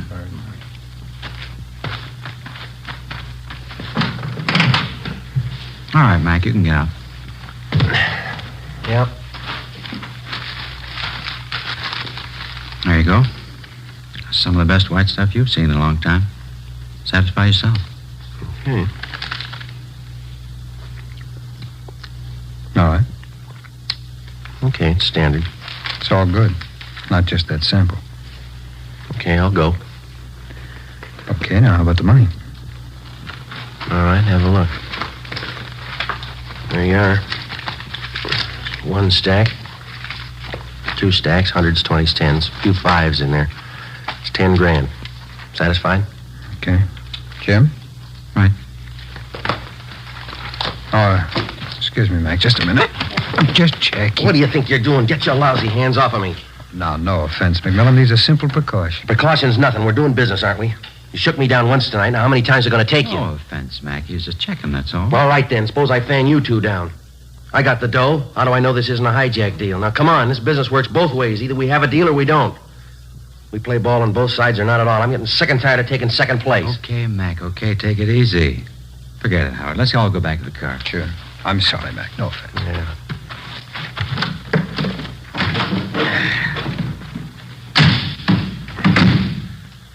Okay, let's close the deal.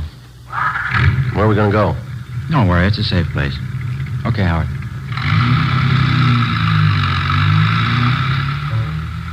$3:35 a.m.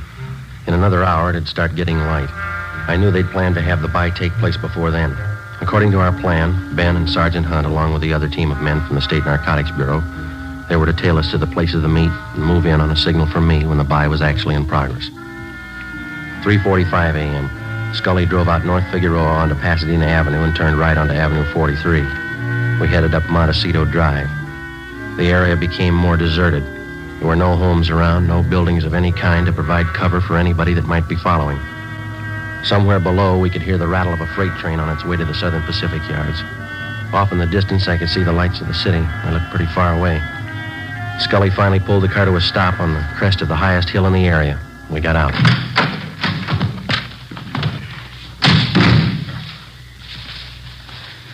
What do you think, Mac? Well, a nice view. Yeah. Spent a long time finding this spot. It's foolproof. Yeah? Bring him over here, Jim. Let's show him. Come on. See there? Clear view of everything down below. At least half a mile in every direction. No chance of getting trapped up here. Pretty smart. That's the way I like to deal. If there's any cops following us, we can see the lights before they get here. Plenty of time to cover up any evidence. Cops ask questions, why, we tell them we're just looking at real estate up here. It's pretty good, huh? Well, I gotta hand it to you. You can't be too careful. What do you do for lookouts? Let me show you. Swede? Oh, Swede. Who's that? Friend. Yeah, Jim? Well, what's the pitch? Who is this guy? Business pal of Howard and me. Swede, this is Mr. McMillan. What do you say? How do you do? Look, how many people do you need to make a buy, Rhodes, huh? Swede's a lookout. It's a big fella, isn't he? We got enough people here for a Sunday picnic. We need a lookout. You just got finished saying it. We can't be too careful. Well, come on, let's wrap it up. Where's the stuff? Swede, you want to go? Okay, Howard. How far does he have to go? Close by. Stuff was put away down in the tall grass. Nobody ever found it. It's a good idea. I like the way you operate. Swede will have the stuff for you in a minute. Well, how about the money? Should we count it? Rather wait till Swede gets back. Okay. Let's wait for the car. Can't beat this spot, can you, McMillan? No, it's good. You had no idea how much time we spent looking for it. You did real good. Yeah. Here you go. Okay, thanks. Now the money, Well, how about counting it out here, huh? I'd feel better keeping an eye on that road down below. Okay, good idea. Well, let's count it, Mac, huh? Yeah, all right. Here you go. There's one bundle, and there's the other. I'll count it, Jim. Yeah, snap it up. We've been here long enough already. 1, 2, 4. Hey, there's quite a few $1 bills here. Huh? Well, there's a few of them, but it's all there, 10 Well, grand. that's how it could be with all these ones. Here, let me see. Don't bother, Rhodes. Here, what are you trying to pull? All right, get away from the car, Scully. You too, Swede. Put the gun down, Mac. You won't get away Get with your it. hands behind your head. That means you too, Rhodes. Nobody's hijacked us, McMillan. You're not going to be the first one. It's no hijack, mister. This is a pinch. He's a fuzz. He's a lousy fuzzy. I knew I should have found him again. Shut up, Howard. You know we can square this with you, Mac. $5,000 cold cash, no questions. You're talking to yourself, Rhodes. I'll make it 10. 10 grand cash. Now you can't afford to pass that up. Come on, how about it, Mac? You're human just like we are. You can use the dough. You keep your hands behind your head, mister. Use some sense, copper. Swede's as strong as a horse. I could put him on you, he'd break every bone in your body. You're gonna have to get past this gun first. You're not going to stop all three of us. How do you think you're going to get back to town? Don't worry, you won't have to walk. You'll never get us downtown. Swede'll break you in half. He'll kill you. You just gave me an idea, Rhodes. Huh? You're pretty tough. Shouldn't bother you. I'll kill the Swede right now. You and Scully can carry his body in front of me. We'll start walking down that road till we hit the nearest place with a phone. I think that'll take care of it, won't it? He hasn't got the guts, Jim. Turn around, Swede. Oh, look, don't kill me, mister. I'll go away. Don't shoot. Turn around. Stay where you are, Scully. Don't kill him, Copper. Don't kill Swede. We'll do anything you say. Somebody coming. Look, Mac, we'll give you every dime we own, $50,000, and tell him nothing's happened. Ben, over here. 50 grand, Mac, you can't lose. Right, Joe. Back over this way. The three of them, Ben. Okay. All right, behind your back. Come on. Couldn't get here any sooner, Joe. Had to park at the bottom of the hill if they'd have seen us. Stand still, mister. Yeah. We circled around on foot and climbed up through the grass. I was beginning to think I lost you. All right, you two. Get him behind your back. Back. Hi, Joe. Here's the junk right here. These 2 packages. Good. That ought to sew it up. Look, talk it over with your partners, huh? $50,000. You do the right thing, it's all yours. How about it? 50 grand you can't lose. What they talking about, Joe? Well, they got a big deal. They'll give us $50,000 if we let them go. How about it, Tex? You could use the dough, new car, new house. Just forget you ever saw us. Easy as that. 50,000 cash. What do you say, Tex, huh? Sorry, you got the wrong man. What? My name ain't Tex.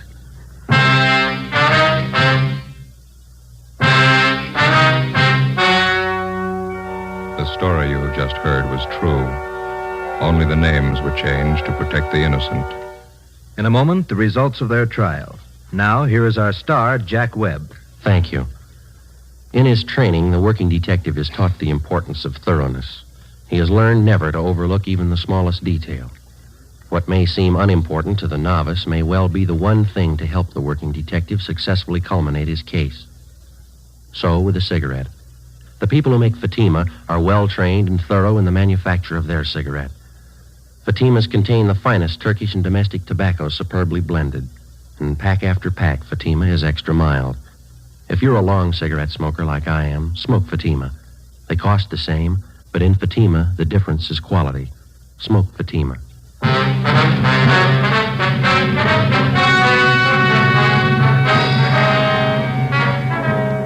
Mae Washburn, Howard Lewis Scully, James Henry Rhodes, and John Swede Nelson were tried and convicted. They received their sentences as prescribed by law and are now serving their term in the state penitentiary.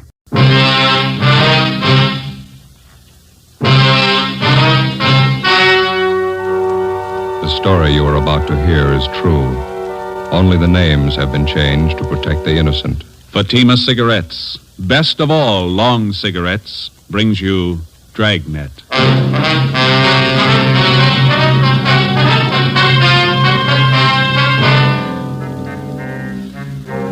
You're a detective sergeant. You're assigned to forgery detail. An accomplished check forger resumes operations in your city. The suspect's described as a middle-aged woman. She's written more than $20,000 in bad checks. Your job, get her. In a moment, an authentic case from official files. Oh, no. Ah, that's different. Yes, what a difference. In Fatima, the difference is quality. You see, Fatima is the quality king-size cigarette because it contains the finest Turkish and domestic tobaccos superbly blended. And Fatima is extra mild with a much different, much better flavor and aroma than any other long cigarette. Because of its quality, its extra mildness, its better flavor and aroma, Fatima has more than doubled its smokers coast to coast. Fatimas cost the same as other long cigarettes, but your first puff will tell you... Ah, that's different. Yes, in Fatima, the difference is quality. Ask your dealer for Fatima, the quality king-size cigarette. Best of all, long cigarettes. Start enjoying Fatima tomorrow.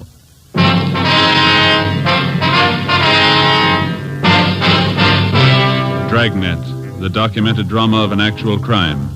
For the next 30 minutes, in cooperation with the Los Angeles Police Department, you will travel step by step on the side of the law through an actual case from official police files. From beginning to end, from crime to punishment, Dragnet is the story of your police force in action. It was Monday, April 17th. It was warm in Los Angeles. We were working the day watch out of forgery detail. My partner's Ben Romero. The boss is Captain Elliott. My name's Friday. I was on the way back into work, and it was 7:53 a.m. when I got to room 29. Forgery detail. Morning, Joe.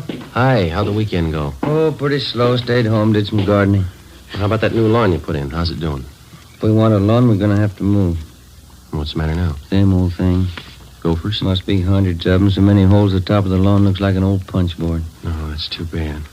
Can't you try some kind of poison on them? Or how about those new things they got out? What do they call them? Gopher bombs? I use them by the dozen. They eat anything. Joe? Ben? Yeah, Ferguson. Morning, Captain. Want to see you. Okay. What's up, Fergie? You ain't gonna like it. Skipper will brief you.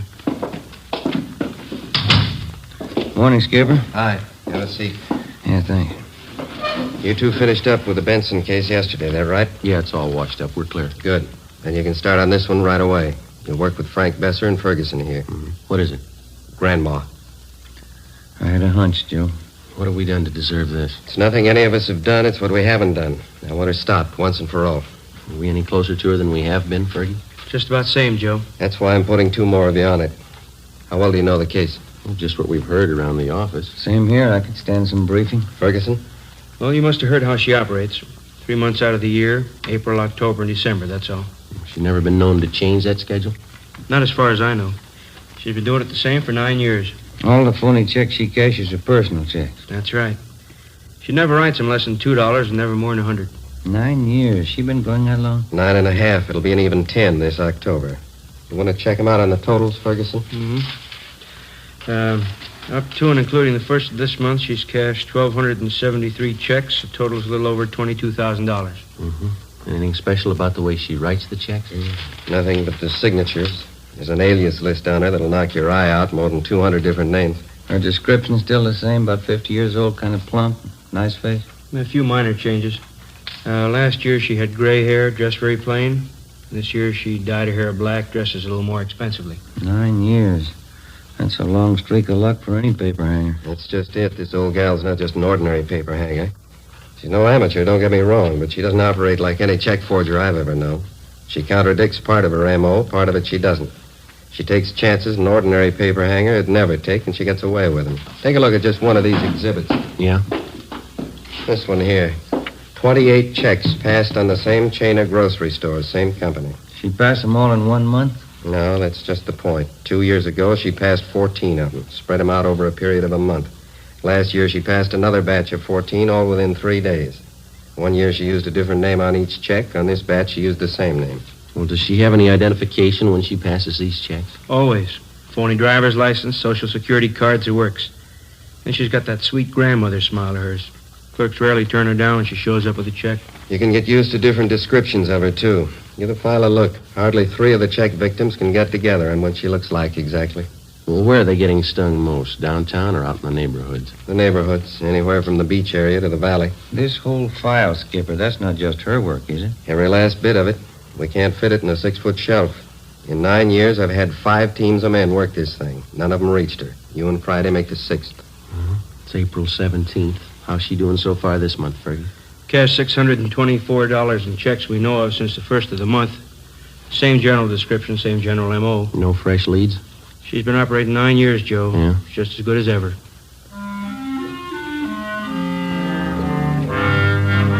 To the working detective, there's no tougher job than tracking a lawbreaker who's half professional and half amateur.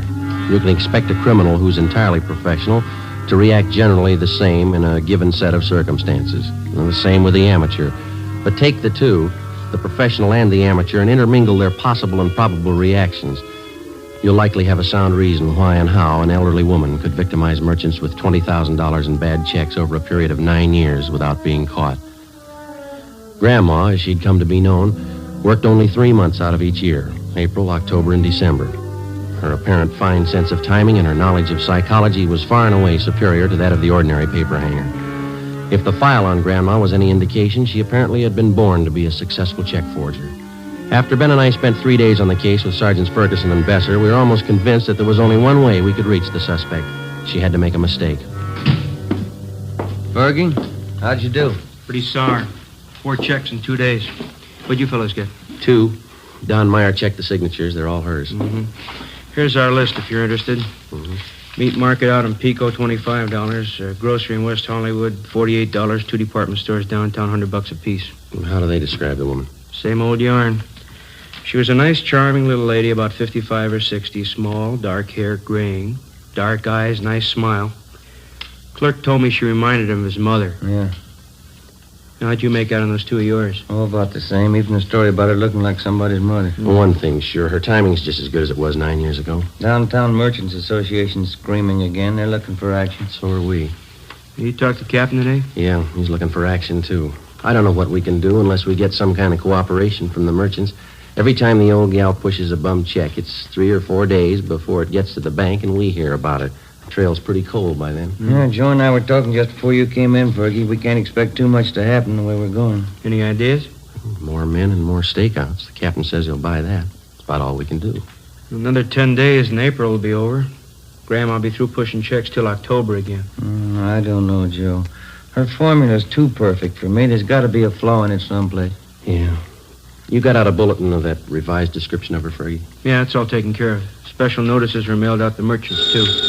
Again? Yeah. Forgery, Romero? Yes, sir. Was that's so? Yeah, right away, thank you.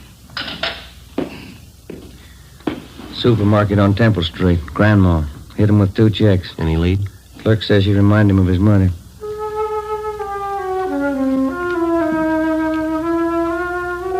A week passed. The number of stakeouts on business places throughout the city was doubled. The M.O. and description of the suspect was circulated among the merchants in the downtown and suburban shopping centers. Clerks were especially warned to be on the lookout for. The precautions went for nothing. Grandma's checks kept showing up at the rate of 2 and 3 a day. On April 27th, she passed a check for $50 at a delicatessen on Hollywood Boulevard. We drove out to interview the owner, Mr. Hammerson. Do you have one of those circulars we sent out on this woman? Well, I'm ashamed to say it, Sergeant, but I have, hanging right back there in the storeroom. The thing of it is, I never connected the two, the woman and the notice. It's the way she looks at you, you know? Like you'd be a heel to even question her. Mm-hmm. How was she dressed the last time she was in? Do you remember that? Well, she had kind of a plain black coat on. Would you excuse me a minute? I don't like to keep customers waiting. Oh, sure, go ahead. Yes. How are you, Mrs. Lyons? Need some cold meat for kids' lunches. What do you got nice and fresh? You see right there in the case. Head cheese is very fresh. Good for the kiddies. Pimento loaf's nice, too. Oh, kids don't like either one. Fussy. Better give me 35 cents that small bologna, would you? Yes, ma'am.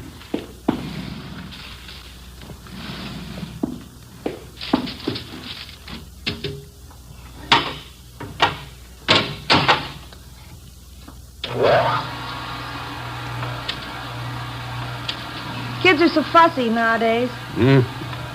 Ought to be in Europe. That's what I tell them. They know what it is to go hungry. Oh, you better give me a couple of those large kosher pickles, too. Husband's crazy for them. Yes, ma'am. And a loaf of the rye, too, would you, no seed? Yes, ma'am. How are the kiddies doing in school, Mrs. Lyons? Oh, just fine, fine. Marilyn's in the school pageant next month. She's going to be the queen. Oh, that's nice. Well, I don't know how nice it is. More work, that's all. I have to make her costume. There you are, Mrs. Lyons. Put it on the bill? Yeah, would you do that? I'll see you the 15th of the month. Yes, ma'am. Goodbye. Goodbye. Sorry to keep you waiting, officer. Not at all. Let's see now. Where was I? Well, we asked you how the woman was dressed. Oh, yeah. Had a black coat on. I told you that. Yes, sir. Very plain-looking clothes, like any other housewife. Print dress, some kind of a scarf around the neck. That's about all I noticed. How about that description of her in the bulletin we sent you? That fit her pretty well? Yeah, I guess so. She didn't exactly seem plump to me, though. Kind of a nice figure for a woman of her age. Mm-hmm. Do you know if any of your customers were acquainted with her? I wouldn't know that. She acted as though she knew some of them, but now that this has happened, I can see she was just putting on. She was a great disappointment to me. Yes, she is to a lot of people. I used to josh with her all the time. I'm a widower, you know. Thought once or twice I might even date her up. Is that so? Yeah, she seemed like a real good sport, joshing all the time, fine personality, just as homey as you please. Well, that fits in with the other descriptions. Are you ever going to catch somebody like that?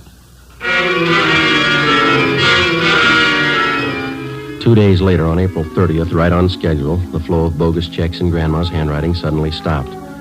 If she continued to work by the same timetable she'd been using for the last 9 years, she wouldn't start operations again until the 1st of October. During the next 5 months that followed, from May to the end of September, Besser, Ferguson, Ben, and I handled the usual run of check cases. At the same time, we used up every spare hour we had making preparations for the suspect's next appearance. Every businessman throughout the city who might be a possible victim was alerted. A revised description of the suspect, together with her M.O., was printed up and given wide distribution. Every possible precaution was taken. October came. Grandma started on the 10th year of her forgery career without a hitch. On October 1st, she cashed a check for $75 at a large downtown women's shop.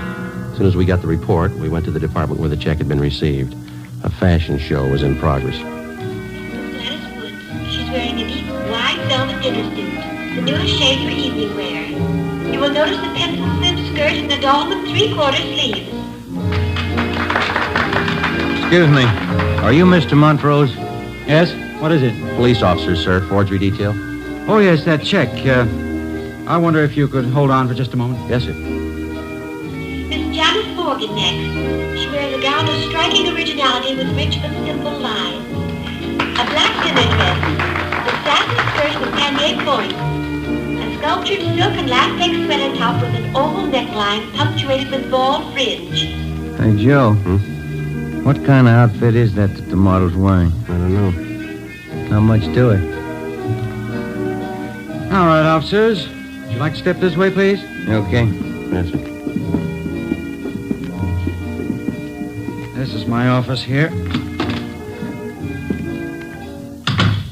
Well, I don't know what I can do for you, gentlemen. The check was passed. Very unfortunate occurrence. You okayed the check for cashing, is that correct? Yes, the sales girl handled the transaction. She showed me the check. I knew the signature, so I okayed it. Mary Walker? Yes, that's how this check was signed. What kind of identification did the woman have? Her charge account plate. You know, the small metal card, charger plates we call them. I recognized that in the signature immediately. You know this Mary Walker pretty well? She's one of our best customers.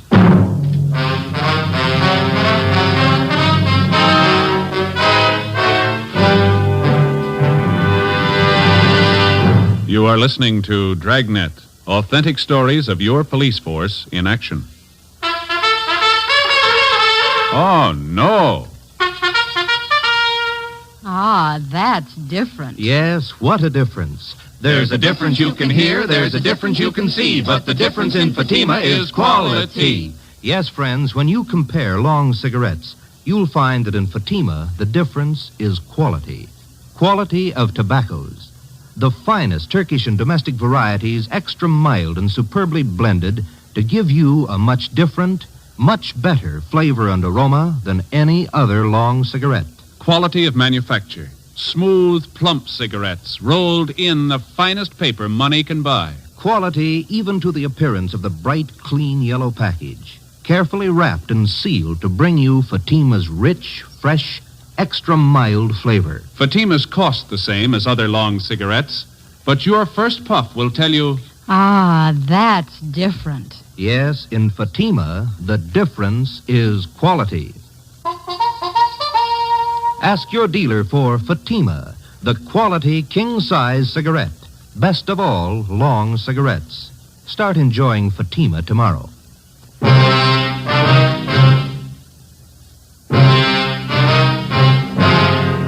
Friday, October 4th, 2 p.m. Before we left the store, we found that another worthless check bearing the signature Mary Walker had been cashed in a different department of the store the same day. The woman had used the same means of identification, a metal charge account plate stamped with the name Mary Walker. We took the 2 checks back to the office and had Don Meyer in handwriting compare the signatures. There wasn't any doubt in his mind. The writing on both checks was Grandma's. Well, it was only a hunch, but it was beginning to look as though the suspect had finally done what we'd been waiting 9 years for her to do. She'd made a mistake. Ben and I drove out to an address in the Wilshire district to interview Mrs. Mary Walker. She fit the same general description of the suspect, but she denied writing either one of the checks which bore her signature. It's out of the question, Sergeant. I couldn't have written the checks. I haven't even been in the city for the past 5 days. Then the signatures on these 2 checks here, Mrs. Walker, they're not yours. It looks like my handwriting, but it's not. I didn't write those checks. They're forgeries. Yes, ma'am. You do have a charge account at the store, don't you, ma'am? Oh, yes. I've had an account there for years. Nothing like this has ever happened, though. You have one of those charge account plates? Well, yes, I did have one. You lent it to someone in your family? No, as a matter of fact, I lost it. I meant to report it to the store, but it slipped my mind. Do you have any idea where and when you might have lost it? Well, I think it was last Sunday night. I'm not sure. Oh, well, just a minute. I know who would remember. Inez Lambert, she was there. I'm sure she'll remember. Who's she, ma'am? A girlfriend of mine. She lives in the neighborhood. Mm-hmm.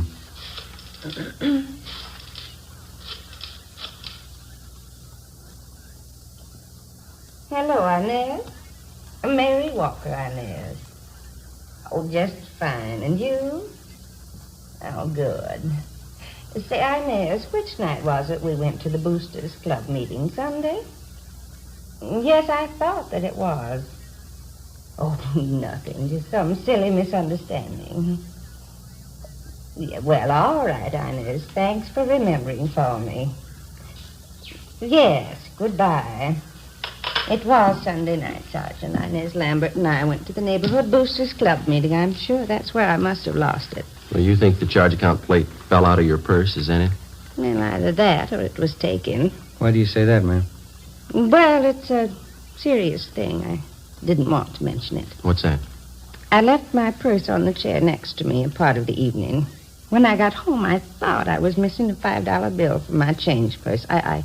I didn't notice at the time my charger plate was gone. Do you remember who was at that meeting, Miss Walker? Oh, 40 or 50 people at least. How many women would you say? Dozen or so, I suppose. I'm not accusing anybody of robbery, Sergeant. I know it's a serious charge to make. Do you know if one of the club officers might have taken a list of those present? Oh, they didn't have to. We do the same thing at every meeting. What's that mean? We all sign the attendance book when we leave. 3 p.m. Ben and I contacted the secretary of the Neighborhood Boosters Club. He gave us a list of those present at the Sunday night meeting of the club. As Mary Walker had told us, each person present had signed his or her name and address in the attendance book. We took the record downtown with us and had Don Meyer compare each signature on the list with samples of Grandma's handwriting. Number 32 on the list, fellas. That's it. Positive, Mick? No doubt in my mind. That's Grandma's handwriting. How'd she sign it? Mrs. Inez Lambert. We went down the hall to R&I and had him check the name Inez Lambert through the files. She had no criminal record. Together with Besser and Ferguson, Ben and I spent the next day and a half trailing Inez Lambert wherever she went. She fitted the description of the suspect perfectly. We questioned her friends and her neighbors. We dug back into every corner of her life for the past 10 years. The results were pretty amazing. We found that she was highly respected by everybody she knew. She was active in a dozen civic and church organizations. Her reputation was spotless. There was only one hitch. Mrs. Lambert's hobby was charities. By checking back, we found that during the past 10 years, she donated an average of $3,000 annually to various charitable organizations. Her husband's total annual income was $7,000. From her bank, we obtained specimens of Inez Lambert's handwriting. It matched almost perfectly with every signature in the Grandma file.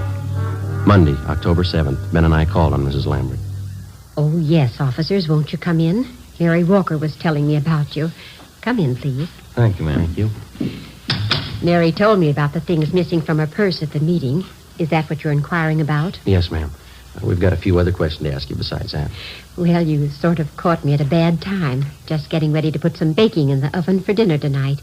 Would you mind very much if we talked back in the kitchen? I've got to get this done. No, not at all, ma'am. It's back this way. Oh, there goes my cream sauce again, boiled over. Just take a chair there, officers. I'll be right with you. Thank you. Thanks. This cream sauce is so temperamental, can't take your eye off it for a minute. There. Shouldn't boil over now. Would either of you officers care for a cup of cocoa? Chilly out today. Well, no, thank you, ma'am. We only have a few questions for you. It won't take long. Yes, all right. Would you mind holding this bowl just a minute, Sergeant? Oh, yeah. I just have to get this in the oven for dinner. My husband's favorite dessert. It's called pinch pie. It's kind of a meringue tart. Mm-hmm. Let me see. Take 2 eggs, I guess. There we are. Get these egg whites beaten up nice and light. That cup of sugar on the sink, Sergeant. Would you be so kind? Yeah, all right. Here's your sugar, ma'am. Thank you. Now, what is it you wanted to know? Mrs. Walker had her charge account plate stolen that night at the Boosters Club meeting. Somebody's been using it to cash bad checks in her name. Is that so? Mary didn't tell me that. The same person who's using that charger plate has been cashing bad checks all over the city. He's been doing it for some time. Oh, my. Well, I don't think I can help you, Sergeant. I went to that meeting with Mary. She says somebody must have been in her purse, but I didn't see them. Do you have that charge account plate, Mrs. Lambert? Me? Oh, no, I have my own. Now, let me see. Teaspoon vanilla, teaspoon vinegar, teaspoon water, combined in a small pitcher or cup. We've got good reason to believe you have that charge account plate, ma'am. Did you take it from Mrs. Walker? That's a silly thing for you to say, Sergeant. I told you I have my own charge plate. I never borrow anyone else's, no reason to. Add a few drops of combined liquid. Beat constantly. Did you cash 2 checks last week and sign them with Mrs. Walker's name? Why, of course not. Why should I do such a thing? Mary Walker's one of my best friends. I wouldn't do that to her, even as a joke. Well, our handwriting man compared the signatures on those 2 checks, Mrs. Lambert. Both of them match your handwriting. When all of the ingredients have been added, continue to beat the meringue for several minutes. Oh, I'm sorry. What was that you said, Sergeant? I said that the signatures on those 2 forged checks, our handwriting man compared them with specimens of your signature. They both match. Well, then your handwriting man certainly made a mistake. Oh, there's a large white platter up in that cupboard there. Would you reach it for me, please? All right.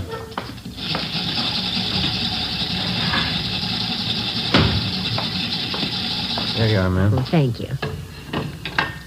Now, you deny that you wrote those 2 forged checks last week. You deny that you've written and cashed about 1,500 worthless checks in the last 9 years. Well, of course I deny it. You're sure you haven't made a mistake? We're sure, ma'am. I'm sorry. You'll have to come downtown with us for questioning. Oh, what's that? Oh, my. It's the cream sauce again.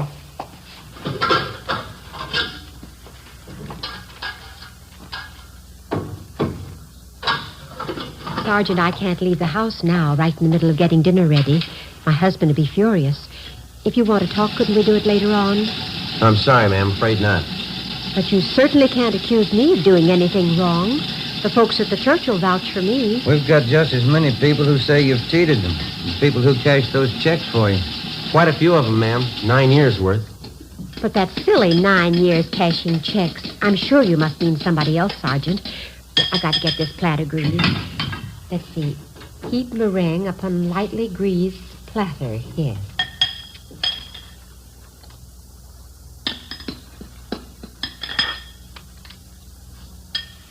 Look, we have a record downtown on every single check that you passed since you started, ma'am. We've got specimens of your handwriting and people to identify you. We know what your income is. We know how much that you've given to charities. Money's got to come from someplace. Is that what the checks were for? Excuse me, I've got to get this meringue in the oven. Let me see.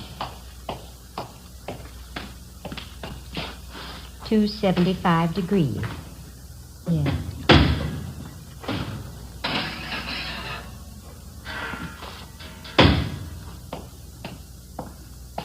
I hope I put in enough vanilla. You want to tell us about it? I never thought about anyone finding out. I guess I should have expected it, shouldn't I? Yes, ma'am. It was all for charity. There were so many of them. Orphanages, old people's home, Christmas Poor Fund, and then the overseas relief charities. They all need money. Somebody has to take care of them. Your husband knew nothing about this for 10 years? Nothing at all. They were my charities. I had to have money for them. I took money from people who had it and gave it to those who didn't. What do you think, Sergeant? Was I wrong? Do you think the good Lord will say I was wrong? I wouldn't know, ma'am. I only wanted to help the poor like he did. I came to help the poor. Well, there's a big difference, ma'am. Yes? He didn't use a checkbook.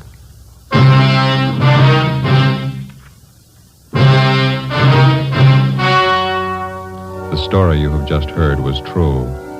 Only the names were changed to protect the innocent.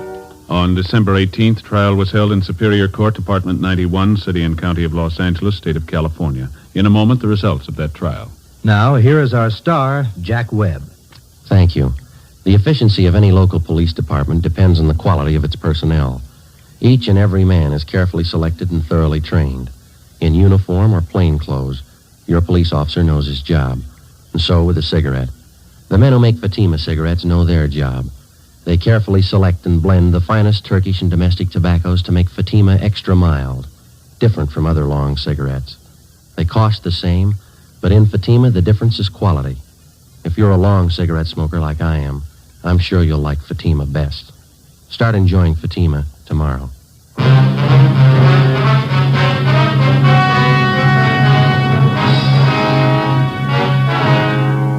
Inez Lorraine Lambert entered a plea of guilty to 2 counts of forgery, and the remaining charges were set off calendar. She was sentenced by the court for the term prescribed by law.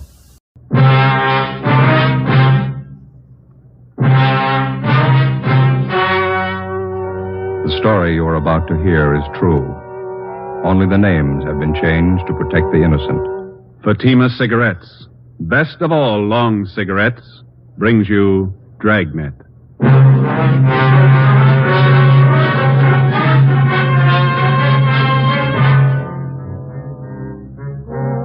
You're a detective sergeant. You're assigned to burglary detail. A man posing as a doctor is burglarizing homes in your city. You have his description. Your job, find him.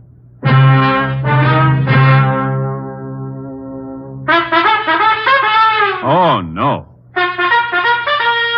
Ah, that's different. Yes, what a difference. In Fatima, the difference is quality. You see, Fatima is the quality king-size cigarette because it contains the finest Turkish and domestic tobaccos superbly blended.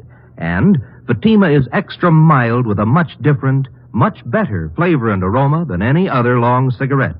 Because of its quality, its extra mildness, its better flavor and aroma, Fatima has more than doubled its smokers coast to coast. Fatimas cost the same as other long cigarettes, but your first puff will tell you... Ah, that's different. Yes, in Fatima, the difference is quality. Ask your dealer for Fatima, the quality king-size cigarette. Best of all, long cigarettes. Start enjoying Fatima tomorrow.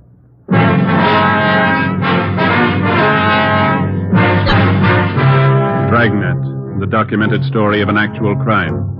For the next 30 minutes, in cooperation with the Los Angeles Police Department, you will travel step by step on the side of the law through an actual case from official police files. From beginning to end, from crime to punishment, Dragnet is the story of your police force in action. It was Sunday, November 22nd. It was chilly in Los Angeles. We were working the day watch out of burglary detail. My partner's Ben Romero. The boss is Thad Brown, chief of detectives. My name's Friday. It was 9:35 a.m. when we got to 5918 Canyon Cove, the home of Marla Hutchins. Yes, Miss Marla Hutchins? I'm Miss Marla Hutchins. We're police officers, ma'am. This is Sergeant Romero. I'm Sergeant Friday, Central Burglary. Come in. Thank you. Betty told me she called you. Your name? Yes, I'm Betty Drake. I called you. And if you could tell us what happened, please. Dr. Arthur Schulte was treating me for headaches I have. Took my mink coats and my jewelry. Mm-hmm. Do you have a list of what's missing? Betty will have a list of what's missing.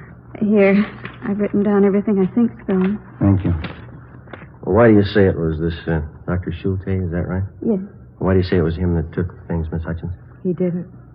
I know he didn't. The doctor was the only other person in the apartment, officer. When was this? Last night. What time was the doctor here last night? It was about 8. I heard him leave later, about 9:15. Is that right, Miss Hutchins? Yes, that's right. Well, could the apartment have been entered without either one of you knowing it? No, sir. The back entrance is double latched, and no one could have broken in the front way. My room's right beside the front door, and I would have heard. You told us on the phone that this Dr. Schulte was middle-aged, dark, close to 5'11", stocky, wears a goatee. Yes. No other distinguishing features. Is that correct? Yes. How about his clothes, the way he was dressed? He was about average. He had on a gray suit the last time we saw him. Thank you. You know who he is? We'll find out. What kind of treatment were you taking from Dr. Schulte, Miss Hutchins? We call it hypnotherapy for my headaches. Mm-hmm. Last night, the same thing? Yes. Or anything different from his previous visits? I was very nervous. He made me take 3 sleeping capsules, and I went to sleep. And she was still sleeping this morning when I went in and found everything in the dressing table all over the floor. I see. Have you known this Dr. Schulte long, Miss Hutchins? About 4 months. Did you meet him at a party, maybe? No, I was a student of his. Where was this?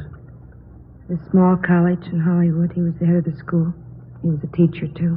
Do you have the name and address of the college? Betty can give it to you. It's in my desk. Are you still a student there? No. I don't take the course. I stopped. Mm-hmm. College was closed. That's when he came here to treat me for my headaches. How did he start giving you these treatments, Miss Hutchins? One day in his lecture, I fainted. Took me to his office and told me that pain was only a state of mind. State of mind. Yes, ma'am. My headache didn't bother me anymore. He said that relief would only be temporary if I didn't take regular treatment. Well, did you see him regularly? I saw him twice a week. Twice a week. Always here? At the college, then it closed. I don't know why. He telephoned and said he would continue here. Well, where did you get in touch with him when the college closed? I never did. He always called here. Do you have any idea where he is now? No, I just know that he's a thief. Yes, ma'am. Why don't you lie down, Miss Hutchins? You look tired. All right. Thank you, Miss Hutchins. Yes, ma'am. Thank you very much. All right. Would you gentlemen like some coffee? Oh, Ben? I could sure use some. Well, it'd be very nice, miss. Thank you. Officer, Yes, ma'am. if this man's just a common thief, treatments he's been giving Miss Hutchins couldn't have been very good, could they? She's still got the headaches, hasn't she? 11:50 a.m. We checked the apartment for physical evidence. There was nothing to indicate that the place had been broken into. We put in a call to Latent Fingerprints to send a man out to check the closet and dresser. We completed the crime report, and Betty Gregg, the maid, gave us the name and address of Dr. Schulte's college, the Los Angeles College of Psychotherapeutics and Psychiatry at a Franklin Street number in Hollywood. Ben and I got out a teletype to Sacramento asking information on the chartering of the school that Dr. Schulte was supposed to have headed. We checked on Betty Gregg, the maid, and found that she was a Los Angeles girl, parents still living in the city. She had a good reputation. 2:35 p.m., we went to the address where the college had been. It was a big brown clapboard house with several dormer windows facing the street. It was vacant. The front door was boarded up. A rental agency sign was stuck up on one of the pillars on the front porch. Joe. What room there? Must have been where they had classes. Rows of chairs nailed down, you see? Yeah, let me look. Yeah. I don't see any papers inside, no mail. Hi. Yeah. My name's Tom Thompson. You interested in the place? You the agent? No, I just live next door. I'm a dry cleaner myself, but I sort of promised the real estate agent I'd keep an eye peeled, see if I could be of help if anyone came on Chapel. Police officers. We're just checking. Oh, was there something wrong? Somebody break in? Did you live next door when this was a school here? Yeah, that psychology bunch here about, 10 months, maybe less. I always thought it was kind of a shoestring operation. How do you mean? Oh, not much dough. They're just making ends meet, no class, Always just adults? Well, classes used to be mostly during the day I was at work. The wife used to tell me, no kids that she ever saw. Did you know the man that ran the school? No, but he was a middle-aged guy with a kind of a pointed beard. Had a pal, though, a younger guy. Never stopped to talk. They're pretty tight-mouthed guys, like I said. Why, what'd they do? Routine investigation, Mr. Thompson. Do you have any idea where they might be contacted now? No. Real estate agent said they skipped without paying last month's rent for him. He's been trying to find them. Mm-hmm. Do you remember their names? Well, let's see. Wait a minute. The older guy, the guy with the beard, was named Schultz or something like that. I can't remember the young fellow, though, but... Hey, wait a minute. I got their door. How's that? I got their door. The agent let me have the front door. I'm building a patio porch in the back of my house, and the glass that I took out of the door's got the names lettered on it. Well, that's fine. Come on. I'll see if I still got it in the garage. It's right around here. Okay. A little chilly today, huh? Yeah, a little. Want to stand back there and hit you and open Watch it? the door, Ben. Yeah. Here we go. I like to keep a nice, neat garage. Sure looks nice. Oh, thanks. Say, did these men live in the house, Mr. Thompson, or did they just use it for the school, do you know? Oh, best I know, just for classes. Like I say, they're pretty tight-lipped guys. Not very friendly. They're real quiet. Mm-hmm. Yeah, here it is. I got it. Just leave it right there. We'll come over there. You won't have to move it. Let's see. Los Angeles College of Psychotherapeutics and Psychiatry. Dr. Arthur William Schulte. Schulte. DAA, PhD, SCD. Well, of course, sure. Dr. Leo George Donaldson. DV, PhD, SCD. Mm-hmm. I got it, Joe. Okay, fine. We're much obliged, Mr. Thompson. Here's our card. If you hear anything regarding these men, we'd appreciate you calling us. Oh, sure. I'll be glad to. Wait a minute. Here. Here's my card. Oh. Ideal Cleaners over in Ivar. If you get around that way, why, drop some stuff off. I'll see it gets special attention. Well, thank you very much, Mr. Thompson. No, it's okay. I'm sure glad I didn't throw that glass away. Brother, look at all the letters after the names, eh? Wonder what it takes to get a lineup of degrees like that. Paintbrush in about 10 minutes. 5 p.m. Ben and I drove back to the office. There was a report from latent fingerprints. Nothing but the prints of the 2 girls had been found in the Hutchins apartment. We checked what information we had on Schulte and Donaldson through to the FBI on the teletype. A check of doctors registered with the Los Angeles County Medical Association and the American Psychiatric Association failed to turn up anybody named Dr. Schulte. We had our I Bureau and Stats Office make runs on Leo Donaldson and Schulte and a rundown on the reports where the burglar had posed as a psychologist. The Stats Office turned up a couple of dozen new suspects. We pulled the mug shots and headed for the Hutchins apartment. Looks like something doing at the Hutchins apartment house. A lot of cruiser cars, huh? Let's have a look. Sorry, can't go in. Sergeant Friday Romero, Central Burglary. Oh, sure, Sergeant. What's the trouble? Girl named Hutchins shot herself.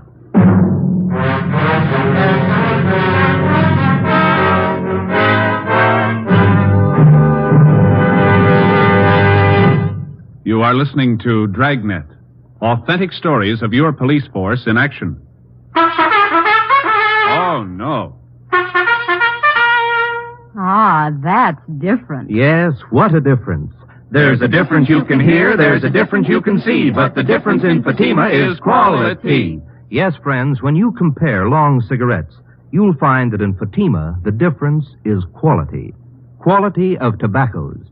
The finest Turkish and domestic varieties, extra mild and superbly blended to give you a much different, much better flavor and aroma than any other long cigarette. Quality of manufacture. Smooth, plump cigarettes rolled in the finest paper money can buy. Quality even to the appearance of the bright, clean yellow package. Carefully wrapped and sealed to bring you Fatima's rich, fresh, extra mild flavor. Fatimas cost the same as other long cigarettes, but your first puff will tell you... Ah, that's different. Yes, in Fatima, the difference is quality. Ask your dealer for Fatima, the quality king-size cigarette. Best of all, long cigarettes. Start enjoying Fatima tomorrow.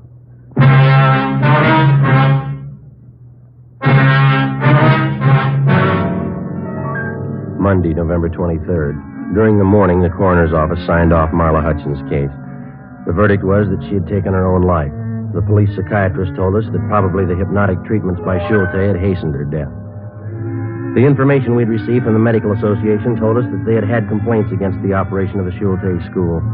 They had pointed out to us that it takes over 12 years in recognized medical schools to become a member of the American Psychiatric Association. Schulte had been mass-producing pseudo-psychiatrists in 8 weeks. 1:40 p.m., we met with Captain Fulton. School was a phony. Degrees and diplomas sold anybody who had cash. Huh? Yeah. They're not operating anymore? We checked that out. They're gone. Well, here's the answer to your teletype to Sacramento. Thank you. Gives details on the application for the school, the Schulte. He's listed as founder and dean. Donaldson is listed as staff. No addresses other than the Franklin Street number there. Anything else? A month ago, Leo Donaldson opened courses of instruction in Los Angeles under the title California Physicians College of Psychiatry, 781 South Hill Street. Schulte associated with him? No. Have any idea where Schulte is? No, we don't, but we're looking.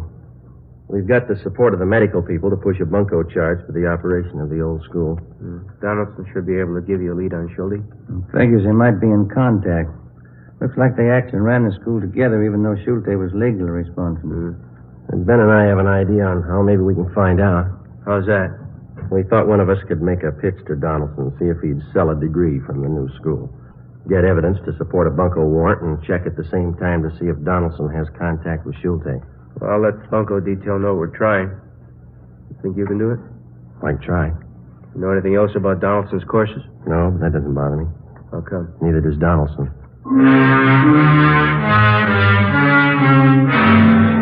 In trying to get Schulte through his former associate Leo Donaldson, we again contacted the Medical Association. They furnished us with the name of Ralph Morse, a graduate of the Franklin Street School, who had since been killed in an auto accident. Tuesday, 11:30 a.m., Ben and I got to 781 South Hill Street, a 7-story office building in the heart of the Los Angeles business district. The directory in the lobby listed the California Physicians College of Psychiatry for rooms 214 and 216. Ben waited outside in the car. I took the elevator up.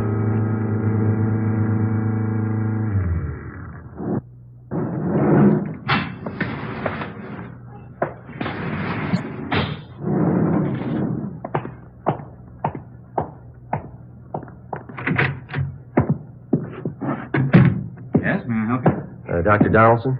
I'm Dr. Leo Donaldson. May I be of assistance? Well, my name is Frank Ditton. I wanted to ask about the curriculum here. Well, we've just opened, Mr. Ditton. We're not quite ready to start classes. You understand this is very advanced instruction. Most of our students will have had considerable background in psychiatry. Oh. Well, a friend of mine, Dr. Morse, said that he was sure I'd be a good student for you. Dr. Morse? Mm-hmm. I'm not sure I place him. Well, he was one of your students at the Franklin Street School. Said that Dr. Schulte knew him quite well. Oh, yes, I remember. Brilliant man. How's he getting along? He was killed in a car collision. Oh, that's too bad. Well, frankly, what I was interested in is being able to take over his practice. Could I get the same deal he got? I think so, Mr. Ditton. What'd you have in mind? Well, take some courses and get a degree. I worked with Morse for a while. I can set up a clinic. He did okay. I figure maybe I can, too. Well, here's a list of the courses we'll offer. Thank you. We'll go over it together, and you can indicate what sphere of study you'd like to undertake. Mm-hmm. Does Dr. Schulte teach any of these courses? No, he doesn't. Now, the first semester will include painless and drugless childbirth, practical and applied psychology, autosuggestion, prenatal suggestion. Yeah. Well, look, Dr. Donaldson, straight practical and applied psychology is the specialty that I want. See? What degree do I get and how much will it cost? Well, the least expensive is a doctor of psychotherapy at $450. A doctorate of philosophy and psychology is $500. For all purposes, if you can afford it, Mr. Ditton, is a doctorate of science. That's $800. Oh. That course was $1,000 at the Franklin Street School. Yeah. Well, I don't know. That's a lot of money. I guess I have to have it, though. I wonder if you'd take a check now. Certainly. You understand what a tremendous advantage these degrees are to the professional man who, for one reason or another, may never have had a chance to get a college diploma. Mm-hmm. Well, the course is very hard? You look like an intelligent man, Mr. Ditton. I'm sure you'd have no difficulty. All right. Well, say, look, Doctor, I live out in Van Nuys now, and I'm working 3 days a week at the present time. It's going to be pretty tough to get downtown here. Do I have to be here every day? Since it's the diplomas most of our students are interested in, we have, on occasion, made exceptions in cases like yours. Well, I'd appreciate that. We could possibly, in the case of a doctorate of science, present you with your diploma in advance of you taking the course, and you could launch into private practice at once and take the course whenever it suited you. Well, I couldn't ask for a better deal. Everything's mentioned in this catalog. The forms are in the back. Why don't you sit down right there? Oh, thank you very much. And rules and regulations. No books are required of students. Well, that's a break, huh? We lecture a little differently from some colleges, and therefore we've dispensed with texts because we feel they tend to confuse the data. Mm-hmm. When I take the course, who will be my instructor? I will. Well, Morse talked a lot about Dr. Schulte. Did he teach any of the classes? No, Dr. Schulte was associated with me in the operation of the Franklin Street School, but is not the staff member of the California Physicians College of Psychiatry. Well, I'm just wondering, if I paid extra, could I get some classes with him? Morse said that he picked up a lot of useful information from Schulte. He's a fellow with a goatee, isn't he? Yes, that's right. Well, truthfully, I have no idea where Dr. Schulte is presently located. I understand. Now, that's one regulation here. Yes. No student will be admitted who cannot show documentary proof of the successful completion of secondary school work. High school. You can understand that, can't you, Mr. Ditton? How do you mean? Well, there are certain minimum academic standards we must observe. Yeah. In order to maintain the quality of our degree. Dr. Donaldson accepted my check to the amount of $800. I asked for a receipt, and he filled out a blank Doctorate of Science degree, which he carefully lettered with the name Frank Ditton, and signed himself as dean. I arrested Donaldson, and Ben and I took him in for booking. 1 p.m. We received a long teletype from Washington. Arthur Schulte had a record of arrests and convictions back east. It started with a conviction 16 years ago for the interstate transportation of pornographic motion pictures. The record gave us no known addresses, but important in the information was the fact that Schulte had originally been trained and had worked at being a projectionist in movie theaters. In the M.O. was the notation that he'd been known to take up his old occupation when sought by authorities. 1:35 p.m., we contacted the local office of the Motion Picture Projectionists Union, where they told us that they had placed an Arthur Schulte in the booth of one of the Main Street newsreel houses on Sunday. That was the day before. 2:30 p.m. The Crescent Theater was buried between two bars and advertised an hour of newsreels and short subjects for 20 cents. Where's the manager? I'm him. Can we talk to you a minute, police officers? What? I say we're police officers. We'd like to talk to you. Nobody here to take over. Why don't you come in and I can open the booth door here and talk? Okay. Right around the back, I guess, here, Ben. Where is he? Hey, mister. Okay. What's the trouble, officers? You have a man by the name of Schulte working here? That's right. Projectionist isn't working right this minute, though. Comes on duty at 4. An hour. All right. I wonder if you'd take a look at this description, please. Sure. There you are. 5'11". Man working here is clean shaven, no goatee. Outside that sounds the same. Mm-hmm. Any idea where he lives? No, I don't. Well, we'll have to wait for him here. All right. Wait a minute. Just one? Where you want to wait? Inside? Well, I think we'd rather stay up in the projection booth if it's all right. Up the steel stairs there on the right. Tell Pete Eigen. He's the man up there now. I said it was okay. All right, don't say anything to him when he gets here, will you, sir? I won't, officer. Come on, Ben. It's this way. It's a long climb, huh? Yeah, it is. It's right up there. Oh, yeah.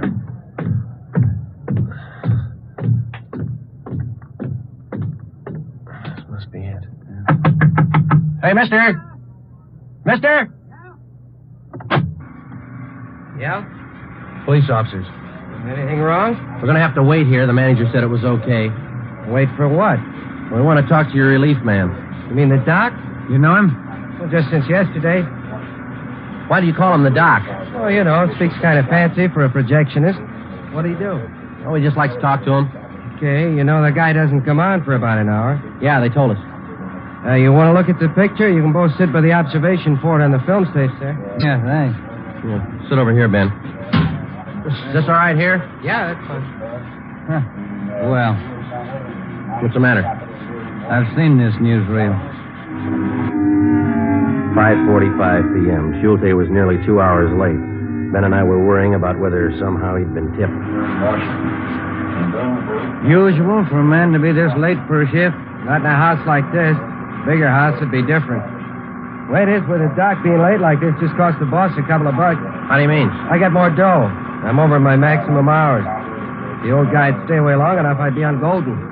Golden? What's that? Yeah, double and a half time. Boys in the business call it Golden time. Oh. Most dough you can get is double Golden. You get that working over maximum number of hours after midnight on a Sunday. Uh-huh. That's double Golden. Never happened to me, though. How do you stand?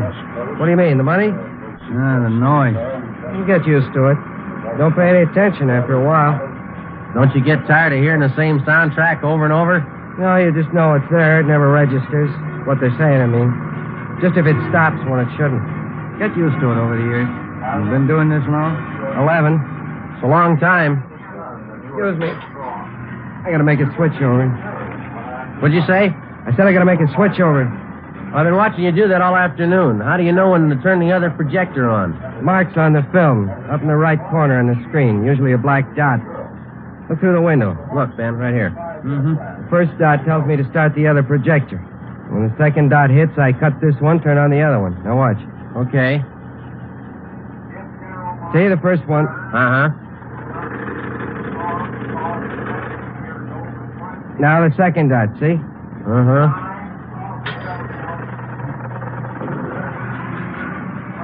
Smooth. You never know the difference. Simple stuff. People never seem to notice the switches. Just a minute. Hi, Doc. A little late. Sorry, overslept. Your name, Schulte? That's right. Police officers would like to talk to you. I have to go to work. It'll wait. You want to go downstairs? All right. This way.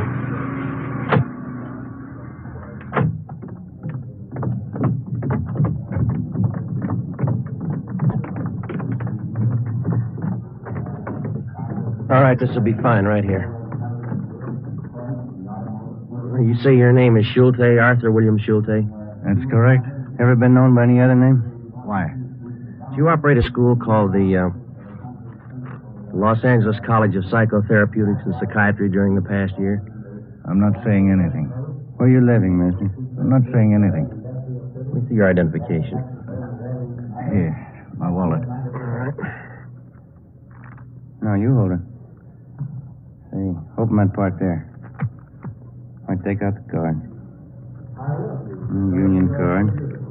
We'll take it stub. Social Security card. That second thing there behind the cash. Yeah. Let's try that folded piece of paper there. It's just a bill. Mm-hmm. What is it, Joe? It's a bill. Milliken Hotel. Let's go. We drove to the Milliken Hotel, about 6 blocks from the theater in the same Skid Row district. We got the key from the room clerk and went up to Schulte's room. It looked like any dingy hotel room. A small footlocker sat at the end of the bed on the baggage stand. 2 suitcases were over by the closet, and sitting on the floor alongside the bureau were 2 waist-high stacks of books. You got the key to the small trunk? I don't have to submit to this. Let's open it up. Open it yourself. Here's the key. All right.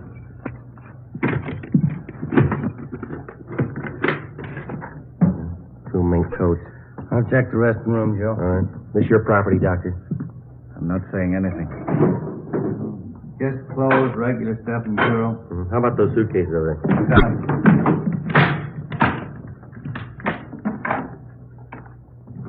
What do you got? How about this? Cigar box. It's taped shut. What's inside, Doctor? Nothing you'd be interested in. I'll open it, Joe.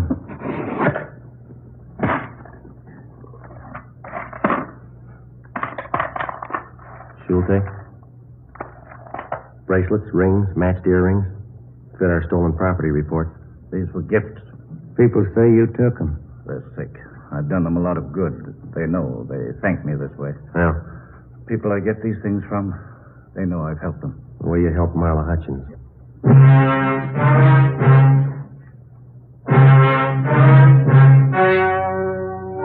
The story you have just heard was true. Only the names were changed to protect the innocent.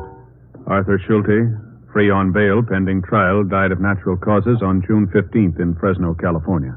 Leo Donaldson was tried and convicted of grand theft and served a term prescribed by law in the state penitentiary.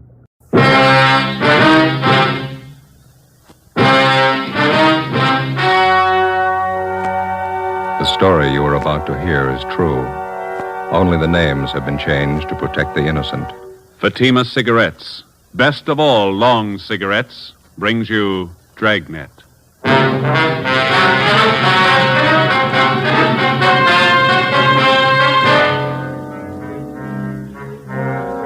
You're a detective sergeant. You're assigned to robbery detail. A store clerk has been murdered, shot to death in a robbery. The holdup man is described as tall, well-dressed. He escapes in a taxicab. Your job, get him.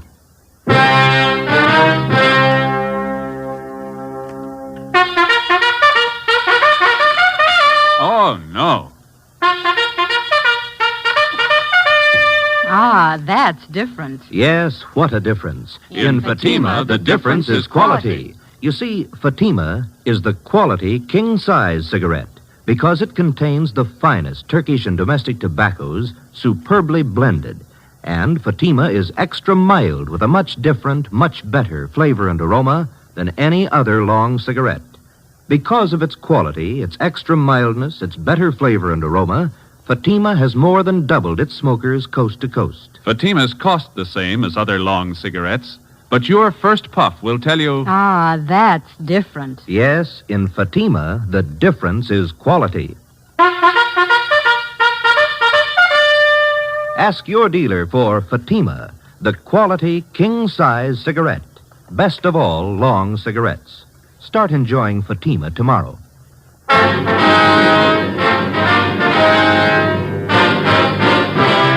Dragnet, the documented drama of an actual crime. For the next 30 minutes, in cooperation with the Los Angeles Police Department, you will travel step by step on the side of the law through an actual case from official police files. From beginning to end, from crime to punishment, Dragnet is the story of your police force in action. It was Friday, August 17th. It was hot in Los Angeles. We were working the night watch out of robbery detail. My partner's Ben Romero. The boss is Captain Walker. My name's Friday. It was 8:35 p.m. when we got to the Church of St. Damien, the vestibule.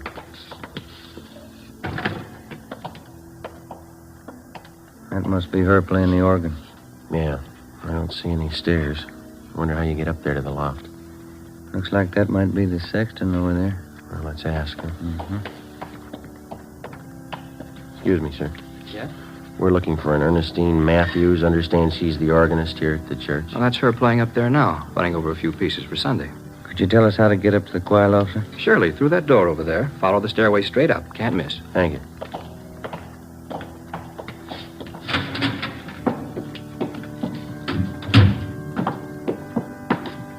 Sure has been a long time. Yeah, what's that? Climbing stairs to a choir loft. Sang a lot in church when I was a kid. Boy soprano. All right? They finally threw me out. Voice changed. Yes, did you want something? Are you Mrs. Ernestine Matthews? Yes, did you come about the new choir books? No, ma'am. Police officers. Oh, can I help you? It's about your husband, Miss Matthews. Bert, what about him? Has Bert done something? He was hurt, ma'am. Well, I don't understand. Bert's working at the store. What do you mean he was hurt? There was a holdup. Dear God, my husband. Was he hurt bad? Yes, ma'am. Where is he? I've got to go to him. Is he in pain? No, ma'am. What are you trying to say? Dear God, tell me the truth. Which hospital is he in? They took him to Georgia Street. They helped him all they could. You're not trying to tell me Bert's dead? You're not trying to tell me that, are you? I'm sorry, ma'am. In the past 16 days, 7 armed robberies had been committed, apparently by the same man. The suspect was described by victims as tall, heavily built, and very nervous. He was armed. It's cold logic that every suspect who's armed in the commission of a robbery is a potential killer. It's a fact that's been proved 100 times over. The man we were after had proven it again. We'd used every means at our disposal to identify him, through the Stats Office, the Record Bureau, latent fingerprints, through informants and witnesses. We'd gotten out an APB on him containing his description and his method of operation. We'd maintained stakeouts. We hadn't reached him in time.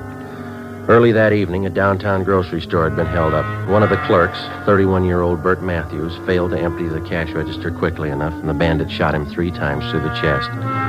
He died almost instantly, and the hold-up man escaped. There was only one witness, another clerk who had been on duty in the store with Matthews at the time of the hold-up. His name was Jess Tallman. He was brought to the city hall, where we questioned him further. Did you see Bert's wife? Does she know? Yeah, we dropped off at the church on the way in. Drove her to her sister's place. Still can't get it through my head. One minute I was talking to Bert, next minute he was dead. It's kind of hard to take, you know. I'd like to go over that description of the hold-up man. You were pretty upset out there at the store. Do you feel up to it now? Yeah, I'm okay. All right, now you just take it easy. Tell us everything you remember and take all the time you need. Well, I know he was a big guy. Over 6 foot anyway, I'm sure of that. He had a good build, too. Wasn't skinny. How about his face, Jess? Did you get a good look at it? Yeah, I did. It was thin, and he kept working it around, twitching like. Guy was plenty nervous. Mm-hmm. Can you tell us anything else about it? He was young, about 21, I'd say. Had dark color eyes. That's about all I'd swear to, Sergeant. He had a hat on, I know that. Mm-hmm. How about the rest of his clothing? I wouldn't be sure about it. Could have been a gray coat, blue coat, I don't know. I wouldn't want to give you a bum steer. Did you get a look at the gun? I couldn't miss that. It was a big one. It wasn't shiny. It was kind of dark blue color. I can see the guy now walking in the store and pointing it at Bert. What time was that again, Jess, when the bandits showed up? Just about 7:30. Bert was behind the counter. I was in the back stacking the shelves. The guy just walked in, pointed the gun, said, "Give me the dough." I heard him say that. Mm-hmm. Bert was kind of surprised. He just stood there for a minute, and the guy said, "Hurry up, give me the dough." And Bert said, "Okay, you can have everything." And he reached to get the dough from the cash register. That's when the guy did it. He hit Bert right in the chest. What happened then? Bert moaned a little and fell down on the floor. I got so mad I started running for the guy, but he swung around at me with a gun and said, "Stay where you are." Yeah. Well, I didn't want to get killed. I stopped. You can't blame me for that, can you? Did you follow the man when he left? Well, you see, he backed out of the store, and when he got to the sidewalk, he jammed the gun in his pocket and ran down the street. I ran out after him, saw him jump in a taxi cab and take off. Did you get the cab's number? Well, he was too far away for that, at least halfway down the block. I know somebody else must have been driving it, though. How do you know that? The cab was already moving when the hold-up guy jumped in. He got in the front seat. How do you know it was the front seat and not the back? The way those cab doors open, Front doors swing out to the left, back ones swing out to the right. That ties in, Joe. Used the same MO on those hold-ups last week. Yeah. You got anything else to add, Jess? Anything you think we ought to know? It's about the size of it, Sergeant. You don't think I'm yellow, do you? Well, how do you mean? I mean, because I stopped when he pointed the gun at me. Guess I should have grabbed him, but that gun looked as big as a cannon. Let's face it, I'm not that much of a hero. No, I'll put in with you, Jess. Huh? Neither am I. Along with a team of men from homicide detail, we continued our investigation of the holdup and killing. Ballistics reported that the slugs taken from the body of Bert Matthews had possibly been fired from a .38 caliber Colt revolver. The slugs were in good condition for identification. All the possible suspects picked from the mug books by the victims had been checked out. All of them had been cleared.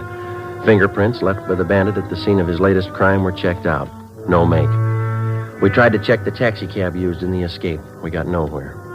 The morning after the Matthews killing, we got a call from Sheriff's Homicide. We went across the street and checked with Inspector Bowers. Either one of you remember that case about 6 months ago, the Harry Solomon killing? Oh, yeah, Inspector. It's pretty vague right now. Your men handled it, a county case? Yeah. Let me lay it out for you. It's just possible it might tie in with that killing you fellas had last night. And what's the angle? Harry Solomon was a taxi cab driver. The night of February 26th, somebody saw him pick up a fare at Sunset and Highland about 10:30 p.m. That's the last time he was seen alive. Yeah, I think I remember. The next morning, we found Solomon's body in a ditch out in the valley. 2 .38 slugs in his head. Found his cab a few yards up the road, abandoned. Killer used a .38, same kind of gun used on last night's job. Here's something else that ties in. Yeah? A description of the passenger Solomon picked up at Sunset and Highland the night he was murdered. The last fare he ever handled. Mm-hmm. White male American. Over 6 feet tall, heavy build. Age, 20, 21, dark eyes. Had a dark suit on and a hat. Matches up all the way down the line.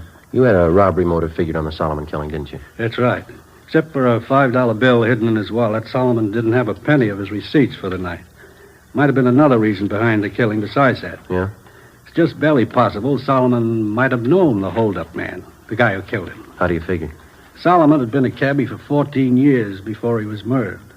From this hold-up man's M.O., using cabs for a getaway car, it's possible he might have been a cab driver at some time or other. You mean if the killer got in the cab and thought Solomon recognized him, was suspicious of him? That's right. Could have been reason enough for him to kill Solomon. I know there's a lot of coulds and ifs and maybes in it, but I thought you might be interested. Well, we'll check it out first thing. How are your men coming on the Solomon case? Progress is pretty slow. Well, we'll keep you posted on anything new. Fine. If we can help, let me know. Right. Bye.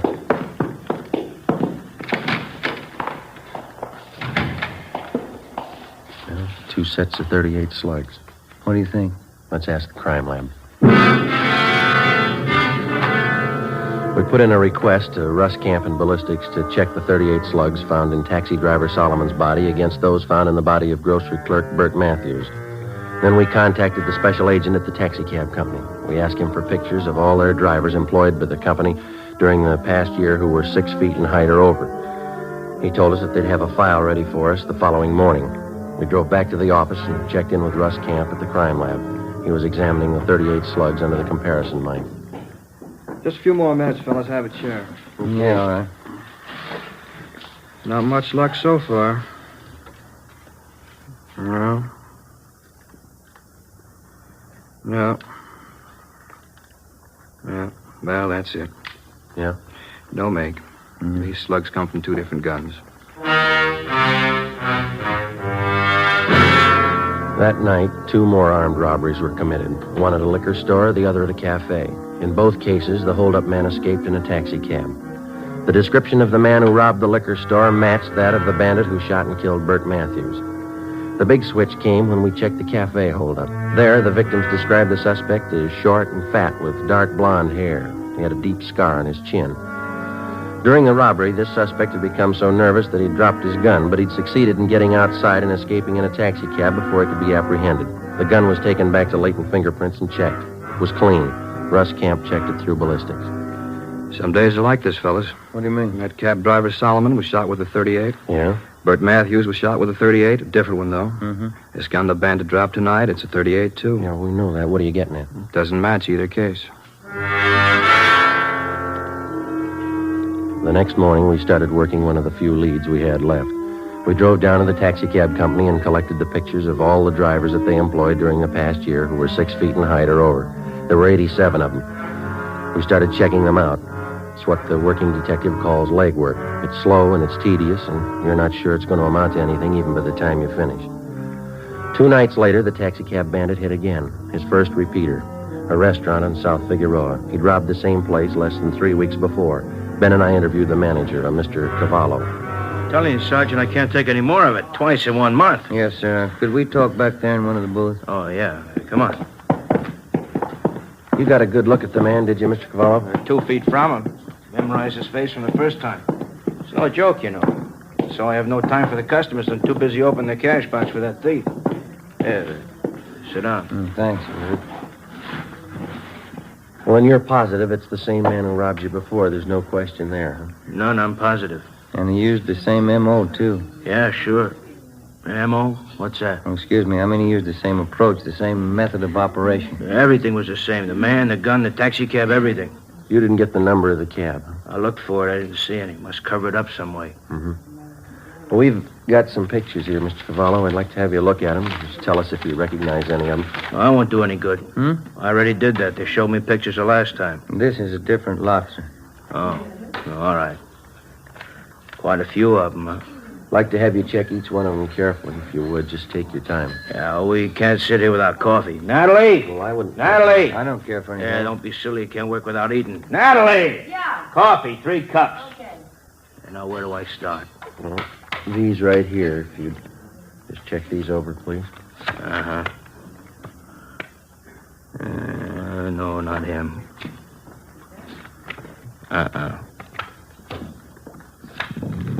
Not him either. Oh, thank you. Thank you. Yeah.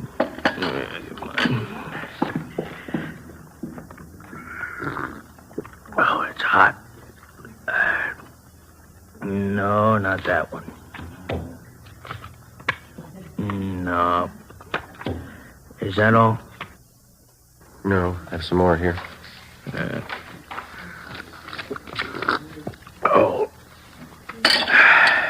Hey, that's an ugly-looking guy, huh? Look at that scar. Does he look familiar? No. Better check with the skipper when we're finished here. Yeah, it's been a couple hours, hasn't it? That lousy, no-good thief. Sir? Right here, this one. That's the guy. You sure? I opened my cash box twice for him. I'd know his face in a million. Morris Copley, age 21. Description matches. Let's go, Ben. Thanks, Mr. Cavallo. It's only 40 minutes since the robbery. He's probably not even home yet. What can you do? We'll wait up. 10:30 p.m. We parked down the street from 527 Dayton Avenue, a two-story white stucco apartment house. We checked the names on the mailboxes. Morris Copley's wasn't on any of them. We rang for the manager. Copley? Morris Copley? No, he doesn't live here.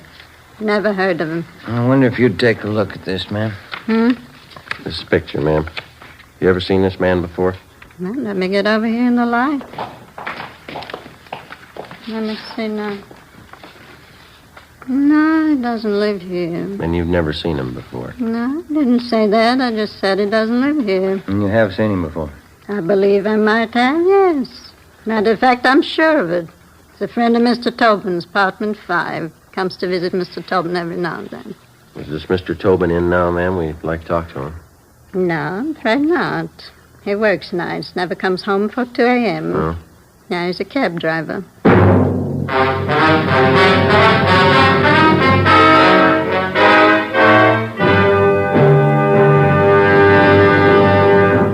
You are listening to Dragnet, authentic stories of your police force in action. Oh, no. Ah, that's different. Yes, what a difference. There's a difference you can hear, there's a difference you can see, but the difference in Fatima is quality. Yes, friends, when you compare long cigarettes, you'll find that in Fatima, the difference is quality.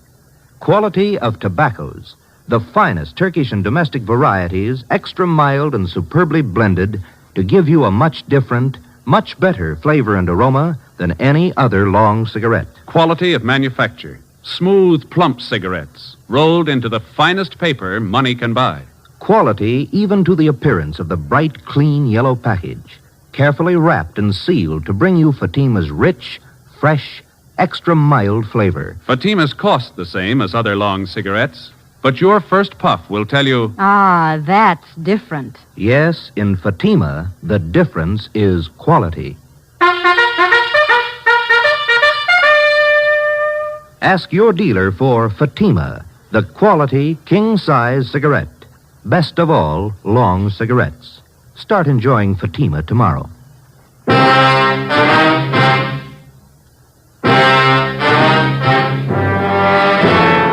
10:45 p.m.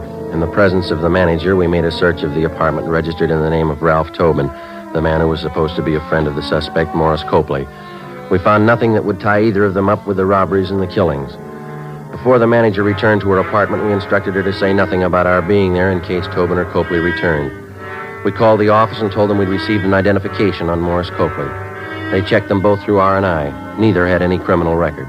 They got out an APB on Copley. We waited. Midnight came. Nothing happened.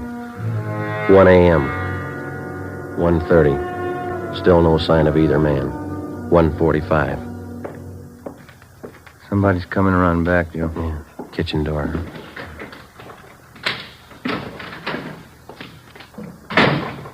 Maury, you back already? Hold it right there, mister. Police officers. Oh, Fanning. Who are you? Is this a stick-up? Police officers. He's clean, Joe. What's it all about? What do you want? You Ralph Tobin? That's right. This is my apartment. You know a Morris Copley? Copley? Yeah, I know him. You looking for him? He's not here. We know that. Where is he?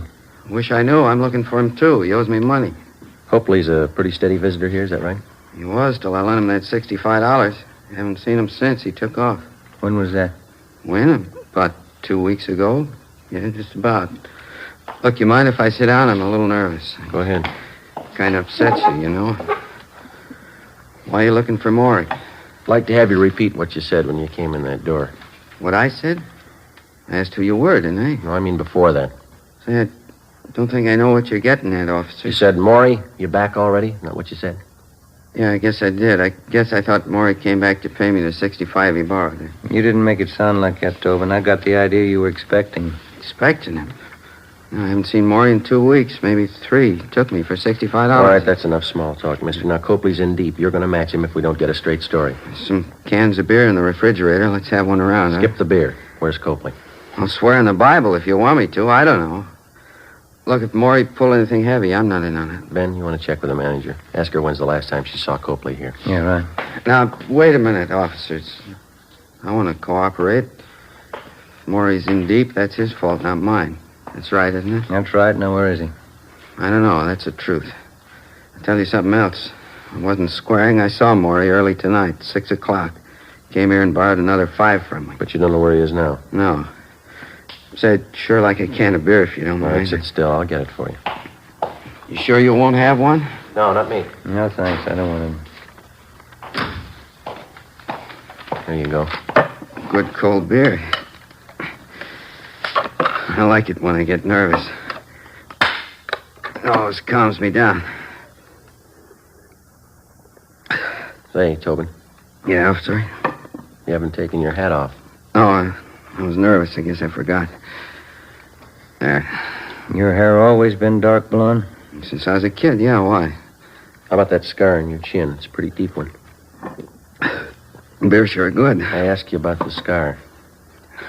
It's kind of embarrassing. I got a little high one night. Fell off a merry-go-round. Big night. Now I've heard everything. I had a robbery report a couple of nights ago, Tobin. Hold-up man was just about your height and weight. Yeah? Dark blonde hair. Had a scar on his chin, too. I'm afraid you got a wrong slant, officer. I worked my cab every night of the week. It wasn't me. Mind if we have a look at your car outside? How'd you know I had a car? We didn't. Let's give it a look, shall we? Why do you want to look at it? You haven't anything to hide, have you? Of course not. I'm not like Maury. He's always in trouble, always on the lam. You probably think it's funny when you check the glove compartment in my car. Will we? Yeah, you will. Where's that? Keep a gun in there. You know how many cab drivers get shot. A guy can't be too careful. What kind of gun do you have, Tobin? Revolver. Regular revolver. What caliber? 38. Why? 2:30 a.m. We searched his car, picked up his .38 caliber revolver, and then we drove Ralph Tobin back to the office where he was detained for questioning. We had a stakeout placed in his apartment. Russ Camp and ballistics checked Tobin's gun against the slugs which had taken the lives of Harry Solomon and Bert Matthews. It was found beyond the question of a doubt that his gun had been used in the Solomon killing. We confronted Tobin with the evidence. He started talking. He told us that Copley was responsible for the murder of both Solomon and Matthews, that Copley had borrowed his gun for the Solomon job. In all the robberies except one, he described himself only as the accomplice. He drove the getaway taxi cab. The only occasion he tried to handle the actual holdup was at the cafe, where he became so nervous that he had dropped his gun. Before he was booked on suspicion of murder, Tobin told us that Morris Copley still had two .38 revolvers in his possession. He insisted he had no idea where Copley was. Ben handled the questioning while a stenographer took Tobin's statement. I contacted Inspector Bowers and informed him of our progress. 11 a.m. I got back to the squad room. All right, did you check back through that personnel record we got from the cab company? Yeah, I got half an idea, I think. Yeah? See here on Copley's application for the job? Well, sure, we checked out all those references. They don't go anywhere. No, I mean this right here. Married, yes. Children, one daughter. Age 4 months. Hmm. Well, this application's dated May 6th. That means his baby was born in February. Yeah, sure. Copley was working here then, so it's 10 to 1 the baby was born in a local hospital. That's what I mean. If we find the right hospital or the doctor, they could lead us to him. There's the phone book. Let's go. From noon until 4 p.m., we called every hospital, sanitarium, clinic, and rest home listed in the book. The answers were the same. No record of confinement for a Mrs. Morris Copley. Well, seemed like a good idea. Who are you calling now? Well, we've got one more, the county hospital. Well, this is Sergeant Friday, Police Department, Robbery Detail. Yes. I'd like to find out if you have any record of confinement for a Mrs. Morris Copley. No, that's Copley. C as in Charlie. Yes, thank you. He might have sent his wife out of town to have a baby. That's possible. Yeah. 1118. Thank you. 1118 Rochester, Copley's aunt. Let's go. 4:30 p.m. Together with Olson and Thaxter from Homicide Detail, we drove out to 1118 Rochester Avenue in the Crenshaw district. The house was vacant. From a neighbor, we learned that Copley's aunt had moved 2 weeks before. We got her address from one of her friends in the neighborhood and finally located her at work in a beauty shop on Melrose Avenue. We posed as traffic investigators. The aunt told us she thought we could find her nephew Morris at home, an address on East 13th Street. 6 p.m. We located the house and parked the cars a half a block away. As we approached the house on foot, we saw a light burning in one of the windows on the left side of the house. Thaxter and Olson covered the back. At a given signal, they entered the back door. Ben and I went through the front. It's empty. Yeah. Thaxter! Nothing back here, Joe. Empty. That's great. Looks like somebody passed him a tip-off just in time. Look at the mess this place is in. We got out in a hurry, all right. Hey, what's going on here? What do you men think you're doing? Police officers, your name? Silvera, one of the neighbors. You looking for the Copleys? When they leave? 20 minutes ago, I guess, in an awful hurry. What's the trouble? You know where they were going? Well, no, but you might try Mr. Copley's aunt. She lives over in Rochester. They're not there. Well, have you tried his sister's house? 6:45 p.m. The neighbor, Silvera, directed us to the home of Morris Copley's sister, a small frame cottage on the edge of Beverly Hills. The lights were on in the living room, but the shades were drawn. Thaxter and Olson made their way quietly around to the back. Ben and I went up the front steps and rang the bell.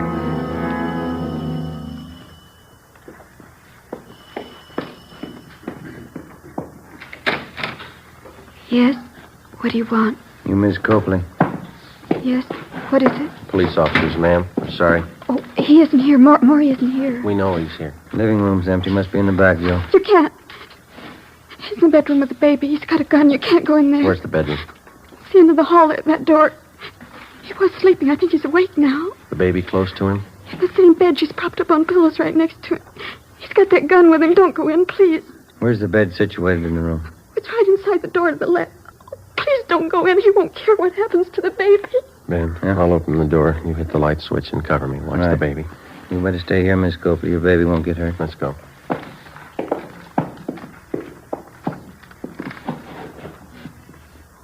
All right, let's go in. All right, drop it, you. Grab the gun, Ben. All right, come on. I got it, Joe. All right, Copley, get him up. Come on up. Joe? Yeah, I got him. Just a little frightened, ma'am. She's all right. I'll kill you, Mary. You tell him where to find us, didn't you? I'll kill you for that. Maury, I swear I didn't. I swear. Lousy dame. Nobody else knows she's the one who told you, didn't she? No. Then who did? Who told you? You're looking at her. What do you mean? Your baby.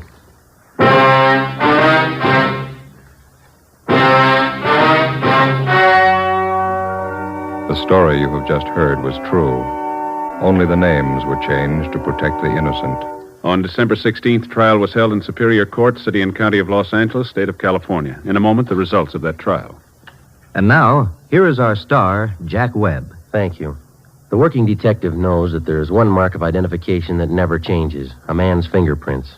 The suspect may change his appearance in many ways, but his fingerprints always remain the same, a mark of identity that cannot be changed. When you compare Fatima with other long cigarettes, the difference is quality, a mark of identity which never changes. And Fatima is extra mild. If you're a long cigarette smoker like I am, smoke Fatima. They cost the same, but in Fatima, the difference is quality. Smoke Fatima.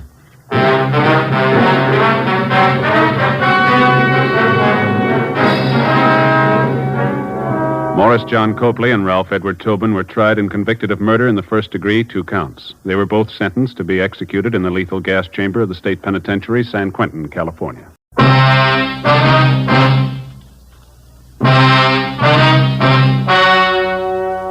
The story you are about to hear is true. Only the names have been changed to protect the innocent. Fatima Cigarettes, best of all long cigarettes, brings you Dragnet.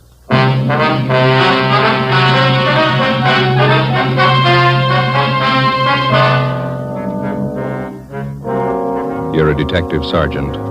You're assigned to homicide detail. A socially prominent citizen is plotting to kill his wife. He tells you his plans for the murder.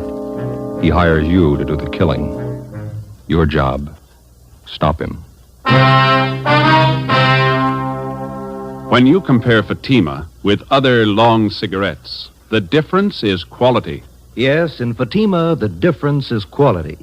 If you want a long cigarette, smoke the best of all long cigarettes. Smoke extra mild Fatima.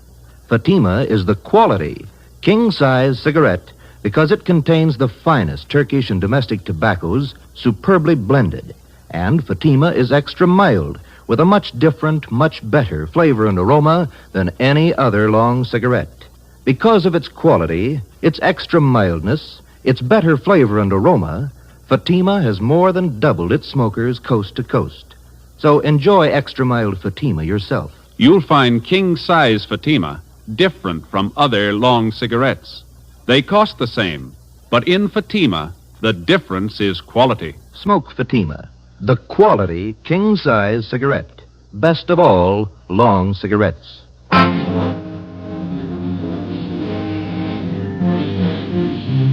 Dragnet, a documented drama of an actual crime. Travel step by step on the side of the law through an actual case from official police files. From beginning to end, from crime to punishment, Dragnet is the story of your police force in action. It was Monday, February 17th. It was raining in Los Angeles. We were working the day watch out of homicide detail. My partner's Ben Romero. The boss is Thad Brown, chief of detectives. My name's Friday. It was 4:18 p.m. when we got to room 26, chief of detectives' office. Come on in, man. Have a seat. Did you close the door, Friday? Yeah, sure.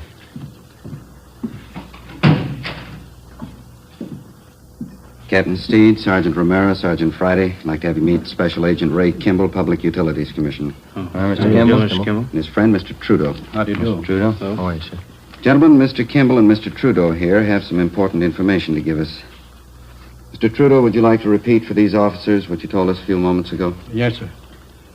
Well, a friend of mine wants me to kill his wife for him. I'm convinced he means to go through with the thing. Naturally, it goes without saying that Kimball here will back up the veracity of the story. Well, Mr. Trudeau, who is your friend? How long have you known him? His name's Charles Stone. Guess maybe you heard of him. Owns a string of warehouses around town. I used to work for him. Oh, yeah. Go ahead. Well, the other day he called me and asked me if I was working. I told him no. Then he asked me to meet him in front of the public library. And that was last Saturday afternoon. Did you meet him?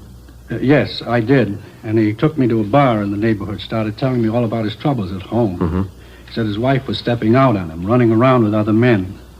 Well, we had quite a few drinks, and I guess I thought that's what accounted for it. What's that, Mr. Trudeau? Well, he leaned toward me and he said, "Here's the dope. The wife and I haven't been getting along well at all for about a year.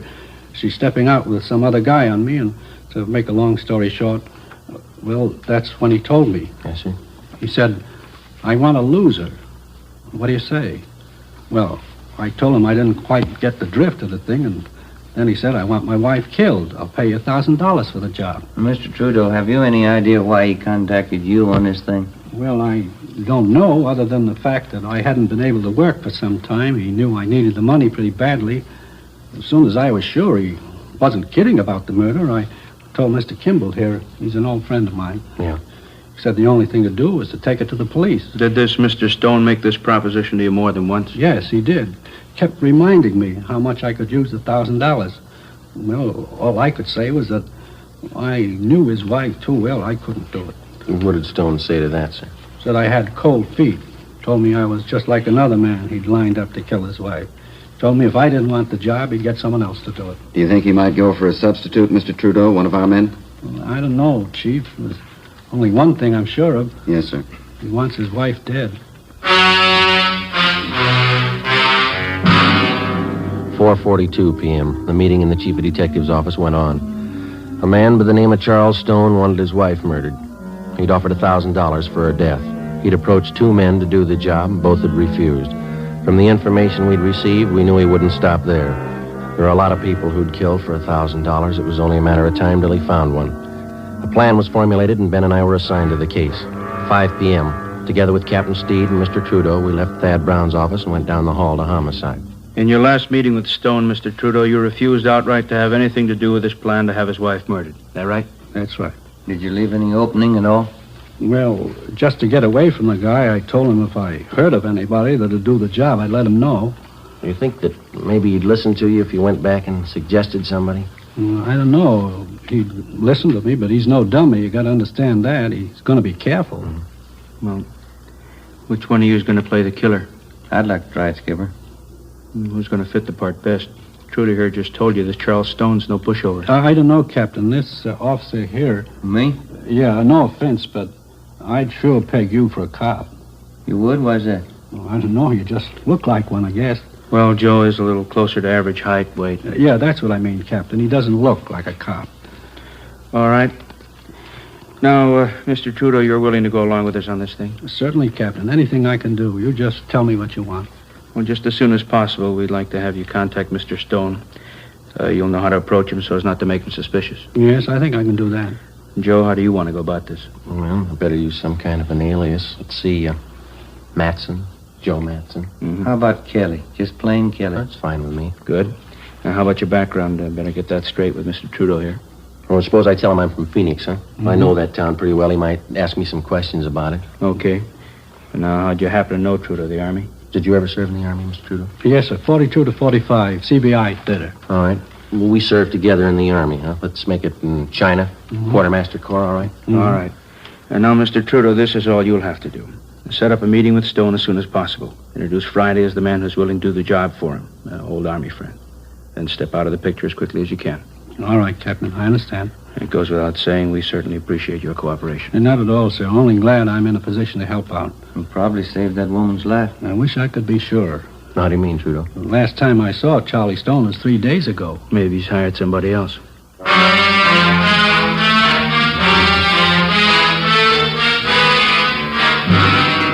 5:30 p.m. Captain Steed ordered 2 teams of men from Homicide to watch Charles Stone's wife, Mildred, until further notice.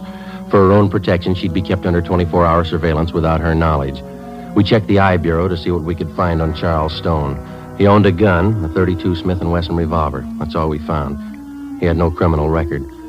We knew of him only as a social figure from a prominent family, and supposedly he was happily married. He owned and operated a chain of 6 warehouses throughout Los Angeles. His business reputation was good. Captain Steed ordered that Charles Stone also be placed under 24-hour surveillance immediately. He would be kept under watch without his knowledge. Ben Romero and Gil Encinas were one of the teams assigned to tail him. The next morning, I checked in for work at the usual time. At 10:15 a.m., I left Captain Steed's office and went into the squad room. Homicide, Friday. This is Mr. Trudeau, Sergeant. I saw Charlie Stone a few minutes ago. Yes, sir. How'd it go? We talked about 20 minutes. I told him you might be willing to do the job. What'd he say? He wants to meet you.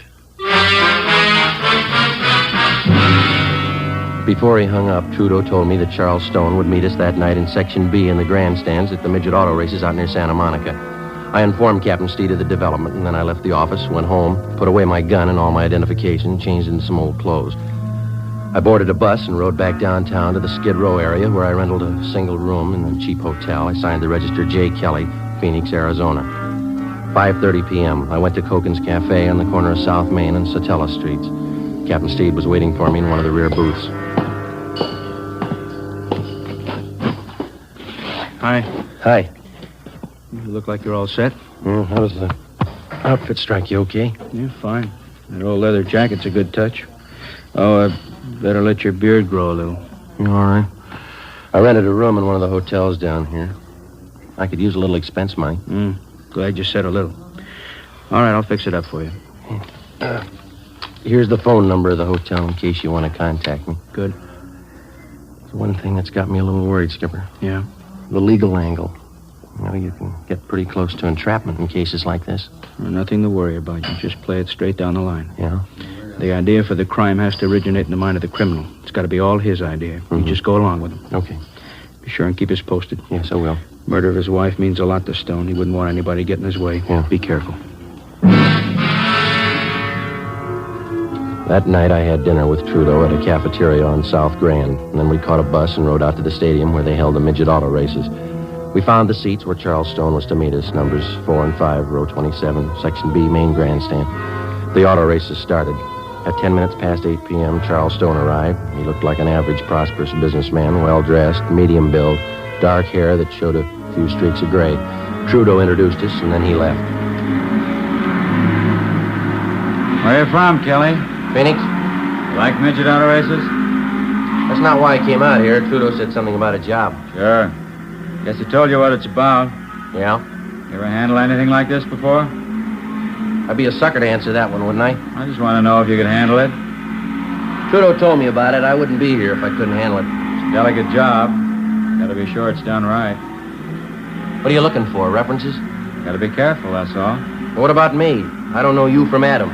How do I know it won't be a double cross? Don't worry about a double cross.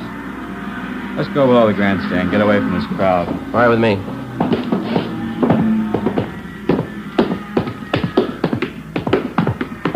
You haven't said anything about money yet. Plenty of time to talk money. Like to know. How much you want? Trudeau said 1,000. Yeah. When could you get it? When would you want it? Before. I'd be a dope to do the job without getting paid first. I'd be just as stupid to give it to you first. Say, can I buy you a hot dog, cold drink? Okay.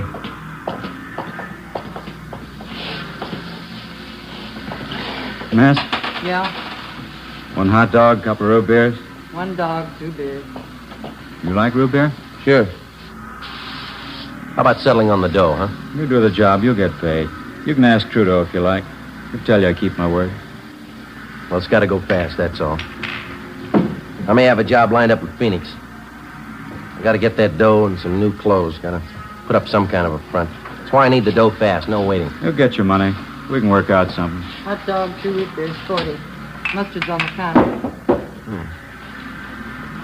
There you are. Mm-hmm. Just move over there out of the way. Okay.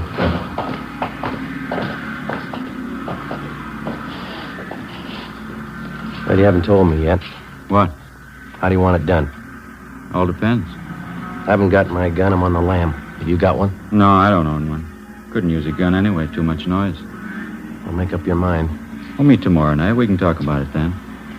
Look, mister, you expect me to sit on this thing for a week? I'm not making a career out of just this one job. What are you worrying about? We'll set everything up tomorrow night. All right, how about $10 on the cuff? I gotta live them flat. There's 5.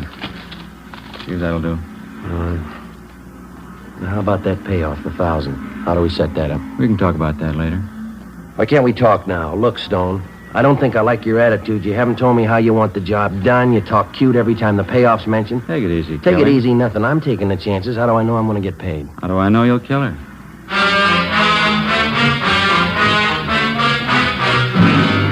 Before I left Charles Stone, we set up a meeting for the following night at 8 o'clock. I caught a bus and went back to the hotel room.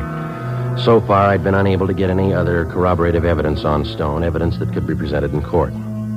The next morning, I called the office and kept them posted on developments. I had my meals at a lunch counter next door to the hotel, and I stuck pretty close to my room. At 2:30 that afternoon, Ben called. We tailed Stone to the midget auto races last night, Joe. Do any good? Oh, not bad. It's going a little slow, though. We tailed him after he left you. He drove to a Beverly Hills address, apartment house. Thought he lived in Glendale. He does. The apartment he went to is registered to Jean Howard. Stayed till 4 this morning. Checked the Howard girl out. She's a secretary at one of Stone's warehouses. Maybe that explains why Stone wants to get rid of his wife, huh? Here's one more thing. We tailed him to a gun shop this morning. Bought a couple of things, and after he's gone, we checked with the store clerk. Told us Stone bought a box of shells, 32 caliber. Same kind of gun he had registered in it, 32 S&W? Yeah. That's funny. Stone told me he doesn't own a gun. Doesn't look too good in my book.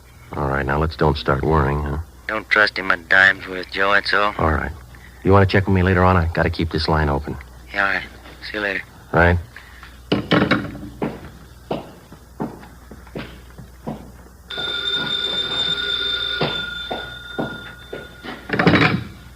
Yeah. This is Stone. Yeah. Job's all set up, ready to go. When? Tomorrow night.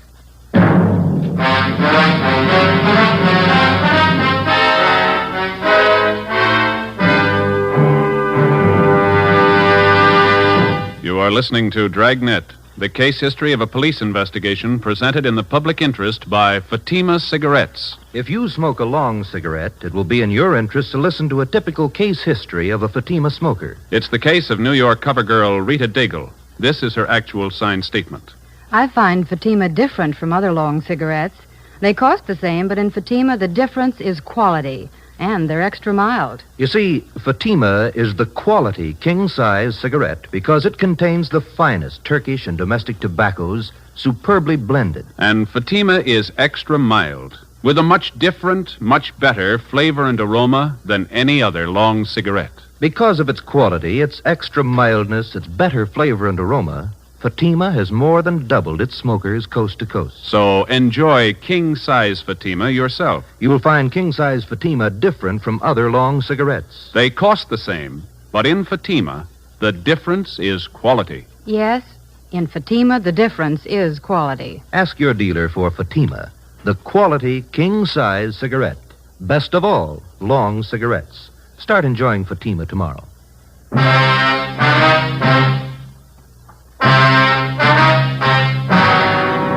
Wednesday, February 19th, 8:55 p.m. Charles Stone picked me up in his car at the corner of Alameda and 6th Streets. He turned onto South Broadway and he headed down for the beach. He hunched over the wheel as he drove. I kept wondering how I was going to pin him down. We were less than 24 hours away from the scheduled murder of his wife, and I still didn't have a case against him that'd stand up in court. If he failed to produce sufficient evidence tonight, Stone had a good chance of going free, whether he succeeded in having his wife killed or not. I had no idea what plans the suspect had made before he hired me to do the killing. There was a definite possibility that he might have arranged for somebody else to commit the actual murder and then set up a double cross with me as the victim. We knew he had a .32 S&W revolver registered in his name, but he denied to me that he even owned a gun.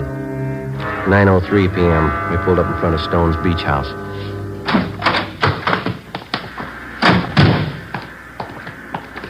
Most of the other homes around here are vacant, summer places. People don't start moving in till 1st of May.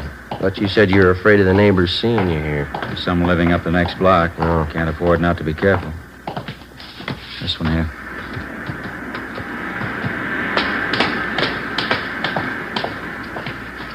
There's the front door key. See if you can work it. I know how it works. You go ahead and open it. All right.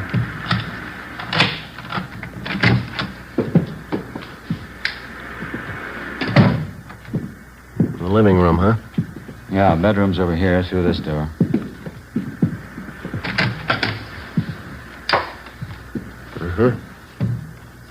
All right, what's the story? Where do I start? My wife should be here about 6 o'clock tomorrow night. She'll be coming down alone to get the house ready for a weekend party. When do you want me here? About 4 in the afternoon. Here. Here's the key to the front door. Better pick it up and hand it to me, huh? Okay, here you go. First thing you do when you get here is pull out all the drawers in the bedroom bureau, scatter things around, make it look as much like a burglary as you can. Yeah? Same here in the living room. Desk drawer, table, cupboards. Turn them inside out, throw things around. Leave my fingerprints all over everything? I've taken care of that. Old pair of gloves of mine. You'll find them here in this drawer, remember that. All right. Let's see now, Oh, yeah, sash cord. I'm sure this ought to serve the purpose. Shouldn't have any trouble.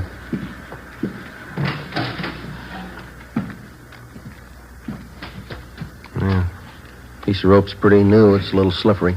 Won't be with the gloves on. She's not very strong. Shouldn't have any trouble. We'll leave the rope here in the closet. You sure she's going to be alone? Positive. Where am I supposed to hide? Let me show you. Here. Right by the front door. This closet. Yeah. When my wife comes in, closes the door, she'll probably go right to the bedroom and take off her coat. Follow her in, then do it fast while her back's turned. No screams. Neighbors might hear. All right. Want it clean and quiet. Do it as quickly as you can. Now, when you're finished, here's what I want you to do with her. What's that? Take the body and bring it this way. Come here. Here, I want you to see. All right. Across the living room to these French doors. Open this one. You won't have any trouble. Take the body out here on the porch.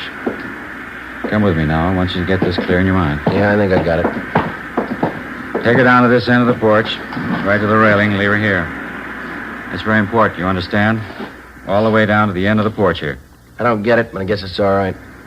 All right, let's go back in.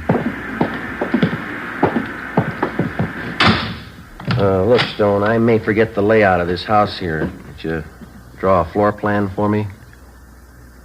I don't want to get mixed up here. No, there's paper in the desk there. You can draw it yourself before you leave tonight. What's the matter? Don't you trust me? Can't afford to take any chances. Now, what was it? Yeah. After you're finished, using the rope, I mean. Yeah.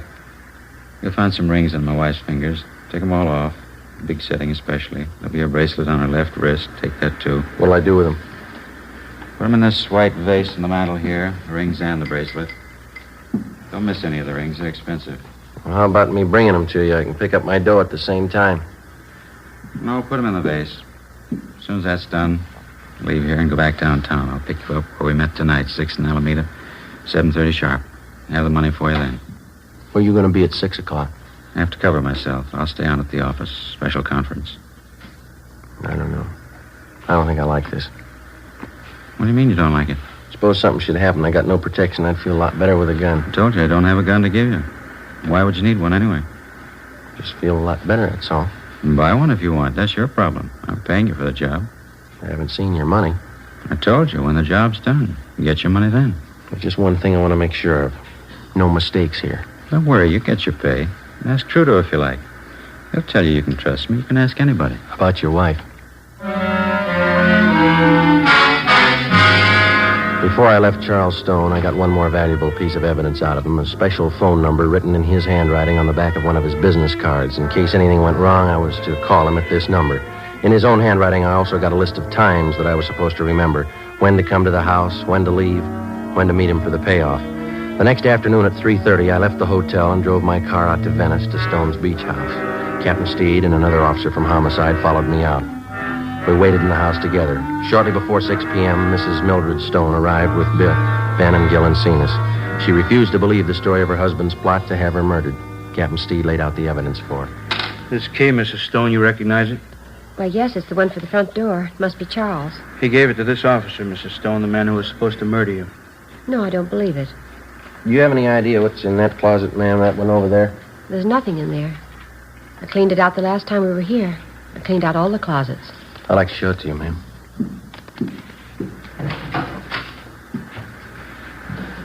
Piece of rope? I never saw that there before. Mr. Stone gave it to me. It was supposed to be the murder weapon. Just one more point, ma'am. Over here, please. Do you know what's in this drawer here? It's empty.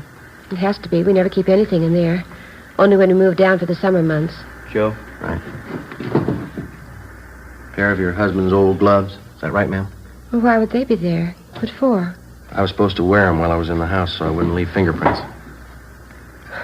Do you mind if I sit down? Here you are. I'm sorry, Mrs. Stone. We know it's a terrible shock for you. I think you realize we had to tell you. It's all right. You've been very kind. You saved my life. I'm sorry now that happened. It would have been better if he'd succeeded. Much better. Take it easy, Mrs. Stone. The shame. Terrible, terrible shame. Is there anything I can do for him? He wanted to have you murdered, ma'am. I know that. He wanted me dead. Yes, ma'am. There's only one thing. Yeah? He's my husband, Sergeant. I love him.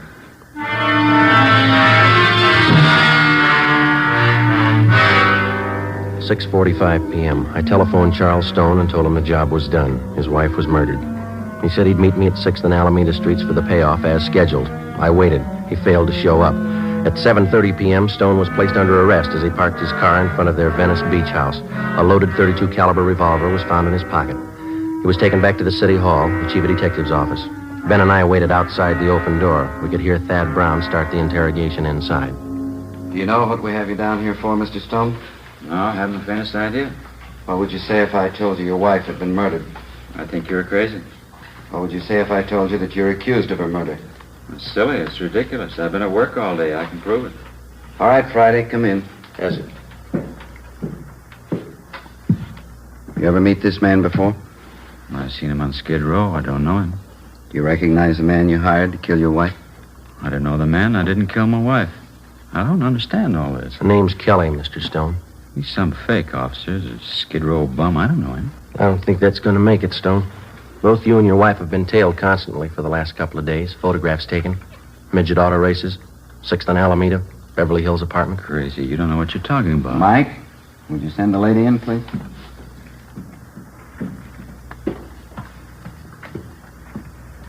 Mildred, you don't believe all these things you're saying about me, do you? Here are the rings, Charles. The bracelet, too. I didn't realize how much you wanted them.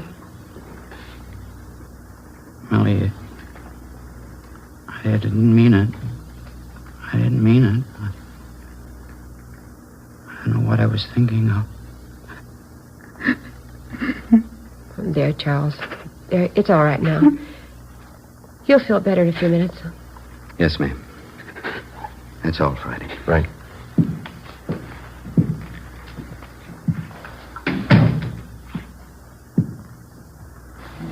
What's it look like, Joe? He's starting to talk. It's got me. He tries to have her murdered. She goes to bat for him. What's it prove? He She sure must love him. What do you think? How about a cup of coffee?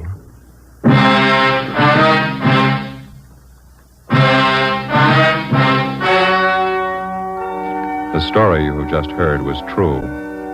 Only the names were changed to protect the innocent. On May 2nd, trial was held in Superior Court, Department 89, City and County of Los Angeles, State of California. In a moment, the results of that trial. And now, here is our star, Jack Webb. Thank you. To the working detective, the difference between guilt and innocence is proof, in the form of physical evidence, in the form of testimony gathered from reliable witnesses. In determining any suspect's guilt or innocence, the difference is actual proof. Now, when you compare Fatima with other long cigarettes, the difference is quality, and Fatima is extra mild. If you're a long cigarette smoker like I am, smoke Fatima. You'll find Fatima different from other long cigarettes. They cost the same, but in Fatima, the difference is quality. Start enjoying Fatima tomorrow.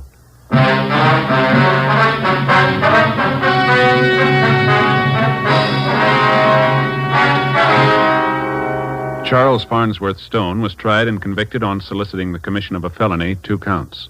He received a sentence as prescribed by law.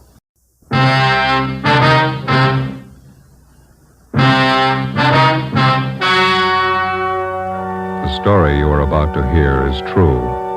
Only the names and locations have been changed to protect the innocent. Fatima Cigarettes, best of all long cigarettes, brings you Dragnet.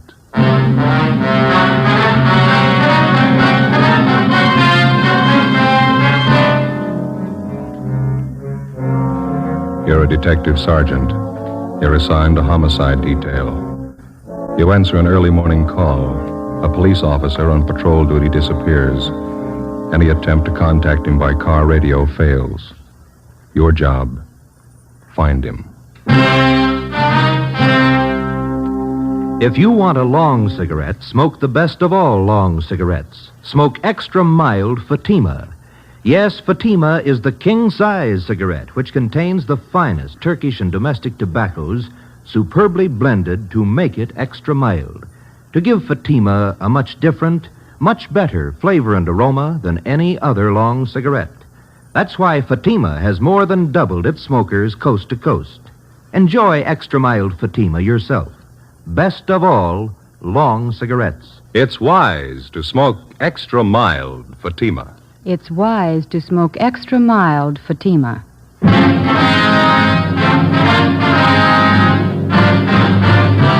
Dragnet, the documented drama of an actual crime. For the next 30 minutes, in cooperation with the Los Angeles Police Department, you will travel step by step on the side of the law through an actual case from official police files. From beginning to end, from crime to punishment, Dragnet is the story of your police force in action. It was Monday, June 4th. It was sultry in Los Angeles. We were working the early morning watch out of homicide. My partner's Ben Romero. The boss is Chief of Detectives Thad Brown. My name's Friday. It was 6:45 a.m. when we got to the Imperial Highway. San Pedro cutoff. Hi. Friday and Romero? Yeah, that's right. Pete Sutton, Sheriff's Department. How are you? Hello. We got here as soon as we could. Inspector Bowers fill you in? Yeah, Ed Baxter in Central Homicide told us to check with Bowers at the sheriff's office. And Bowers directed us to come out here and lend you a hand. This thing happens close to the county line. They figure both departments ought to go to work on it. Sure, glad to have you. Looks like a tough one. Is this the highway patrol car the missing officer was assigned to? Yeah. This is just the way we found it. We turned off the ignition. Motor was running, lights were on. Must have been idling quite a while. The temperature was up pretty high. When'd you find it this way? 45 minutes ago. Missing patrolman's name is Eugene Brewer. State Highway Patrol called the Sheriff's Department a little before 6 a.m. Told us the missing officer wasn't acknowledging his radio call. I talked to Mark Benson. Is the radio all right? We checked it. In fact, it was operating normal when we found the car. Mike was out of the bracket, laying on the seat there. Yeah. Any ideas? No signs of struggle. No blood stains. This asphalt here. No footprints anywhere. Nothing on the shoulder of the road. You said the car was running? That's right. That eliminates any engine trouble. Yeah. No, there's more to it than that. Gotta be. Nobody has any idea why or when he left his car. You've got it all. You know as much as we do. What was the check on Brewer? Mark Benson says he's one of their top men. Been with Highway Patrol for 8 years. Good record all the way. Have you talked to anybody around here? Pretty remote spot out here. A lot of truck gardens, that's about all.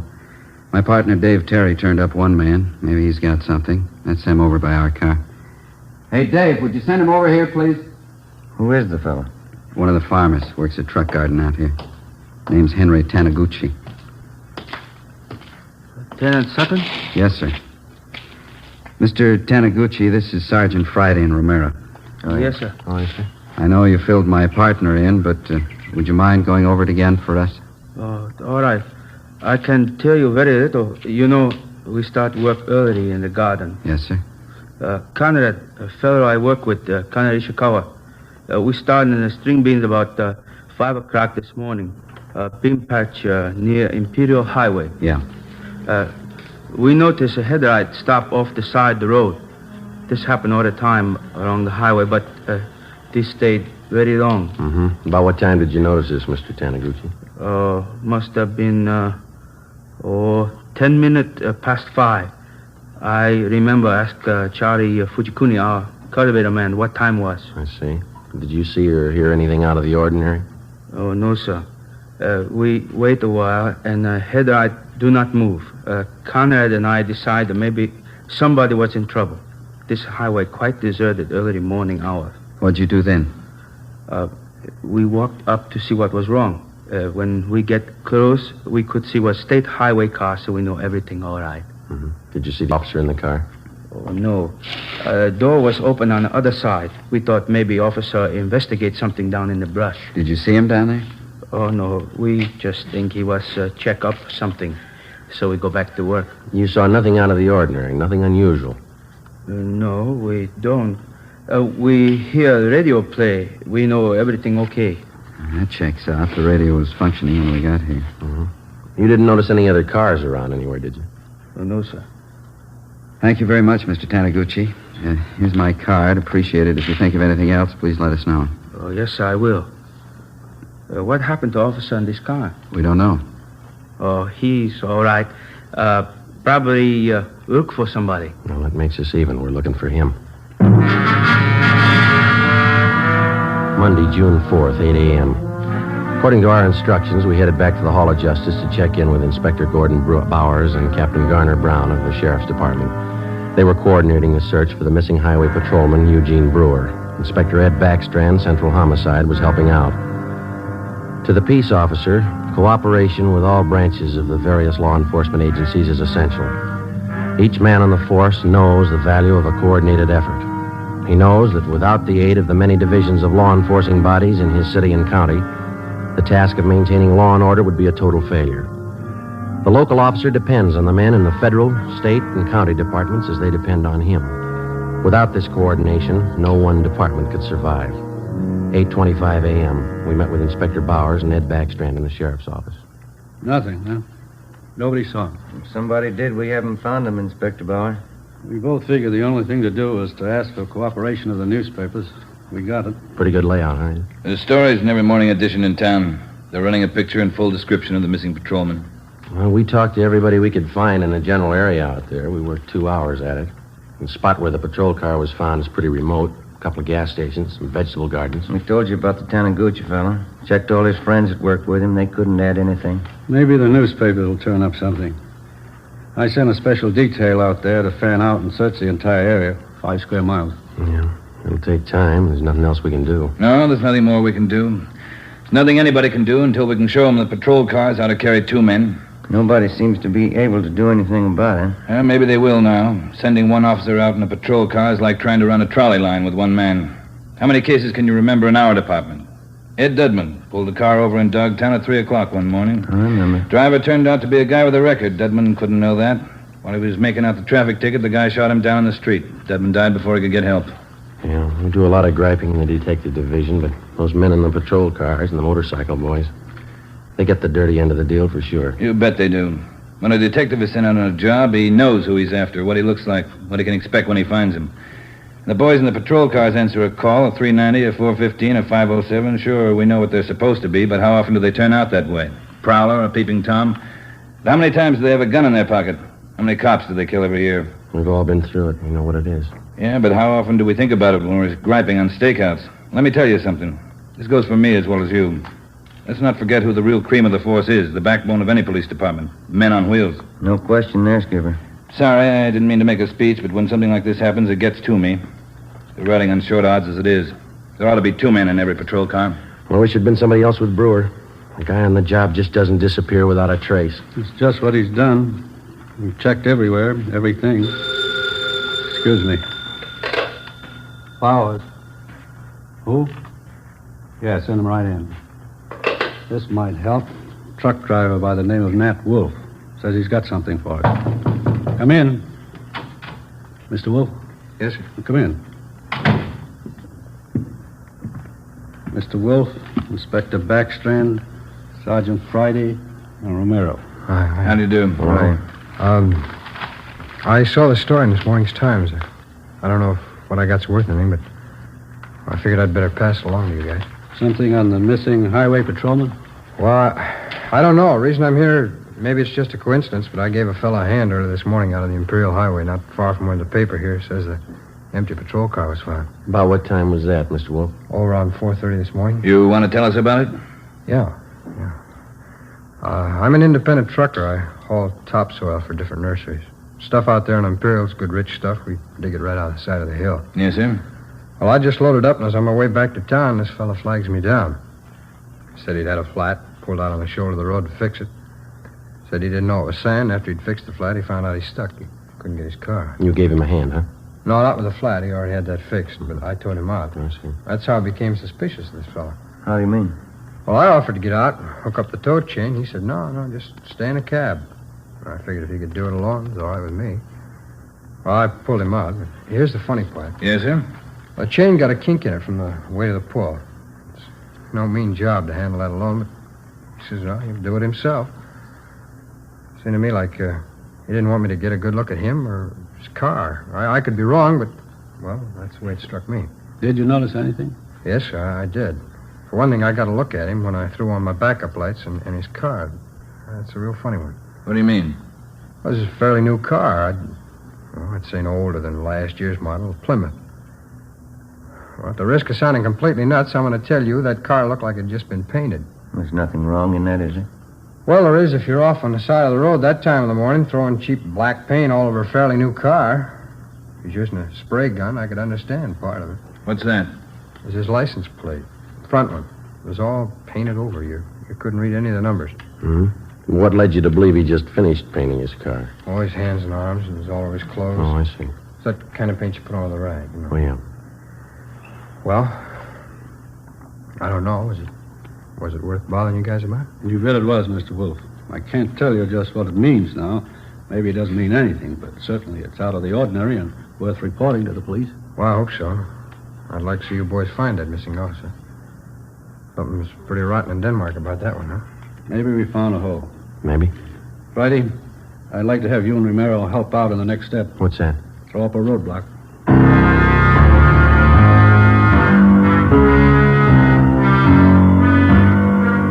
10:30 a.m. Before we left the sheriff's office, the truck driver, Nat Wolf, gave Inspector Bowers a description of the man in the Plymouth sedan. Together with Lieutenant Pete Sutton and Dave Terry, we drove to the Imperial Highway. Nat Wolf showed us the spot beside the road where he towed the man. The area was checked, and sample scrapings of the black paint were taken. There was no chance of taking a tire impression because of the loose sand in the area. All physical evidence was taken back to the crime lab for analysis. Nat Wolf returned to the office to check through mug books for possible identification of the man he helped out. Meantime, a special detail of men continued to search the area where the missing patrolman had disappeared. 3 a.m. According to instructions, a roadblock was established at the spot where the abandoned patrol car had been found. Imperial Highway, San Pedro cutoff. KGPL Los Angeles. You 11A, 6 and Spring, 118. Police business? Yes, sir. Wonder if you could help us out. Certainly. You travel this highway every night, ma'am? Yes, I do. I'm in the vegetable business. Did you come this way last night about this time? I run pretty much on schedule. Yes, I did. Did you notice anything unusual along the highway? I bet I know what this is about. That missing highway patrolman. Yes, ma'am. We're stopping everybody to see if they can give us any information that might help us out. Well, I wish I could, but I didn't see a thing. That poor fella, do you think you'll find him? We're trying awful hard. Sorry, I can't help you. Can I go now? Yes, ma'am. Thank you. How'd you do? Nothing. What time you got, Joe? Almost 4. Got a little more hot coffee in that jug. You want some? It's fine with me, ain't it? Mm-hmm.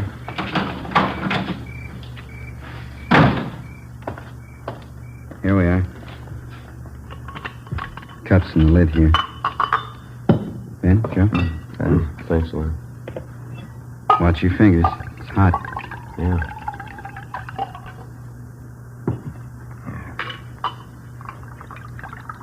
It's good. I'll take this one. I'm going to put my coffee on the fender here. Don't knock it off, huh? How was it? Thank you.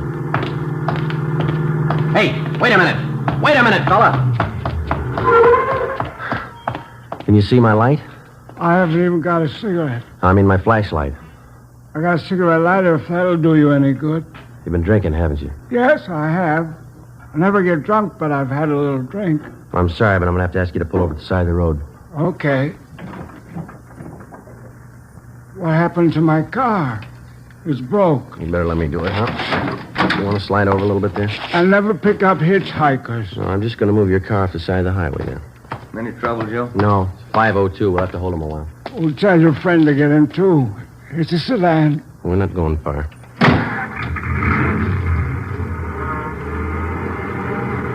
Where are we going? Right here. Is this the road to Pismo Beach? No, sir, not this one. Well, that dirty little Ernie, he lied again. He hates clams. What's that? I've been trying for 5 months to get to Pismo Beach for a bowl of clam chowder. I haven't made it yet. All right, you just sit here a while and sober up, will you? I'm going to hold on to your keys. I'll give them back to you. You haven't got a bottle in the car, have you? No, I never drink and drive. Alcohol and gasoline do not mix. Yeah. Do you drive this road every night? Every night. And he keeps telling me to take me to Pismo Beach. I love clams. You just sit here and sober up. Happy drunk? Yeah, he's too drunk to drive. Getting along towards daylight. Where'd I put my coffee? Oh, I put it over here, Joe. Afraid we knocked it off. Oh, thanks. This one's mine. Hey. You seem to come in bunches. You get 2 or 3, and then you wait for an hour. You know, they don't use this highway much since they put through that alternate, you know. Police business. Yes, sir? You travel this highway every night about this time? Once in a while. I haven't been over this way in a week. You didn't drive this way last night? No, sir, I didn't. Anything the matter? Routine check. Thank you very much. You can go on. Nothing. Yeah. Well, looks like a hopeless job, doesn't it? Business is picking up. Here comes another one. Looks like one of your sheriff's cars, Pete. Yeah. Reynolds, homicide. Pete Sutton? Yeah, Reynolds. You can pack up. They found him. Is he all right? 2 bullet holes in the back of his head.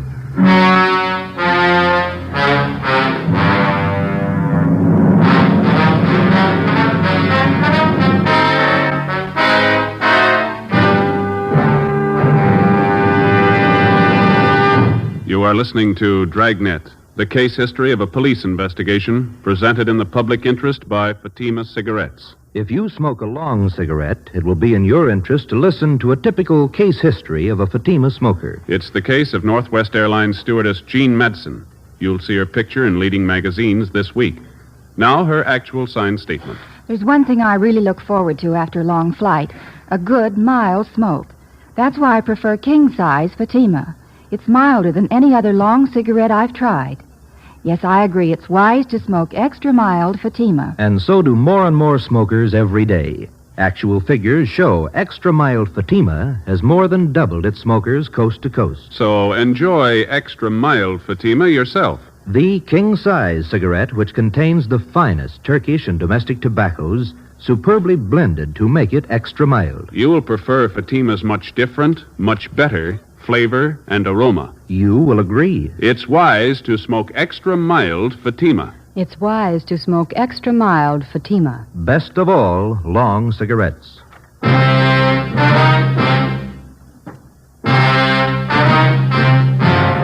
5 a.m. Tuesday. The body of Highway Patrolman Eugene Brewer was found half buried in a shallow grave approximately 4.5 miles from the point where his car had been found standing on the highway. The scene was roped off, photographed, measurements were taken, and the area carefully gone over for any physical evidence. A few scattered residents were again checked and asked if they'd heard gunshots. Since the nearest dwelling to the place where the body was found was 2 miles, there was a possibility that they could have not heard the shots. No one could give us any further information. The coroner's autopsy showed that Patrolman Brewer had been shot 3 times in the chest, 1 bullet directly entering his heart. He'd also been shot twice through the base of the skull. 1 p.m. Wednesday. I get it. Homicide, Friday. Pete Sutton, Joe. Yeah. Just had a call from our Hollywood substation. Woman reported her car stolen on Sunday night. Thought the guy was going to bring it back. That's why she didn't report it sooner. What about it, Pete? It's a Plymouth sedan, last year's model. Same type the truck driver told us about. Sounds good. We already have a broadcast out on it. We're putting out an APB now. You want to check and see if they got it on tonight's hot sheet? Right. Anything on the guy who stole the car? Boyfriend of the woman who owned it. He left her in a restaurant and got away with her car.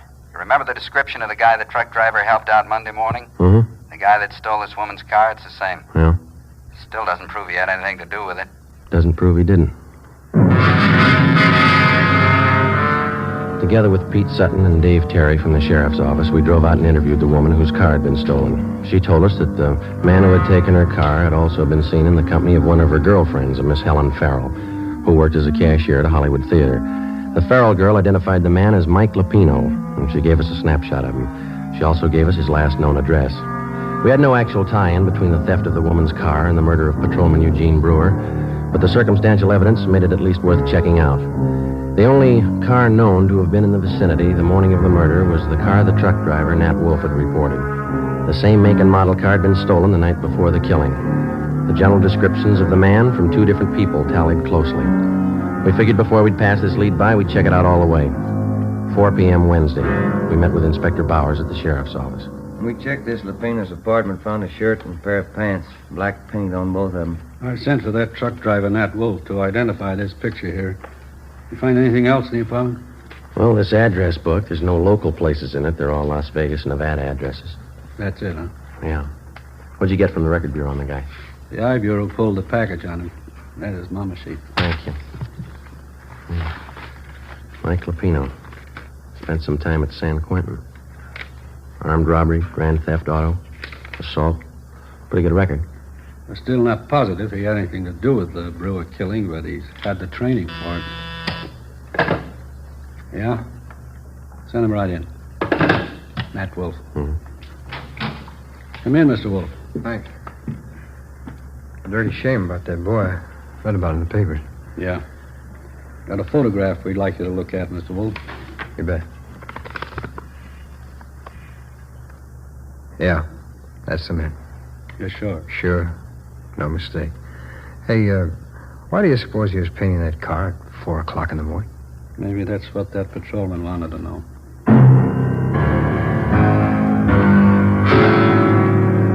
We waited for an answer on the APB. 2 days passed. Saturday, June 9th. Received a phone call from the Las Vegas, Nevada Police Department. The stolen black sedan had been found in the downtown area of Las Vegas. We requested them to put a stake out on the sedan and asked them not to disturb either the car or its contents. Together with Pete Sutton from the sheriff's office, Mark Benson from the Highway Patrol, and Ray Pinker of our crime lab, we flew to Las Vegas. Pinker checked the stolen car. Embedded in the rear seat were 2 spent bullets. There were also bloodstains on the seat and on the floor of the car. Pinker flew back to Los Angeles where the evidence was analyzed. The bullets found in the car were fired from the same gun as the bullets found in the body of the dead patrolman. Fingerprints lifted from the stolen car matched those of Mike Lapino. Saturday afternoon, we checked in with Chief Harry Miller, Las Vegas Police Department. This is all you've got on him, huh, Chief? That's most of it, yeah. Since we staked out that black sedan, I've had the town covered for Lapino. No one saw him abandon that car, huh? No one we know of, no. Had good cooperation from the newspapers. Story's been on page 1 since the thing broke. Anything come of those names we got from Lapino's address book, the ones we phoned to you? Let's see, I got the list right here. Yeah, here we are. These are the ones my men have checked out already.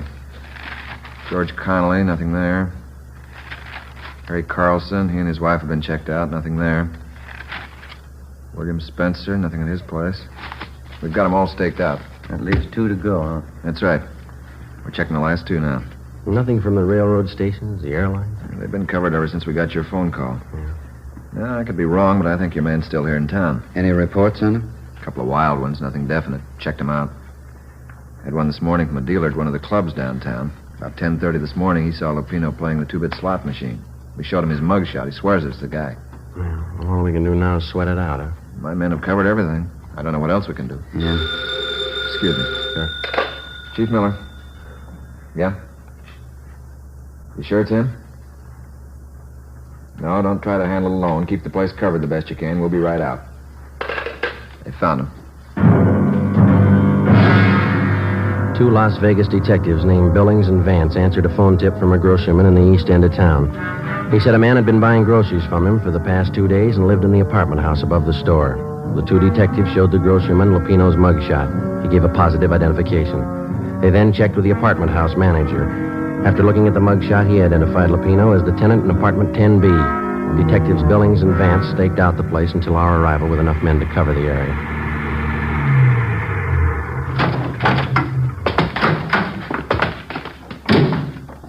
Vance? Yeah, Chief. What's the story?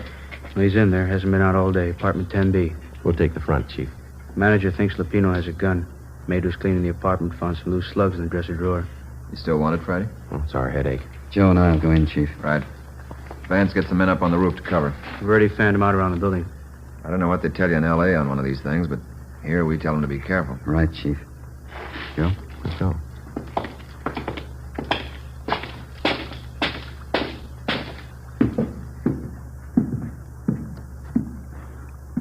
B's on the second floor. Let's take the stairs here. All right.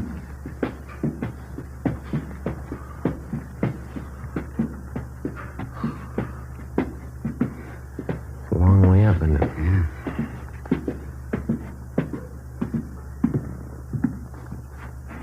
This way.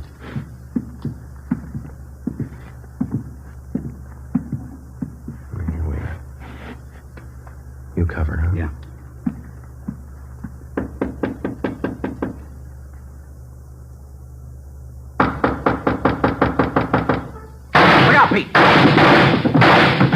Shot right through the door. Yeah, he's got 2 left. Unless he's got another gun. Now, let's take him. One good kick ought to get the lock. Right. Just a minute. Now, let's go, Pete. Watch it! I got it! Watch that gun, will you? Drop it! Lupino!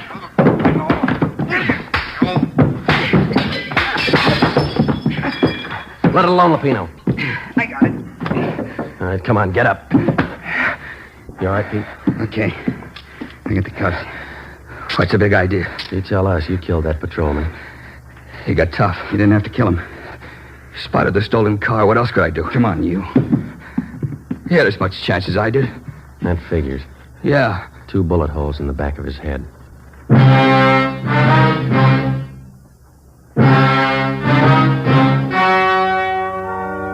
The story you have just heard was true.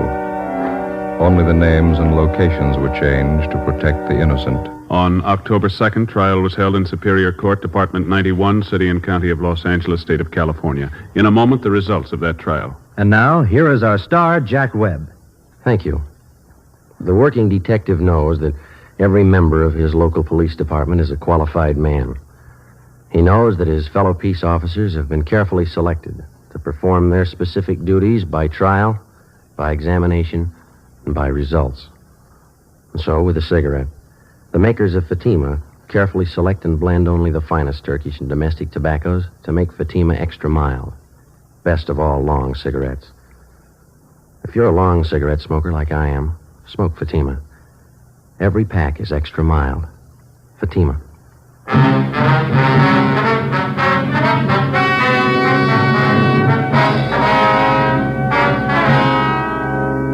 Michael Everett Lupino was tried and convicted of murder in the first degree. The jury failed to recommend the death penalty. Lupino is now serving his life term in the state penitentiary.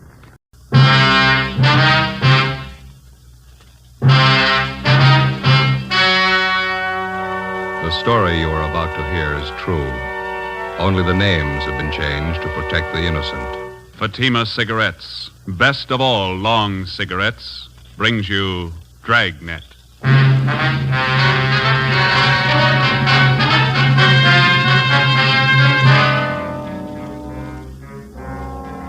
You're a detective sergeant. You're assigned to hit-and-run felony detail. A dead body is found in the streets in the early hours of the morning. There's only one clue, a set of skid marks on the pavement. Your job, find the killer. If you want a long cigarette, smoke the best of all long cigarettes. Smoke extra mild Fatima. Yes, Fatima is the king-size cigarette which contains the finest Turkish and domestic tobaccos superbly blended to make it extra mild, to give Fatima a much different, much better flavor and aroma than any other long cigarette. That's why Fatima has more than doubled its smokers coast to coast. Enjoy extra mild Fatima yourself. Best of all, long cigarettes. It's wise to smoke extra mild Fatima. It's wise to smoke extra mild Fatima.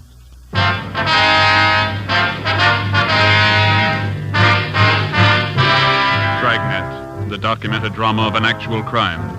For the next 30 minutes, in cooperation with the Los Angeles Police Department, you will travel step by step on the side of the law through an actual case transcribed from official police files. From beginning to end, from crime to punishment, Dragnet is the story of your police force in action. It was Monday, April 19th. It was windy in Los Angeles. We were working the day watch out of traffic division. My partner is Ben Romero. The boss is Lieutenant Calfee, Commander AID. My name's Friday. It was 7:55 a.m. when I got to the second floor at 123 South Figueroa Street. Accident investigation.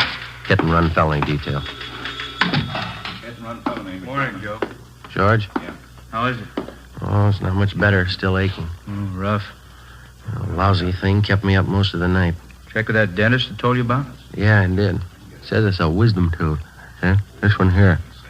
Oh, yeah. Says it's got to come out. I'm supposed to go back to see him today. That's rough. Remember, a friend of mine had his wisdom teeth out. Hurt like the devil. Terrible. Finally pulled him. Ached for 5-6 days after. Roger. Excuse me, Joe. Yeah, McD. Better have a 15-7 on that follow-up you handled yesterday, huh? Okay. I got most of it down. I'll finish it up. Friday? Hi. Ben come in yet? He's down the record bureau. Let's see that jaw of yours. Hasn't gone down much. It's a bad wisdom tooth. Dentist says he's going to have to yank it. Bum deal, eh? That's the first time I ever had any trouble with him. I remember a few years back, my sister Gertrude had trouble with a wisdom tooth in Pacton. Yeah? Whole side of her face was swollen. Poor kid was in terrible pain, full week. Even after they pulled it still hurt. Hi, Joe. What? Picked up the overnight reports down at Records, Mac. Here you are. Oh, thanks, Ben. This one on top here. I'd like to have you two check it out. Dead body report. Yeah. They left me a note on it. That's about all. Hard to figure. What's the story? Just what you see in the report. The victim was Edward Raymond Stokes, 732 Delano Street, apartment 2. His body was found in the gutter near 63rd and Vermont, 3 o'clock this morning. No witnesses. Only one piece of evidence. Yeah, see, they got it listed here. Skid marks near the body. Is that all? That's it. Parent hit and run. Where's the body, Mac? Neighborhood mortuary out there. Emerald Hills Funeral Home. One of the deputy coroners handled the body. A fellow named Joe Larimore. Anybody claim it yet? No. Okay. Ben, you ready? Yeah, let's go.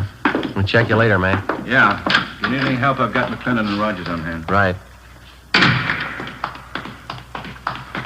How did we manage to draw all the choice ones?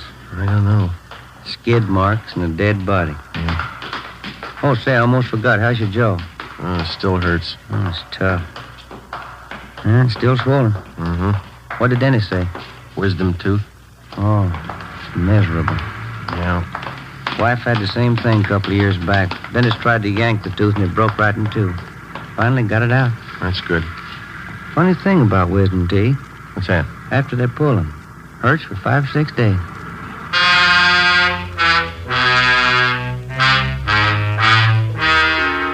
.33 a.m. Ben and I drove out to 63rd and Vermont and rechecked the spot where the dead body of Edward Stokes had been found. According to the report, the body was found 2 feet west of the easterly curb and 32 north of 63rd Street on Vermont. We examined the skid marks. They showed definite signs of being a lot older than 24 hours. The consistency of the rubber was weak, and there were heavy dirt smudges over them, indicating more wear than they could have possibly had since the estimated time of the victim's death. We got back in the car and drove to the Emerald Hills Funeral Home at Vernon and Denver Avenue. Sure is rotten weather for April, huh? Yeah. These funeral homes, do you ever notice it? What's that? Why do they always put awnings over the windows? They never open drapes. I don't know. Come on.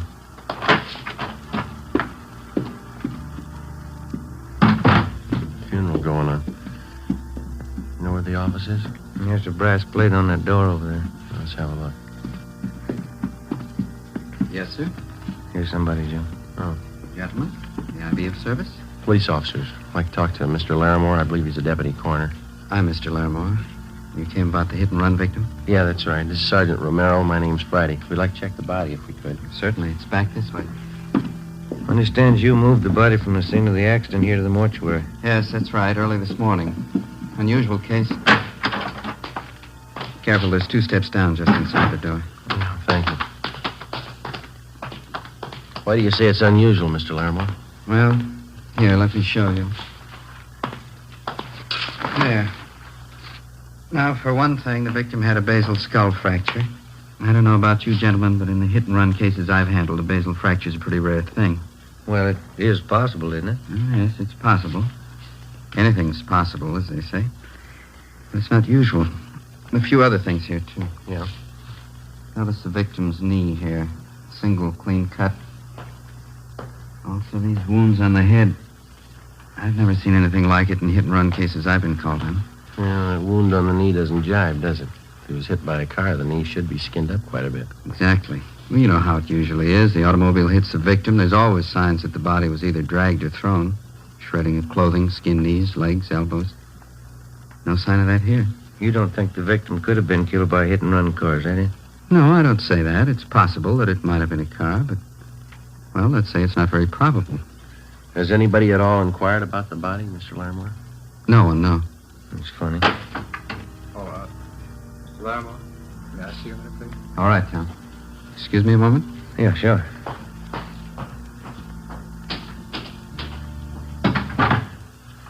Well? Yeah. Where do we start? I don't know. Maybe we won't have to. Another lead like this, we can turn it over to homicide. Sergeant? Yeah? There's a young lady in the lobby. Yeah? She wants to claim the body. The girl was shown the body. She identified it as that of Edward Raymond Stokes. She gave her name as Marion Fuller, the victim's common-law wife. After she recovered from her shock, she asked if she might sit down for a while and rest. We took her into one of the offices in the mortuary, and Ben got her a glass of water. She told us that she had last seen Stokes alive at about 1 a.m. that morning. They'd been drinking together at a neighborhood bar on Vermont Avenue between 63rd and 64th Streets, half a block from where the victim's body had been found sprawled in the gutter. Why don't you sit down over there, Miss Fuller? Thanks. How long did you know Edward Stokes, Miss Fuller? About 6 years. On and off. We've been together pretty much the last couple of years, though. Oh, my head. Would you mind telling us exactly what happened while you were with Stokes last night? Everything you can remember? I can't think. This headache's killing me. Well, we should try, Miss Fuller. It's important. Well, Eddie and I had dinner together at the Spanish Oven, place down on South Fig. That was about 7:45. Then we drove out to the Brown Barrel in Vermont, the bar I told you about. Yeah. Eddie and I go there most of the time. We stayed there and drank, played a little shuffleboard. Oh. Yeah, go ahead. Oh, we stayed too long. Drank a little too much. I started talking to this fella next to me, and he got sore. Always got jealous when he was drunk. Poor Eddie. Did Eddie fight with this other man, Miss Fuller? No, I stopped him. That made Eddie mad. He never could drink right. He always wanted to pick a fight. Who was the other man, you remember? No, I don't.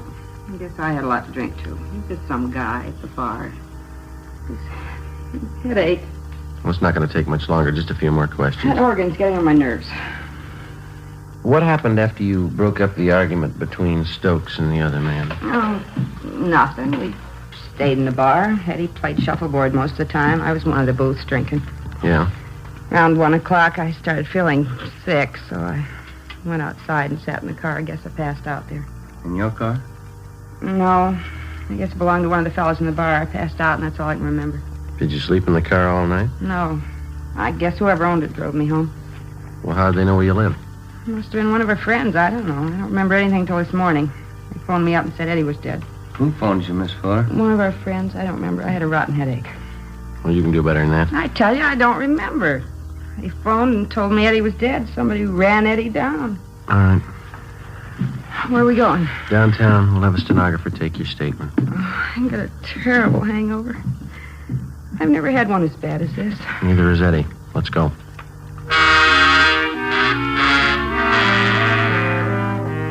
On the way back to the office, Ben stopped at a drugstore and I picked up a box of aspirin. The wisdom tooth was giving me trouble again. The clerk at the soda fountain fixed something for Marion Fuller's hangover. When we got her back to the office, we questioned her for more than an hour, but she gave us only one additional piece of information.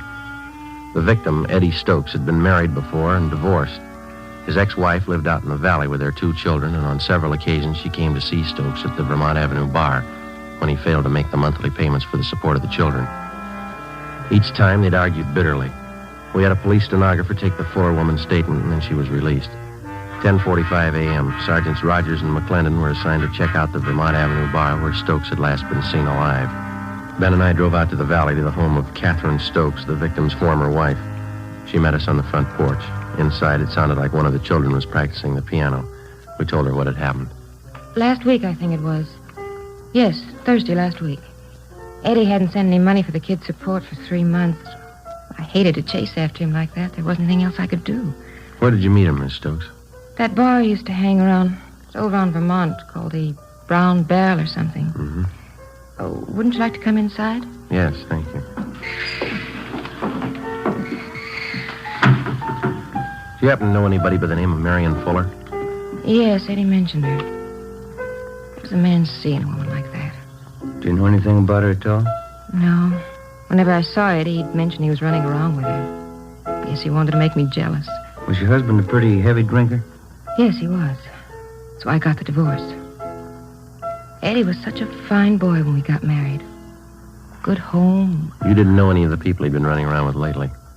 No, just the Fuller woman, that's all. Can you think of anything at all that might possibly have a bearing on his death? No. Eddie was probably drinking, wandered in the street, and a car hit him. I don't know. Oh, there's the bakery man. I've got to get some bread and a few things. Excuse me? I think that's about all, don't you, Joe? Yeah. I'll tell you, I'll leave our card here, Miss Stokes, in case you want to contact us for any reason. All right. It was so wonderful when we were married, Eddie and I. My folks gave us this house as a wedding present. We got wonderful presents. Yeah. We had everything we wanted. A car, nice house, kids. It was wonderful till we started drinking. Then everything went. Job, everything. Started all of a sudden. I never knew why. Yes, ma'am. How do men get that way? How do they start? I don't know. We only see a part of it. Yeah? When they finish.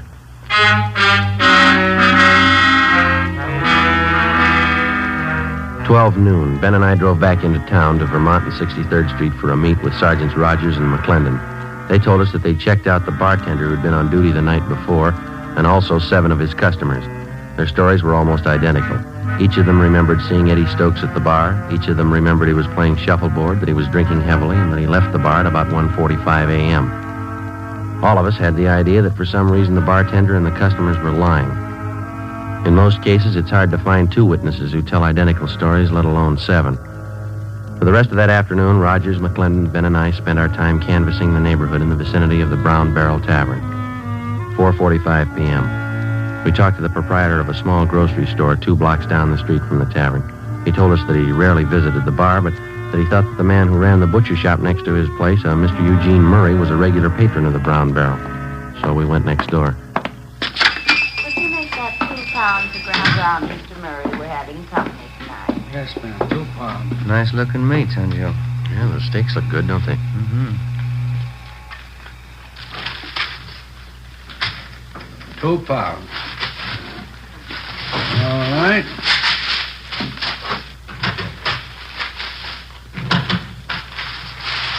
Anything else now, Mrs. Gidney? Got some nice fresh kidneys today. No, George won't touch kidneys. That'll be all. You put it on the bill, won't you, Mr. Murray? Yes, ma'am. Thank you. You're welcome. Yes, sir, gentlemen. Can I help you? Police officers, Mr. Murray. I'd like to ask you a few questions. Oh, sure. Glad to help out if I can. Have you ever been in the Brown Barrel Tavern down the next block there? Brown Barrel? I go there all the time. Say, would you mind if I fix up an order while we're talking? The customer's going to pick it up in a couple of minutes. I don't like to keep him waiting. Sure, go ahead. I got to go to the ice box. When's the last time you were in the Brown Barrel, Mr. Murray? Last night, wife and I went to the movies. One of them English pictures. Lousy picture. We dropped in at the Barrel on the way home for a beer. About what time was that? Pretty close to 2. What's the matter? Some kind of trouble? Did you notice anything unusual while you were in there? Anybody fighting or arguing? No, we were only in there a couple of minutes, but now that you mention it, there was something funny happen. What was that? Well, the bartender Carl and a half dozen of the neighborhood gang were back in one of the booths talking together. They seemed kind of nervous, and none of them seemed to be having a good time. Yeah? The wife and I yelled hello at them, but they kind of gave us a go-by. Then this drunk came up to us. And he, say, officer, would you reach that knife for me? Which one? That one. Oh, yeah, here you are. Yeah, thanks. Go ahead. Yeah, well, this drunk came up to us and whispers to me, say, you better get out of here. There's been a fight. Hey, isn't that a beautiful piece of meat? Well, I didn't pay much attention to him. He was pretty drunk, could hardly understand him. I guess they have a lot of fights in there anyway. Is that all he told you? There'd been a fight? Yeah, that time. But he came back a couple of minutes later and whispered the same thing. You better get out. There's been a fight, he said. The wife and I just laughed at him. Mm-hmm. He said, I know all about it. A guy's been murdered.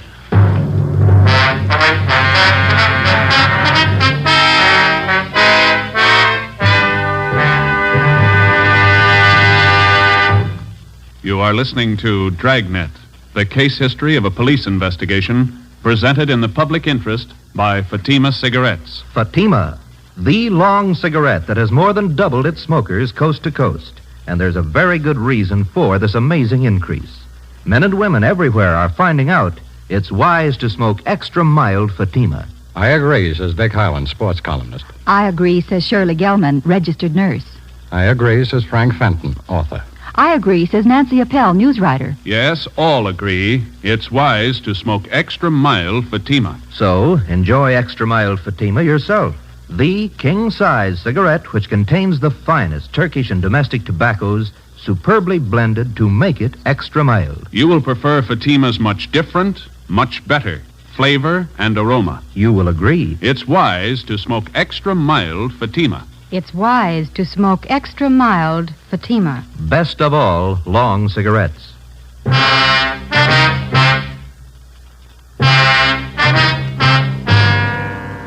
6 p.m. Ben and I went back to homicide to turn the case over to them. They asked us to handle the investigation for another day because they were short of men at the moment and because there was still a big doubt as to whether or not Eddie Stokes had really been murdered. Actually, the only solid lead we had was the second-hand testimony of a drunken witness, that and the deputy coroner's doubts that Stokes was actually the victim of a hit-and-run. Mr. Murray, the butcher, didn't know the name of the man who told him that there'd been a murder, and he could give us only a meager description. We brought Marion Fuller back in and re-questioned her. She stuck to her story. She didn't remember anything. She was released again. It looked like we were in for a long night. We went across the street for a bowl of soup and a sandwich, and when we got back, Ben called his wife and told her he'd be working late. I called my mother. Working late again? Oh, Joseph. How's your tooth feeling? Well, it's a little better, Ma. It's still pretty tender. I'm going to go to the dentist tomorrow. Yes, you've got to have that attended to right away. Bad teeth can poison your whole system. You be sure and see that dentist. Is he a good one? Yeah, he's okay. One of the fellas down there told me about him. I'll see you a little later, huh? Don't wait up. Yes. And you don't work too late, Joseph. You need your rest. Yeah, okay, Ma. Goodbye. All right, Joseph. Goodbye. Joe. Yeah? Just talked to that butcher's wife on the phone, Miss Murray. What'd she have to say? Asked her the same questions we asked Murray. She couldn't add much. Same story. Got something for you? Yeah, Matt? Rogers and McClendon just called in. They're still out at that bar. Yeah? Finally got somebody to talk a little. What'd they get? The bar boy out there. He says there was a fight happened about 1:30. Doesn't remember who was fighting. Not much help. Bar boy's name is Milner. He told Rogers he went outside about 20 minutes to 2 to put the garbage out. He saw the Fuller woman asleep in that car. You get the license number? No. Said there was a ticket on the windshield. Ben and I checked with the sergeant of the watch at 77th Street Division. He told us Unit 111 was assigned to the area where the Brown Barrel was located. In checking their worksheet, we found that Unit 111 had issued a hang-on citation the night before to a car parked near 6330 and 1/2 Vermont Avenue, the address of the Brown Barrel Tavern. We checked the license number through DMV and found that the car was registered to a William R. Huddy, 14 Naylor Street. We drove out to the Naylor Street address and talked to Huddy's wife. She told us he was playing in a shuffleboard tournament that night at a bar down on South Olive Street. 8:55 p.m. We checked in at the bar. Bartender. Oh, yes, sir. What'll it be? Do you know if there's a William Huddy in here? He's supposed to be playing a shuffleboard game here tonight. Oh, yeah, I know him. He's with the Highland Park team. Yeah, let me see. Yeah, that's him up now. Out on the blue shirt. Thank you. Come on, Ben. That's it, Bill. Good weight. Make it another 3. That cleans him. Good one, Bill. Yeah, that's pretty close. Beat that one, Max. Excuse me? Yeah? Are you William Huddy? Yeah, that's right. Police officers. We'd like to talk to you a minute. Oh? What about? I'd like to ask you a few questions. You step over here a minute. Yeah, all right. Were you at the Brown Barrel Tavern out on Vermont last night? Yeah, I was. Why, what's the matter? You know Marion Fuller? Yeah, she hangs around the place. She goes with a guy named Eddie. Did you drive her home last night? Yeah, as a matter of fact, I did. She passed out in my car. She's a nice kid, but she drinks a lot. I drove her home. Do you mind telling us what happened at the bar last night when you were there? Well, I come in about 9 o'clock and I start playing shuffleboard with a couple of guys. This guy, Eddie Stokes, he's one of them. Yeah? We got in a beef with a guy at the bar over Marion. It's nothing big, though. Guy left after a while. Mm-hmm. Go ahead. That's about all. I left the place around 1:30, and this Eddie was beefing with some merchant seaman about that time.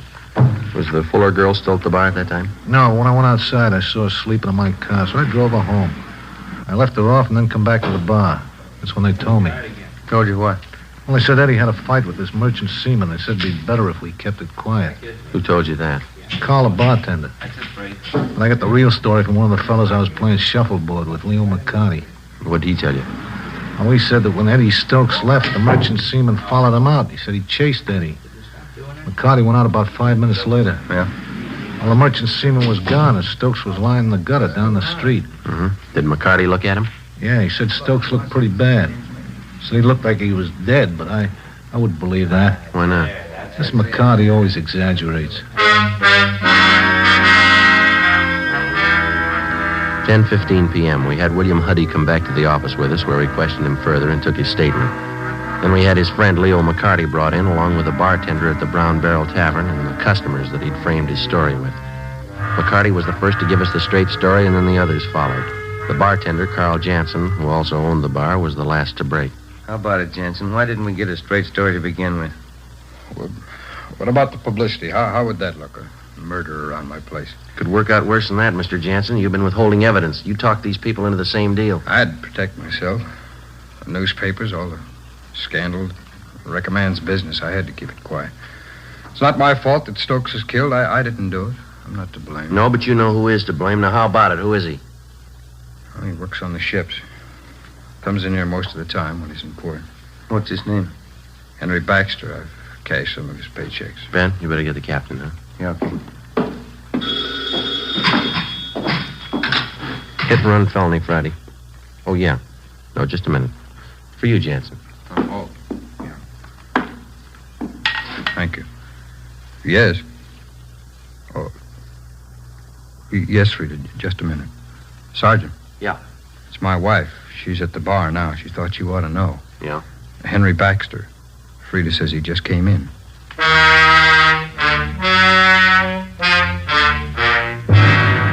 I talked to Jansen's wife and told her to delay Baxter as long as possible without arousing his suspicions. 11:25 p.m. Ben and I and Mr. Jansen, along with Rogers and McClendon, drove out to the Brown Barrel Tavern on Vermont. When we got there, Baxter was gone. Mrs. Jansen told us he was pretty drunk by the time he left the bar. She'd watched him go down one block, cross the street, and then enter a small nightclub on the opposite side called the Pink Shamrock. She'd been keeping an eye on the place, and as far as she knew, Baxter was still inside. We went down the street to the nightclub. Rogers and McClendon covered the back entrance. We got inside in the middle of a floor show. A blonde was doing some kind of a dance. Can you spot him, Mr. Jansen? No, I don't see him yet. How about over on this side, back in the corner there? No, he's not there. So dark in here, I can't see too well anyway. There's the rear exit to the place. He could have slipped out that way. Gentlemen, like to have your picture taken? Souvenir photograph? No, no thanks. Maybe we better check with the waiter, Ben. Sergeant, just a minute. That man over there at that table. Where? Yeah, I'm almost positive. Where? Right there, next to that pillar. He's just behind it, you see. Yeah, that's him. All right. Come on, Ben. You stay right here, Mr. Jansen. You bet. Waiter. Hey, waiter. Another Coke high. You, waiter? Another Coke high. Your name Henry Baxter? Yeah, that's right. What? Police officers like to talk to you. Yeah? Well, sit down. Outside. Outside nothing. Can't see a show. Let's go outside. Come on, Baxter. Hey, wait a minute, Wade. What's the beef, anyway? You know what the beef is. Sure, I know what the beef is. Come on, let's go. The lousy punk Eddie Stokes trying to give me a bad time. Now he knows what a bad time is. All right, Baxter, come on. Lousy punk Stokes. I showed him how it's done. Keep your voice down. I slugged him. Pounded his head on the curb. He was drunk. He never knew what happened. Come on, outside. Hey, everybody, I killed Eddie Stokes. I killed him.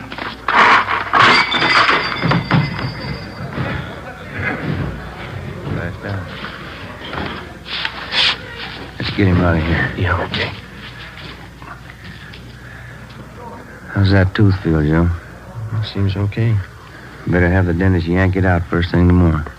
Well, I think I'll hold off a while.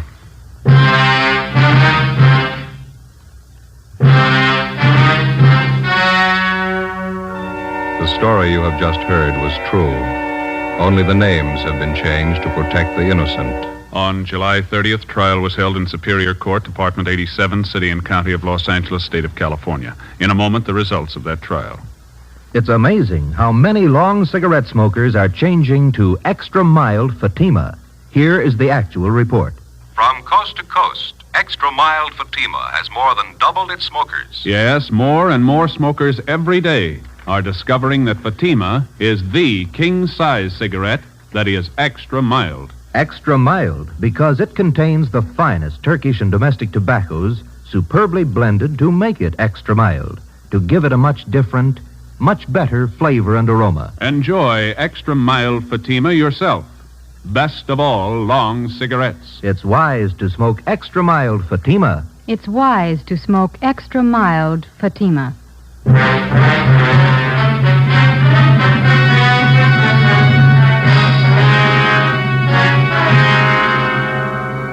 Henry John Baxter was tried and convicted in Superior Court of manslaughter. He received the sentence as prescribed by law and is now serving his term in the state penitentiary.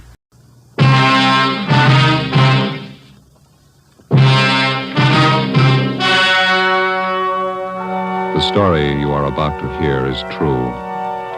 Only the names have been changed to protect the innocent. Fatima Cigarettes, best of all long cigarettes, brings you Dragnet.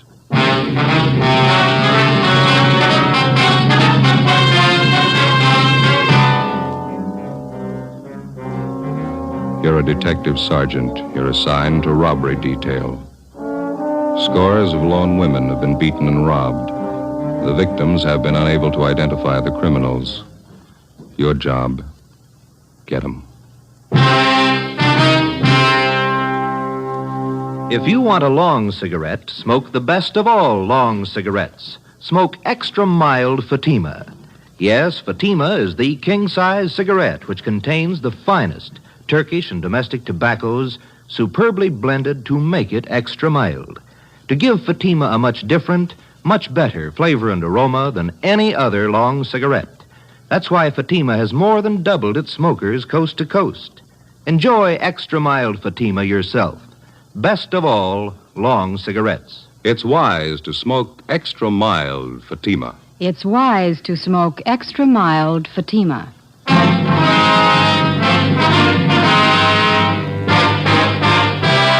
Dragnet, the documented drama of an actual crime.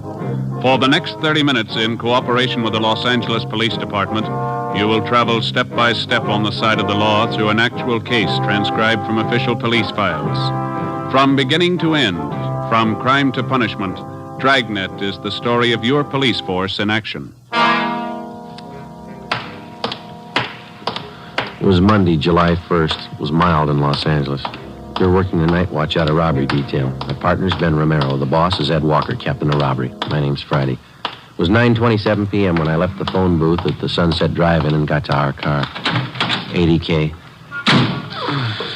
Anything new? 80K, code 7. Captain Walker's wife had her baby. Boy, 8 pounds. Oh, that's swell. She all right? Yeah, so's the captain. Look at the uniform on the waitress coming. Yeah, they sure dress them up, don't they? Good evening. Hi, Daisy. Oh, hello. Didn't recognize you. What'll you have? The usual? No, I think I'll have something else besides a hamburger this time. Here's the menu. Take your choice. Hey, thank you. Well, I'm kind of hungry. Maybe I'll take a meal. 42R, 816 West. Fried shrimp's good. Where's that? Right there. Oh, yeah. 95 cents. What's all this stuff I've been reading in the paper? What's that?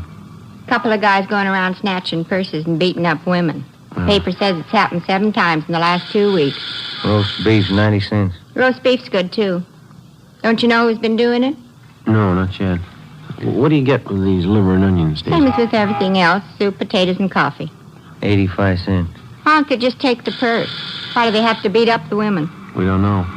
Well, there's headlines staring me in the face every time I open a paper. I'm getting afraid to walk home at night. Do you get coffee and dessert with the Salisbury steak? Yeah. 65 cents. 72T, roger on your call. Say, do you guys know what I've been talking about? Yeah, Daisy, we know. I'll take the Salisbury steak. Yeah, so'll I. Hamburger specials on 2. Well done on mine, please. Burned. Okay. Be a couple of minutes. Thanks. All units in the vicinity of 1016 North McCadden. That's us. Get it up. 484 PS and slugging, code 3. All units in the vicinity of 1016 North McCadden, 484 PS and slugging, code 3. 61F, take the call. Okay. Better let her know we're going. Okay. I'll be right there. No, we're leaving. We'll be back. Okay. You know, I've been wondering. What's that? Hamburger and Salisbury steak, what's the difference? Price.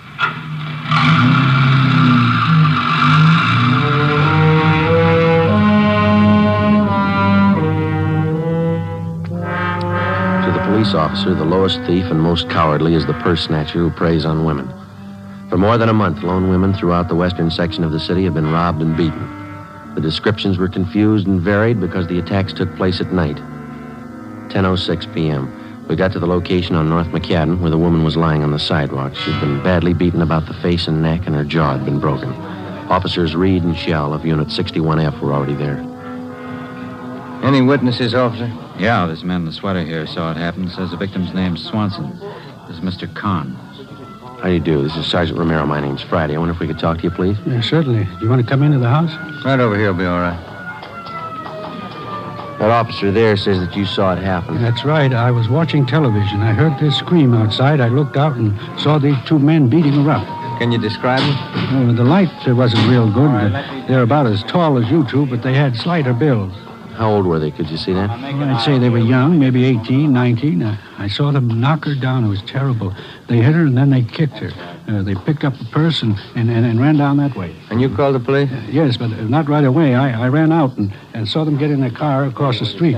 They drove right past me. Then they turned east there on Romaine. Can you describe the car for us? I got the license number for you. The last 3 numbers were 552. Just 3 numbers? Yeah. Mm-hmm. Can you describe the car? What kind was it? Oh, I don't know. It was new. I think it was black, maybe a sedan. Well, was it a large car or a small one? Oh, kind of medium. Did you notice the back of it? Yeah, that's where I saw the license plate. No, I mean, did you notice anything about the car? Maybe a dent on the fender or a sticker on the window? No, I didn't look at the window. Did the car have a spotlight or a radio antenna? Well, I guess I didn't see any. I was trying to look at the license plates. Did you notice anything unusual about the car? Any identifying marks at all? No, I didn't notice. How about the make of the car? Did you see what kind of one? No, the last 3 numbers on the license plate were 552. California license plate? Yes, it was. Now, that should be enough here. Do you think you'll catch him tonight? Do you know how many plates end in 552?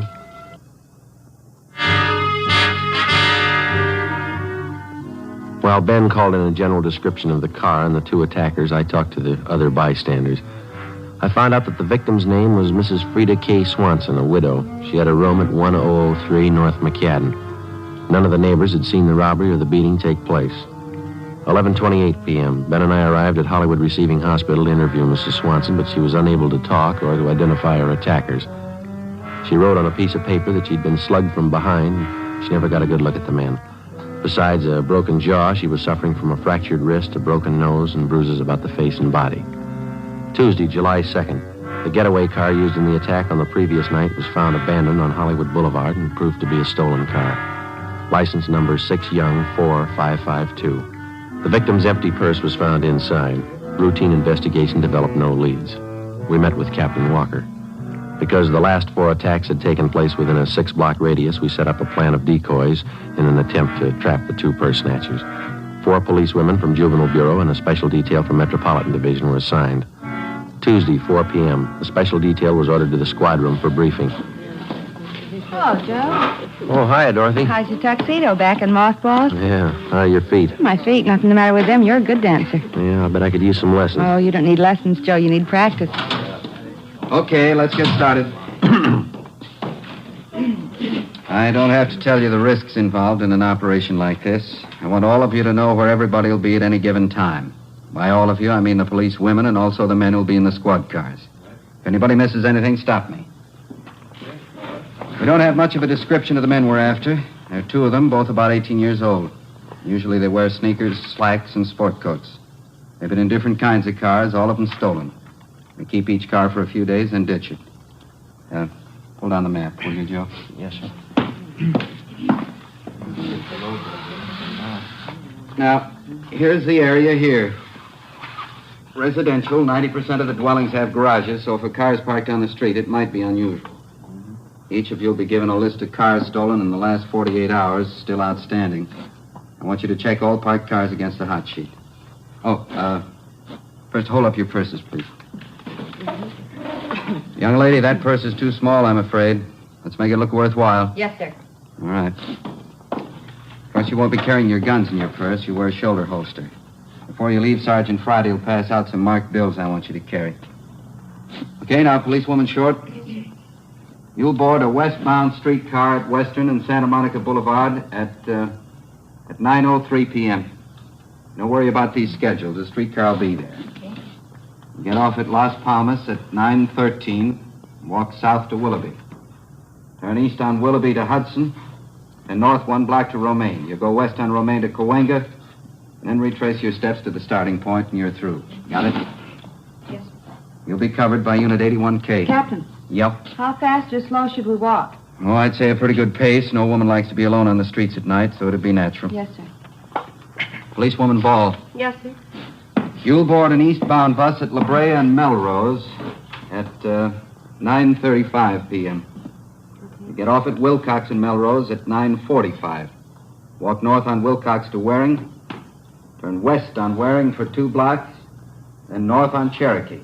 You follow Cherokee for 2 blocks, turn east on Romaine. Follow Romaine to Cole, and turn north on Cole. When you get to Santa Monica Boulevard, retrace your steps to your starting point. You'll be covered by Unit 87K. Will the cars be cruising or will they be parked? Both. Friday and Romero will be cruising all the time. I'll get to the others when I finish with these instructions. Of course, if you see any police car, give no recognition. Yes, sir. Captain, Yeah? you said the 2 suspects wear sneakers. That's right. It'd be pretty hard to hear them come up behind you. I'd say so. Did any of the victims hear them? If they had, they wouldn't be victims.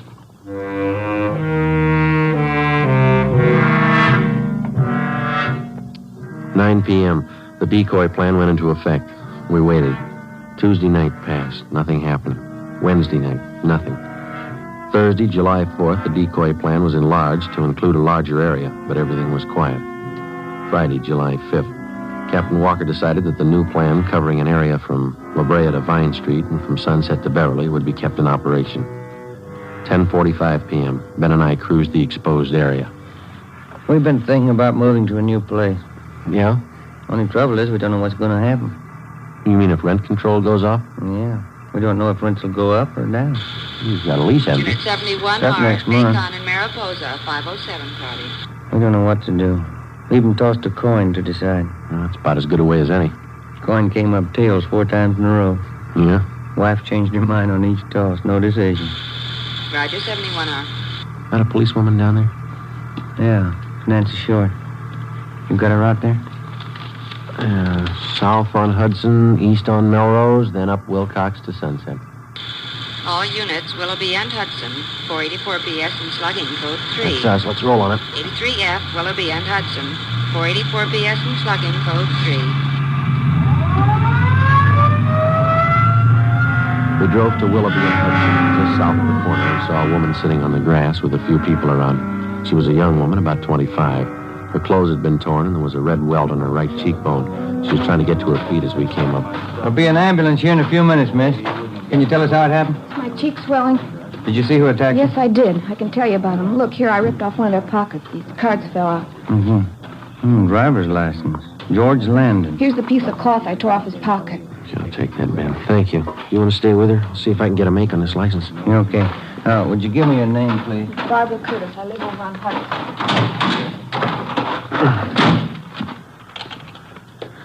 80K to control 1. 80K to control 1. Go ahead, Eddie K. Check suspect for making warrants. George Landon, male, white, age 18, 5 feet 9 inches, 155 pounds, blue eyes, black hair. Address, 2722 and a half Arthur Avenue, KMA 367. Roger, 80K. I swung on his list. I'm going to be robbed by a couple of young hoodlums. Did you see the car? Yes, I saw it. White sidewall tires. It was a club coupe. I tried to see the license plate. I couldn't make it out. What color was the car? I don't know. Dark green, I think. I'm so mad I could boil. Can you describe the man? Well, you got the driver's license. It's all there. Well, that's just for one of them, miss. You said there were 2 men. I don't know. I grabbed one of their coats and the other one hit me. The thing I'm so mad about is I tried to scream and nothing had come out. I understand. Hi. Hi. Unit 63F, we got the call. That's fine. This is the victim, Miss Curtis. If you'll handle the report and see that she gets home, we got a lead to check out here. Okay. Thank you. Control 1 to 80K. What's your call back, Joe? We better get it. Come on. Right with you.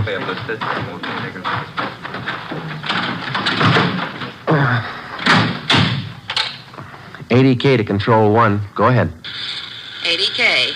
Suspect has misdemeanor and felony record. 1 arrest, suspicion of robbery, and 1 arrest, GTA. No wants at this time. Most recent address on suspect, 2722 and 1/2 Arthur Avenue. Roger. Been in trouble before. Felony and misdemeanor. Yeah. And the address matches. Maybe this cloth does.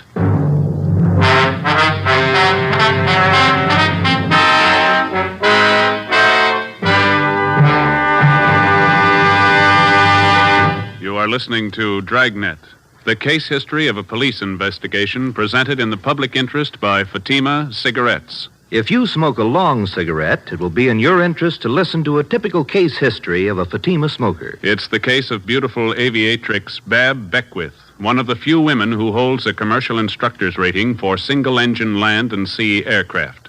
This is her actual signed statement. I've been smoking long cigarettes for quite some time. Recently, a friend told me about a really mild king-size cigarette, Fatima. I'm very glad I tried them. Fatimas are a lot milder than any of the others I've smoked and have a much better flavor.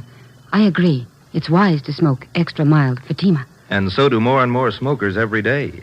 Actual figures show extra mild Fatima has more than doubled its smokers coast to coast. So enjoy extra mild Fatima yourself. The king-size cigarette, which contains the finest Turkish and domestic tobaccos, superbly blended to make it extra mild. You will prefer Fatima's much different, much better flavor. You will agree. It's wise to smoke extra mild Fatima. It's wise to smoke extra mild Fatima. The best of all long cigarettes.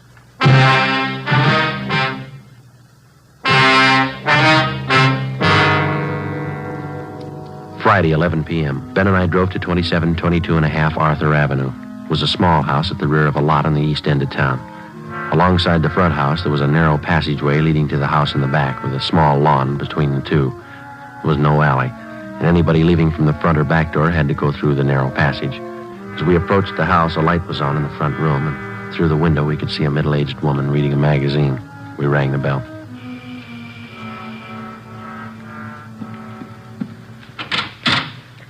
Yes? Police officers. Does George Landon live here? Why, yes, he does. I'm his aunt, Miss Landon. What do you want? Can we come in? Why, yes. Thank you. Won't you sit down? Thank you, ma'am. Is George Landon at home now? No, he isn't, but I think he'll be home soon. He never stays out late. He isn't in any trouble, is he? Do you know where he is? With his friends, I suppose. He's a popular boy. He really should be home soon. Where's he been, Miss Landon? I don't know. He goes out at night, you know, with his friends. Who are they? Well, I really don't know.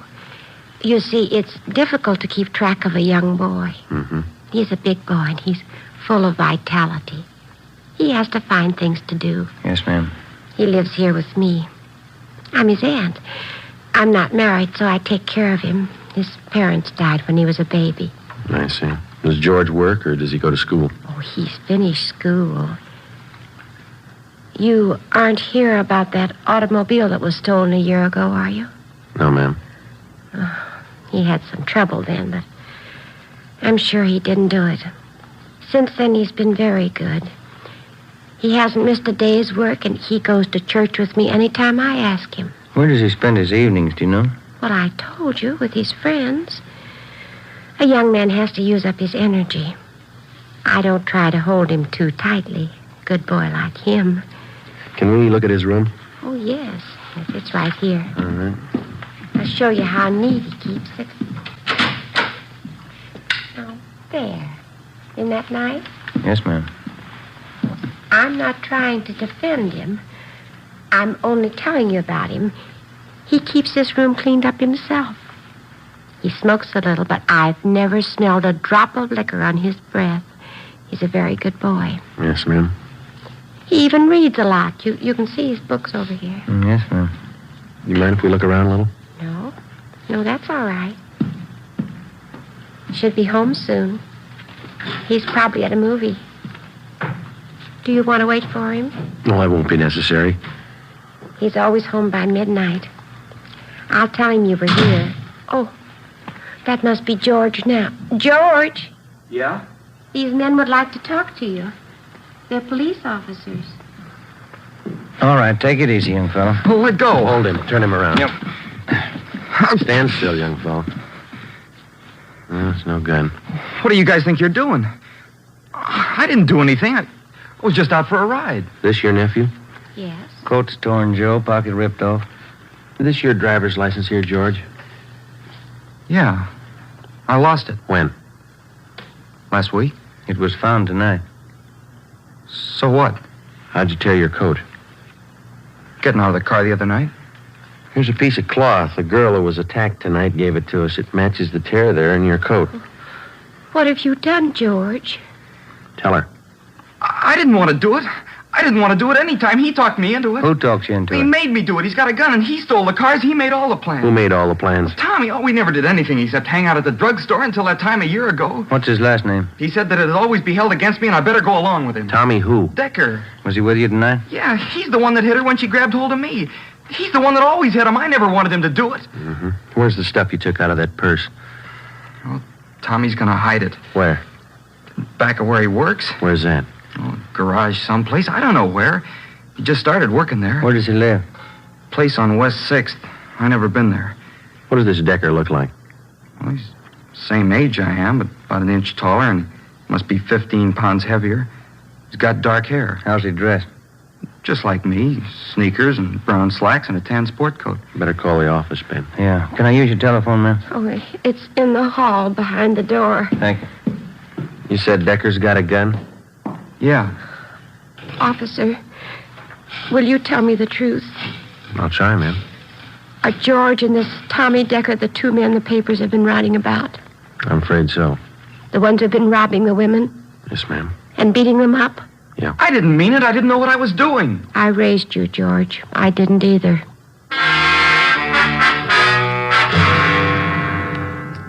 "11:42 p.m. We checked into the office with the 18-year-old suspect, George Landon. While Ben and a police stenographer took down the statement, I went down to R&I and pulled a package on the other suspect, Thomas Decker.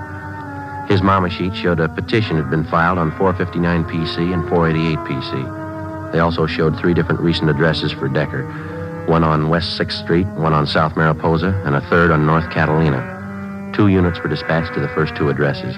Ben and I went to the address on North Catalina, a rooming house. We learned from Decker's landlady that he was working as an apprentice mechanic on the swing shift at a large garage on South Flower Street. 12:51 a.m., Ben and I arrived at the garage. I beg your pardon. Yeah? Police officer. Does Thomas Decker work here? Yeah, he works here. Hey, Decker! Hey, Decker! Yeah? Couple of guys here to see you. There he is back there. Thank you. What do you want? You Thomas Decker? Yeah? Police officers like to talk to you. Watch it, Joe. Come on. Hey, he's going in the locker room. All right. It's locked. Come on, hit it. Yeah. No go. Hey, you! You over there. Any other way out of this locker room? Yeah, down the hole in the annex. Come on, Ben. All right.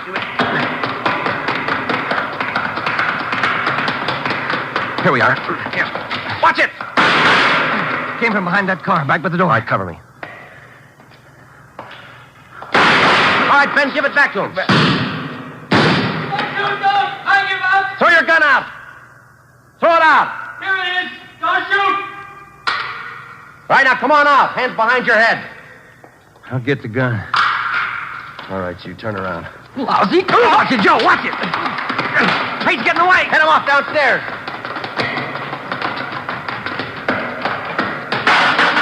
Let him go! No.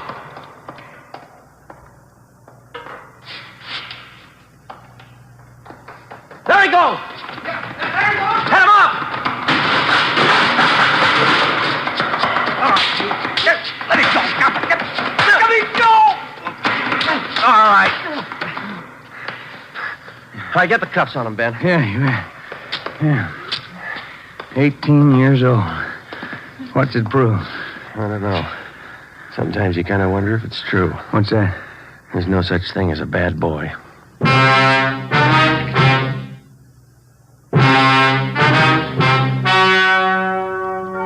The story you have just heard was true. Only the names have been changed to protect the innocent. On November 1st, trial was held in Superior Court, Department 82, City and County of Los Angeles, State of California. In a moment, the results of that trial. It's amazing how many long cigarette smokers are changing to extra mild Fatima. Here is the actual report.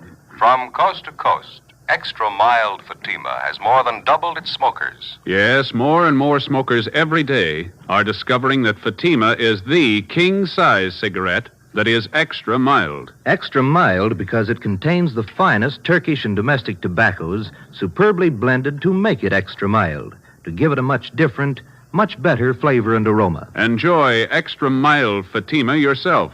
Best of all long cigarettes. It's wise to smoke extra mild Fatima. It's wise to smoke extra mild Fatima.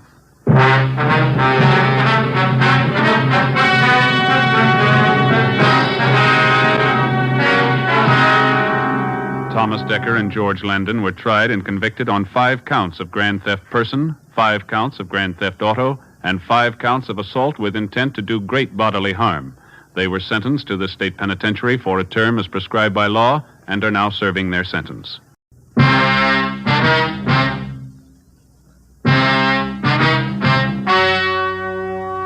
The story you are about to hear is true. Only the names have been changed to protect the innocent. Fatima Cigarettes, best of all long cigarettes, brings you Dragnet.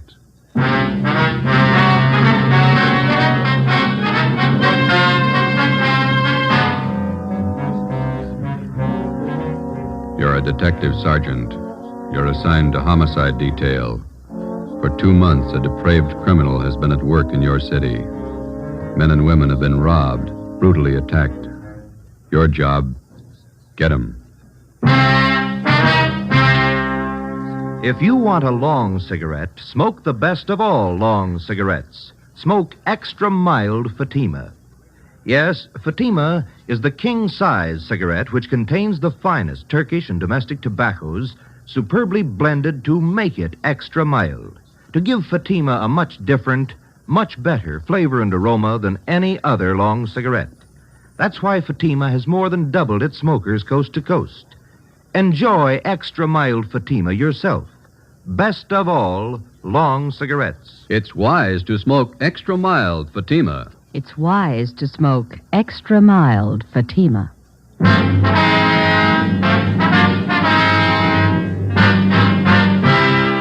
Dragnet, the documented drama of an actual crime.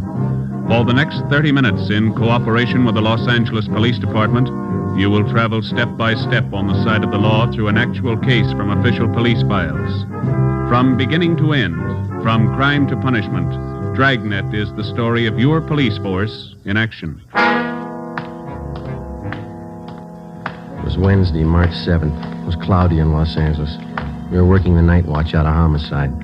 My partner's Ben Romero. The boss is Thad Brown, chief of detectives. My name's Friday. I was on the way home from the office, and it was 2:25 a.m. when I got to Collis Avenue, number 4656.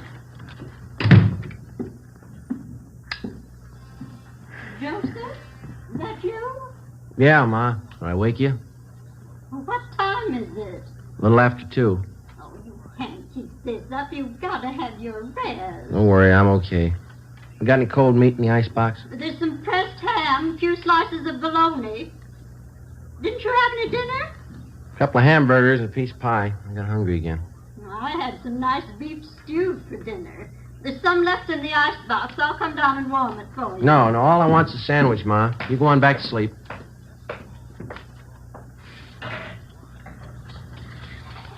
You can't live on pie and sandwiches and keep up your strength. Working all hours, first thing you know, you'll be getting sick. You need your food and you need your rest. Nobody cares when you're sick. You didn't have to get up, Ma. All I want's a sandwich. I can fix it. You better have a bowl full of stew. Here, it'll take a minute to warm it up. Nice new potatoes in it. Some of those onions you like, too.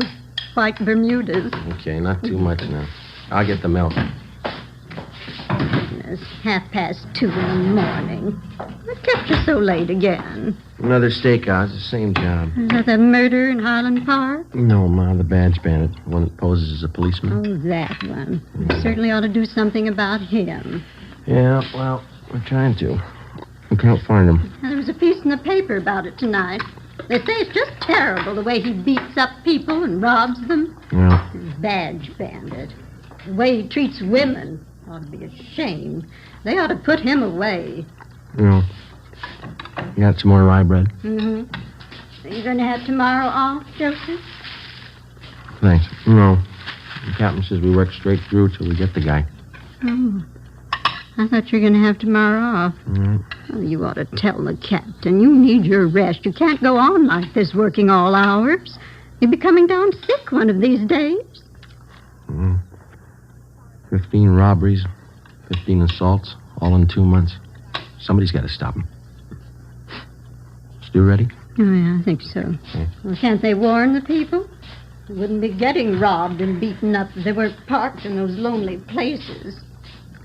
Spooning, so silly. Yeah. I'm afraid we can't do anything about that, Ma. It's a public place. They got a right to park if they want. Yeah, I suppose. Let me have your plate. Okay, here.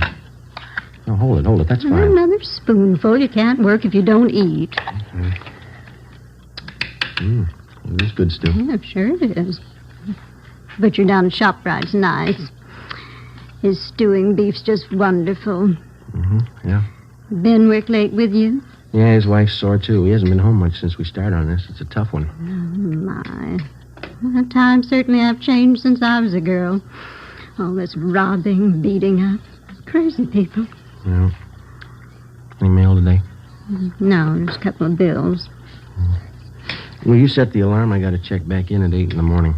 8 o'clock? Why so early? The badge bandit got 2 more victims tonight. They were college kids. Oh. Doctor says he didn't think we should talk to him tonight, so we'll have to see him tomorrow morning at the hospital. Were they badly injured? Well, pretty bad. The boy took a terrible beating. The girl was attacked, same as the others. My. Well, it's very good, Ma. I better get to bed. Yes, well, your face looks so thin. You need all the rest you can get. I'll get it.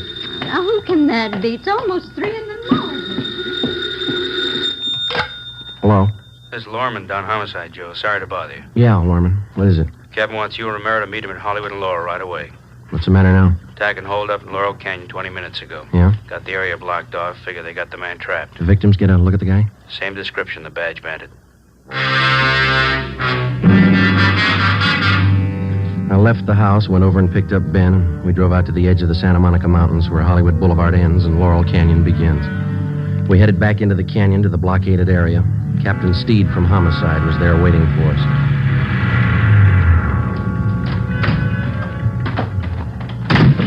Hi, Skip. Hiya. Just a minute. Taylor, call communications again. Have them tell the men out on Ventura to start moving in. Right, Captain. Sorry to call you back. Couldn't be helped. Okay.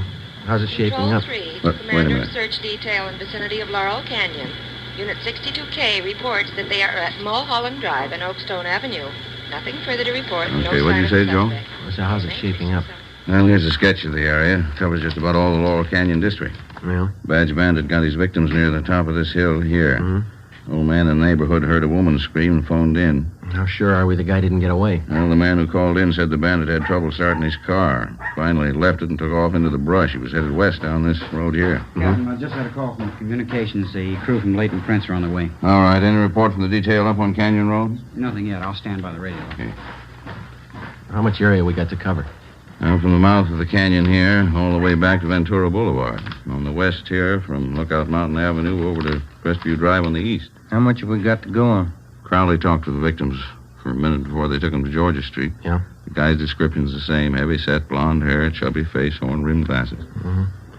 Well, if he's on foot, there's plenty of underbrush around here to hide him. Just a minute. I want to get this call in first. Taylor, I have communications contact 72K. Tell them to hold their line stationary. Yeah. We'll have the others close in from the west and the north. Right. You two better get up on Roseland Drive. Line's pretty thin up there, Olson. We'll use the help. Is that the area where you abandoned the car? Yeah. I want you to cover all the houses in that area. Check with everybody you can find in the neighborhood. They may be able to help. If they don't answer, find out why. Okay. I'll be making the rounds in another 10 minutes. Check with you then. All right, let's go, Oh, Joe. one more thing. Yes, sir? I'll tell you what I told the rest of the men. This guy's in a corner and he's got a gun. There's only one way out for him. Yeah? Make sure it's not you. 3:45 a.m. Ben and I drove up to Groveland Drive and joined the search. We started our house-to-house canvass of the neighborhood where the suspect had abandoned his car. None of the residents had any further information to give us. 4 a.m. We kept on checking. 23 hours. It's a long shift. Yeah. I could use some sleep. Wife of mine is boiling mad. She's even mad at the kid. Yeah? What's the trouble? Oh, aunt of hers sent down some flower bulbs from Oregon yesterday, gladiola bulb. Yeah. Kid was playing with a little girl next door yesterday, and they found the box of flower bulbs. They put the mess of them in a pot of water and boiled them on the stove. What'd they do that for? Who knows?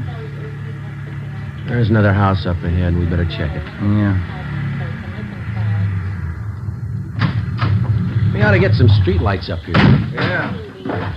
That's nice work, waking people up in the middle of the night. I don't like it any more than they do. Wish we could make them believe that.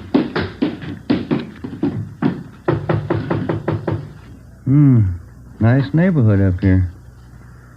Wonder what the price is on these lots. Well, it shouldn't be too high. They say real estate's coming down. Yeah, what is it? Police officers. Sorry to disturb you. We'd like to talk to you a minute. Oh, all right. Let me get the door open. What's been going on in the neighborhood tonight? Some kind of trouble? Cars racing up and down the hill? What's the trouble? Have you noticed any strangers in the neighborhood last hour? No, I just got to bed 20 minutes ago. I work out at Paramount. We're shooting nights. What's all the commotion anyway? We're looking for a suspect. He's supposed to be around this area. Well, I haven't seen anybody. I thought I heard somebody out by the garage a few minutes ago. Went out and looked around, but I didn't see anything. Did you check to see if your car is still in the garage? No, I left it in the driveway. No, sir. There's no car in your driveway. Sure there is. Let me show you.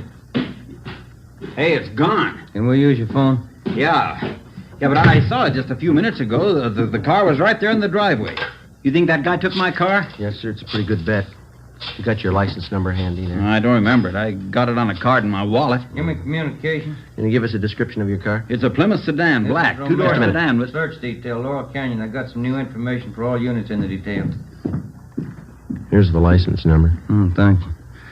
Will you broadcast this information to all units in the search detail? What was the make and model of your car? 46 black Plymouth, a two-door sedan. 1946 black Plymouth, two-door sedan, license number, let me see. Oh, 7 X-ray 2569.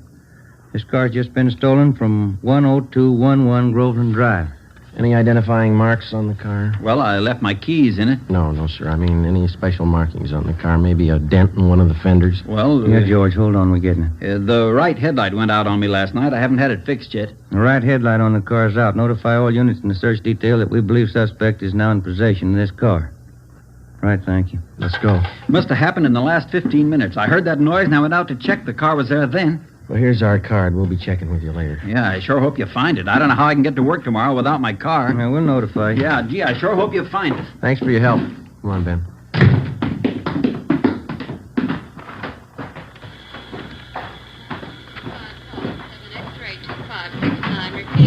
7 X-ray 2569. The car has just been stolen from 10211 Groveland Drive. The right headlight is out. Oh, we got it. Believed suspect is now in possession of this car, KMA 367. I don't think he could have gotten that car through the blockade yet, you. Better start searching the side roads, huh? Yeah. There's one. Leading off to the left, up ahead. Okay, let's try it. Wait a minute. There's a car coming down the hill toward us. Joe is making time. Joe, only one headlight on the car. He's coming right at us. Turn around, quick. There's no room. Get over to the inside. I can't. It's too late. Ben, turn. Hang on. We're going over.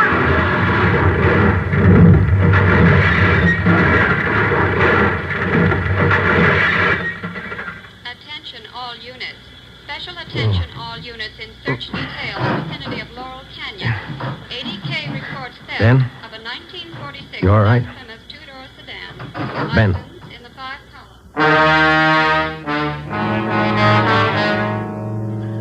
An ambulance was called, and Ben and I were taken to Georgia Street Receiving Hospital. There I received emergency treatment for multiple cuts and bruises and a sprained left shoulder. Ben didn't do so well. He had a possible concussion, 2 broken ribs, and a half a dozen severe cuts about the face and arms. We were then taken to the P&F ward. The next afternoon, we had a visit from Captain Steed and Chief of Detectives Thad Brown. Friday, how you feeling? Pretty good, Chief. You saw Romero across the hall. You came out better than he did. Yeah, that's what I hear. You resting any? Oh, much better. No danger involved. Needs rest, that's about all. How long? Oh, he'll be here 2 weeks, according to the doctor. What about you? A couple of days. Too bad, Joe. Badge bandit? Yeah. Looks like you two got banged up for nothing. Oh? After he rammed your car, he ditched the black Plymouth, and then we figure he hit with the underbrush. Yeah? Somehow, while we were hauling you and Ben out of that wreck, he slipped through the line. Any fingerprints on the car? None we could use. It's rotten luck. I guess it was his night, huh? We're getting more men from Metro Division to help out. Mm-hmm. And we're doubling the number of decoys around the city. Policewomen, huh? And we'll have each of them planted in a parked car along with an officer in every area the badge bandit's been working. All he has to do is grab at the bait once. Yeah, if he goes for it. He'll have plenty of time to choose. We work the same setup every night till we reach him. It's a big operation. Might have to run it for weeks unless he quits. Well, there's only one way a guy like that ever quits. Yeah. When we stop him. Saturday, March 10th, 2 p.m. I was released from the P&F ward and went home. Ben stayed on at the hospital. He had at least another 10 days to go before release. Sunday, I spent at home. Monday afternoon, I checked back in at the office, and Captain Steed put me on decoy duty for that week, along with policewoman Dorothy River. We were assigned to cover an isolated parking area near Mulholland Drive and Beverly Glen. It was a nice view, but the duty was slow. No sign of the badge bandit. Policewoman River and I waited it out from late evening to early morning, from Monday through Thursday. Friday night came. Same thing. We waited. How's Ben? You see him today? Yeah, he's doing fine. Be out next week. Grouchy, I guess. Oh, sure. You want a cigarette? Thank you. You can sure tell it's Friday night. Yeah. Thanks. College kids are out in force. Mm-hmm. What time you got? 1:45. Long nights. Yeah. Slow. You cold? No, are you? Just a little. It's chilly up here in the early morning. What's that? Car full of kids just pulling out. Are the cars gone too? Yeah. We're the only ones left. These stakeouts get on your nerves. So look, if you're cold, you can have my coat. It doesn't bother me. No, it's all right, Joe. Thanks. It's a beautiful view from up here, isn't it? All the lights. Yeah. You like to dance, Joe? What? I said you like to dance. Oh, once in a while, I guess. I'm not too good. Why? Well, our club's having its big annual dance 2 weeks from Saturday. Yeah? Might get a kick out of it. It's formal. Well, it leaves me out. I don't own a tux. You could rent one. It'd be fun. No, I'm afraid I don't look good in a tux. I never met a man who thought he did. Why don't you try it? I might be working. Well, I mean, if you're not working, why don't you come? You going? Well, I was planning on it. Got a date? No, not yet. I have hopes. There's a car pulling in. Let's see. Yeah, parked over in back of us. I can only make out one person in the car. Yeah, looks like a man. I can't be sure. All right, come on over closer. We might as well look the part, huh? All right. He's getting out of the car. Is he coming this way? Walking over to the side of the road. He's got a flashlight. Looking around. He's built like the badge bandit. Short, heavy set. Yeah, he's turning around. He's got his flashlight on us. He's coming up on your side of the car. All right, take it easy. You know what to do. Come on, out of that car. Police officer. All right, hold on. Got a gun, Joe. Yeah. Come on, I said out of the car, both of you. All right. All right, drop the gun. Drop it.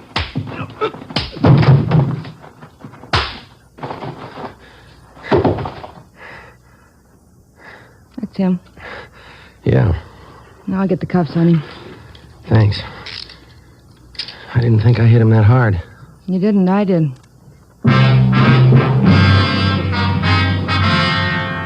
Policewoman Dorothy River and I took the suspect to Hollywood Division, where he was booked on suspicion of robbery. He gave his name as Charles Leon Kirby, age 46. Monday, March 19th, Ben was released from the hospital and checked back in for work. A special show-up was held at which 10 of the 17 victims definitely identified Kirby as the badge bandit. The suspect had finally been apprehended. Now we started the slow process of formally charging the man and presenting our evidence against him to bring him to trial. 10 a.m., Ben and I went across the street to the 6th floor of the Hall of Justice to present our case against Kirby and to obtain a formal complaint against him. We met with Deputy District Attorney Broker. When'd you get out of the hospital, Ben? This morning. Sure got sick of that place. Heard about your accident. That guy sure gave you enough trouble, didn't he? Yeah, he's still giving us trouble. How's that? He got in a tangle with another prisoner out in the Hollywood Division. Yeah? The other prisoner gave Kirby a pretty bad going over. Cut him up and broke his left forearm. They're moving him in an ambulance from Hollywood to the prison ward at the General Hospital. When did this happen? Just this morning. I think they're moving him downtown now. Tough one. Now, how about your reports on Kirby? Are they all in order? Well, here's a summary report. Alleges 10 positive identifications containing 10 counts of robbery and 10 counts of forcible rape. All right. And here are 7 other crime reports. Only partial identification on these. Okay. What have you got for corroborating evidence against him? Oh, we went through Kirby's apartment. Found at least a dozen pieces of property that he took from his victims. Mostly watches and jewelry. The victims identified every piece we found. Okay, let me get the details down here. No. Excuse me a minute. Sure. Broker speaking. Yes, a minute. You, Friday. Thank you. Friday. When? Yeah, right away. Well, that does it. What's the matter? Kirby. He just broke out of that ambulance.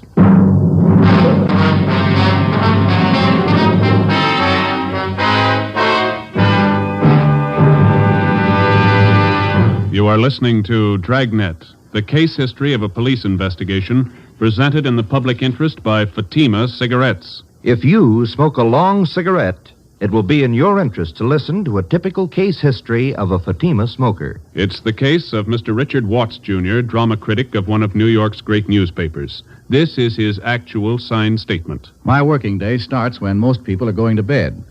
When the curtain closes on the last act, I've got a newspaper deadline to make. Working more means smoking more. And that's when Fatima quality really tells. I agree. It's wise to smoke extra mild Fatima. And so do more and more smokers every day. Actual figures show extra mild Fatima has more than doubled its smokers coast to coast. So enjoy extra mild Fatima yourself. The king-size cigarette, which contains the finest Turkish and domestic tobaccos, superbly blended to make it extra mild. You will prefer Fatima's much different, much better flavor. You will agree. It's wise to smoke extra mild Fatima. It's wise to smoke extra mild Fatima. the best of all long cigarettes.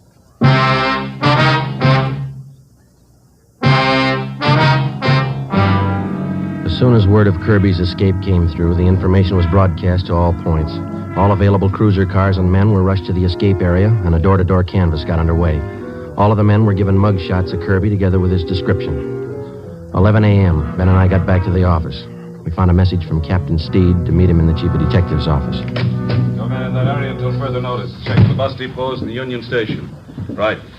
What's the story, Chief? That's what I'm trying to find out. Where'd he make the break? Near 4th and Main. Couldn't have picked a better spot. The ambulance had just crossed 3rd and Main when Kirby slugged the guard. Driver was too busy dodging traffic to notice what was going on in back. That's a lousy break. Kirby jumped out of the back end of the ambulance and disappeared in the crowd. No sign of him since. Well, that's fine. Takes us almost 3 months to reach the guy, and he breaks away on a cheap fluke like that. Well, he doesn't have many friends in town. He's only got one we know of. Yeah. A brother. Kirby stays with him pretty often from what we could gather. The brother lives in a rooming house down on Alameda. Anybody checked that yet? We've got it staked out. And the brother works at a box factory in the south end of town. That's covered, too. He's not going far with a broken arm. What have you got? Pawn shop hold up 6th Street happened a few minutes ago. Yeah? Here's the description of the hold up, man. Stocky build, blonde hair, horn-rimmed glasses, chubby face. You were wrong about that broken arm. Come on. 11:20 a.m. Ben and I pulled up at the East Asia pawn shop on 6th Street. Inside, we found the proprietor, Morris Brubaker, lying propped up against one of the showcases. He was an elderly man, and his face and head showed the marks of a savage beating.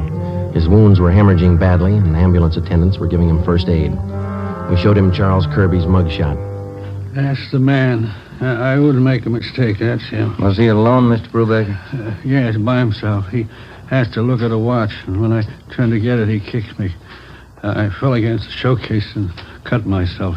He pulled me in the back room. I didn't even know him. He kept beating me. Easy, Mr. Brubaker. Let me get this compress on. How much did he get away with, do you know? I'm not sure. A blue suit, blue overcoat, wraparound, and navy blue both. He kept hitting me. All right, sir, just take it easy. They'll have you out of here in a minute. He kept hitting me like a crazy man. This is antiseptic. Might sting a little. Okay. What else did he take, Mr. Brubaker? Can you remember? Yes, from the cash register, he took money. How much? $13, $40, I can't be sure. When he left your store, did you see which way he was going? No, he dragged me in the back room. He locked me in. Ready to move him now, Sergeant? Okay. I don't know. I saw him going through the shelves there and the back of the counter. I don't know. What'd you keep there? My account books and my gun, a box of shells, too. You want to take a look, Ben? Well, my head. Yes, sir. Just take it easy. It's only going to be a minute now. the account books are still there. Yeah? He got the gun. 4 p.m. Kirby, alias the Badge Bandit, was still at large. As far as we were concerned, the case was almost back to where it started from 11 weeks before. The suspect was still loose. He was well armed. He was still free to rob, assault, or murder. We had two big advantages. Kirby's possible broken arm, which would need medical attention, and secondly, the lead to Kirby's brother. At 5:30 p.m., we had a report that the suspect was seen purchasing a ticket at a theater box office out on Hollywood Boulevard. We ran it down. It didn't pay off. At 6:15, a taxi driver thought he spotted Kirby boarding an outbound streetcar at Figaro and Pico. It was checked out. No results. At 7 o'clock, Ben and I got something to eat at a drive-in, and we relieved the men on stakeout at the rooming house on Alameda Street where Kirby's brother was staying. 10 p.m. Midnight. No sign of Kirby. We waited. At 3 a.m., Hanson and Cummings of Homicide relieved us, and Ben drove me home. It was 3:45 when he dropped me off at Collis Avenue, number 4656.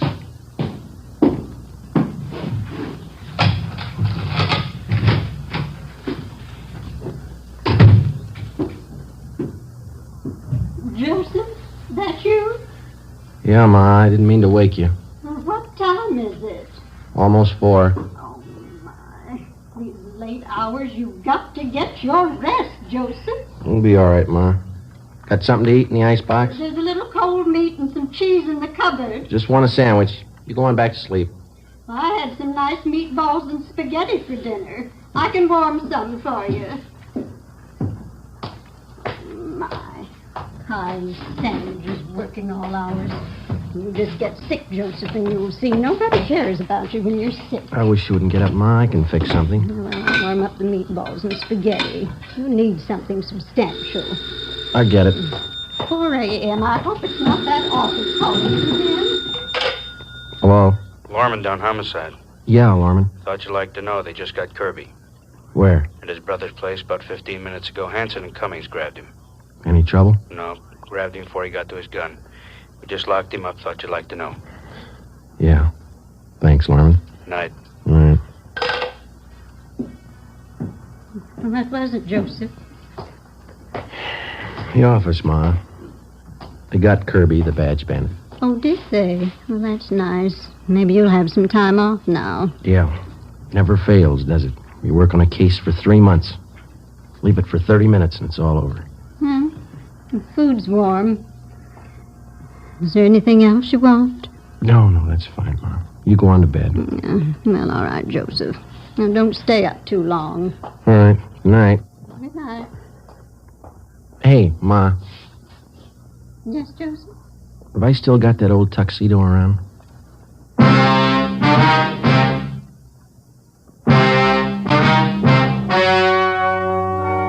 The story you have just heard was true. Only the names were changed to protect the innocent. On June 27th, trial was held in Superior Court, Department 87, City and County of Los Angeles, State of California. In a moment, the results of that trial. It's amazing how many long cigarette smokers are changing to extra mild Fatima.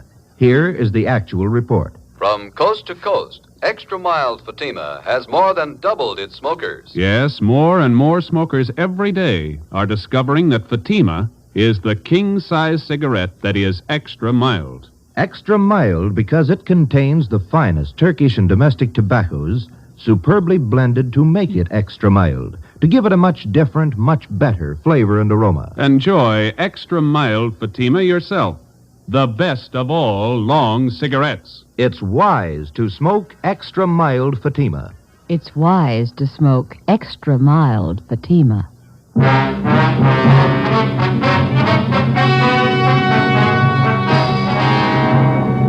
Charles Leon Kirby, alias the Badge Bandit, was tried and convicted in Superior Court on several counts of armed robbery, rape, and assault with intent to commit murder.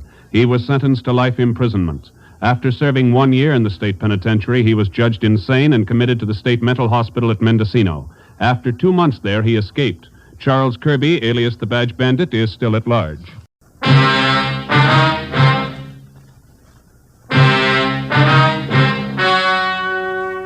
The story you are about to hear is true.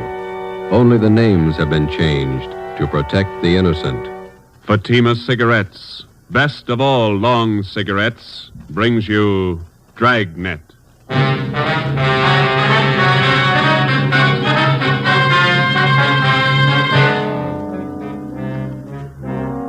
You're a detective sergeant. You're assigned to Bunko Fugitive Detail. You receive information an escaped criminal is hiding out in your city. He's dangerous. He may be armed. Your job, get him. If you want a long cigarette, smoke the best of all long cigarettes. Smoke king-size Fatima. Fatima is the long cigarette which contains the finest Turkish and domestic tobaccos superbly blended to make Fatima extra mild.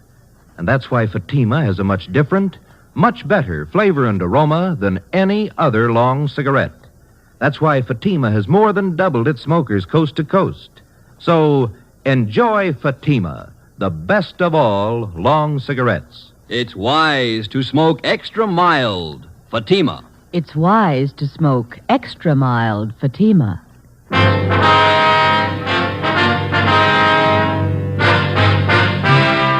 Dragnet, the documented drama of an actual crime. For the next 30 minutes, in cooperation with the Los Angeles Police Department, you will travel step by step on the side of the law through an actual case from official police files. From beginning to end, from crime to punishment, Dragnet is the story of your police force in action. It was Thursday, April 27th. It was warm in Los Angeles. We were working a night watch out of Bunko Fugitive Detail. My partner's Ben Romero. The boss is Blaine Steed, captain of Bunko Fugitive. My name's Friday. I was on the way back from communications, and it was 6:45 p.m. when I got to room 38, squad room. Hi. Hiya. How about some dinner? Well, we got one to check out first. Here's the teletype. Skipper just brought it in. Thanks. From San Rafael, huh? Pick up and hold for this department one Alfred Garvey. Wanted for suspicion, forgery, robbery. This man poses as a fingerprint expert from San Rafael Police Department. Here's his mug pulled from the Record Bureau. Mm-hmm. We're informed Garvey is registered at the Fair Deal Hotel, your city. Where's that? Over near First and Broadway. Yeah. Please advise us on his arrest, and officers will arrive with warrant signed Chief Police Frank Kelly, San Rafael, California. Shouldn't take long to pick him up. All right, we can eat later, I guess. Hi. Hi, Max. What are you doing around? I thought you took off on vacation. I am. Just came back to pick up some stuff in my locker. Soft touch. Sure. Listen, the wife's got the car there. Are you guys going anywhere near North Main and Daly? Yeah, we're going to leave right now. Oh, okay. Let me grab my coat. All right. You live out near Highland Park, don't you, Mac? Yeah. Wife took the kids shopping in the car this afternoon. Had to get them shoes for our vacation. Kids sure scuff up the toes in a hurry. All right, you all set? Let's go. Where you going on your vacation? Big Bear. Gonna stay the whole 3 weeks. The in-laws own a cabin up there. They even pay the utilities for us. It's pretty nice. Only one trouble. What's that? They're coming with us. Oh. Where'd you park? In the captain's stall. All right.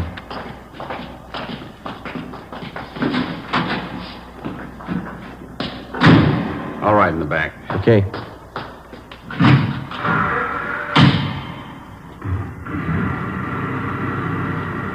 You two still working on that Valley case?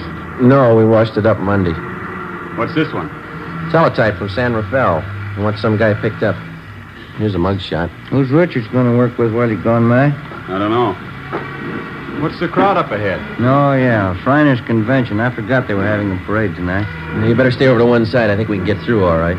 Watch those kids there. Yeah, there we go. That's the place up ahead, isn't it? Fair deal, yeah. We got to stop by this hotel a minute, Max. You want to wait here? I'll come in.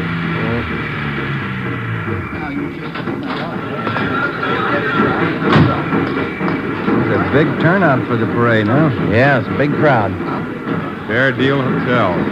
Look at those rates. 35 cents a day, $2 a week.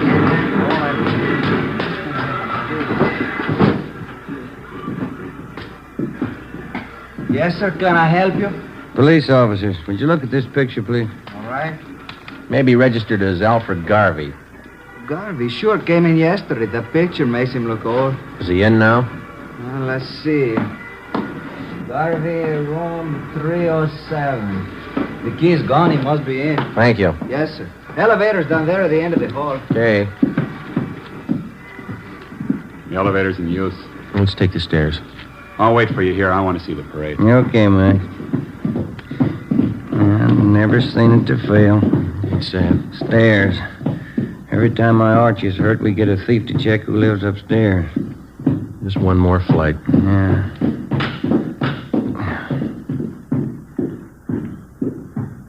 305, 307. Door's open. Let's have a look. Come on. It's empty.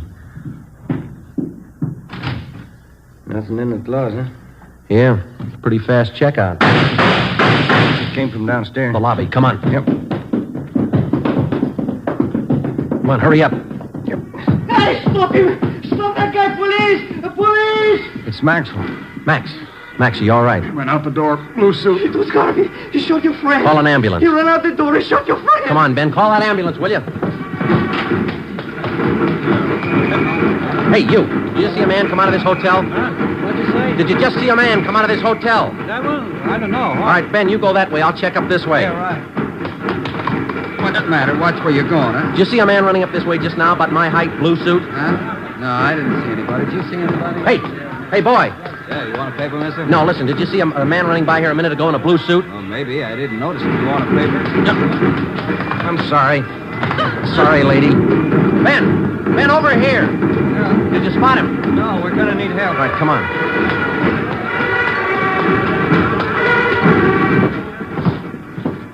I called the ambulance. You better help your friend. He's bleeding. I don't know what to do. Ben, get a hold of communications. Get some help out here. Right. The guy came down to the elevator. It was Garvey. Your friend tried to stop him. Garvey shot him right in the face. All right, stop yelling, He was terrible. Now, look, he's bleeding. You better do something. Will you shut up? Max, how is it? Chest hurts. Yeah, all right, easy, huh? Garvey came out of the elevator fast with a gun. All right, take it easy now. Joe, I got communications there blocking off the area. That's fine.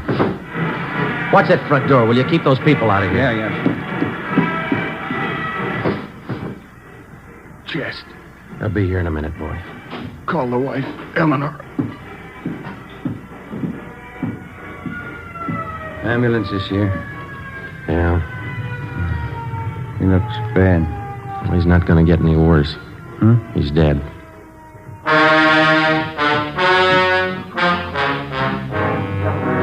The name on the personnel report said John Warren Maxwell, Sergeant, Los Angeles Police Department, badge number 10377. Nearest living relative, wife, Eleanor Jean Maxwell. Dependents, John Maxwell Jr., 6 years. Deborah Lee Maxwell, 2 years. Death in line of duty, April 27th, 7:15 p.m. John Maxwell's body was removed from Georgia Street to the county morgue. At 7:45, a special detail of men from homicide and bunco fugitive were on the scene to aid in the investigation of the killing. The neighborhood where the Fairdale Hotel was located was covered for a half mile around. By 9 o'clock, the parade was over and the area was cleared. We had a single lead to work with. In checking out the different taxicab stands in the neighborhood, we found out that 3 separate fares had been picked up within 2 blocks of the hotel 4 minutes after the shooting. Ben and I went to the offices of the taxicab company. The cabs in question were called in and the waybills were checked. The times of the 3 different trips were listed, and so was the address of each destination. We copied down the addresses and then interviewed the drivers. We're going to give each one of you half a dozen pictures. I'd like to see if you can identify any of them as passengers you picked up tonight near the Fairdale Hotel. All right, here you go. There you are. 4, 5, 6.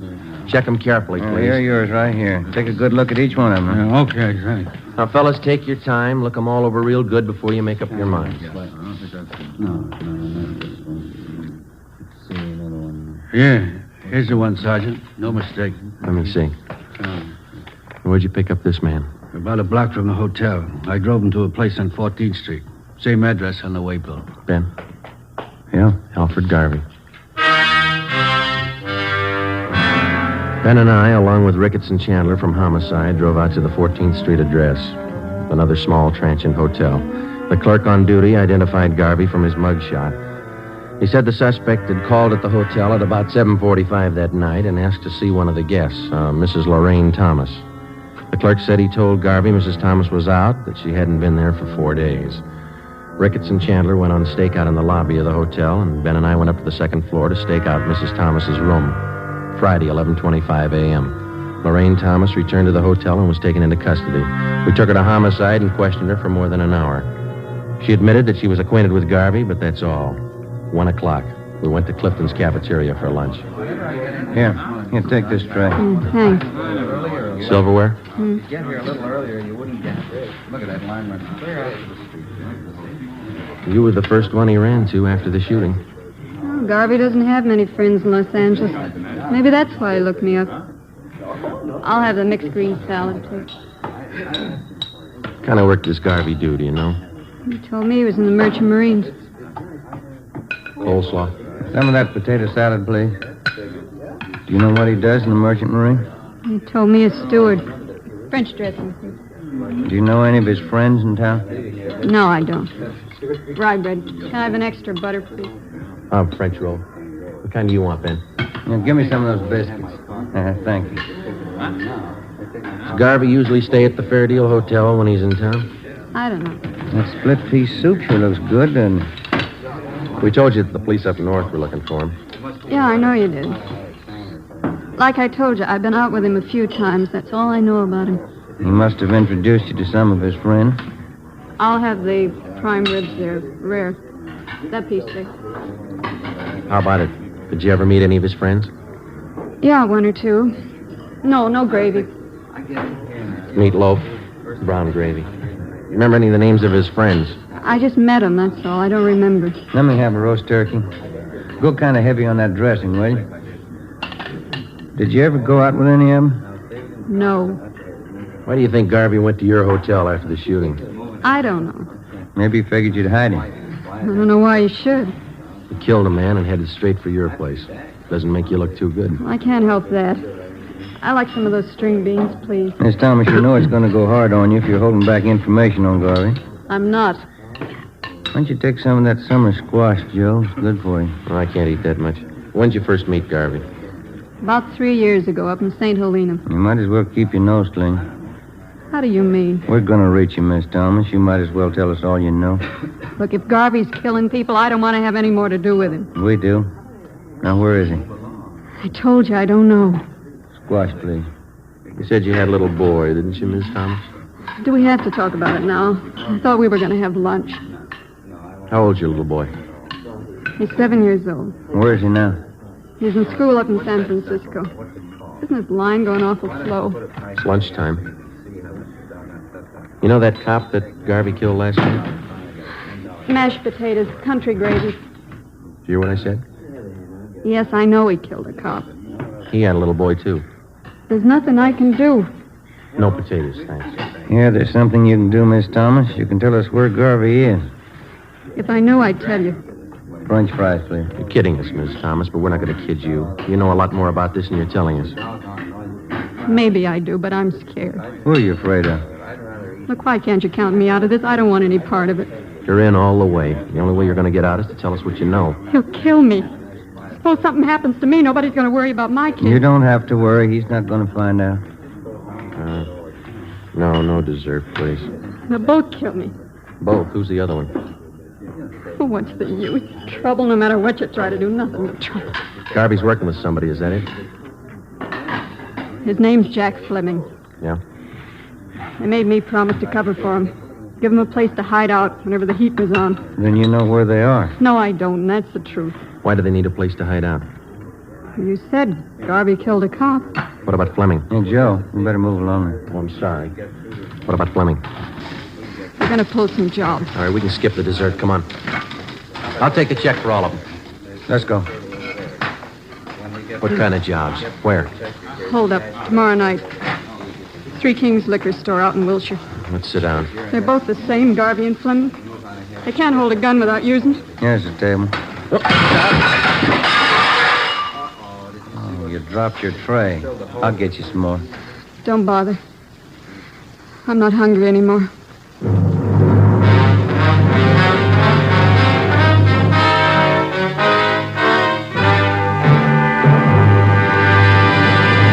You are listening to Dragnet, the case history of a police investigation, presented in the public interest by Fatima Cigarettes. If you smoke a long cigarette, it will be in your interest to listen to a typical case history of a Fatima smoker. It's the case of Lee Silver, general assignment reporter on one of New York's greatest newspapers. This is his actual signed statement. When you have to meet a news deadline, you work at a fast pace, smoke at a fast pace. That's why I smoke Fatima. They're extra mild.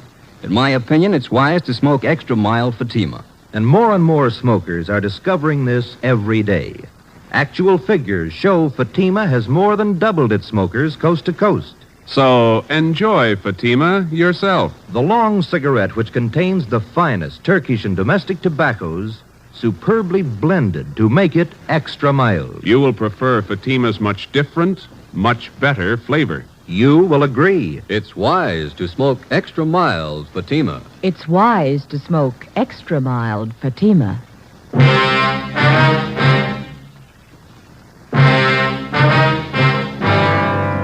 Saturday, April 29th. Last rites were held for Sergeant John Maxwell, and he was buried at Holy Cross Cemetery. A guard of honor from the police department was present, along with most of the men Maxwell had worked with in Bunko Fugitive Detail. The chief of detectives delivered a short eulogy, and then one of the men from the department band sounded taps over the grave. We got back to the office at noon, checked in at the record bureau. The photocopy room had taken negatives of Garvey's and Fleming's coming out mugs and made duplicates that were distributed to all officers. The stakeouts continued at the Fair Deal in the 14th Street Hotel where Lorraine Thomas was staying. She was put under protective custody. Ben and I, Ricketts and Chandler, went on stakeout at the Three Kings liquor store on Wilshire Boulevard. It was a large modern place and it did a volume business, especially on Saturday night. Ricketts and Chandler covered the store from the outside. Ben and I were stationed in the supply room at the rear of the place, where we had the main counter and most of the store in full view. We set up a prearranged signal with the clerk on duty, and if and when Garvey and Fleming showed up, the clerk was to accidentally knock an empty bottle off the counter. We waited until midnight. Nothing happened. It's the first customer in half an hour. It's kind of slow. Yeah. Wait a minute. Here comes another one. No sale. It's a woman. Bottle of muscatel, please. The clerk sure got the jitters. Well, I'll put in with him. Well, I could go for a hamburger. Why didn't you eat dinner? I wasn't very hungry then. Oh, I got an almond bar. You want it? Yeah, thanks. Wait a minute. Another customer. Yeah, man. Can't see his face too well with that hat on, can you? That's Fleming. Come on. Police officers, get your hands up. Watch it, Joe. You hit him. He's going out the front. Come on. Ricketts and Chandler stopped him. Yeah, he's down. Watch him. Get the gun. Yeah. Yeah, here it is. That's Fleming, all right. Ricketts, call an ambulance. What's the score? Yeah, looks like one in the shoulder and legs, too. What about Garvey? I don't know. What do you think? Fleming stopped all the slugs. Yeah. Let's ask him.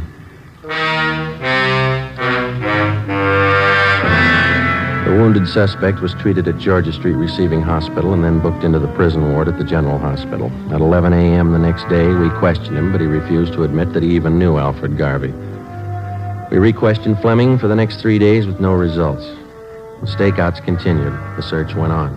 There was no response to our APB. Garvey was still at large. As far as we were concerned, there was only one way to get directly to Garvey, and that was through Fleming. We called on Lorraine Thomas again and asked her that if she'd try to get some information on Fleming, try to get him to talk and to tell her where Garvey was. I'm not even sure if he knows where Garvey's hiding. He must have a good idea. Even if he has, he's not going to tell me. He wouldn't trust me that far. He'll go further with you than he will with us. He won't even give us his name. I'm afraid it's up to you, Miss Thomas. Why can't you let me out of this? All right, look, figure it this way. You knew about Fleming and Garvey. You knew they were in town. You knew what they were up to. You didn't break your back to save that dead cop's life. Garvey shot him. I didn't. You knew he was a killer. You knew he had a gun. What do you want me to do? Get close to Fleming. Visit him every day till he talks. But he doesn't trust me, I told you. Then get him to trust you, will you? Do favors for him. He wants to contact friends to raise money for a lawyer. Help him do that. Run errands. Do anything for him within reason. Suppose he finds out about the holdup. That I told you about it. He's got a long stretch ahead of him. He won't bother you. They'll kill me if they find out. They wouldn't wait a minute. They won't find out. All right. Won't be my fault. Al did the shooting. He killed the cop. Let him square it up. He'll square it with the court. There's only one trouble. Yeah? Maxwell's wife and kids. How does Al square it with them? On the morning of May 8th, suspect Jack Fleming was removed from his private room and wheeled down to the X-ray lab on the pretext of treatment. While he was absent, a dictaphone was placed in his room by a sound crew from the crime lab. Fleming was then returned. That afternoon, while Ben and I listened in on earphones in the next room, Lorraine Thomas paid her first visit to Fleming. We had briefed her on how to proceed in getting the suspect to talk, in particular, to reveal Garvey's hideout. It was a slow process. For the next 15 days, between the hours of 2 and 4 in the afternoon, Mrs. Thomas visited Fleming while Ben and I monitored their conversation in the adjoining room. For 15 days, despite all her shows of confidence, Fleming refused to confide. He was sullen and close-mouthed. Some afternoons, he would hardly speak to her. On the 16th day, his mood seemed to be improving. Here. Let me fix that pillow for you, Jack. There. Is that better? Yeah. That's good. Thanks. I got in touch with Dave and Johnny like you asked me to. Huh? What'd they say? Well, they said they could get you the money for the lawyer the day after tomorrow. And Dave said he might be over to see you tonight. Yeah. Well, that's fine. Once I get a lawyer, I'll stop worrying. I stopped by Danelli's place, too. Pop Royce wasn't there. I'm going back tomorrow to see him. He ought to be able to help. You've been okay, Lorraine. I won't forget it. Oh, that's what friends are for. Gee, I'm sure sorry you had to get it this way. Forget it. I can give it back where it came from. Say, I brought you some new magazines, a couple of candy bars. Swell. Put them over here near the bed, will you? Yeah, sure. Let me get them for you. There, Jack. See, I'll put them right here on this table. I'll bring you some more tomorrow. That's fine. You're going to try and see Pop Royce again tomorrow? Yeah, they told me he'd be in around noon for sure. If I don't see him then, I'll keep trying till I do. Yeah, that's it. Oh, listen. There's something else. Sure, Jack. Come here. Hmm? I don't want to talk loud. The cops might have bugged this room. Yeah. All right. A little closer. Okay. Tonight, I want you to go to George's joint, the Blue Moon, down on South Flower. Yeah? And ask for George at the bar. He's usually around from 11 on. Uh-huh. Tell George you've seen me. He'll know it. Then tell him to take you to Al. Take me to Al. Yeah, Al Garvey. George knows the place. Yeah. Okay, Jack. And keep your mouth shut. Don't talk to anybody but George. He knows the place. All right, Jack. It'll help you out. Well? Yeah. It's a long wait. Get paid? Let's go. 10:45 p.m. A detail of 3 cars followed Lorraine Thomas to the Blue Moon Tavern on South Flower Street. We parked down the block and watched her go in. At 15 minutes past 11, she came out with a small fat man in a dark blue suit. They got in a tan-colored coupe and drove south. The cruiser cars, using 3-way radio, tailed the coupe alternately out through the Echo Park area and then back to the starting point at the Blue Moon Tavern. Lorraine Thomas went back into the bar with a man and 20 minutes later came out, caught a taxi, and took it to her hotel on 14th Street. We drove back to the office. It was 5 minutes past 1 a.m. That's it. I get it. Munko Fugitive, Friday. Lorraine Thomas, Sergeant. He showed me the place George did. Where? We drove past it. 1032 Alamo, apartment 3. Is Garvey there now? No. George said he's supposed to be there tomorrow in the afternoon, 5 o'clock. George said I'll have to go alone. Are they watching the place? I think so. Garvey's staying with another man. They got guns. You know where Garvey is now? George wouldn't tell me. We can't afford to tip our hand. How do we know Garvey will be there at 5 o'clock tomorrow? That's just it. We don't. May 9th, 3 p.m. An immediate stakeout was placed at the suspected hideout. A detail of 20 plainclothesmen began filtering into the neighborhood in the vicinity of 1032 Alamo Street. The 3-story apartment house at that address was checked thoroughly and then covered on all sides. Apartment 3 on the first floor was checked out, too. It was registered to a Thomas King, whom the manager identified as Alfred Garvey from his mugshot. To avoid pedestrian casualties, we toured the immediate vicinity between 3 and 4:30 that afternoon, advising residents and storekeepers to clear the street and stay inside. At 4:35 p.m., the men in the detail took up their assigned positions. We waited. Hold that light, will you, Jim? Yeah. Thanks. Awful lot of trouble for that punk Garvey. Be more trouble if he doesn't show. No such luck. Tan coupe coming down the street behind us. Same one we tailed last night. A girl driving. There's 2 guys with him. Yeah, Garvey's one of them. They're pulling up. Ready? Now, wait a minute. All right, let's go.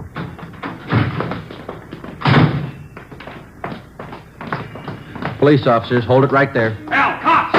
No, get down. They're behind the car. Throw him in, Garvey. You haven't got a chance. Al, break for the house! All right, hold it, Ben. That's it. Both of them. Come on.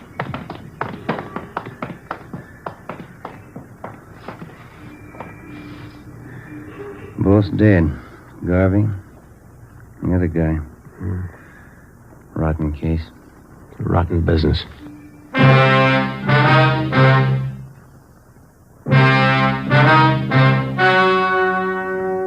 The story you have just heard was true. Only the names were changed to protect the innocent. On August 2nd, trial was held in Superior Court, Department 93, City and County of Los Angeles, State of California. In a moment, the results of that trial. It's amazing how many long cigarette smokers are changing to Fatima. Here is the actual report. From coast to coast, king-size Fatima has more than doubled its smokers. Yes, more and more smokers every day are discovering that Fatima is the best of all long cigarettes. Long cigarette smokers find Fatima has a much different, much better flavor and aroma. Long cigarette smokers find that Fatima is extra mild because it's the long cigarette which contains the finest Turkish and domestic tobaccos superbly blended to make it extra mild. So enjoy extra mild Fatima. Best of all long cigarettes. It's wise to smoke extra mild Fatima. It's wise to smoke extra mild Fatima.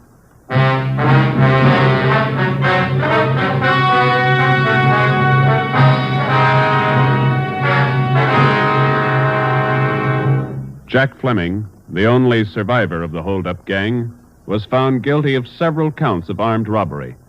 Garvey's accomplices who aided him in hiding out were tried and convicted of being accessories. They are serving prison terms as prescribed by law.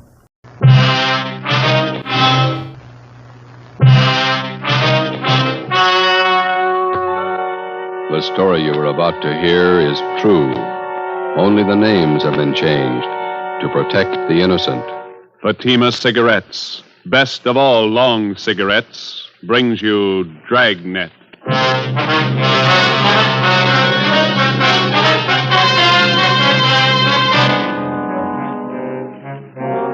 You're a detective sergeant. You're assigned to accident investigation, felony detail. In the early hours of the morning, a woman pedestrian is struck down by a hit-and-run driver. Your job, find him. If you want a long cigarette, smoke the best of all long cigarettes. Smoke king-size Fatima. Fatima is the long cigarette which contains the finest Turkish and domestic tobaccos superbly blended to make Fatima extra mild. And that's why Fatima has a much different, much better flavor and aroma than any other long cigarette. That's why Fatima has more than doubled its smokers coast to coast. So enjoy Fatima, the best of all long cigarettes. It's wise to smoke extra mild Fatima. It's wise to smoke extra mild Fatima.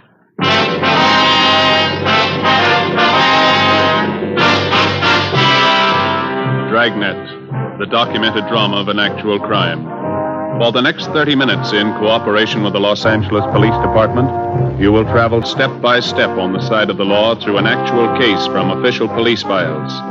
From beginning to end, from crime to punishment, Dragnet is the story of your police force in action. It was Monday, September 4th. It was hot in Los Angeles. We were working the night watch out of traffic division. My partner's Ben Romero. The boss is Captain Sullivan, Commander AID. My name's Friday. It was 12:45 a.m. when I got to the second floor at 123 South Figueroa Street. Accident investigation. The Record Bureau. Hi, Wanda. Hi. Sergeant Romero come back with you? I got a phone message for him. Oh, he's over at Georgia Street. He'll be back in a couple of minutes. You got time to take a 15-7? Sure. I got some additional information on a hit-and-run felony. All right. Pretty warm up here, isn't it? Mm-hmm. Coffee over there if you want it. No, thanks.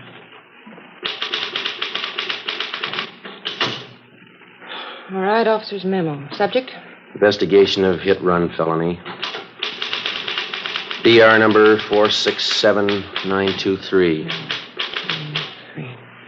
Location, 7th and Carondelet Streets. It's Carondelet. Mm-hmm. September 3rd, 11:15 p.m. Division reporting, AID. Division of occurrence? Central. Hmm? Central. Date and time occurred, September 3rd, 11:15 p.m. Location of occurrence, 7th and Carondelet. Just going to run long, Sergeant? Oh, page and a half. Go faster in shorthand. I can transcribe it later. All right. Excuse me. This is for Captain H.W. Sullivan, commanding AID. Mm-hmm. Sir. On the above date at 11:20 p.m., the undersigned officers went to the corner of 7th and Carondelet Streets in response to an ambulance follow-up traffic. On our arrival there... You got any matches, Wanda? Yeah, here. Okay, thanks. On our arrival there, we were met by 11T. We witnessed ambulance attendants placing an unconscious woman in an ambulance. She appeared to be critically injured. The victim was removed to Georgia Street Receiving Hospital. All right. We then interviewed a man who identified himself as Chester J. Crawford, 540 Green Oak Drive. He stated that he was acquainted with the injured woman and that her name was Sheila Gordon, Gordon, 7832.5 7th Street. Crawford told us that he was taking her home from a dance. And they arrived at the intersection of 7th and Carondelet Streets at approximately 11:15 p.m. 11:15. Okay? Yeah. Crawford further stated that while he and Sheila Gordon attempted to cross the intersection, an automobile headed west on 7th Street went through the red traffic light. Right. Did you read that last part, Meg? Attempted to cross the intersection. An automobile headed west on 7th Street went through the red traffic light. Okay. Crawford told us that he jumped out of the path of the car and tried to pull Miss Gordon with him. He said that the car struck her down without slowing down, continued out 7th Street, and disappeared. Wait a minute. Oh, I'm sorry. And disappeared. Okay. Crawford stated the hit-and-run car was either a Dodge or a Plymouth, but it could have been either last year's model or this year's. He described the car... Is too fast, boy? That's all right. He described the car as either light blue in color or bluish green.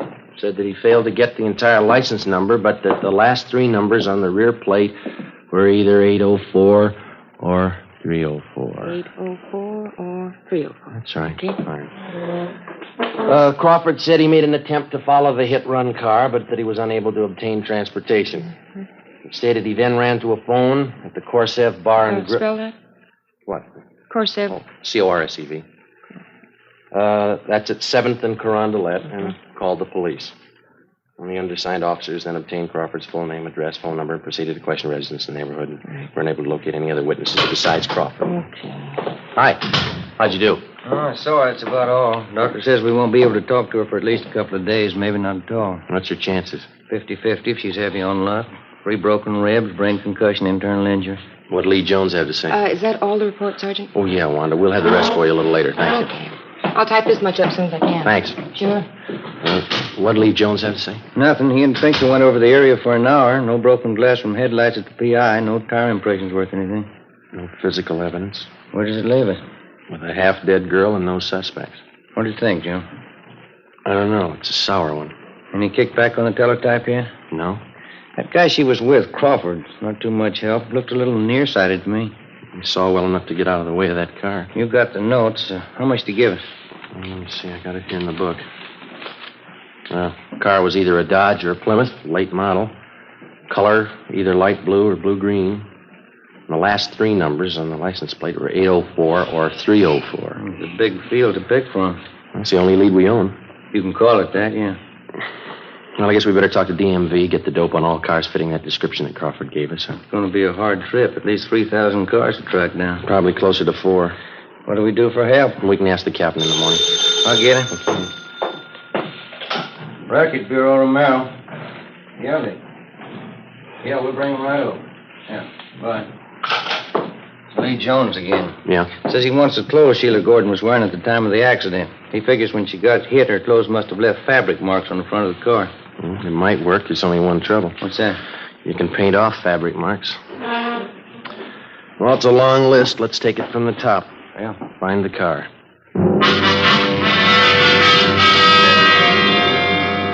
Tuesday, September the 5th. We called Mark Benson at DMV and asked for full information on all vehicles fitting the general description of the hit-run car. We went back and talked to the only witness to the hit-and-run, the victim's boyfriend, Chester Crawford. He could add nothing to what he had already told us. There was no response to the local teletype and the all points that were sent out the night before. Garages, auto repair, and paint shops throughout the city were also alerted. Meantime, at General Hospital, the victim, Sheila Gordon, was still close to death. The search for the hit-run car went on. 2 days passed. Thursday, September 7th, the information we requested from DMV was being checked out and compiled. Ben and I met with Captain Sullivan. That's the last of them, Skipper. All the cars in this area that fit the general description of the one we're after. You just get it? Yeah. How many cars did they list? 4,620. Even more than you expected, eh? Yeah. No chance at all of narrowing it down? None that we can see, no. Terrific order. Well, we tried to figure it from every angle. Now we can do it 2 ways. Yeah? We keep the alert on for the hit-run car around the divisions, all the garages in town, the auto repair shops. In other words, we can wait it out. Maybe we'll get the guy, maybe not. Yeah? Or we can check out every one of the cars on this list and the registered owners. Well, the first way isn't going to do the job. We know that. 4,600 cars. How much help will you need? About 30, 40 men. How long? A couple of weeks, maybe more. All right. I think I can get them from Metro Division. When do you want to start? First thing tomorrow. Okay, I'll set it up. All right, Skipper. Thank you. Excuse me, Joe. There's a lady out here to see you. Okay, thanks. We'll check you in the morning, Skipper. Right. That's her over there. Thank you. My name's Friday, ma'am. This is Sergeant Romero. How do you do? I'm Dora Lytell, Sergeant. I'm Sheila Gordon's landlady, the girl in the accident. Yes, ma'am. Well, Mr. Crawford, he was with Sheila that night. He told me about you, and he said he thought you might be able to help. How do you mean? Well, it's a long story. You see, when Sheila Gordon first came to live at my rooming house, she was a good girl like the rest. Lately, well, her being sick now and all, I don't like to say it. Yeah? Well, frankly, last few months before the accident, Sheila just went bad completely. I don't think I follow you, ma'am. Oh, you know, carousing, all kinds of men, visitors, had a different man in her apartment every night. Well, we're investigating a hit-run case, ma'am. Sheila gets out of the hospital. Hate to talk about her when she's sick like this, but when she's all right, I don't want her back in my rooming house. I'm afraid that's none of our business either, ma'am. But if you could talk to Sheila, persuade her to move from my house, I don't want any wrangle with the rental board again. Couldn't you talk to her? I'm sorry, there's nothing we can do, ma'am. You better talk to her yourself. It'll just be another row like the last time. Shameless woman. I don't want Sheila Gordon back in my house. I'll go to that hospital myself and tell her. She's a pretty sick girl. It's not my fault. Go right over to that hospital and tell her what I think of her. She's hurt pretty bad. So am I. She's hurt me. What's the difference? You haven't been run over by a car.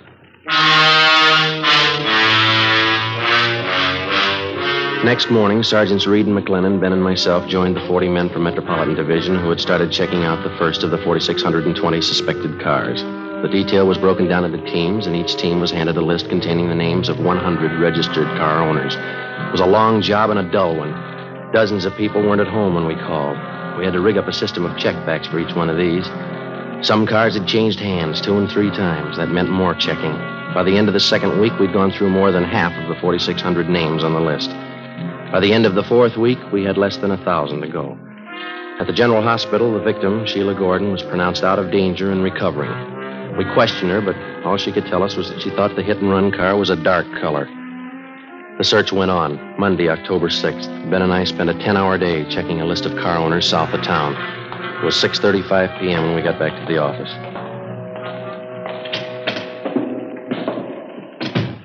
Hi. Hi, Reed. How'd you do today? Fair. Looks like we got one. What do you mean? Guy's name is Ralph Angelo. Let's see. 8690 Backerley Road. Checked him out early this morning. First call. What'd you get? One's a late model Plymouth, light blue. License number, there it is, 17 Arthur 2804. Wasn't home. Talked to his wife. Yeah? She said the car's been sitting home in the garage for the past month. Husband won't drive it. What's the story? Told her there was something wrong with it. He was going to trade it in. McLennan and I tried it. Car's in first-class shape. What about the front end of the car? Pretty clean. One of the bars in the radiator grill slightly bent. Soft crease on the hood, another one in the right fender. Did you bring the car in? Yeah. Crown has been working on it since lunch down the garage. Anything else? Found a gas receipt in the glove compartment, dated September 3rd, night of the accident. Where's Angelo now? Santa Barbara, business trip. Due home tonight about 10. McLennan and I'll pick him up then. See what he's got to say. That sounds good. How many possibilities does that make, Joe? Well, let me see. Out of 3,700 we've checked, about 4 good ones. I'll get that. Accident investigation, Friday. Hi, Joe. This is Lee Jones. Yeah, Lee. Just finished checking the Plymouth Reed and McLennan brought in. Did you find anything? Fabric prints on front bumper on the hood. No? Indentation of soft object on hood and right front fender. Something else on that fender. What's that? Set of lip impressions. What's it mean? We found the car. Only one job left. Yeah? Find the driver.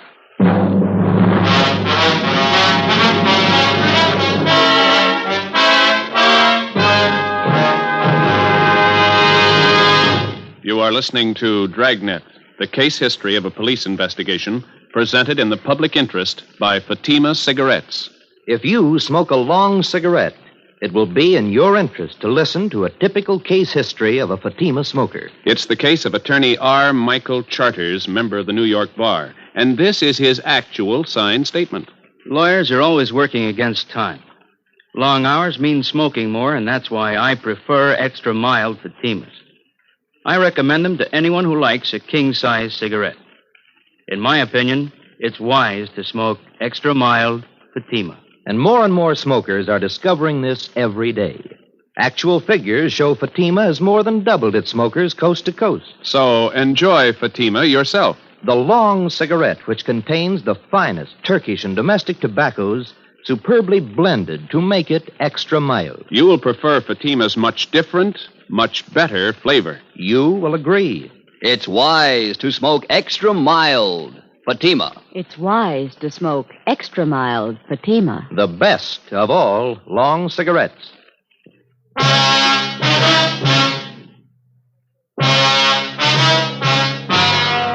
Monday, October 6, 10 p.m. Suspect Ralph Angelo was picked up at his home by investigating officers and brought downtown to the interrogation room. Sergeants Reed and McLennan, Ben, and myself questioned him for 3 hours. At 1:30 a.m., we took Angelo to the county jail where he was booked on suspicion of 501 vehicle code, hit-and-run felony. The next morning, we obtained a warrant from the district attorney's office, and later that day, Ralph Angelo was arraigned in Municipal Court Division 7. The date was set for his preliminary hearing in Municipal Court. Sheila Gordon recovered from her injuries and was released from the General Hospital. On October 10th, the preliminary hearing was held. Sheila Gordon was on the stand most of the morning. After the noon recess, I was called to testify. Raise your right hand. You solemnly swear that the testimony about to give pending in this case be the truth, the whole truth, nothing but the truth, so help you God. I do. State your name. Joe Friday. Be seated.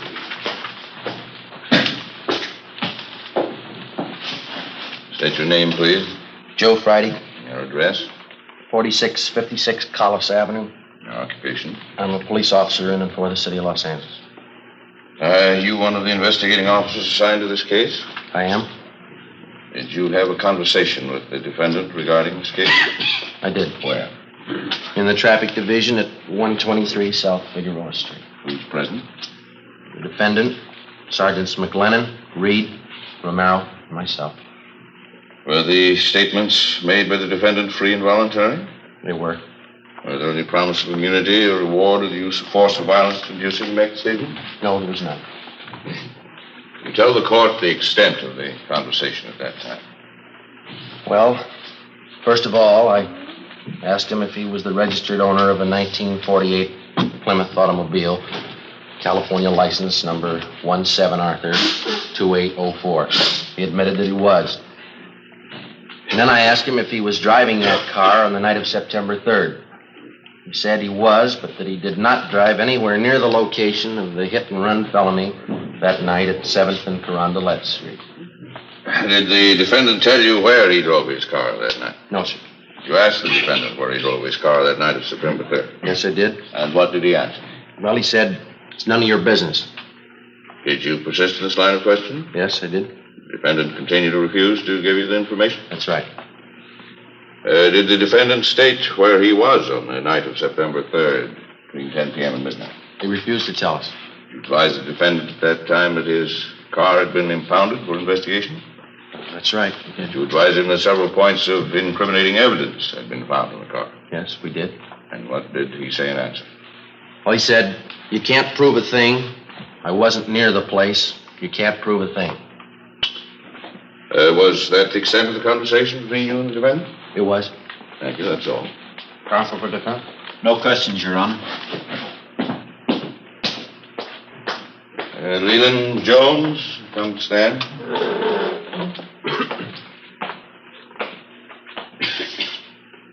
Raise your right hand. You solemnly swear the testimony you're about to give pending this case be the truth, the whole truth, nothing but the truth, so help you God. I do. State your name. Lee Jones. Be seated. Your occupation? I'm a police officer in and for the city of Los Angeles. What particular detail are you assigned to? I'm a lieutenant in charge of the police crime laboratory. Well, counsel for defense stipulate the witness is a qualified forensic chemist? So stipulated. Mr. Jones, you are the commander in charge of the police department's scientific investigation division. Is that correct? Yes. Jones, I will show you a photograph of an automobile. California license number 1782804 to be marked People's Exhibit C. Have you ever seen this car before? I have. Where and when did you see it, please?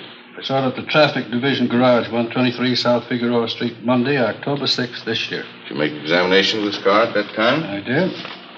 What did the examination consist of? And what were your findings? I made a systematic examination of the car using oblique lighting from a 500-watt photo flood lamp and a bell-type reflector. I found the following evidence. On the front bumper of the car, I found fabric marks consisting of 51 threads to the inch. I then took a perpendicular photograph of those marks with a copy camera. Here is a photograph of that portion of the bumper containing those marks. Well, I wish this photograph be marked People's Exhibit D for identification. Let it be so. You proceed, please, Mr. Jones. What else did you find in your examination of the defendant's car? I found fabric marks on the cowling of the car, extending back under the hood. These marks were made by fabric having a weave of 38 ribs to the inch. I have here a photograph of those marks. Thank you. I'm going to ask this photograph to mark People's Exhibit E.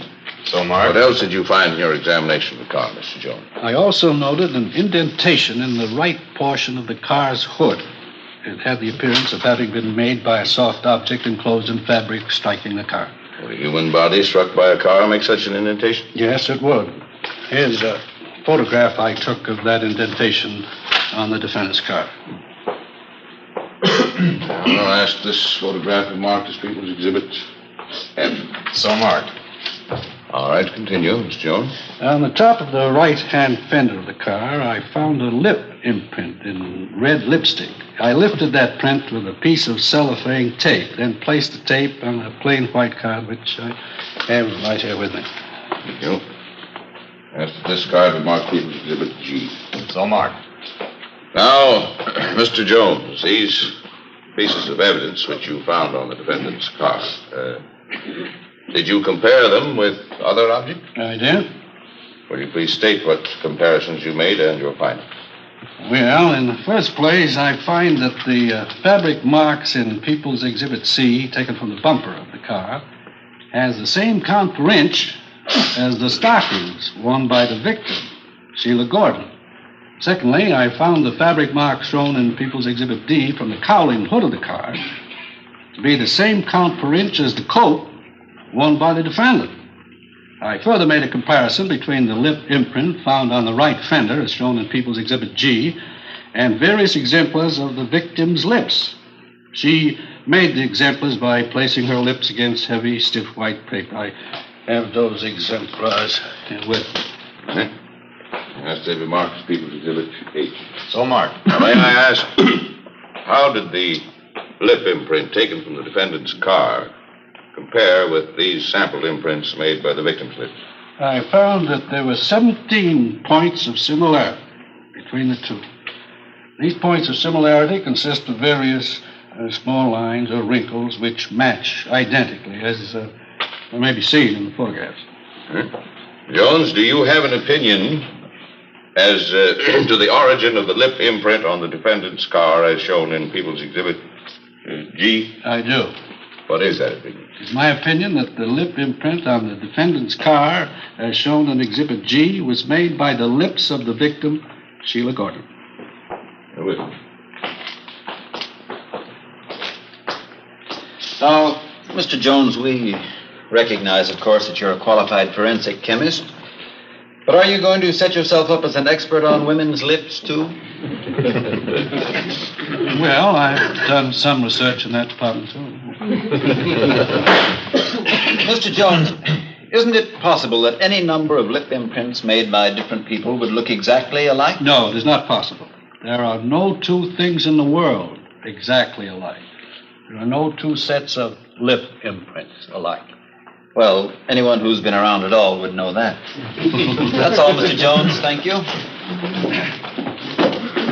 The people's case, Your Honor. Counsel for the defense? We will not offer any defense at this time, Your Honor. It appears to me that a felony has been committed and reasonable cause to believe that the defendant committed it. The defendant will be held to answer in Superior Court. Tuesday, November 4th. Suspect Ralph Angelo was arraigned in Superior Court, Department 88, and the date of his trial was set for December 1st. During the weeks preceding the set of the trial, we worked with Lee Jones and the District Attorney's Office preparing the case against Ralph Angelo. 2 days before the trial opened, we had a visit from one of the men from the DA's office, a process server. All right, Bert. Hi. We got trouble. Yeah? Sheila Gordon's disappeared.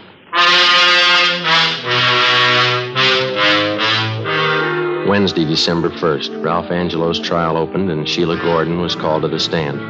She failed to appear. We checked her few known friends in the city. They couldn't help. She had disappeared from her new address and taken everything with her. A bench warrant was issued by Superior Court for Sheila Gordon. The deputy district attorney succeeded in having the court grant a delay in order to find the missing girl, in this case, the complaining witness. Meantime, we got out a local broadcast and an APB. We got missing persons detail to help out in the search. Still no sign. Ralph Angelo's lawyer asked the court for a dismissal of the hit-and-run felony case because of Sheila Gordon's failure to appear. On December the 8th, the court ruled on the motion. Regarding the motion by the defense for dismissal of hit-and-run felony charges against Ralph C. Angelo, because of the prosecution's failure to produce the complaining witness, to which Sheila R. Gordon, the court feels it would not serve the interests of justice to continue the case. Case dismissed. The search for Sheila Gordon went on. Behind us, we had logged 3 solid months of police work, checking and running down more than 4,000 cars. Hours of labor in the crime lab. More hours pounding the pavement, questioning people, checking, rechecking. Without a trial and a conviction, it didn't mean a thing. 3 days before Christmas, we received information that the missing girl was living in a small town south of Los Angeles. Ben and I checked the address. What was the apartment number? 7A, wasn't it? Oh, yeah. I'll get it.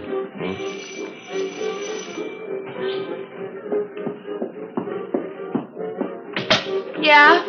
Oh, you two. Come in. Sit down. Make yourself at home. I'm sorry the place is such a mess. A little party earlier tonight. It's messed up. What about the trial? Why didn't she show? Come on, sit down. See, I'll tell you what. I'll freshen up a little, put on some makeup. What about the trial?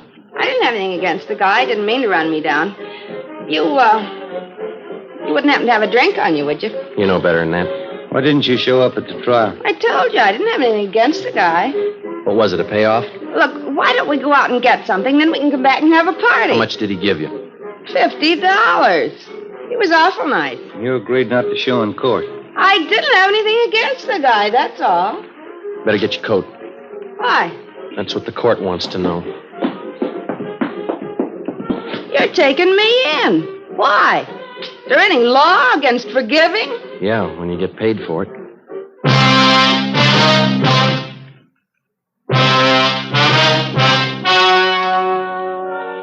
The story you have just heard was true.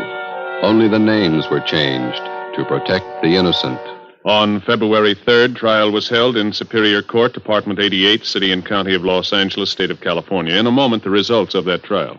It's amazing how many long cigarette smokers are changing to Fatima. Here's the actual report. From coast to coast, king-size Fatima has more than doubled its smokers. Yes, more and more smokers every day are discovering that Fatima is the best of all long cigarettes. Long cigarette smokers find Fatima has a much different, much better flavor and aroma. Long cigarette smokers find that Fatima is extra mild because it's the long cigarette which contains the finest Turkish and domestic tobaccos superbly blended to make it extra mild. So enjoy extra mild Fatima, best of all long cigarettes. It's wise to smoke extra mild Fatima. It's wise to smoke extra mild Fatima.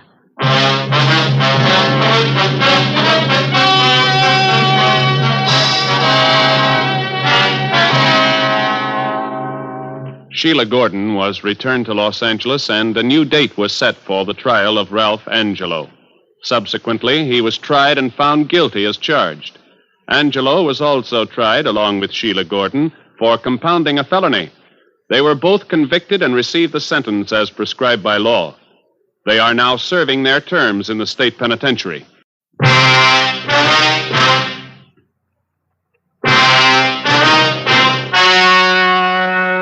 The story you are about to hear is true. Only the names have been changed to protect the innocent. Fatima Cigarettes, best of all long cigarettes, brings you Dragnet.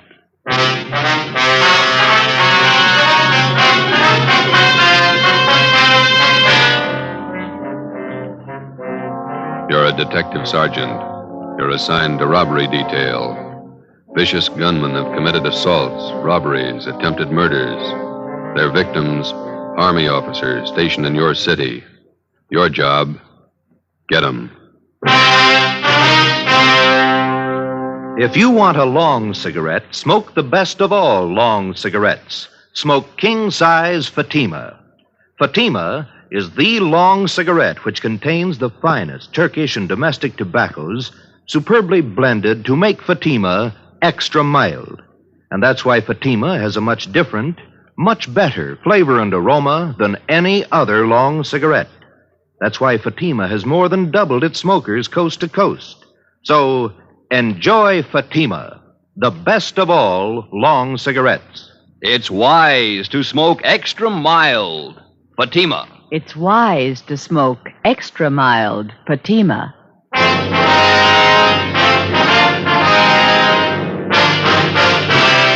Dragnet, the documented drama of an actual crime. For the next 30 minutes, in cooperation with the Los Angeles Police Department, you will travel step by step on the side of the law through an actual case from official police files. From beginning to end, from crime to punishment, Dragnet is the story of your police force in action. It was Wednesday, February 3rd. It was cold in Los Angeles. We were working the night watch out of robbery detail. My partner's Ben Romero. The boss is Thad Brown, chief of detectives. My name's Friday. It was 1:45 a.m. when we got to Highland Park Division. Booking desk. Hi, Shepard. Hi, Friday, Ben. Hi. Brings you out here. We've got one to book, Shep. You want to do the honor? Okay. Just a minute. Well, I sharpen this pencil. Right. All right, Jackson. Take it easy. Yeah. Relax, huh? Jerks. Okay. Yeah, let me get a new form in the machine. All right, what's your name? Roy Jackson. Address? 414 Alabama Street. Age? 23. Location of arrest? 1730 West Hill, the old Ranger Tavern. Time of arrest? 11:25 p.m. Charge? Suspicion 211 PC. PC. Come on, let's get this over with. Hey, you got lots of time. Let's check your property. All right, Jackson, everything out of your pockets. Put them on the desk.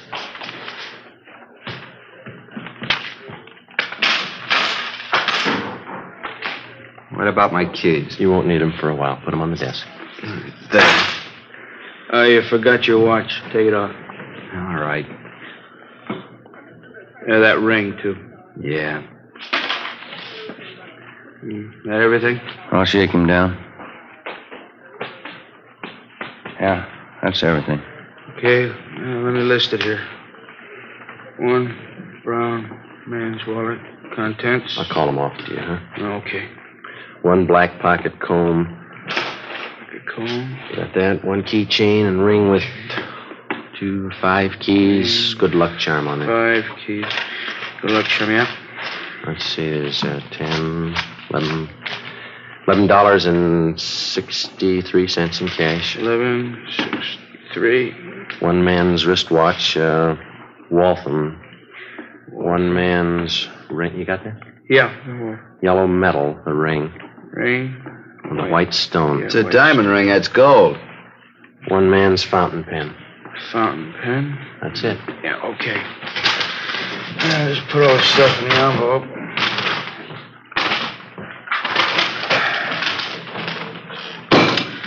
Okay. Get me a booking number, will you, Jimmy? Here's a receipt for your stuff, Jackson. Itemized? Yeah. Here's your copy, fellas. Thank you, Shep. Murdoch, Yes, Sergeant? got one for you.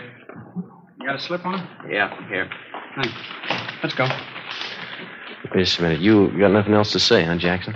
Been yapping at me for 2 hours. I told you all I'm going to tell you. 6 robberies, 6 assaults, 3 attempted murders. It's a tough rap to stand alone. What about your pals? You got my story. Okay, take them. Stubborn. Yeah. We better get the arrest on the teletype. All right. Boy, 2 a.m. It's a long day. It's Thad Brown coming in the door. Yeah. Hi, Chief. Hi. What are you doing out here this time of the morning? On my way home, thought I'd drop by and call the office. Forgot something. About Jackson. Do any good? Not much. He's got a story. He's sticking to it. Where'd you pick him up? Bar on Hill Street. We booked him here. It's out of the way. Jackson finger any of the gang? No, questioned him 2 hours. You think you got a smoke? No. Yeah. Here you go. Well, let's go in this office. Sit down a minute. It's a good idea. My feet are killing me. Pretty hard to figure this thing. All right. Yeah. Thanks. Gang of cheap hoods, armed to the teeth, slugging, shooting their way around town, coming from all directions. We got it fairly well narrowed down, and 9 out of the 10 jobs they pulled, they operated either in San Pedro, the central area, or Hollenbeck. Still haven't any idea why they pick Army officers for their victims. Jackson wouldn't tell us why. The MO still the same? They haven't switched? Not a bit. The hold-up men still dress as Army enlisted men. They steal a car, offer rights to officers, slug them, rob them, and shoot them. Same thing, 10 times over. Has the Army checked their personnel out at the fort? Keeping tabs on as close as possible. I don't think it's the work of any bona fide enlisted men, though. We'll haul out Jackson and talk to him again in the morning. Maybe he'll be ready to tell us something by then. I'll stay after him. If you need any more men from Metropolitan to help out on this thing, let me know. Okay, Skipper. You better make that call and get home. Late. Yeah.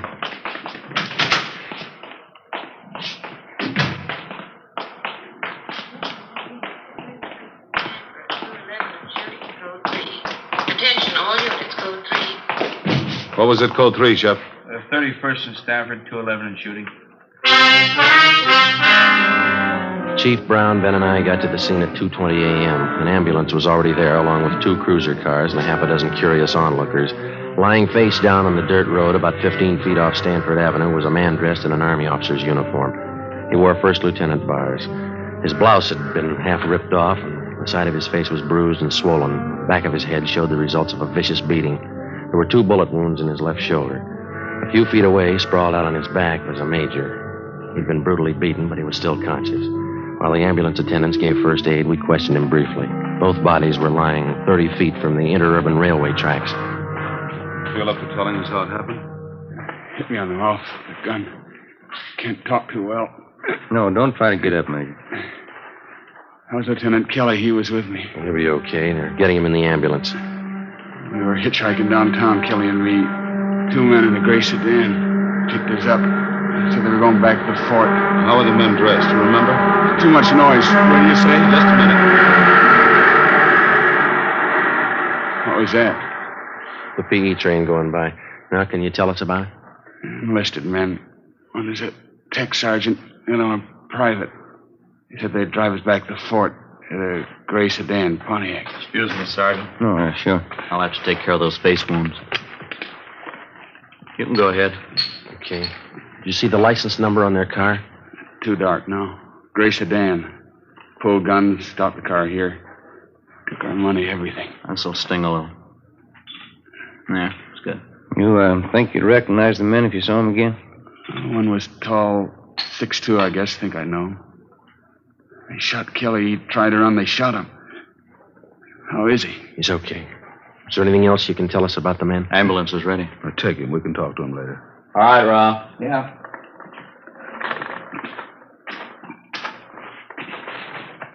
All right, easy. Okay, let's go. It's not getting any better. They sure like to cut him up, don't they? Pretty good set of footprints over there. Tire impressions. Better call the crime lab. Yeah. 2 men in a gray sedan. How does that match up? Same MO, Army officers. So one of the gunmen was tall. Mean anything to you? Well, most of the other victims gave us that description. Either the same tall guy works most of the jobs or he's got a twin brother. The stats office make a run on the description for you? 4 different times. Nothing yet. I'd better get this new information on the air right away. Yeah. They steal a different car for every job, and the morning after we find the car, usually clean, no prints. This thing doesn't add up in my book. Army officers aren't loaded with... I said Army officers aren't loaded with dough. These punks are after something else besides money. What do you mean? Well, for every dollar they steal, they break a bone. How does that shape up to you? You think they like to draw blood? I think so. I think they're pointing for murder. What's the motive, Chief? Oh, forget the motives. I don't care what their reason is. Somebody's robbing and shooting. It's our job to stop them. What's the trouble with motives? How do you mean? They always show up after the murder. 2:40 a.m. The crime lab crew arrived and went to work searching the area for evidence and taking casts of the footprints and tire impressions. The chief of detectives, Ben, and I drove back to Georgia Street Receiving Hospital in time to watch the doctor remove 2 .38 caliber slugs from the shoulder of one of the victims. From his ID bracelet, he was identified as Harold Kelly, 1st Lieutenant Signal Corps, U.S. Army. The other victim was Major Richard Farmer, Signal Corps.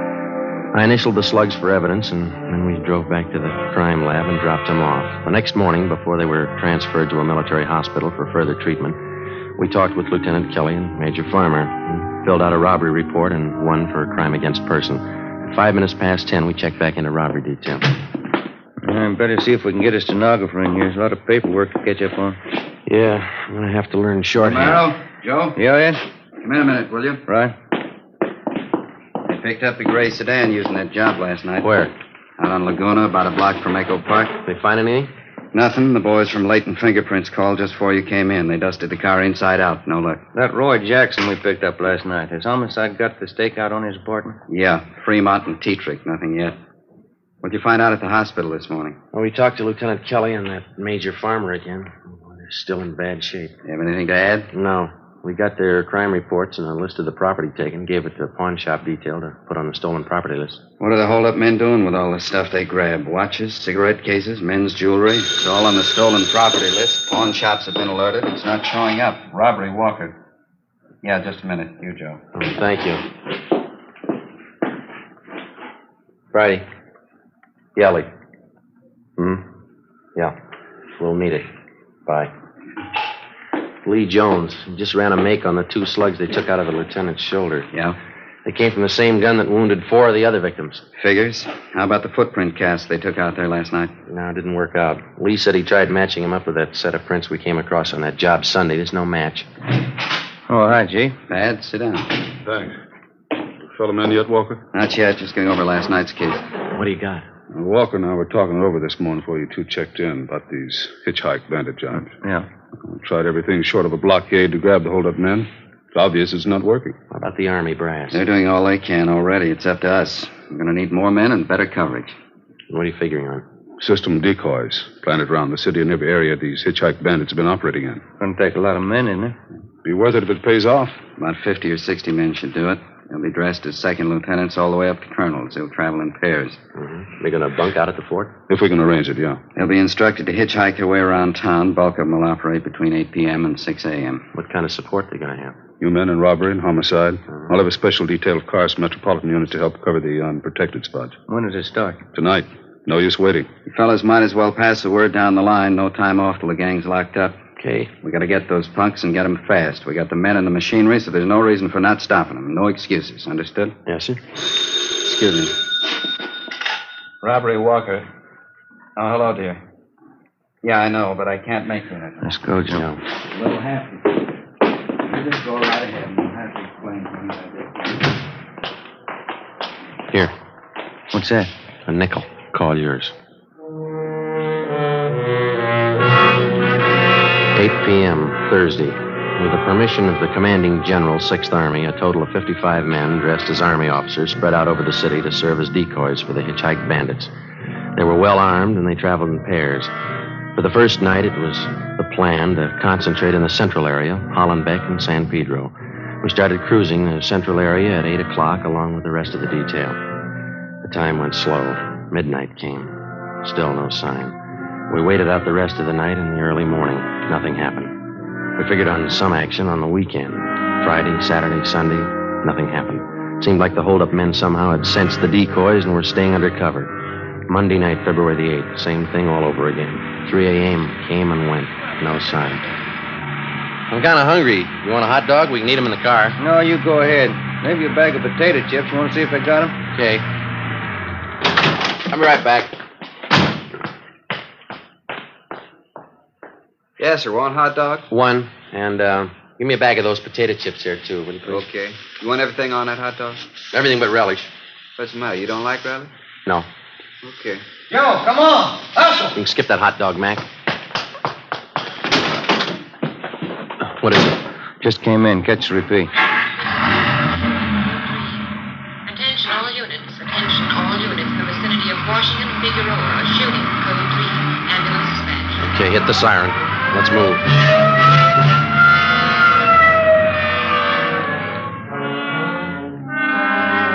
When we got to the scene, neither of the two victims were identified as police decoys.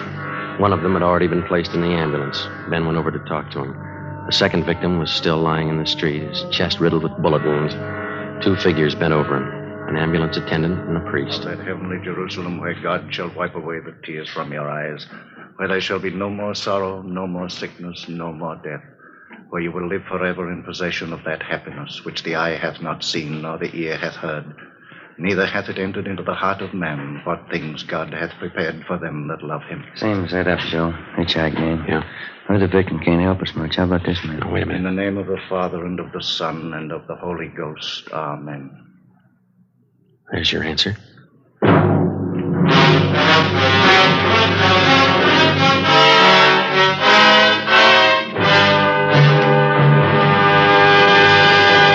You are listening to Dragnet, the case history of a police investigation presented in the public interest by Fatima Cigarettes. If you smoke a long cigarette, it will be in your interest to listen to a typical case history of a Fatima smoker. It's the case of Miss Shirley Gelman, trained nurse in the city of Los Angeles, California, and this is her actual signed statement. Hospitals are short-handed these days, and nurses are working under pressure. I've found king-size Fatima just perfect when I'm off duty. They're extra mild, and even in the wee hours of the morning, Fatima tastes just fine. I urge all my friends to buy them. I agree, it's wise to smoke extra mild Fatima. And more smokers are discovering this every day. Actual figures show Fatima has more than doubled its smokers coast to coast. So enjoy Fatima yourself. The long cigarette, which contains the finest Turkish and domestic tobaccos, superbly blended to make it extra mild. You will prefer Fatima's much different, much better flavor. You will agree. It's wise to smoke extra mild Fatima. It's wise to smoke extra mild Fatima. The best of all long cigarettes.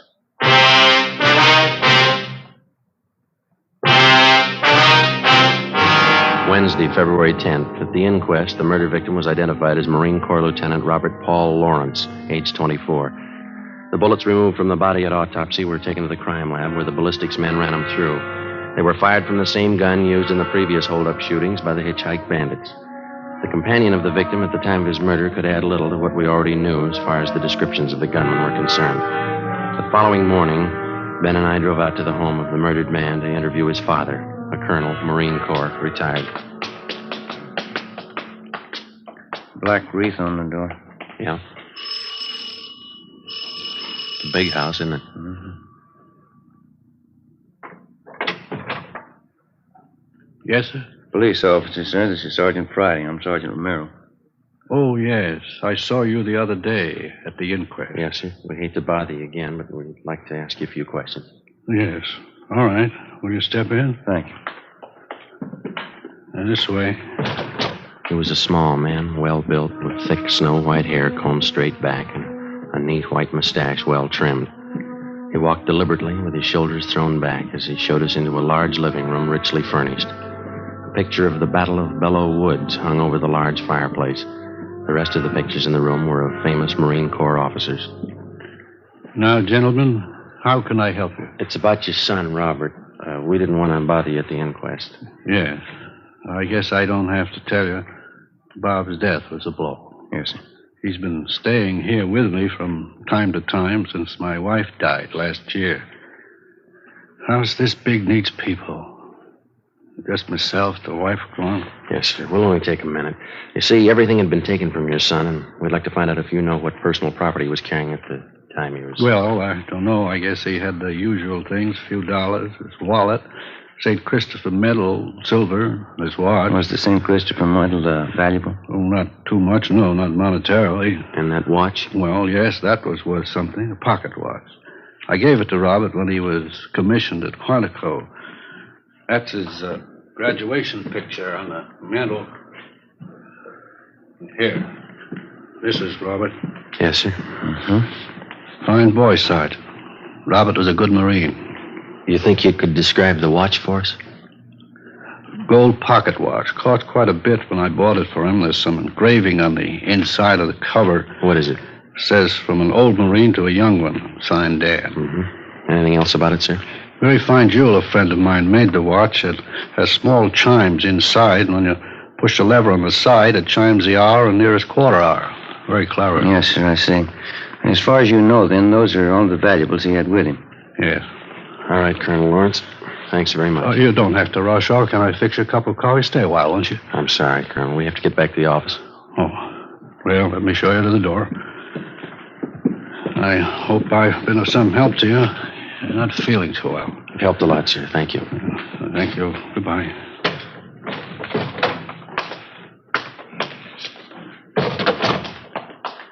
Nice home. Yeah. Beautiful furniture. Everything a man could want. Except the sun. For the next 6 days, we got nowhere. Both robbery and homicide details stayed at work on the case. The citywide decoy plan continued along with the extra night patrol of cruiser cars from the Metropolitan Division. Dozens of leads were received and tracked down. None of them paid off. We stayed on it, but despite all our work, in 1 week, the hitchhike bandits were credited with 16 car thefts, 8 actual holdups, and 3 more assaults with intent to commit murder. February 18th, 2 p.m. Ben and I were called to Captain Walker's office. Close the door, will you, Ben? Oh, yeah. What is it, Ed? Both of you know Burdick here, theft detail? Oh, yeah, sure. I am. You want to tell him what you just told me, Burdick? Yeah, I was just telling the captain. I was on night watch last night with Resnick, and we picked up this guy for grand theft auto. Got him out in a bowling alley on Vermont. Yeah. Well, Resnick and I didn't think too much about it.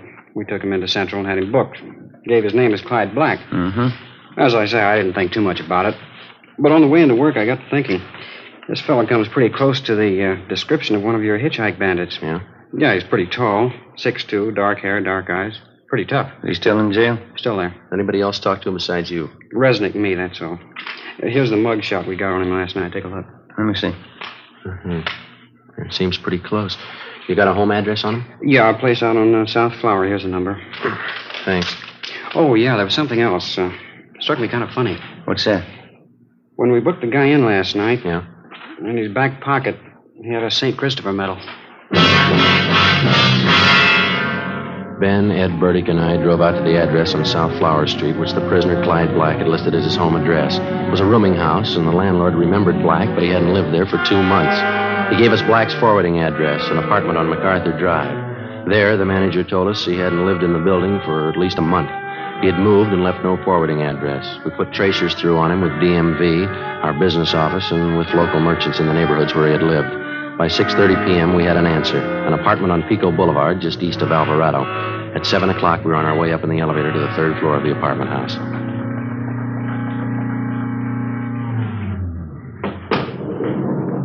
It's number 307. Must be down this way. Come on. Pretty run-down place. Musty. Yeah. This is it, 307. Somebody's in there. The apartments have back doors, Joe. You want me to cover it? Yeah, you better hustle. Right. Okay.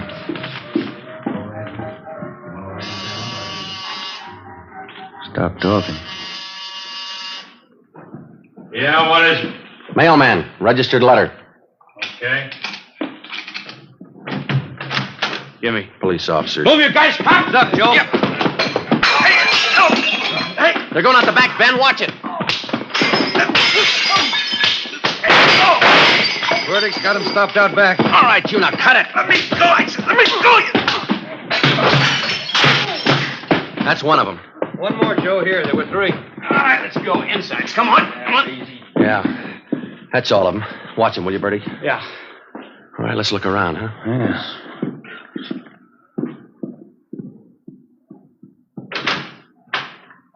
Take a look. Yeah, enough uniforms for an army.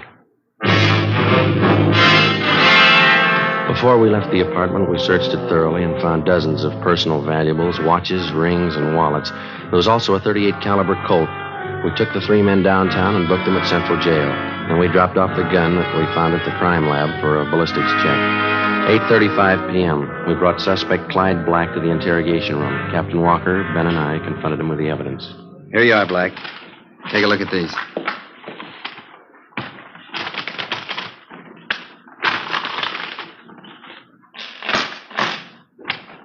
Well? They're not mine. We know that. Never saw them before. Watches, jewelry, wallets, they were found in your apartment, all of them. They weren't. Take a close look. Auto theft, that's all you got me on. Yeah. I won them. I won the stuff in a crap game. You must be lucky. Crap game, I tell you. That's how I got it, in a crap game. Why not do it easy, Black? Let's call a stenographer and get it over with. How much evidence do you want? I didn't do it. I get it. Interrogation room Friday. Yeah. All of them? Fine. Thank you. The gun, Black. They checked it. I didn't do it. Your gun killed that Marine. Your prints are all over it. It was one of the other guys, Max. Max. It was him. Him and Johnny. You ready to dictate a statement? Put them on the file. Why me? You talk to Max. Talk to Johnny. Ed, hand me that, will you? Yeah. Here. Thanks. We got this watch out of your apartment, too, Black. Where'd you get this? Which? This one right here, the pocket watch. I don't know. Don't tell us you won it in a crap game. It's not mine. I never saw it before. It's a beautiful watch. It's engraving on the inside cover. Yeah, look here. From an old Marine to a young one. It's not mine. Let me show you how it works. Push this lever here, see, on the side?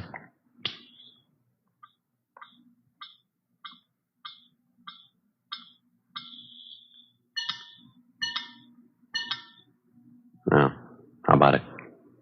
I hated them. I hated all of them. Everything about them. That lieutenant. I had to kill him. He was going to get away. I had to kill him. I had to. Why'd you pick on officers? They had it coming. Pushing guys around. I hated them. I hated every lousy bone in their bodies. I'll get the stenographer. Yeah. Then knock off and go home. You too, Ben. I had to kill him. I hated him. I'll tell them that. I'll tell them like I told you, just like I told you. Yeah, they'll believe you, mister.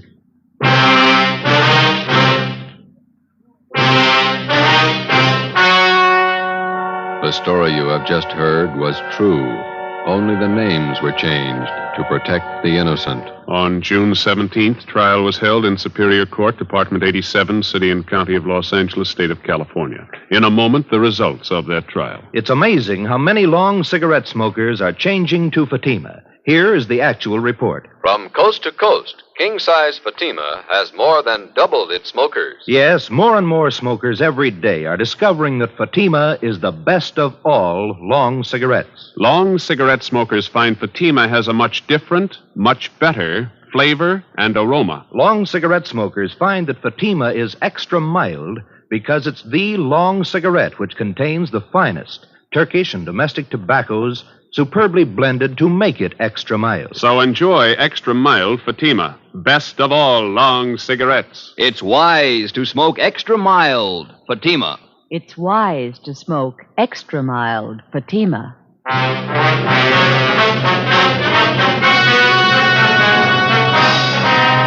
Clyde Black and the other 4 members of the Hitchhike Bandit gang were tried and convicted in Superior Court on 1 count of murder and several counts of robbery and assault with intent to commit murder. All 5 are now serving life terms in the state penitentiary.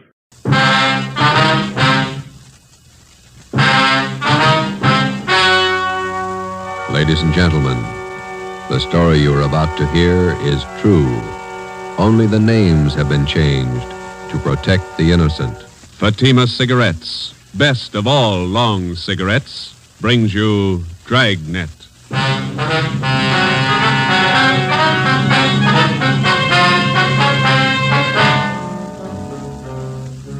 You're a detective sergeant. You're assigned to robbery detail. 2 armed bandits have robbed a large jewelry store in your city. One of the suspects escapes. One is apprehended. He's identified as a friend of yours. Your job, send him to prison. If you want a long cigarette, smoke the best of all long cigarettes. Smoke Fatima. Fatima is the long cigarette which contains the finest Turkish and domestic tobaccos superbly blended to make Fatima extra mild. And that's why Fatima has a much different, much better flavor and aroma than any other long cigarette. That's why Fatima is doubling and redoubling its smokers. So, if you want a long cigarette, smoke the best of all long cigarettes. Smoke Fatima. Dragnet, the documented drama of an actual crime. For the next 30 minutes, in cooperation with the Los Angeles Police Department, you will travel step by step on the side of the law through an actual case from official police files. From beginning to end, from crime to punishment, Dragnet is the story of your police force in action. It was Tuesday, February 8th. It was cold in Los Angeles. We were working the night watch out of robbery detail. My partner's Ben Romero. The boss is Thad Brown, chief of detectives. My name's Friday. I was on the way over from the city hall, and it was 8:35 p.m. when I got to the second floor of the Georgia Street Receiving Hospital. Treatment room. Joe, hi.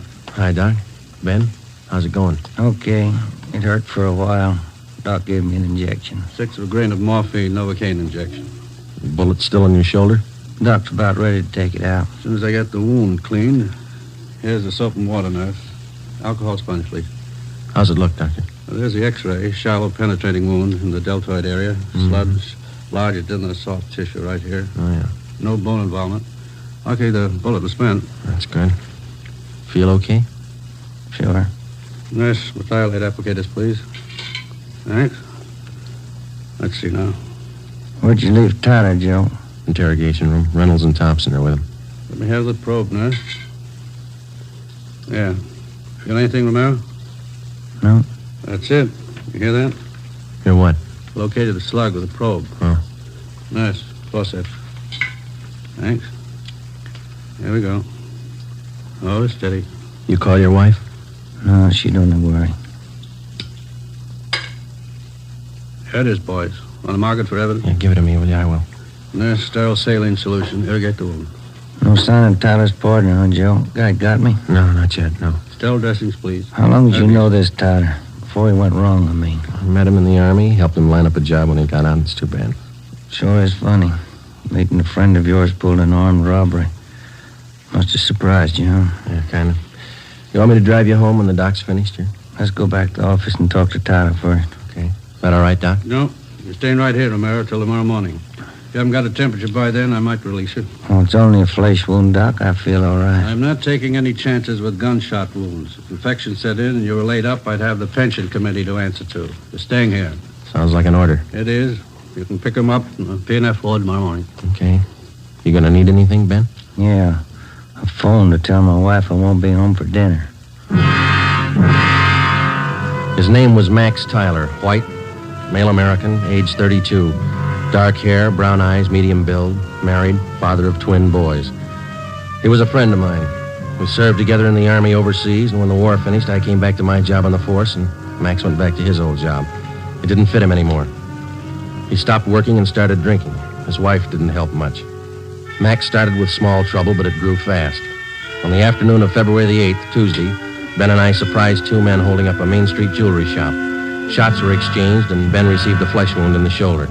One of the hold-up men escaped. The other one was apprehended. His name was Max Tyler. Hi, Larry. Hi, Joe. Glad you got here. Tyler says he won't talk to anybody but you. Okay, boy. Thanks for standing by. Sure. I'll be outside. You need anything.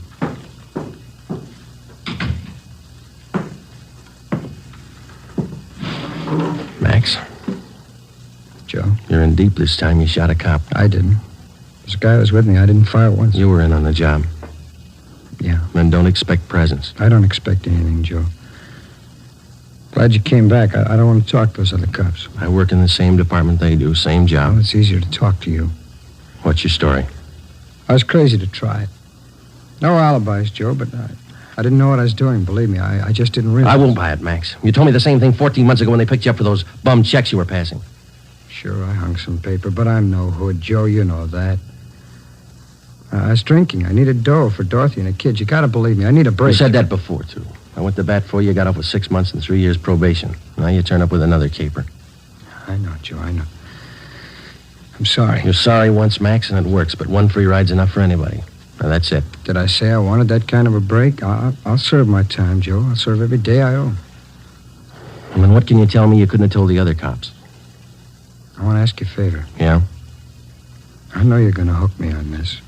So while I'm doing my time, Dorothy and the kids are staying with relatives out in Inglewood. If you'll... Well, just keep an eye on them, you know, Joe.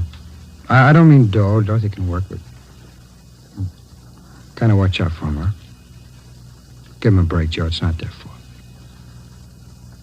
Will you do it, Joe? Yeah. Sure, I'll take care of it. Now, you do something for me. Anything you want, guy. Let's have the straight story. Who was the guy with you on that holdup this afternoon? Cresta, George Cresta. You know him. Out of Folsom, short guy, black hair? Yeah. He's got a room above the Red Owl Bar down on East 3rd near Broadway. That's where he hangs out. Where can we find Cresta now? Oh, maybe there. I don't know. I'll give you a list of the places he goes. Some of his friends I've met. He sure roped me in. Said there wasn't going to be any rough stuff. You were carrying an S&W 38? Sure. When they got outside the jewelry shop, Cresta jammed the gun in my hand. I had to put it away, get it out of sight. Believe me, Joe, he roped me into this. It sounds like an alibi, I know, This but is your second time around, Max. It sounds like one. Okay, I got nothing coming. Don't forget about Dorothy and the kids. Huh? I promised you. Now, you want to give me a full statement on the holdup now? Anything you say, Joe. I'll call for a stenographer. Joe. Yeah. I'm sorry. I am. I believe you. You got the feeling too late, that's all.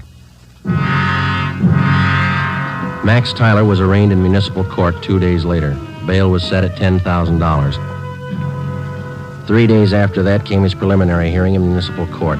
At his arraignment in Superior Court, 5 weeks after he'd been apprehended, Tyler entered a plea of not guilty. A date was set for his trial in Superior Court. Meantime, the hunt for George Cresta, Max's accomplice, went on. There wasn't a sign of him. Our informants had no lead on him, and the all-points bulletin containing all the information we had on Cresta brought in nothing. On Monday, March 22nd, the trial of Max Tyler was held in Superior Court. Ben and I were subpoenaed to appear. The victim of the holdup, the jewelry store manager, was the first to testify. He was questioned by both the prosecutor and the counsel for the defense. He left the stand at 11:25 a.m. If it please, Your Honor. Counsel for the defense. Before the next witness testifies, I'd like permission to approach the bench. Permission granted. Counsel for the prosecution may also approach. Wonder what that's all about, Joe. Something's up. Hello. Judge is shaking his head. Public defender's going back to the counsel's table. Counsel for the defense. Your Honor, it is my client's desire to change his plea to guilty. Defendant rise and face the court. Max Tyler, is that your true name? Yes, Your Honor. On the 12th day of March of this year, in Superior Court, Department 83, City and County of Los Angeles, State of California, you've heretofore been arraigned on the charge of robbery in the first degree. At that time, you pled not guilty to the charge in question. Is it now your desire to change that plea? Yes, sir, it is. You've reached this decision of your own free will? Yes, I have. There's been no force employed, no promise of gratuity or reward to induce you to reach this decision? No, sir. Counsel for the prosecution. Yes, Your Honor. Max Tyler, on the 12th day of March of this year in Superior Court, City and County of Los Angeles, State of California, you are arraigned on the charge of robbery in the first degree. That time you entered a plea as set forth in this information. How do you now plead? Guilty or not guilty? Guilty. Is it stipulated that at the time of the commission of the robbery, the defendant was armed with a deadly weapon, to wit, a revolver? So stipulated.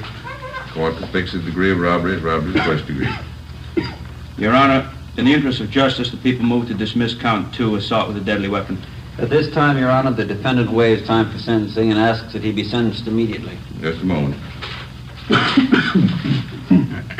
Max Tyler, it's the judgment of this court that on the 8th day of February of this year, you did enter the premises at 23108 East Main Street in the city, and there did attempt the felonious taking of personal property in the possession of another from his person in immediate presence and against his will.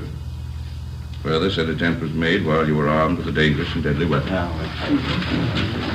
Max Tyler, this court finds you guilty of robbery in the first degree. Count 2 is dismissed. Does it, Joe? Decision of this court that you be returned to the county jail. Sheriff will transfer you to the state penitentiary where you'll serve the sentence as prescribed by law. Court recess for 15 minutes. Hey, Joe. Miss Tyler over there, she's taking it pretty hard. Yeah, come on, we better go see her. Hello, Dorothy. I love him, Joe. What am I going to do without him? Children. I'll give it to you straight, Dorothy. You didn't do much to keep Max out of this. You drank right along with him. You don't Joe. deserve those kids. That's my opinion. Please, I know it. Don't make it any harder. Don't. I'll do anything I can for the kids, Dorothy. That's all. What am I going to do without him? I can't be all alone without Max. It's not right. It's not right. Neither's armed robbery. Goodbye, Dorothy. Before the end of March, Max Tyler was delivered to San Quentin State Penitentiary, where he started serving his term. His wife, Dorothy Tyler, got a job as a telephone operator. She and her children continued living with their relatives down in Inglewood. I helped them out whenever I could. 6 months went by. Every 2 weeks, faithfully, Tyler wrote me a letter from prison. I answered most of them. While Ben and I worked on other jobs, the search for George Cresta went on. We failed to uncover a single lead. 10 months passed. Tuesday, January 16th, 1949, 4 p.m. I checked in for work as usual. Hi, Joe. Cold out, huh? Yeah. Did you pick up the mail? Mm-hmm. There's a letter in your box from San Quentin. Tyler, huh? How's he doing anyway? Good. Clean record. Got himself a pretty fair job in the prison library. Yeah. I talked to the warden up there. Says Tyler ought to be eligible for parole in about a year if he keeps his nose clean. You going to bat for Tyler again? I don't know. See what happens. How can you see anything in that guy? He's giving you nothing but trouble. Oh, a lot of people are giving him the same. Maybe that explains it. Not for me, it doesn't. I wouldn't trust him with dirty laundry. I get it. Robbery Friday. Oh, Joe, this is Dorothy Tyler. I got to talk to you. Yeah, Dorothy, what's the matter? I found Krista. I saw him. What? George Cresta. I know where he is. I saw him downtown. I followed him to his place. You sure it was him? I'm positive. He's staying at 134 Jesse Street. It's a rooming house just off Alameda. 134 Jesse. Got it. Thanks, Dorothy. Come on, Ben. 8 minutes later, Ben and I were interviewing the landlord at 134 Jesse Street, a cheap rooming house down on the south end of the city. The landlord's name was Peterson. We showed him Cresta's mug shot, and he told us he was in room 11. We went up a dark, narrow stairway to the second floor.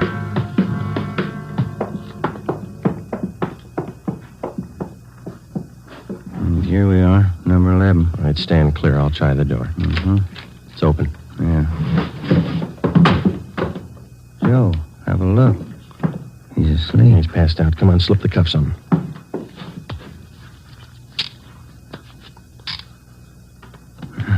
That was easy. Yeah. All right, I got his gun. He's been drinking, all right. He'll have a big hangover. He'll have a long time to get over it. George Cresta was booked at county jail on suspicion of robbery. 2 months and 3 weeks later in Superior Court, he was tried and convicted of assault with a deadly weapon and first-degree robbery and sentenced to the state penitentiary. The day after Cresta was sentenced, I was called to the office of Chief of Detectives Thad Brown. Friday, this Max Tyler is coming up for parole in a couple of months. He's a friend of yours, isn't he? That's right, in a way. You've been writing letters to the warden. You've talked to the parole board about him. Understand you're helping on his kids. A few presents. They haven't had much of a break. They're just youngsters. You're working hard to get Tyler's parole. Do you think he's worth it? Well, I was off both him and his wife, and then she gave us that tip about Cresta, and Tyler's got such a good record up at Q, I figured they'd earned another chance. You're sticking your chin out, Joe, helping a con to get a parole. I think you'll realize that. Well, I believe he's a good risk now, Chief. He's pretty weak in some things. He needs direction, that's all. His wife's getting better. She might help more than she did. I hope both of them are worth it. If anything happens, I know I'm going to get it from all sides. You really think some men deserve another chance, don't you? Yes, sir, I do. I wouldn't want you working for me if you didn't. 2 more weeks went by. Tuesday, April the 19th. Ben came down with a bad cold and had to lay off work. At the same time, a new gang started a hold-up campaign among the liquor stores out in the Wilshire district. A new rash of armed robberies broke out in the central area. There was an attempted bank robbery. It was a bad week. Ben got back to work on Saturday. Rough time, huh, Joe? Busy, yeah. Did you beat that cold all right? Sure, I feel much better. Doctor gave me some new medicine. Works good. Oh, that's fine. Maybe I'll knock off early tonight if nothing's doing. That's a good idea. Shouldn't be Joe, too much tonight. Teletype for you. Just came in. Oh, thanks, Larry. Sure. the matter, Joe? What is it? Max Tyler. He broke out of prison this morning.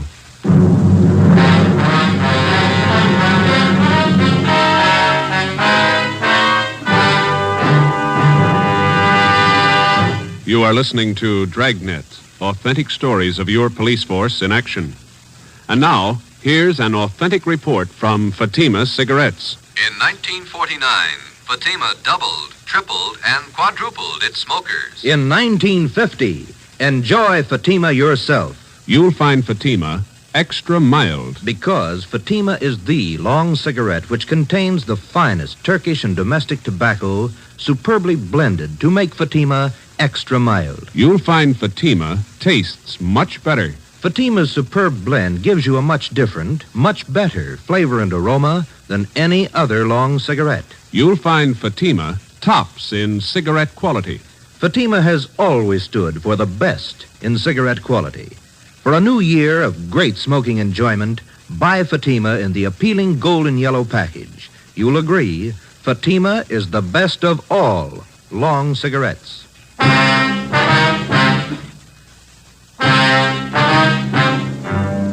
In the course of his career, the police officer is afforded two diverse views of the criminal. At first, the rookie cop is taught to distrust the criminal at every turn, without exception. He's schooled in the 1,001 ways in which the criminal operates, his psychology, his mode of operation. Then, when he's thoroughly acquainted with the methods of the criminal and how best to detect them, the police officer starts to learn the most difficult lesson of all: how to distinguish between the confirmed criminal and the lawbreaker, in whom there is hope of rehabilitation. After 9.5 years of police work, my first experiment in this field was with Max Tyler. I'd given him 2 chances to prove himself, and he'd lost on both of them. So did I. 2 months before his parole hearing, which might have given him his freedom, Max Tyler had suddenly decided to escape. How he figured it, I didn't know, but it was my job to find him. At 5 o'clock that afternoon, Ben and I met in the chief of detective's office. 2 officers, Holland and Grayson, from the State Adult Authority, escape detail, were there. How did Tyler manage his escape, Grayson? Well, same old story. They figured they could trust him up there. He had a good job on the prison farm. They trusted him. When did they find out he was gone? On the early morning count. Have you checked his relatives out in Inglewood yet? Yeah, we have. We've got the home staked out. We're covering all the places we figure he might go. How about Mrs. Tyler? You get in touch with her Friday? The relatives told us that she's on a weekend vacation with the 2 kids, staying with friends down at Laguna Beach. We got a call in to them. Should be hearing from them soon. I understand Tyler's a friend of yours, Friday. He was ready for parole. Yeah, I was trying to help it along. I thought the guy deserved a break. He didn't need you, Joe. He made his own. Well, he was feeling bad. You weren't the only one fooled, Friday. He had the prison officials buffaloed, too. Yeah, I know. I helped convince them. You got any leads on Tyler at all, Grayson? I mean, from the time he broke prison? Pretty strange. They traced him as far as Stockton, then they lost the trail completely. The Stockton police in on the search? Yeah, sure funny. The guy has no money, no car we know of, no change of clothes. You figure he's getting help from somebody? Could be. Excuse me a minute. Brown speaking. Yeah, just a moment. You, Friday. Oh, thank you. Friday? Yeah. When? Where? Just a minute. Will you hold on, please? It's the Tyler's friends down at Laguna Beach. Mrs. Tyler there? No, she called him last night about 7 o'clock. Told him she'd changed her plans. She wasn't coming. She told them where she was going? She wanted to know which highway would take her to Stockton. We told the Tyler's friends in Laguna Beach to contact us immediately if they heard from either Mr. or Mrs. Tyler. We got out an APB on Dorothy Tyler, and then we drove out to interview her relatives in Inglewood. They told us that Mrs. Tyler had the 2 children with her. She had left their house at 6 p.m. the night before by taxi. As far as they knew, she didn't own a car. We talked with some of her friends in the neighborhood. The only thing they could tell us was that she had not borrowed a car from any of them. We drove down to the telephone exchange where she was employed as an operator, and we spoke with a manager, a Mr. Ralph Cartwright. I'm sorry, gentlemen. This is Mrs. Tyler's night off. Is there something I can help you with? When is Miss Tyler due back at work, Mr. Cartwright? Well, she's working the 10 to 7 starting tomorrow, due in at 10 a.m. We understand that she's on a weekend vacation, huh? Yes, you see, today was payday, so she asked me if she could have her check ahead of time. Said she had to have the money for the weekend. Did you give her the check? Oh, my, no. I couldn't give her the check ahead of time. But I did do her a favor, just to help her over the weekend. What was that? I loaned her my car. We got a complete description of the car together with a license number and called the office. The information was broadcast to all units throughout the city and teletyped to all points in the state. Chief of Detectives Thad Brown ordered an immediate stakeout on the telephone exchange where Mrs. Tyler was employed. The stakeout at the home of Inglewood continued. Another day passed. We checked with the bank where Mrs. Tyler maintained her account. It was 10:25 a.m. when we got back to robbery detail. Gentlemen, what'd you find out?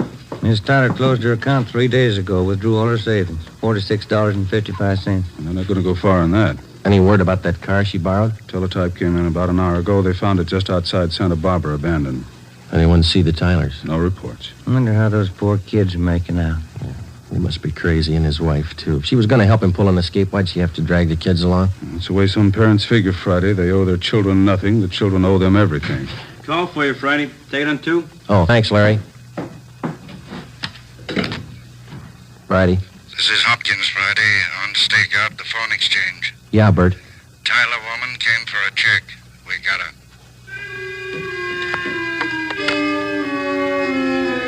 Dorothy Tyler was brought into the city hall. With her was one of her children. He was delivered to the juvenile authorities for the time being. Mrs. Tyler was brought to the interrogation room. She refused to admit anything to the officers from the adult authority. She said she wanted to talk to me. I went in. She threw her arms around me and started crying. Joe, you won't let him get Max, will you? You won't let him. I'm after him as much as they are, maybe more. Where is he? I can't tell you. Why'd you do it, Dorothy? Why? Oh, you know why, Joe. You know why. I had to see him. I had to be with Max. It's a bum deal. You traded days for years. They can't get him. If I don't tell them where he is, they won't find him. They'll find him. He's got to eat, so do you and the kids. He has to go to work, and working with a gun is all he knows. He'll leave a trail. We'll find him. Children. What have they done with the children? Where's Jimmy? They're taking care of him. That's more than you did. Where's your other boy, Vance? With Max. Max has him. Oh, that's fine. You and Max ought to be real proud of yourselves. I had to see him. You know that. I had to see Max. Has he got a gun? Has he? Yes. Has he used it? No. He just thought he might need it. He hasn't hurt anyone. I swear it. You helped him escape, is that right? You helped him. He needed help. I met him at San Rafael. We drove all night. He didn't hurt anyone, Joe. He hasn't hurt anyone. Where is he now? Where is he? All right, Dorothy, we'll find him. Joe, if I tell you, will you go alone? I can show you the way. Will you go alone? Yeah. All right. I'll take you to him, Joe. I trust you. Yeah, I trusted him once, too. 5 p.m., Monday, April 25th. Dorothy Tyler, Ben, and I got in the car and headed north for the coast town of Santa Maria. Acting under orders of Chief of Detectives Thad Brown, Larry Thompson from Robbery Detail followed in another car. Holland and Grayson from the State Adult Authority were with him. It was 10 minutes past 8 when we drove through the town of Santa Maria. Just outside the city, Dorothy Tyler directed us to turn off onto a dirt road. We drove about 2 miles. She told us to pull up. Across that field. Shack by those trees. Lonely out here. I'll go with you, Joe. Maybe Max won't understand. No, you stay here. Joe, that car stopped here. It's cops, Dorothy. It had to be. They won't shoot unless Max does. But you promised. You said you'd go alone. I'll go alone. Friday? Hello, Grayson. Where is he? She tell you? That shack over there across the field by that clump of trees. He's got one of the kids with him, that right? Yeah, he won't be any trouble. He's armed. The cons up at Quentin say he won't be taken alive. They say he'll shoot it out. They talk a lot. You better let us take him. You're not getting paid for this one. I'll take him alone. I made a promise. That guy in the shack's in the habit of breaking promises. I keep mine. Keep an eye on Miss Tyler, will you, Ben? Thompson's watching her. I'm coming with you. I told her I'd go alone. There's 2 doors, front and back. Which one you going in? Front.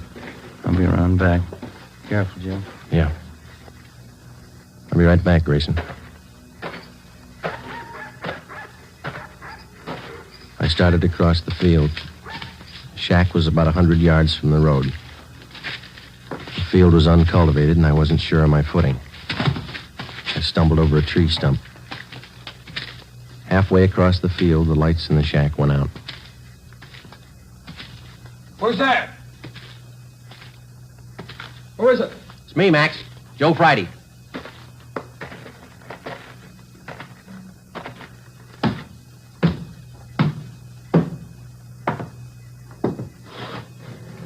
Max? Come on, open up. All right, Max.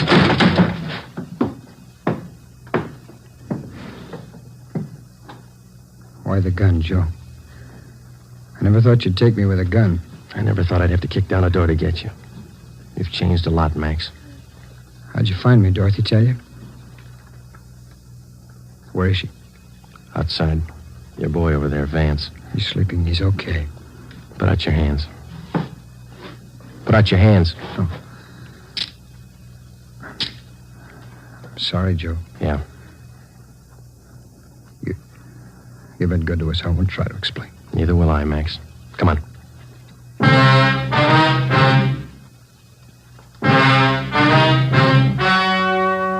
The story you have just heard was true. Only the names were changed to protect the innocent. On June 2nd, trial was held in Superior Court, City and County of Marin, State of California. In a moment, the results of that trial. It's amazing how many long cigarette smokers are changing to Fatima.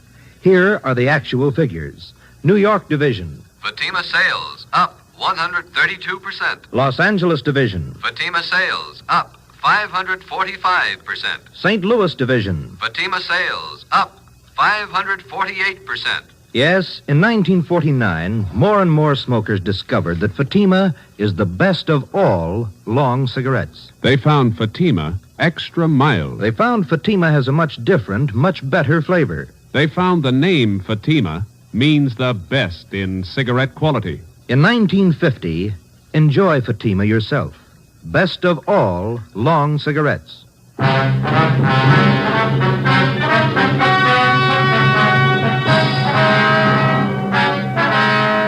Max Tyler pleaded guilty to the charge of escape and was sentenced to the term as prescribed by law. He was returned to San Quentin and then transferred to Folsom Penitentiary, where he is now serving his sentence. Ladies and gentlemen, for a more authentic presentation, portions of the program you are about to hear were actually recorded on the scene.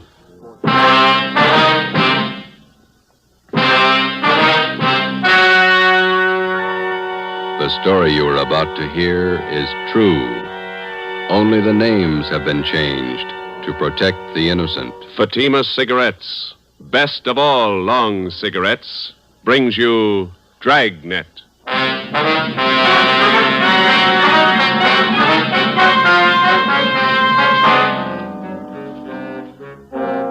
You're a detective sergeant. You're assigned to robbery detail. A gang of hold-up men have been running loose in your city. They've committed more than a dozen robberies. They're heavily armed, quick to shoot. Your job, stop them. If you want a long cigarette, smoke the best of all long cigarettes. Smoke Fatima.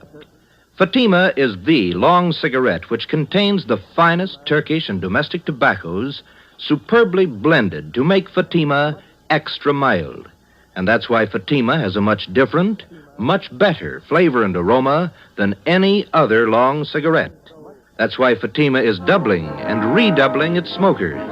So, if you want a long cigarette, smoke the best of all long cigarettes. Smoke Fatima. Dragnet, the documented drama of an actual crime. For the next 30 minutes, in cooperation with the Los Angeles Police Department, you will travel step by step on the side of the law through an actual case from official police files. From beginning to end, from crime to punishment, Dragnet is the story of your police force in action. It was Saturday, July 21st. It was hot in Los Angeles. We were working the night watch out of robbery detail. My partner's Ben Romero. The boss is Thad Brown, chief of detectives. My name's Friday. I was on the way back from the record bureau, and it was 6:55 p.m. when I got to room 27A. Robbery detail. All right, Joe, you ready? Let's go. Where'll I dump this top coat? There. It's too hot out tonight for that. Yeah. The rest of the guys take off already? Yeah, we better hustle.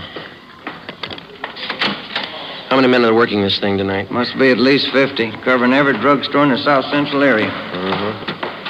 Which one did we draw? Naomi in South Alameda, Rex Pharmacy. Yeah. Parking lot across the street. We can cover the pharmacy from there. We better check out a Thompson from the business office first, huh? It's a good idea. We might as well be ready. They are. Who got the tip the gang was moving into the south end of town? Johnny Powers, one of his informants. Okay, here we are. Business office, Blair. Yeah, I'll take care of it. Thanks. Hey, Blair, do you want to check out a Thompson for us? Okay, Barney. Heavy duty? Yeah, kind of. There's a sign-out book. Thank you. Yeah, you might as well give us a shotgun while you're at it, Blair. Okay. Check these out for an hour. Sounds like a busy night for you fellas. Maybe. Thompson's okay. So the shotgun. Want to sign up for the shotgun, too, Joe? Yeah, okay. One Thompson submachine gun, one shotgun. You got those serial numbers there, Blair? Yeah. Thompson 67811. 67811. Yeah. Shotgun 655228. 5228. Okay. Signed, Joe Friday. Serial number 2288. Ben Romero. What's your serial number, Ben? 2633. Oh, yeah. 33. 6 shells for the shotgun, 50 shells for the Thompson, okay? All right, I'll sign for him. Okay. Gang's pretty rough, I understand. Gun heavy. Yeah, that's what they tell us. Okay. Here's the book, all signed. Okay. Here you go. A lot of firepower there. Yeah. Hope you don't have to clean them when we bring them back.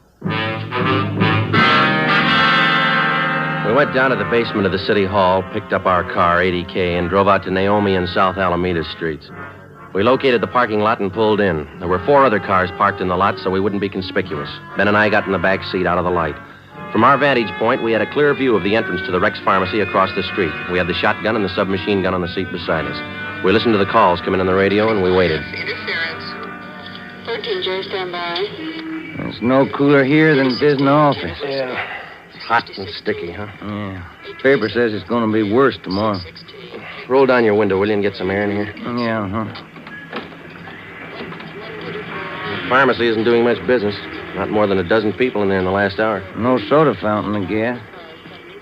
Sure is hot. You have to talk about it, huh? It helped. What time you got? 10 minutes to 10. Want to smoke? No, thanks. Yeah, I'll get it. If that gang's gonna show up here, wish they'd get it over with. Powers might have got a bum tip. Well, the gang hasn't missed a weekend for 2 months. I wonder how much time the average cop spends waiting. I don't know. Put it all together, it'd make a fine vacation. What do we do, sit this out till the pharmacy closes? Yeah, 2 a.m. Sure is hot. Yeah. Midnight came and passed.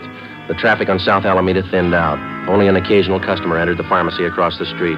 Ben kept complaining about the heat. We waited. Well, that's it, Joe. There go the lights. Drugstore's closing. Yeah, guy's locking the doors. There he goes. We might as well shove off, too. Yeah. Let's get in the front seat. There's not much call for this shotgun tonight. There's no use checking it in. Same duty tomorrow night. Attention all units. All units in the vicinity of 8th and Hill, on the corner of Hill and Geneva Alley, a 211 and shooting. Code 3. Hit the light. Yeah, come on, let's roll.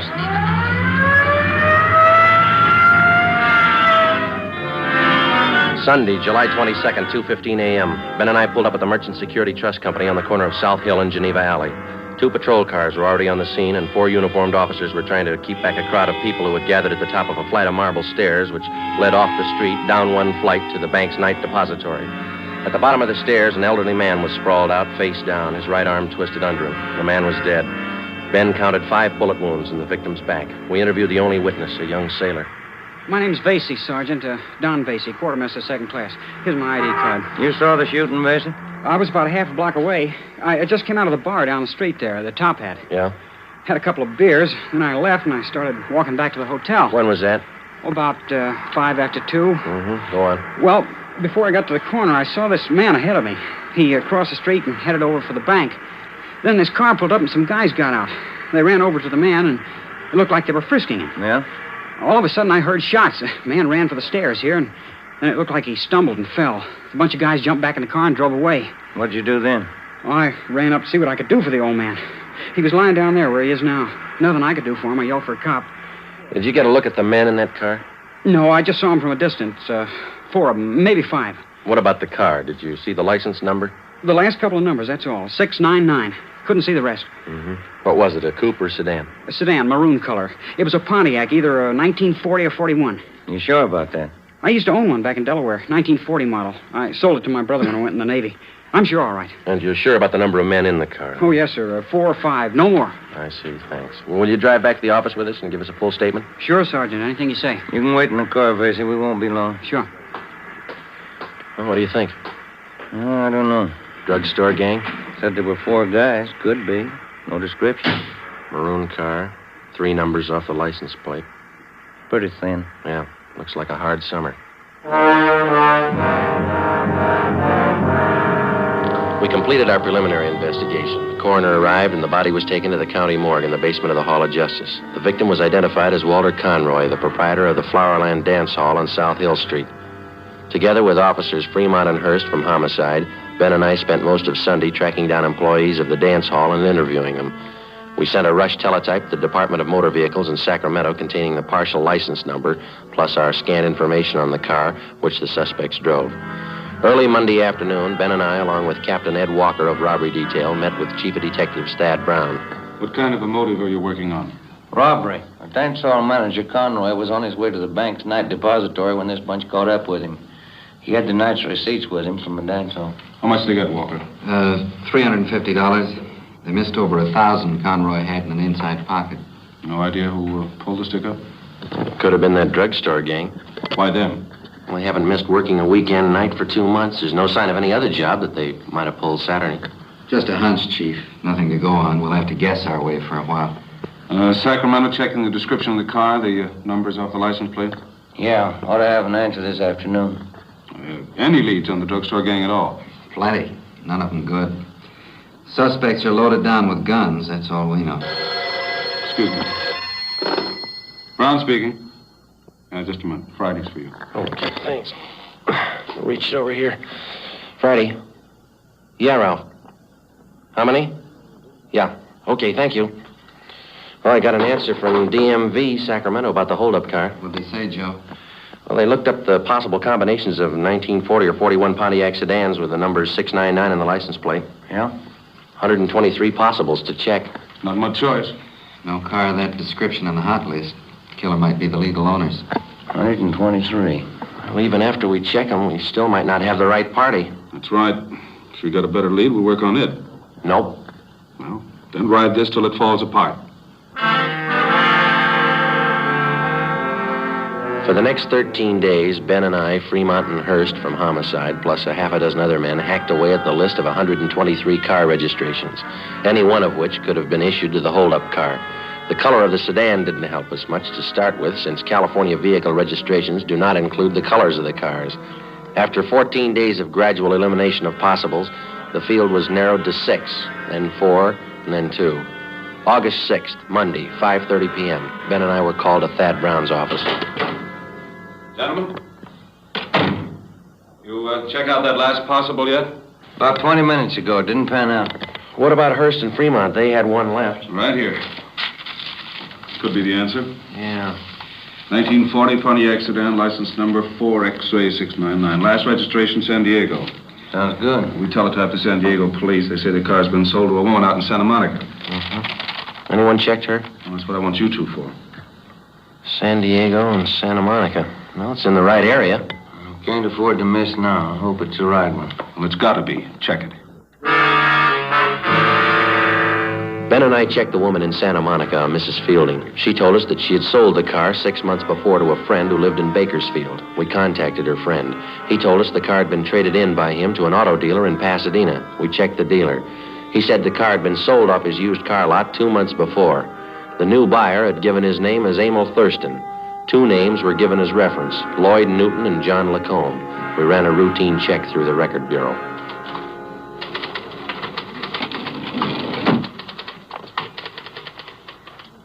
Ran them through, fellas. Here's the packages. Get a make, Frank? On all 3. What'd you find on Thurston? Let's see. Thurston, 2-time loser, 2nd time up to Q on 5 counts of armed robbery. On parole from Quentin now. How about the other 2? Lacombe, let's see. Preston Reformatory, 2 terms, went up 3 years ago, violation of Dyer Act. He's on parole, too. What about Newton? Did you make him? 2 terms in Oklahoma. They're looking for him now at jump parole. Can I look at that just a minute, Frank? Well, sure. So I have all 3 of them here. Take a look, Ben. Each one of the mama sheets on these 3 guys. Yeah. Now look. Right here under General M.O. See? Mm-hmm. Thurston, heavily armed at time of arrest. Yeah. This one, Lacombe. Huh? Heavily armed. This one on Newton. Same thing. Gun happy. Yeah. Come on. At the time he purchased the car, suspect Emil Thurston listed his home address as 1517 North Hoover Avenue. Previous robbery victims positively identified Thurston and his companions. At 1517 North Hoover, the landlady also identified Thurston and his companions as tenants. She told us they drove a red sedan and they parked the car at a Temple Street garage. An immediate stakeout was placed on the apartment house, and we started a canvass of Temple Street garages from Hoover Avenue down to Rampart Boulevard. At 4 p.m., Ben spotted the car in Donnelly's garage on Temple Street near Michigan Drive. The garage attendant told us that the owner of the car had given his name as Emil Thurston. We showed him the mug shots. Yeah, used to park his car in here a while back. Then he came in yesterday morning with these 2 guys and said he wanted a paint job. Doesn't look like he needs a paint job to me. They offered me $20 extra if I do it in a hurry. He wants the car painted green. When's he going to call for the car? About 10 o'clock tonight. These jobs take time. He's not going to like it if the car's not finished. He won't like it if it is. Come on, Ben.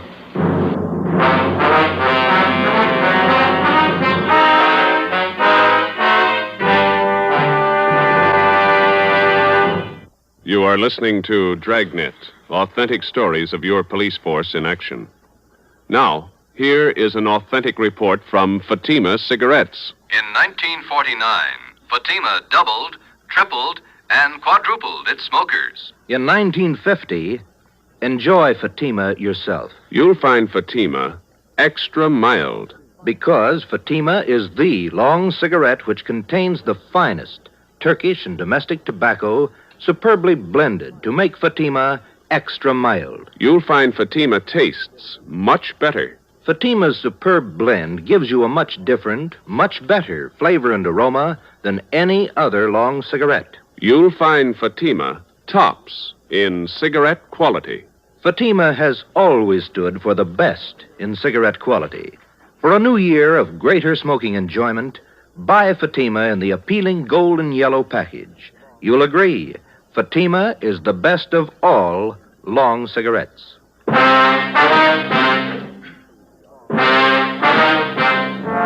7 p.m. Tuesday, August 7th. Chief of Detectives Thad Brown and Captain Ed Walker swung the entire robbery detail into action. The stakeout at the apartment house on North Hoover continued. An additional detail of men was stationed in a vacant store on Temple Street directly opposite Donnelly's garage. Donnelly's garage was a small family outfit, and the only spot from which we could cover it thoroughly without being seen was from a large paint locker set up against the right wall. The garage man cleared enough room so that Ben and I could fit into the locker in a half-stoop position. 2 small latches were rigged up so that we could pull the doors closed from the inside. 4 ventilation holes at the top and bottom of the doors provided us with peepholes. At 8 o'clock that night, Ben and I took our places inside the locker. The trap was set. We waited. Can you see all right, Joe? Yeah. Boy, it's hot in here. Stale air. It's a tight fit. I'm getting a cramp in my shoulder. Yeah. What time did that garage man say he closed? 11 o'clock. There's lousy paint smells. Stuffy, huh? They had car pulling in. Can you see the driver? Wait a minute. it's nothing. Somebody getting gas. Hope they show up. I wouldn't want this to go on another night. Well, don't count on it. Foot's going to sleep. Why don't you stand still? What time you got? Let me see. Get the light on in here. 10 minutes to 9. Thanks. The popular conception of the working detective rarely includes a glimpse of his everyday run-of-the-mill duties. Filling out forms, conducting interviews, or waiting long, monotonous hours parked in a car or standing half-crouched in a garage paint locker. It's slow, dull, and tedious, and it's 95% of the police officer's job. By 10 o'clock that night, there was still no sign of Thurston and his friends. The cramped locker got more cramped with the passing minutes. The air was thick with paint fumes. We waited. At 10:55, a taxi pulled to a stop in front of the garage. 3 men got out. You see him, Joe? Wait till they step into the light. There's another guy still in the cab. Here they come. There's the first guy. Yeah, it's Thurston, isn't it?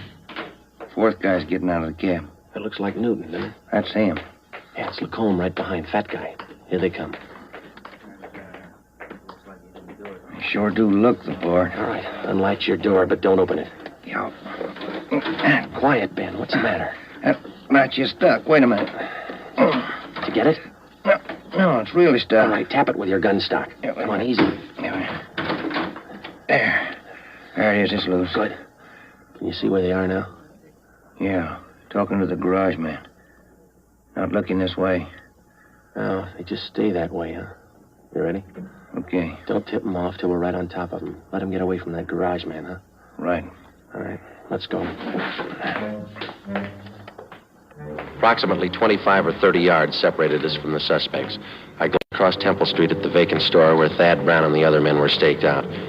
25 yards is a long way to walk when you're approaching a murderer, and you know that he won't hesitate to kill you in order to escape.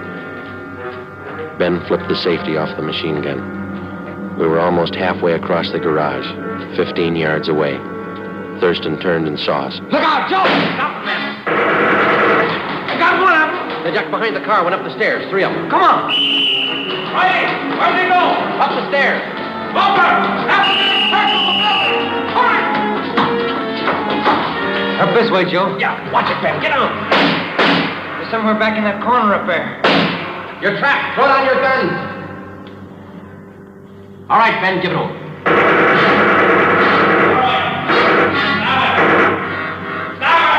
Throw down your guns. Throw them down. There's 3 of them. 6 of them. All right, now come on down with your hands behind your head. Cover me, Ben. I'll frisk them. Right. You up on the end. Get your hands in the back of your head. All right, stand still. All right, next one. Go on. Clean. All right, look home. Watch him, Joe. All right, you. Rest of you, stand back. Keep your hands up. You all right, Joe? Yeah. 2 more guns on him. All right, you two, hold it. Here comes the chief. Yeah, I'll get these guns together here. Lacombe. He's not much of a fighter. Not without a gun.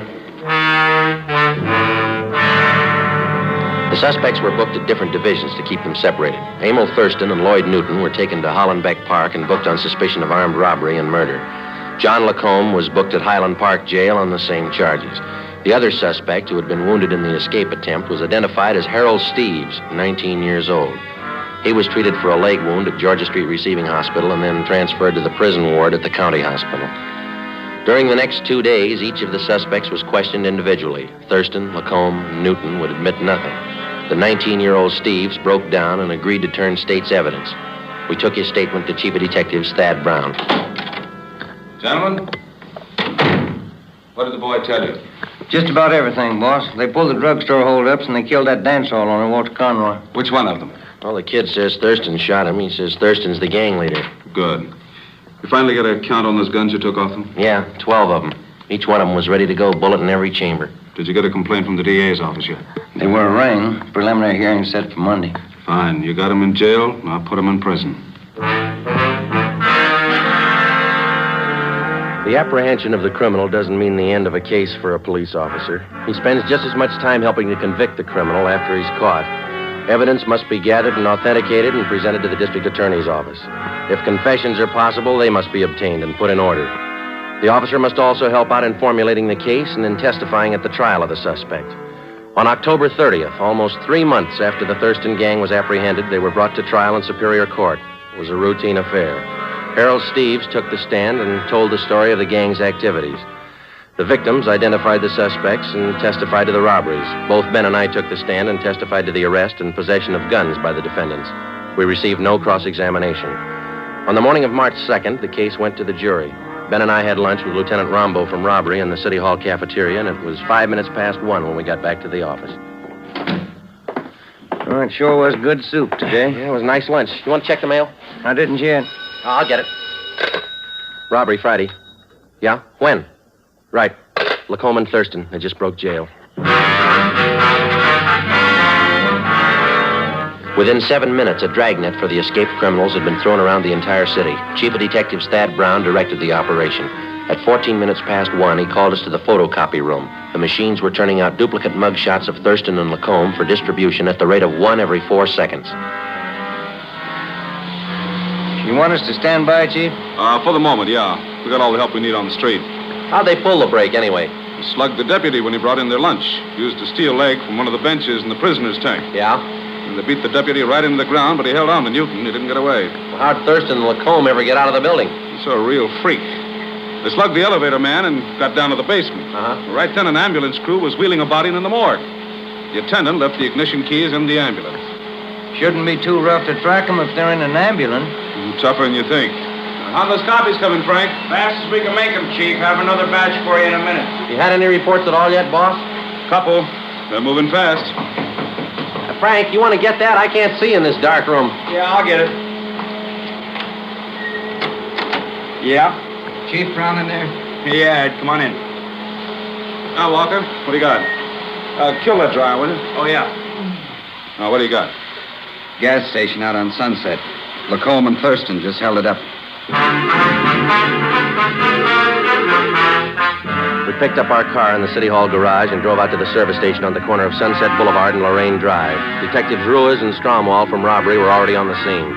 The 2 escapees had abandoned the ambulance there, robbed the station of $56 in currency, and stolen a 1938 gray Packard coupe, license number 7 Robert 6336. We left the station and started to cruise the area.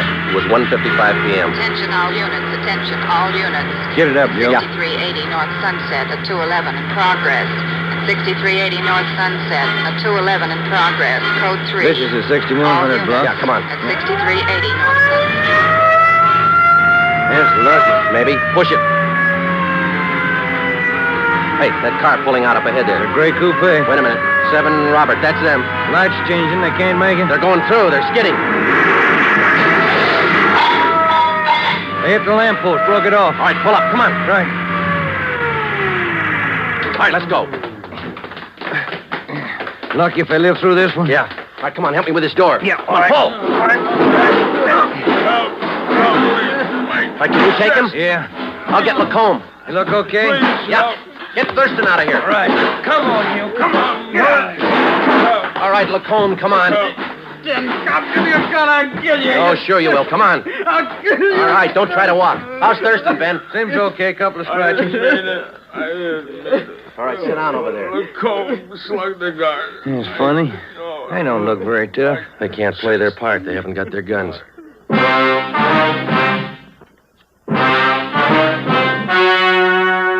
The story you have just heard was true. Only the names were changed to protect the innocent. On March 3rd, 1947, trial was held in Superior Court, Department 91, City and County of Los Angeles, State of California. In a moment, the results of that trial. It's amazing how many long cigarette smokers are changing to Fatima. Here are the actual figures. New York Division. Fatima sales up 132%. Chicago Division. Fatima sales up 453%. Los Angeles Division. Fatima sales up 545%. Yes, in 1949, more and more smokers discovered that Fatima is the best of all long cigarettes. They found Fatima extra mild. They found Fatima has a much different, much better flavor. They found the name Fatima means the best in cigarette quality. In 1950, enjoy Fatima yourself. Best of all long cigarettes.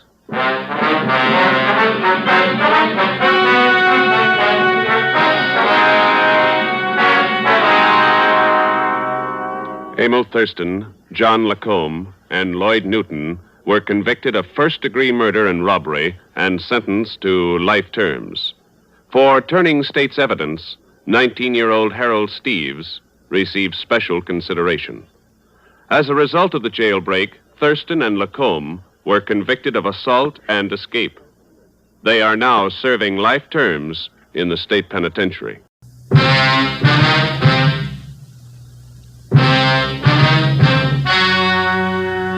Ladies and gentlemen, the story you're about to hear is true. Only the names have been changed to protect the innocent. Fatima Cigarettes, best of long cigarettes, brings you Dragnet.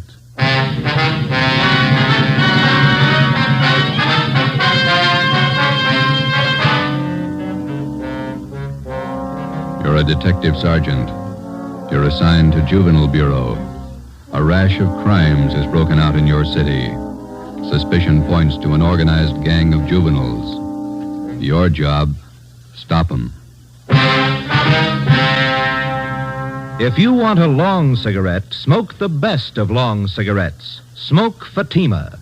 It's the long cigarette that contains an essential ingredient of all the very popular cigarettes, Turkish tobacco. That's why you see the Turkish symbols on the attractive gold and yellow Fatima package. That's why Fatima has a much different, much better flavor and aroma than any other long cigarette. That's why Fatima doubles and redoubles its smokers. Yes, if you want a long cigarette, smoke the best of long cigarettes. Smoke Fatima. Dragnet, the documented drama of an actual crime. For the next 30 minutes, in cooperation with the Los Angeles Police Department, you will travel step by step on the side of the law through an actual case from official police files. From beginning to end, from crime to punishment, Dragnet is the story of your police force in action. It was Sunday, March 27th. It was windy in Los Angeles. We were working the night watch out of Georgia Street Juvenile Bureau. My partner's Ben Romero. The boss is Ed Backstrand, chief of detectives. My name's Friday. I was on the way up from the Juvenile Bureau, and it was 11:25 p.m. when I got to the receiving hospital, room 5, the treatment room. Everything happens on Sunday nights, huh, Joe? Yeah. How's the kid making out, Doc? The one arm is cut up badly, nothing fatal, though. How'd it happen? That's what I'd like to find out. Can I talk to him? If you want, don't press him, though. He's had a bad shock. All right.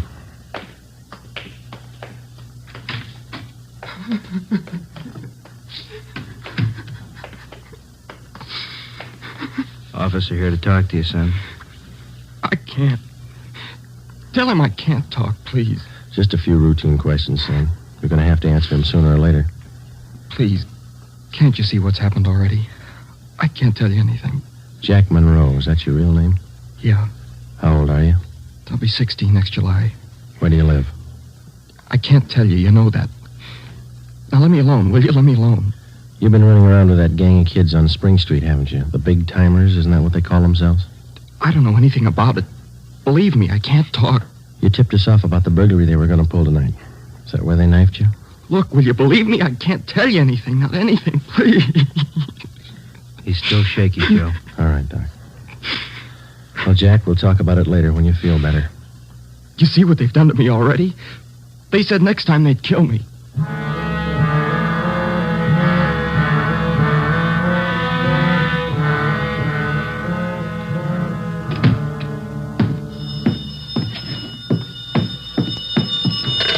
Juvenile Bureau, Friday. Yeah, okay, Fred. Goodbye. How'd you make out, Joe? Not very good, Ben. Captain Bowling come in yet? You checked in while you were gone. Wants to see us. Okay. The kid tell you who knifed him? No, I scared him good. He wouldn't tell me a thing.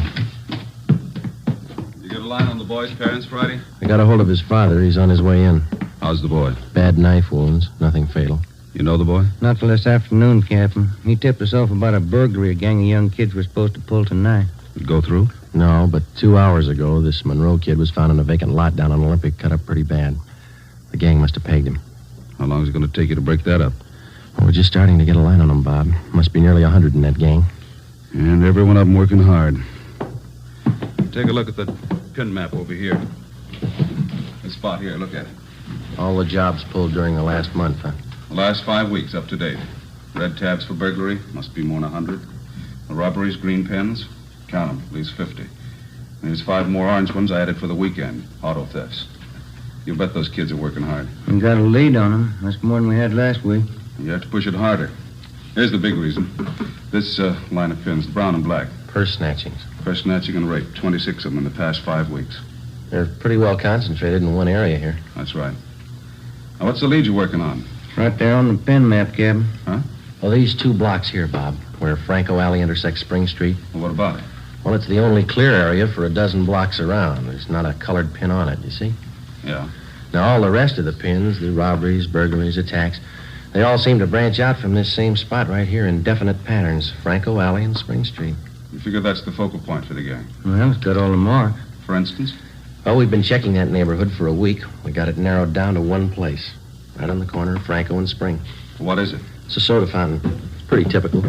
Only it stays open all night, and it gets a pretty good play from kids. It's a regular hangout, Captain. Pretty tough youngsters. None of them over 18. Who runs the place? Guy named Eddie Ramsey, small-time con man. Had a run-in with him when we worked bunco detail. I remember the name. Smart mouth. Tried to give us trouble when we talked to some kids in there last night.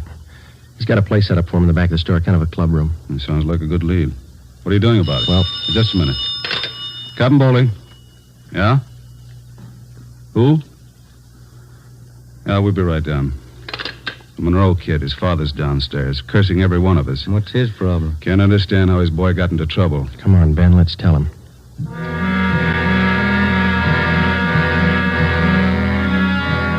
What kind of a city do we have when we can't allow our children out on the street without being stabbed or shot?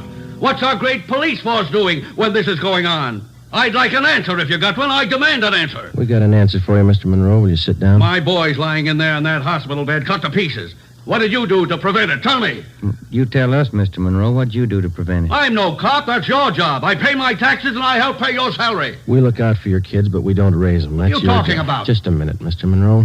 Answer me this. How old is your son, Jack? He's 16, I think. Why? You know what he does with his spare time? Where he spends his nights? Of course I do. He's at home. Some nights he goes to the library. Then you don't know much about your son, Mr. Monroe. For the past month, 4 nights out of 5, he's been hanging around with a gang down at a soda fountain on Spring Street. He's down there as late as 2 a.m. He says he goes to the library. How do I know? I'm a busy man. Did you know that your son is mixed up with that gang? He's not mixed up with a gang. A bunch of small-time thieves, but they're growing. They started with purse snatching, breaking in parked cars, burglarizing candy stores. You don't know what you're talking about. Wait a minute, please. And then they took up robbery, stealing cars, beating up girls, women, attacking them. You're crazy. Jack's not that kind. He's part of that gang, and right now we hold all of them responsible. My boy wouldn't do anything like that. He's a member of that gang, he told us. They're the ones that knifed him tonight. That's a lie.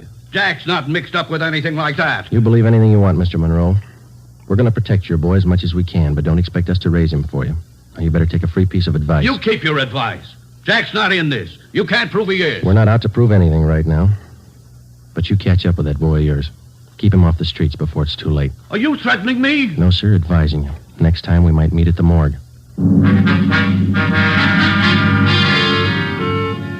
1 a.m. Monday, March 28th. A detail of 50 officers from Juvenile Bureau and Metropolitan Division were deployed for 16 blocks along Figueroa Street. At 5 minutes past 1, they started to move south over an appointed area.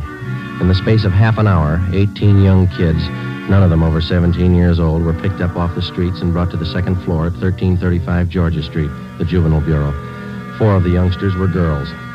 At 1:45 a.m., Ben and I checked the soda fountain on the corner of Franco Alley and Spring Street.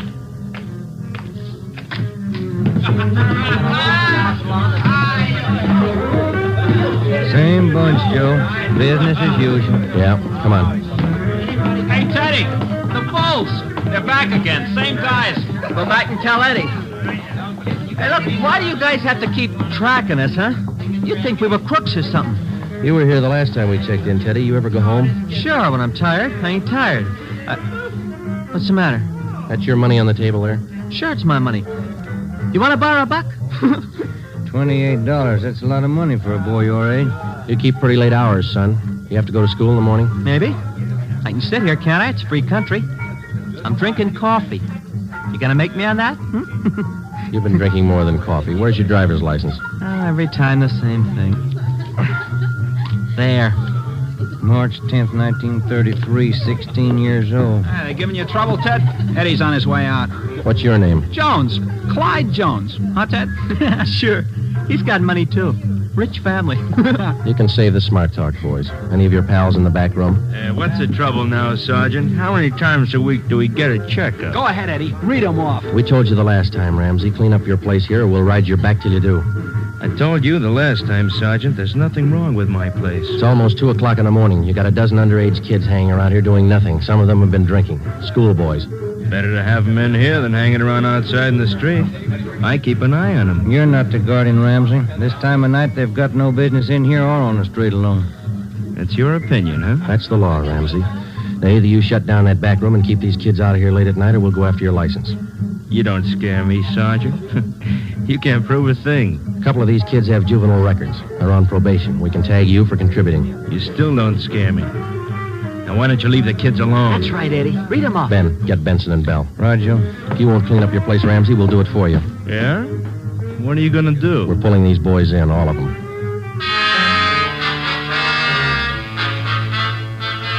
$2:25 a.m., Monday, March 28th. The Dragnet operation had netted 30 juveniles, 26 boys, 4 girls. 24 of the children were between the ages of 16 and 17. They were lodged in the assembly room at the Georgia Street Juvenile Bureau.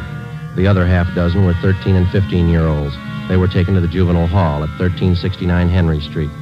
At 2:43 a.m., we met with Captain Bowling. All checked in, 30 of them. All right, in the morning we filed petitions to have every one of these cases brought to the attention of the juvenile court. Make a note of it. Okay, Bob. For the kids with records, ask for detention from the probation department. Right. We'll call their parents in the morning. Call them now. They've got some explaining to do.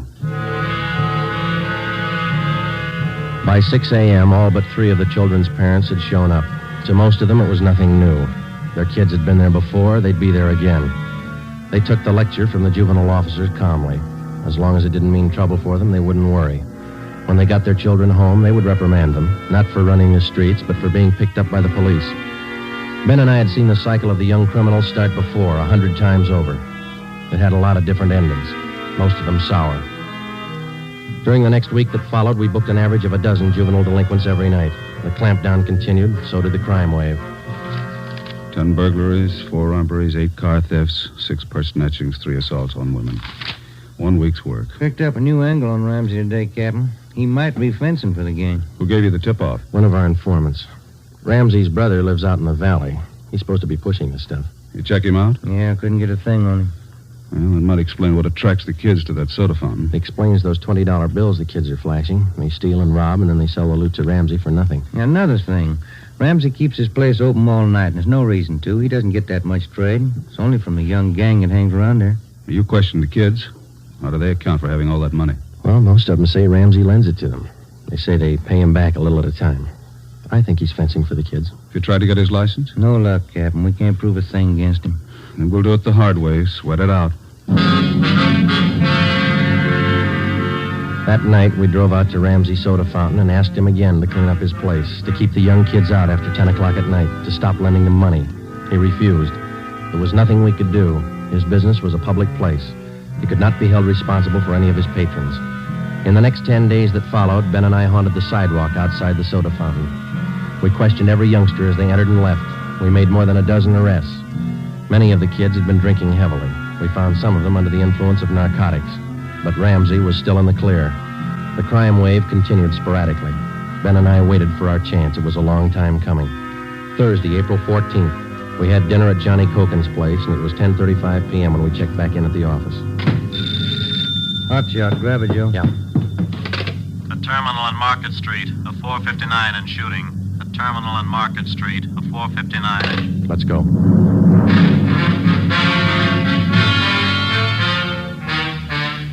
He was approximately 5 feet 4 inches tall, 125 pounds, brown hair, brown eyes, slight build, fair complexion. He was wearing blue jeans and a corduroy jacket. We found him between a row of packing cases at the rear of the warehouse at Terminal and Market Streets. There was a single bullet hole in his forehead just above the left eye. There was a .38 revolver near his right hand. The watchman told us how it happened. He broke in the back of the warehouse, Sergeant. He wanted to shoot it out with me. Here's his ID card. Fell out of his pocket. Teddy Cameron, age 15. Dear God. A kid. I didn't know, Sergeant. He didn't either. He thought he was grown up.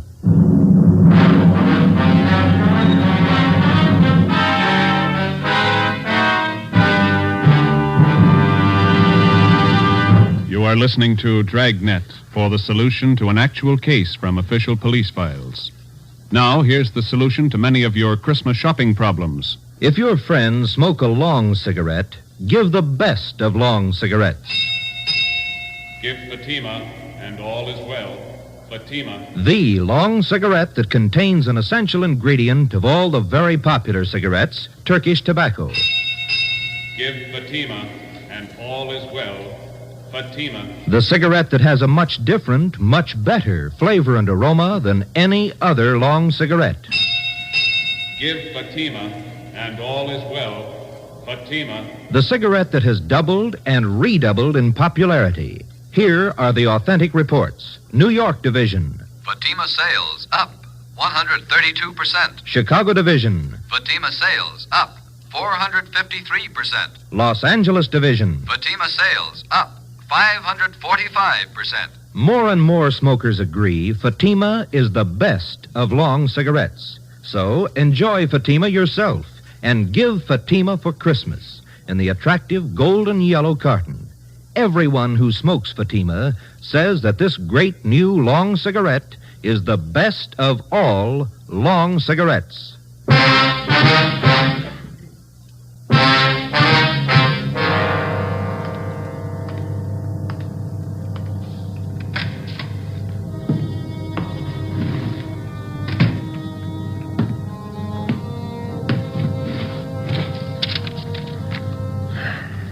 Los Angeles Police Department, Form 311, dead body report. Type, gunshot. DR number 437695. Victim, Theodore Cameron. Residence address, 960 Charter Street. Date and time of death, Thursday, April 14th, 10:35 p.m. Place, Terminal and Market Streets, South State Warehouse. Cause of death, gunshot. Motive or reason, attempted burglary. Time discovered, 10:40 p.m. Removed to County Morgue. Discovered by Carl Hyba, night watchman. Identified by Barbara Cameron, sister. Description of victim, male, Caucasian, age 15, height, weight, so-and-so, occupation, student, descent, English, and was a witness, signed Joe Friday, serial number 2288, age 15.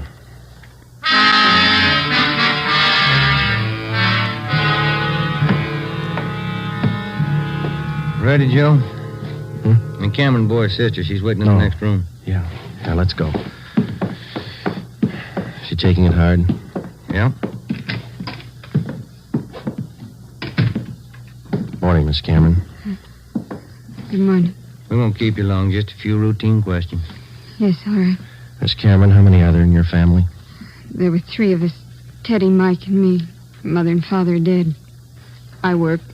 Teddy and Mike go to school. Mike does. How old is your brother Mike, Miss Cameron? He's 14. You're the sole support of your two brothers. Yes. Do you have any idea who the boys were your brother Ted used to run around with? I don't know them by name. I remember seeing a couple of them once or twice. Mike would know, I think. He and Ted were pretty close, brothers. Do you know if Ted mixed with a gang of kids down on Spring Street? Maybe Mike would know that. Sergeant Teddy wasn't a bad boy. He wasn't a bum. None of us are. I tried to raise the boys like Ma told me. It wasn't easy. We made out. Yes, I understand, Miss Cameron. My salary didn't have too much, but we got by. Yeah. I figured on getting married. I'm 31. It'd be good for the boys, especially Teddy. He's dead, isn't he? Yeah. I couldn't be in two places at once. Hold a job and watch the kids. That's why I thought maybe a husband. I'm sorry to press, Miss Cameron. Do you think your brother Mike can tell us about that Spring Street gang? Oh, Mike could know. Where can we find him? Staying at a friend's house. I got the address in my bag. Here. That's 2514. I don't write numbers too well. Thank you, Miss Cameron. You've been very helpful. I'll get somebody to drive you home. Or do I have to go? Would it be all right if I just sit here for a while? That's all right. I'm tired. Real tired. 2514 West Serrano Street. That was the address Barbara Cameron had given us. It was the home of Mr. and Mrs. Jean Brewer, high school friends of the dead boy's sister. We talked to Mike Cameron. He told us that his brother Teddy had been running around with a gang down on Spring Street. He identified Ramsey Soda Fountain as the hangout. It was 2:25 p.m. when we got back to Georgia Street Juvenile Bureau. I got it. Juvenile Bureau, Romero. Yeah, hold on, I'll call him. You, Joe. Thanks. Friday. Joe, this is Canfield in burglary. Yeah, Homer. You're working that Cameron case, aren't you? Yeah? I just got a report on one you might be interested in, out of the same neighborhood.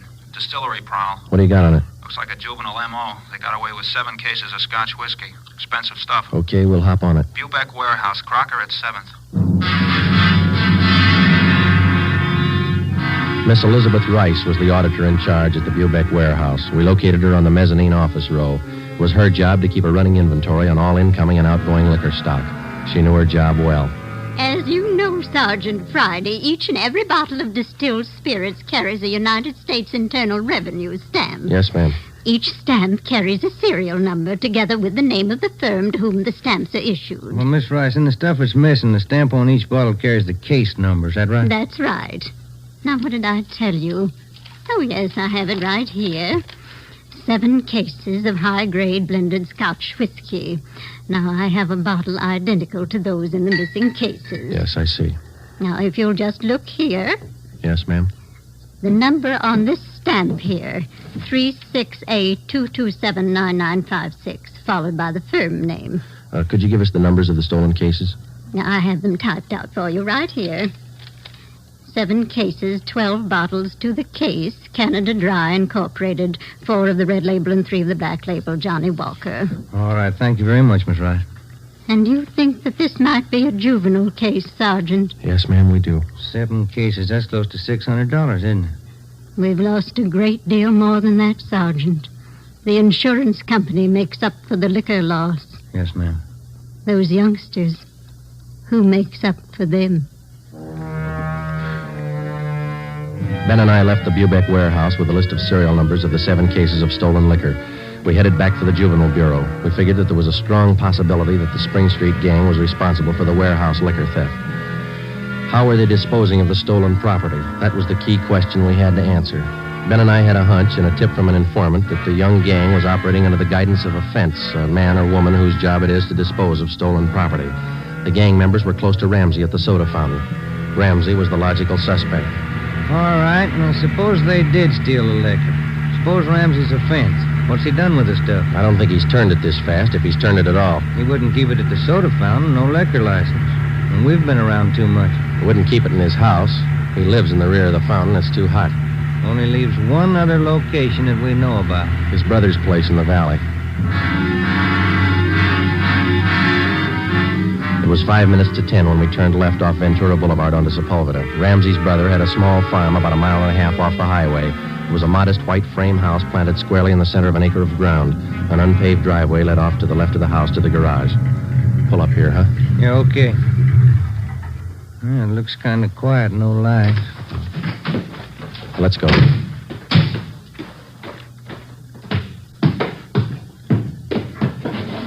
Mud sticks to everything. Now, where's the doorbell? Oh, here it is. You got your flashlight? Yeah, what? Here's a note somebody left. Oh, it's on the bum again. Here, I'll strike a match. Okay. Can you hold it a little closer? Can you read it? Yeah. Harry, wife and I have gone to the drive-in theater.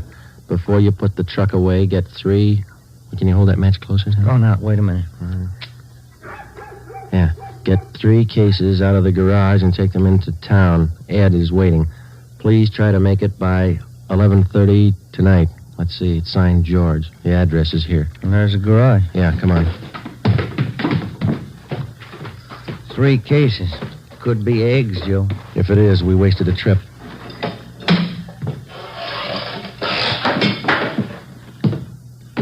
Oh, I'm out of matches, Joe. All right, here, use mine. What was that? Checking. Come on.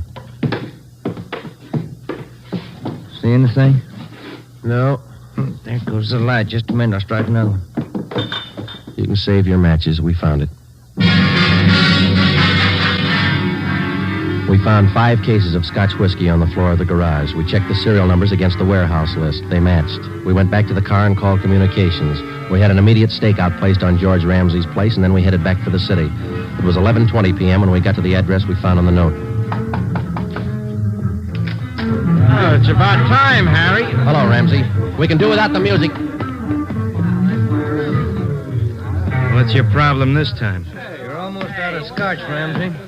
Serial numbers check out, Joe. Sorry I can't offer you a drink. We're too old to drink here, aren't we, Ramsey? Where's your phone? You want to invite somebody? You can see we're out of booze. You got a phone? In the hall. Ben, call the office. Yeah. All right, what's it all about? We've been out to your brother's place. What happened to the other 2 cases? You drink them here? I gave it to the kids. What are you looking at me like that for, Sergeant? Anything wrong, Eddie? Party's over, kid.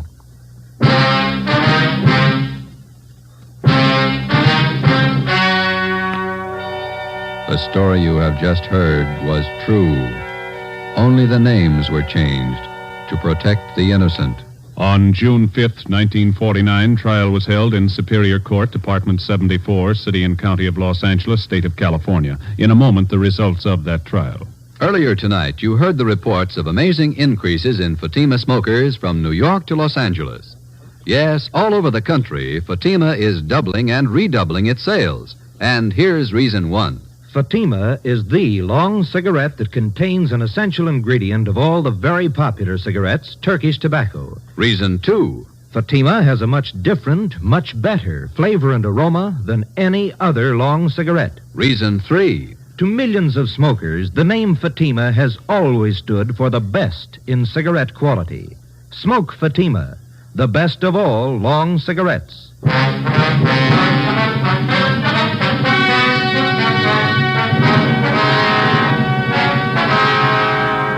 Edward and George Ramsey